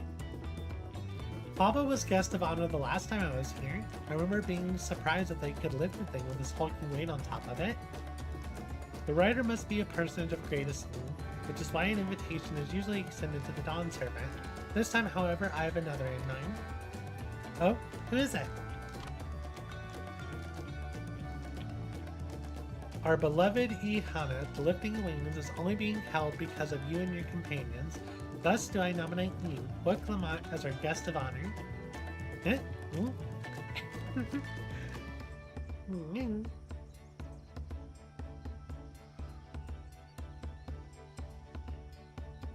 This boat won't make me seasick, will it? I don't think so. Then weigh anchor. I can hardly refuse a request from one even more enthusiastic about the festival than me. I'd be delighted to ride your float. Thank you, Acclaimed. I have roles for the rest of you as well. We'll be carrying the festival float in a slow procession towards Hazunakaling, where the sacred likeness of ffxiv is ensconced. What I'd like you to do is clear the path of dangerous wildlife so that the procession can move along unimpeded. An escort class. Consider it done. You expect me to sit still until Wookiee is finished with the float? Let me come along and help with the clearing. As you know, I'm not much for fighting. I'll stay behind and assist Wookiee with the repairs. If you aren't sure where you need to go, the path I spoke begins at the south of the village and branches off to the east. That will lead you across the bridges to the Stride of the Sun. Then we shall see to the clearing it end to end.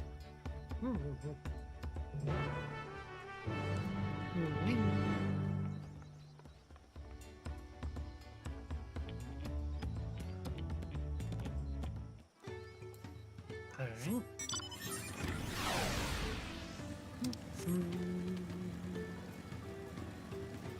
I just see Reapers, of course, doing their thing and teleporting everywhere. What? This kills the Crawclaw? Crawclaw? It's a crawfish fade. It's a crawfish fade. I can't get to it. As Lena Honey said, Cousin Nikali should be down this way, then off to the east when the path branches, then something about bridges and the Stride of the Sun. Anyway, let's split up and get to work. Once you've called all the threats you can find, we'll meet up in front of ffxiv. I do not know how to say that word. Okay. I want to do the crawfish face, but I'm not going to get to it in time.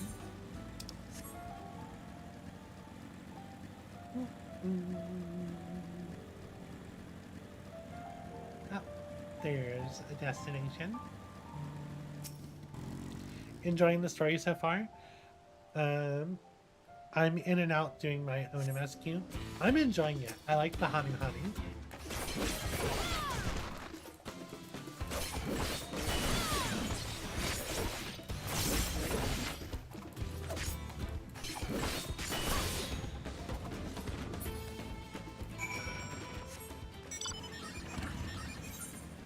I think I see what I believe is a giant crawfish fate. It just ended. Sadly, I knew I couldn't get there. The honey were cool. They are. Dang, Cryo, you took out that turtle.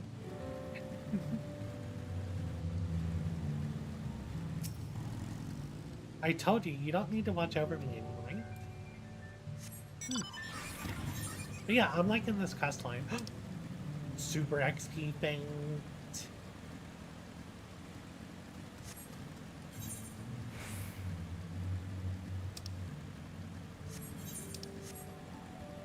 Must do big things.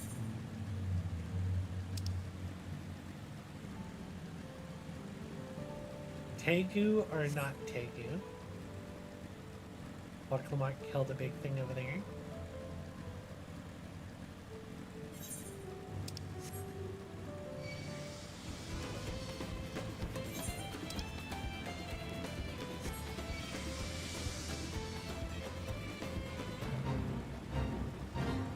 Okay.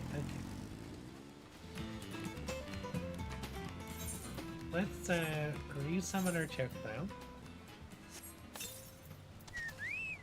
Healer stance. Let's do this.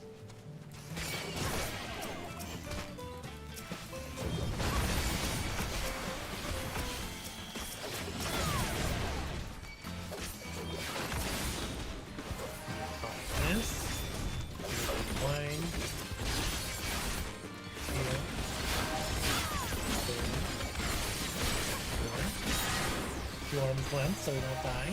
Chocobo, please. Chocobo. Please.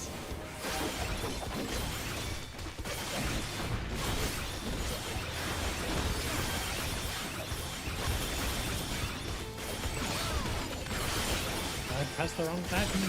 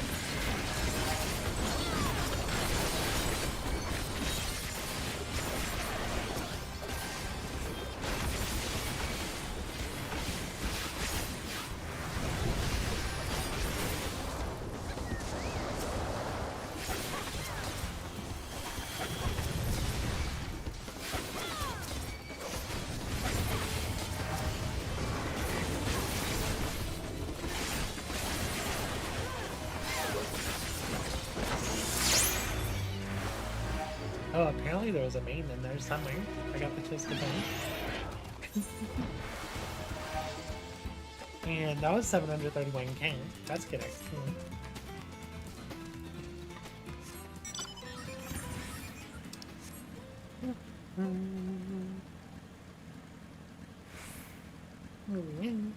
I don't know if I'm going to be able to power through and do both branching paths, Ellie. Drink water, nyall.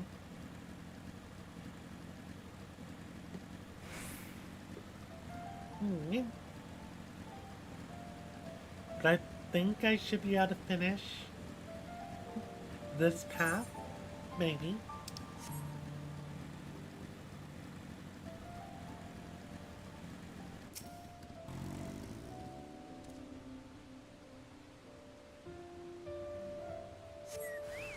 I'm expecting the two-headed brothers gonna interfere before we get to take care of that.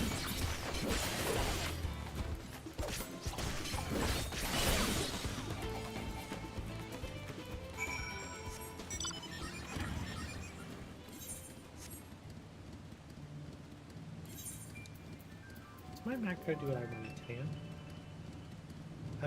Hunter's Coil. It does not. So skin coil.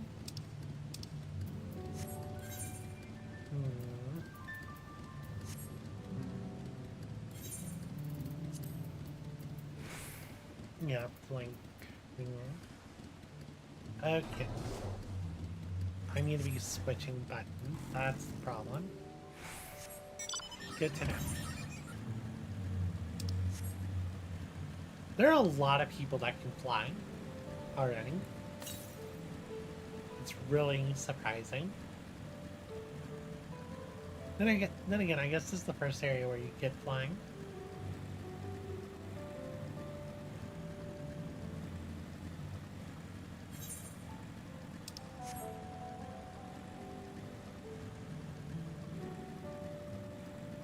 Alphinaud fought some big frogs. That's cool. Haven't seen frogs yet.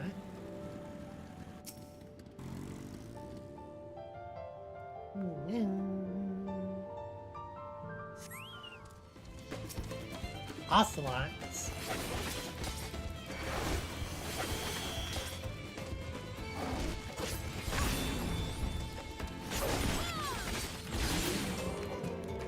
Wow, they both died before I could do anything.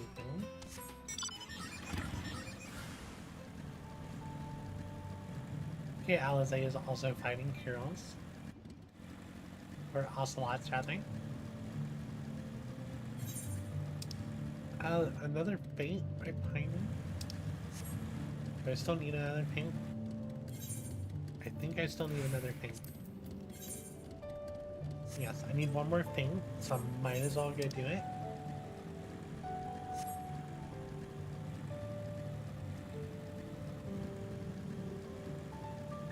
Then I can buy the Rhine map, at least. When it's a single enemy. Exactly what I wanted.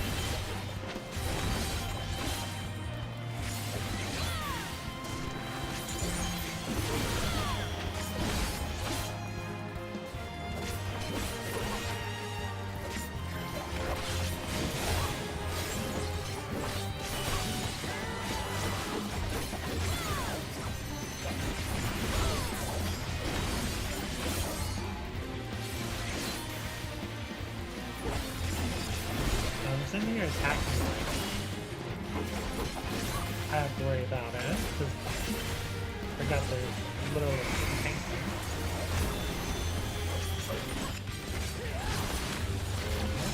These moves here. Probably looking tonight.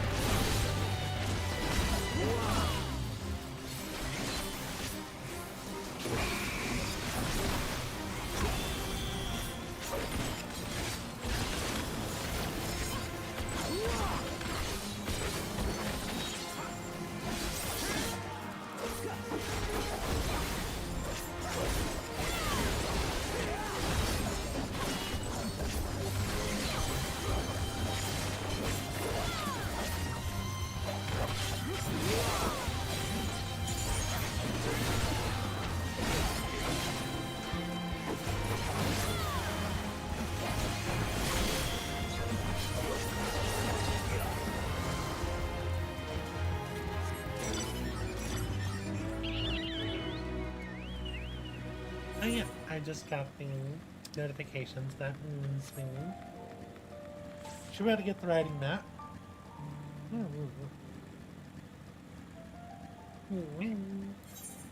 My capped again. I'm already capped again.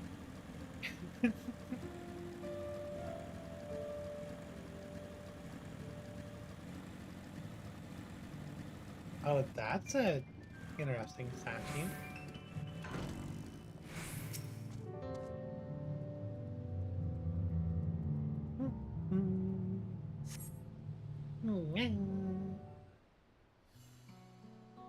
Drink water, nyall.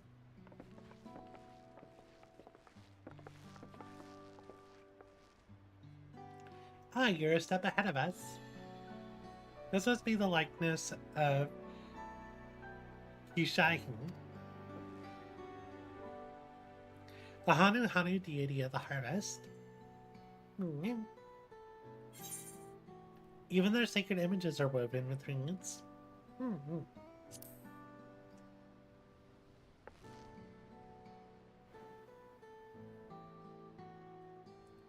Makes you appreciate how much their culture revolves around the reed harvest, doesn't it? It's said that Hyaxing was worshipped on another continent. This ancient faith was then brought to Terai by the first Hanu. Ah, so that's why they were bringing it up about him. Because we read, like, there was another option about Hander. The Hanu migrated here from another continent. They may have the two do share a common ancestor. This is all very fascinating, but should we be getting back to Linu Hanu?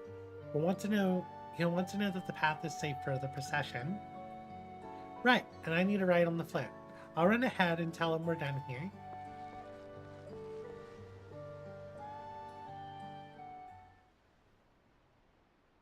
Is this where they're gonna step in and try and stop us? Meanwhile, in upcoming.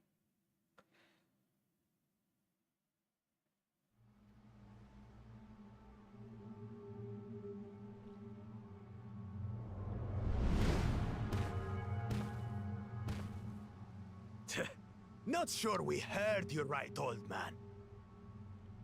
Why don't you say that again? As many times as you'd like. The third promise tasked me with repairing this float, and I'll not relinquish it to an uncultured brute like you. Much less one that can't even manage a simple greeting. Dang. We wanted to handle this in a civilized way, but we're more than willing to kill you.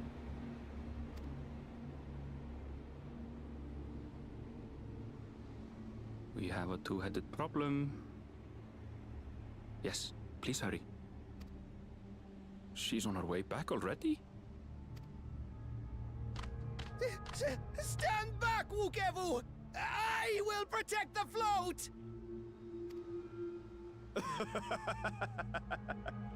Are you trying to be brave, little bird? I could never have repaired the float alone. Not properly. But thanks to Wuklamat and her friends, we can hold Ihihana again! This is a priceless treasure! And as festival leader, I would die to protect it! Very well. If that's what you want. Oh, don't you dare.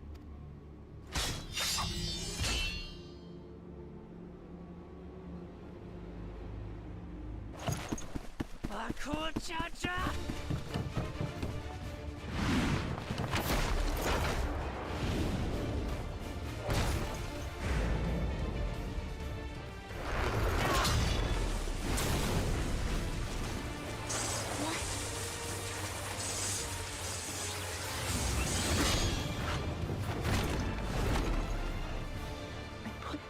Into that blow.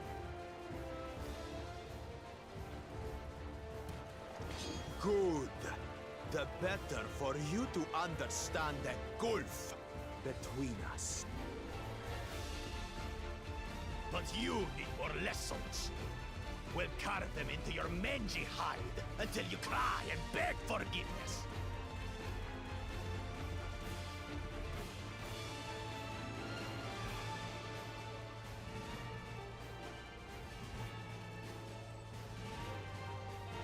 Your brilliant plan was to steal the float and take the credit.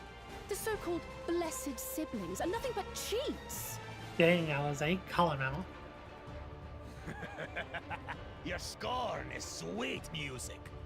Come, weaklings. We'll crush you each in turn. Or all together, if you like.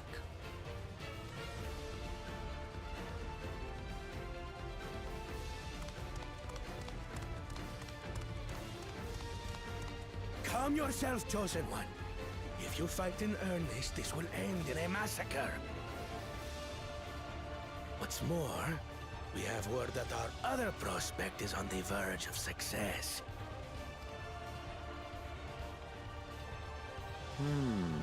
Then it would be foolish to expand the effort, sweating nuts.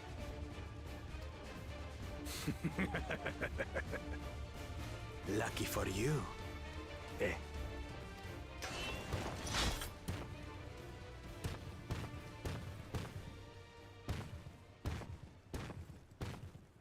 I really like zooming in on his cottons. Ugh, two heads. I see Mamuk still clings to that loathsome hope.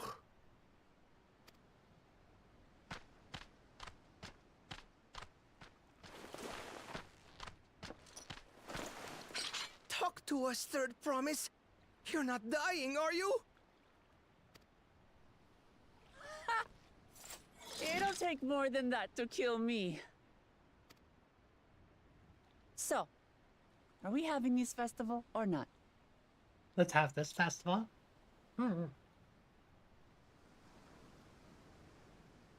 Yes! Yes, we are!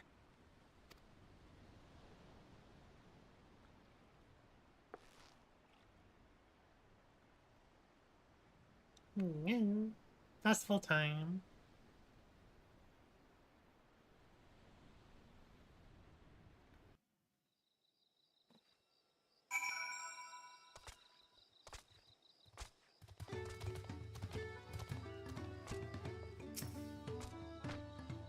Thank you for coming to our rescue.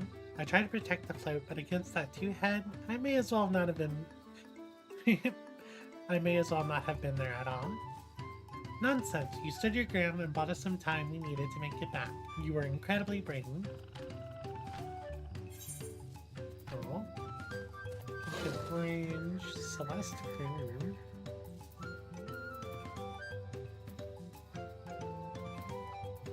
I do like some Ochu green.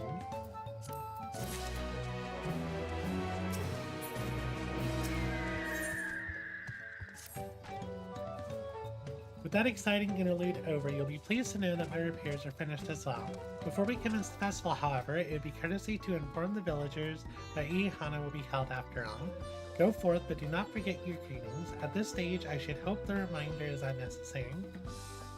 Oh, Colin, see? I remember.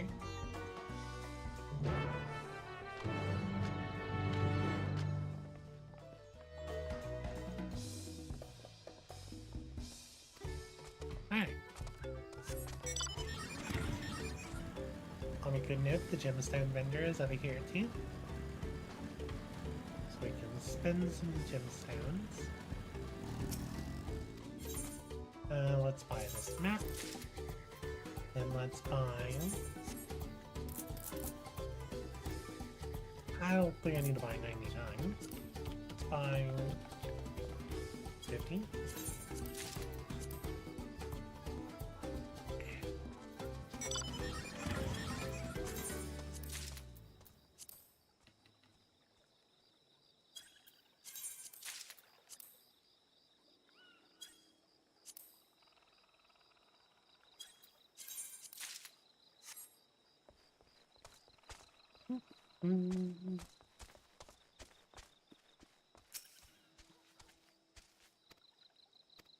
Okay, so let's see what we got here.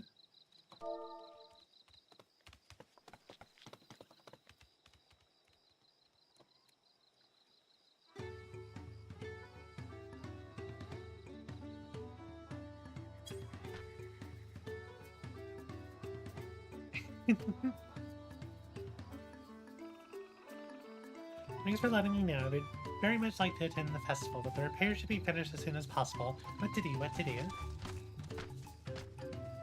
Festival's important.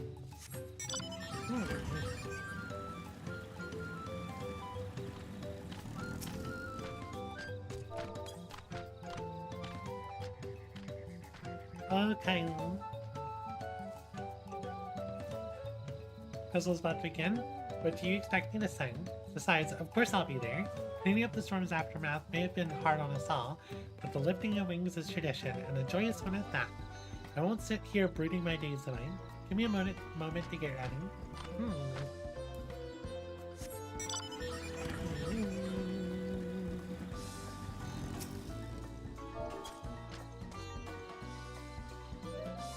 Okay.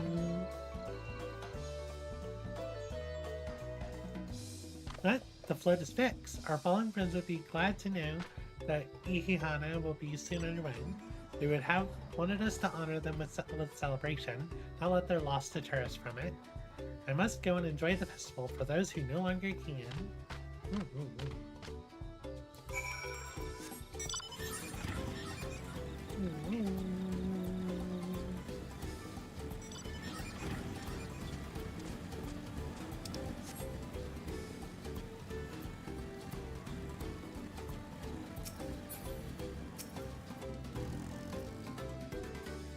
The Hani were pleased to hear their festival was going ahead, I imagine.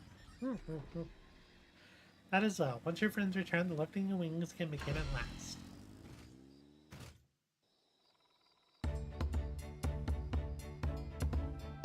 Oh, we even have special music for this?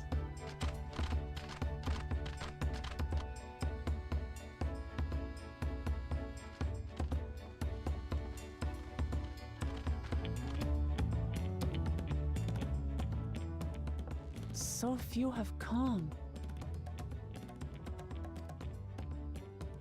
Patience. Once Ihihana gets underway, no Hanu will be able to resist joining in. Just so. Ukewu knows well the heart of the Hanu. Have faith, Third Promise, and climb aboard the float. It is time for the lifting of wings. Right. Off we go.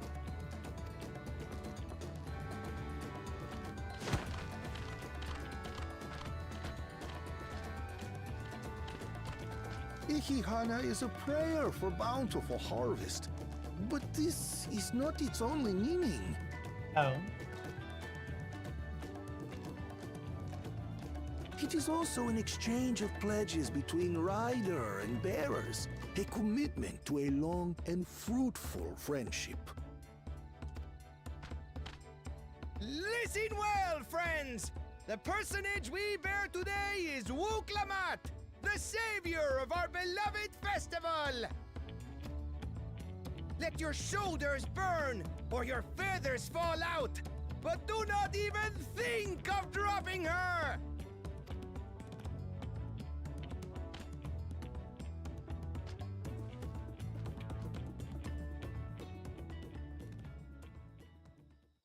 Ready and...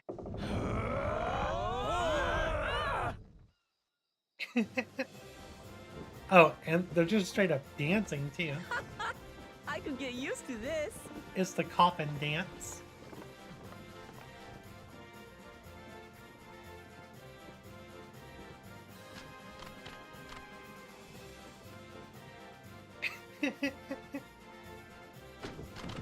Will empty bellies stop you from joining in the fun? Come and help us carry the float!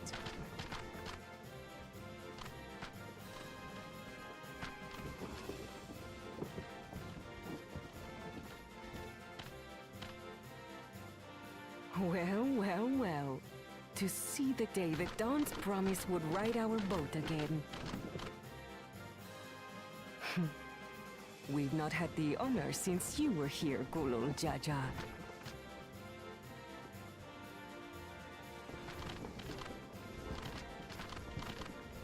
Right, we've enough bearers now. Onwards to Kozanuaki! Kozanuaki?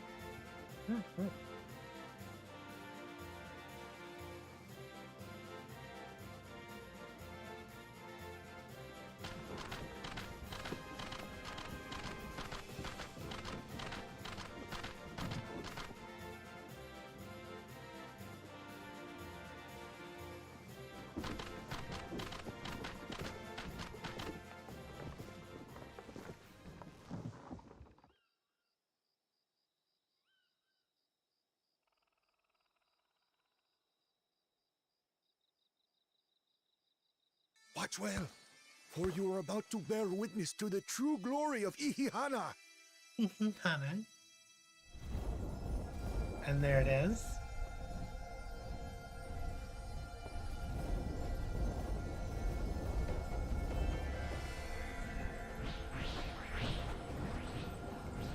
It's kind of primalish, isn't Draws it? upon our life force, concentrating and amplifying the energy.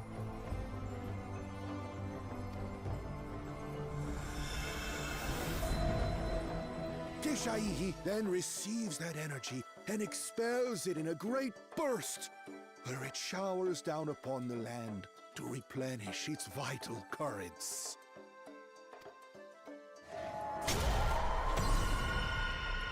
No one talked about this and thought this festival was important.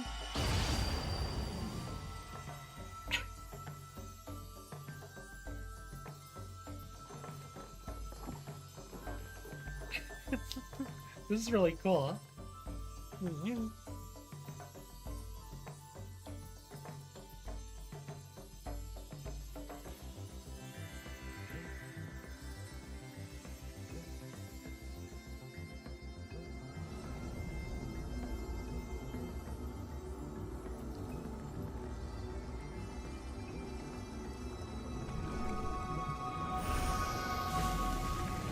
Oh, just instantly.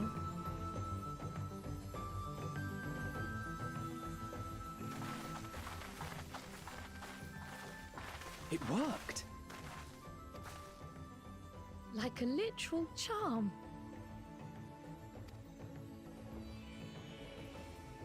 The float really was helping the reeds.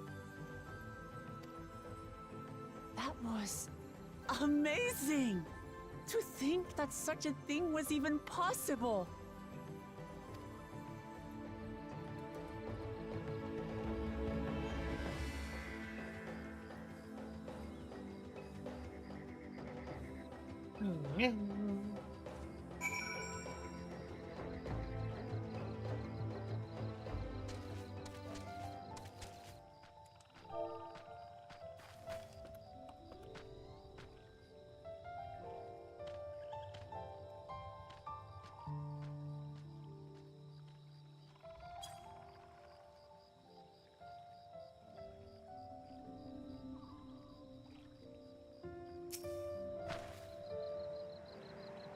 Should I have left the float behind like that? I was so excited to see the rings. Nothing to worry yourself over. My brethren have been swept up by the festival fever. Last I saw, we were taking turns at carrying the poles on the way back to the village. Please feel free to look over the fields and enjoy the sight of what you've accomplished.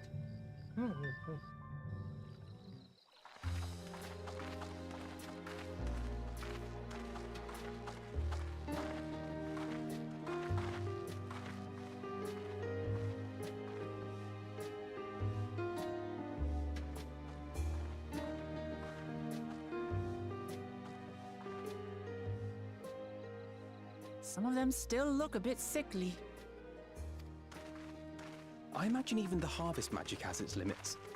If the Hanu continue their festival tradition year after year, though, the entire field should eventually recover. Where does that leave us with the feet, then? You've got nothing to fear on that account. Our situation could never have resolved itself. The revival of even a single reed would have served to demonstrate your commitment to the task. That you recognize the nature of the float and found a near-perfect solution in Ihihana proves your dedication. What's more, I don't think I've seen the festival produce such impressive results since I was a mere chirper. Chirper? We have been lax in maintaining the float, diluting its magic and reducing Ihihana to hollow theater.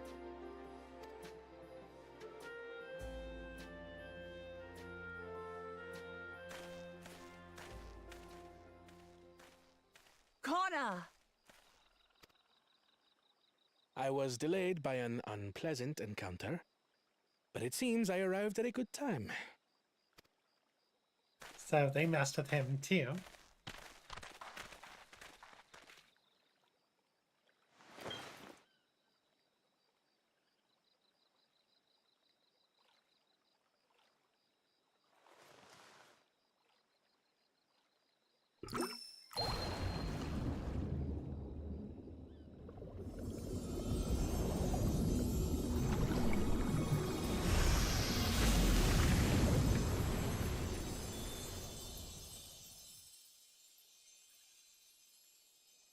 Oh, isn't that wonderful?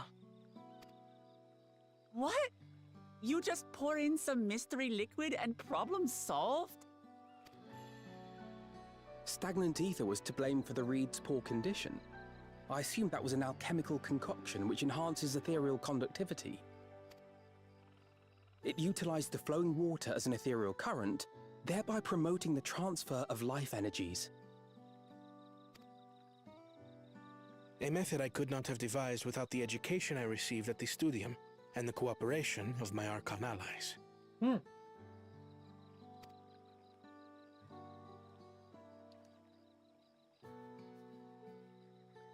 Archon allies? Oh.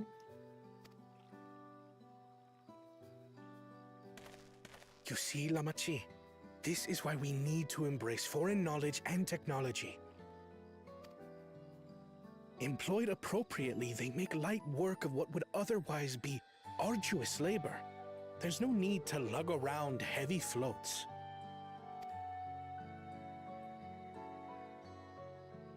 Well, you always were the clever one, brother. Your approach was no less effective, Wooklamat. It achieved the same result. Indeed it did. And you enjoyed the festival, yes? I did. It was so much fun.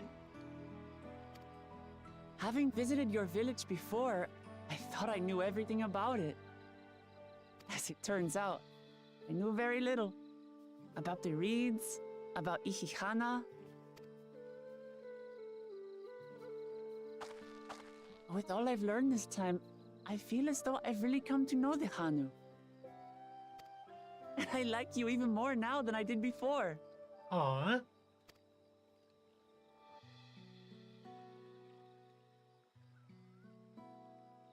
The feeling is mutual. And it's not just you who had a lot to learn either. I'll never look at our float the same way again.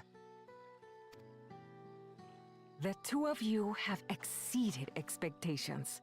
Come forth and claim your stones.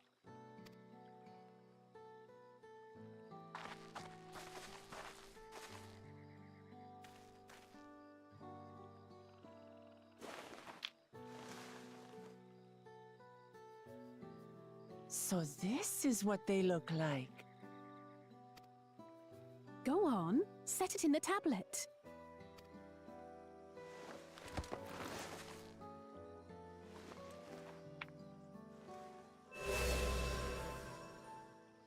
A perfect fit. That leaves 6 more. And on to the next.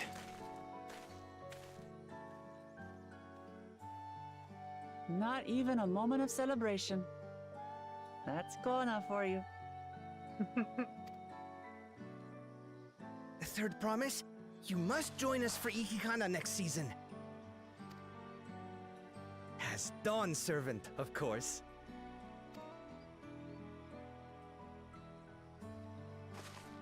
Right. It's back to Tulihiola for now. Thank you for having us. I look forward to seeing you all again.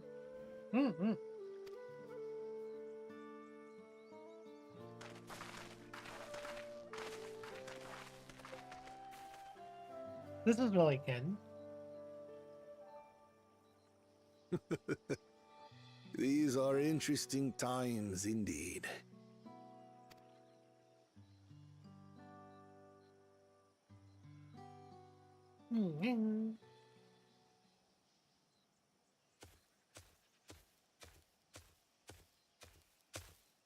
The concoction was brewed by Kona himself.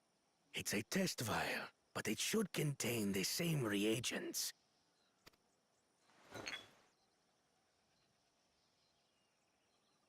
Good work. We'll use whatever we must to win. For win we must.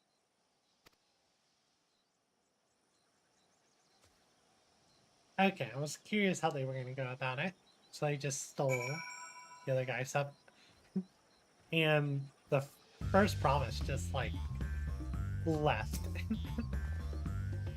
My journey has just started, and already I've met so many wonderful people.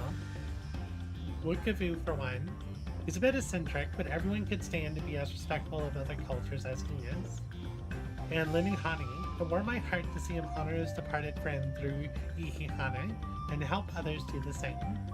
I can't help but feel excited to think who else I might meet over the course of the contest. Come on, let's head back to Shabal. Shabal GT. I cannot say that way. I need translation text underneath. Pronunciation text, please. Alright. And now we have side quest here. That being said, I think we've hit a good stopping point. I've been streaming for 9 hours. I think this is a good stopping point. So yeah, we'll go ahead and call it here. And we'll pick up tomorrow's stream, heading back to the city and going to meet the Pele Pele. So yeah, thank y'all for hanging out. As always, if you enjoyed the stream, please consider leaving a like. And if you want to be notified about future streams, please consider subscribing. I hope y'all have a wonderful day, and I'll see y'all later. Bye bye y'all.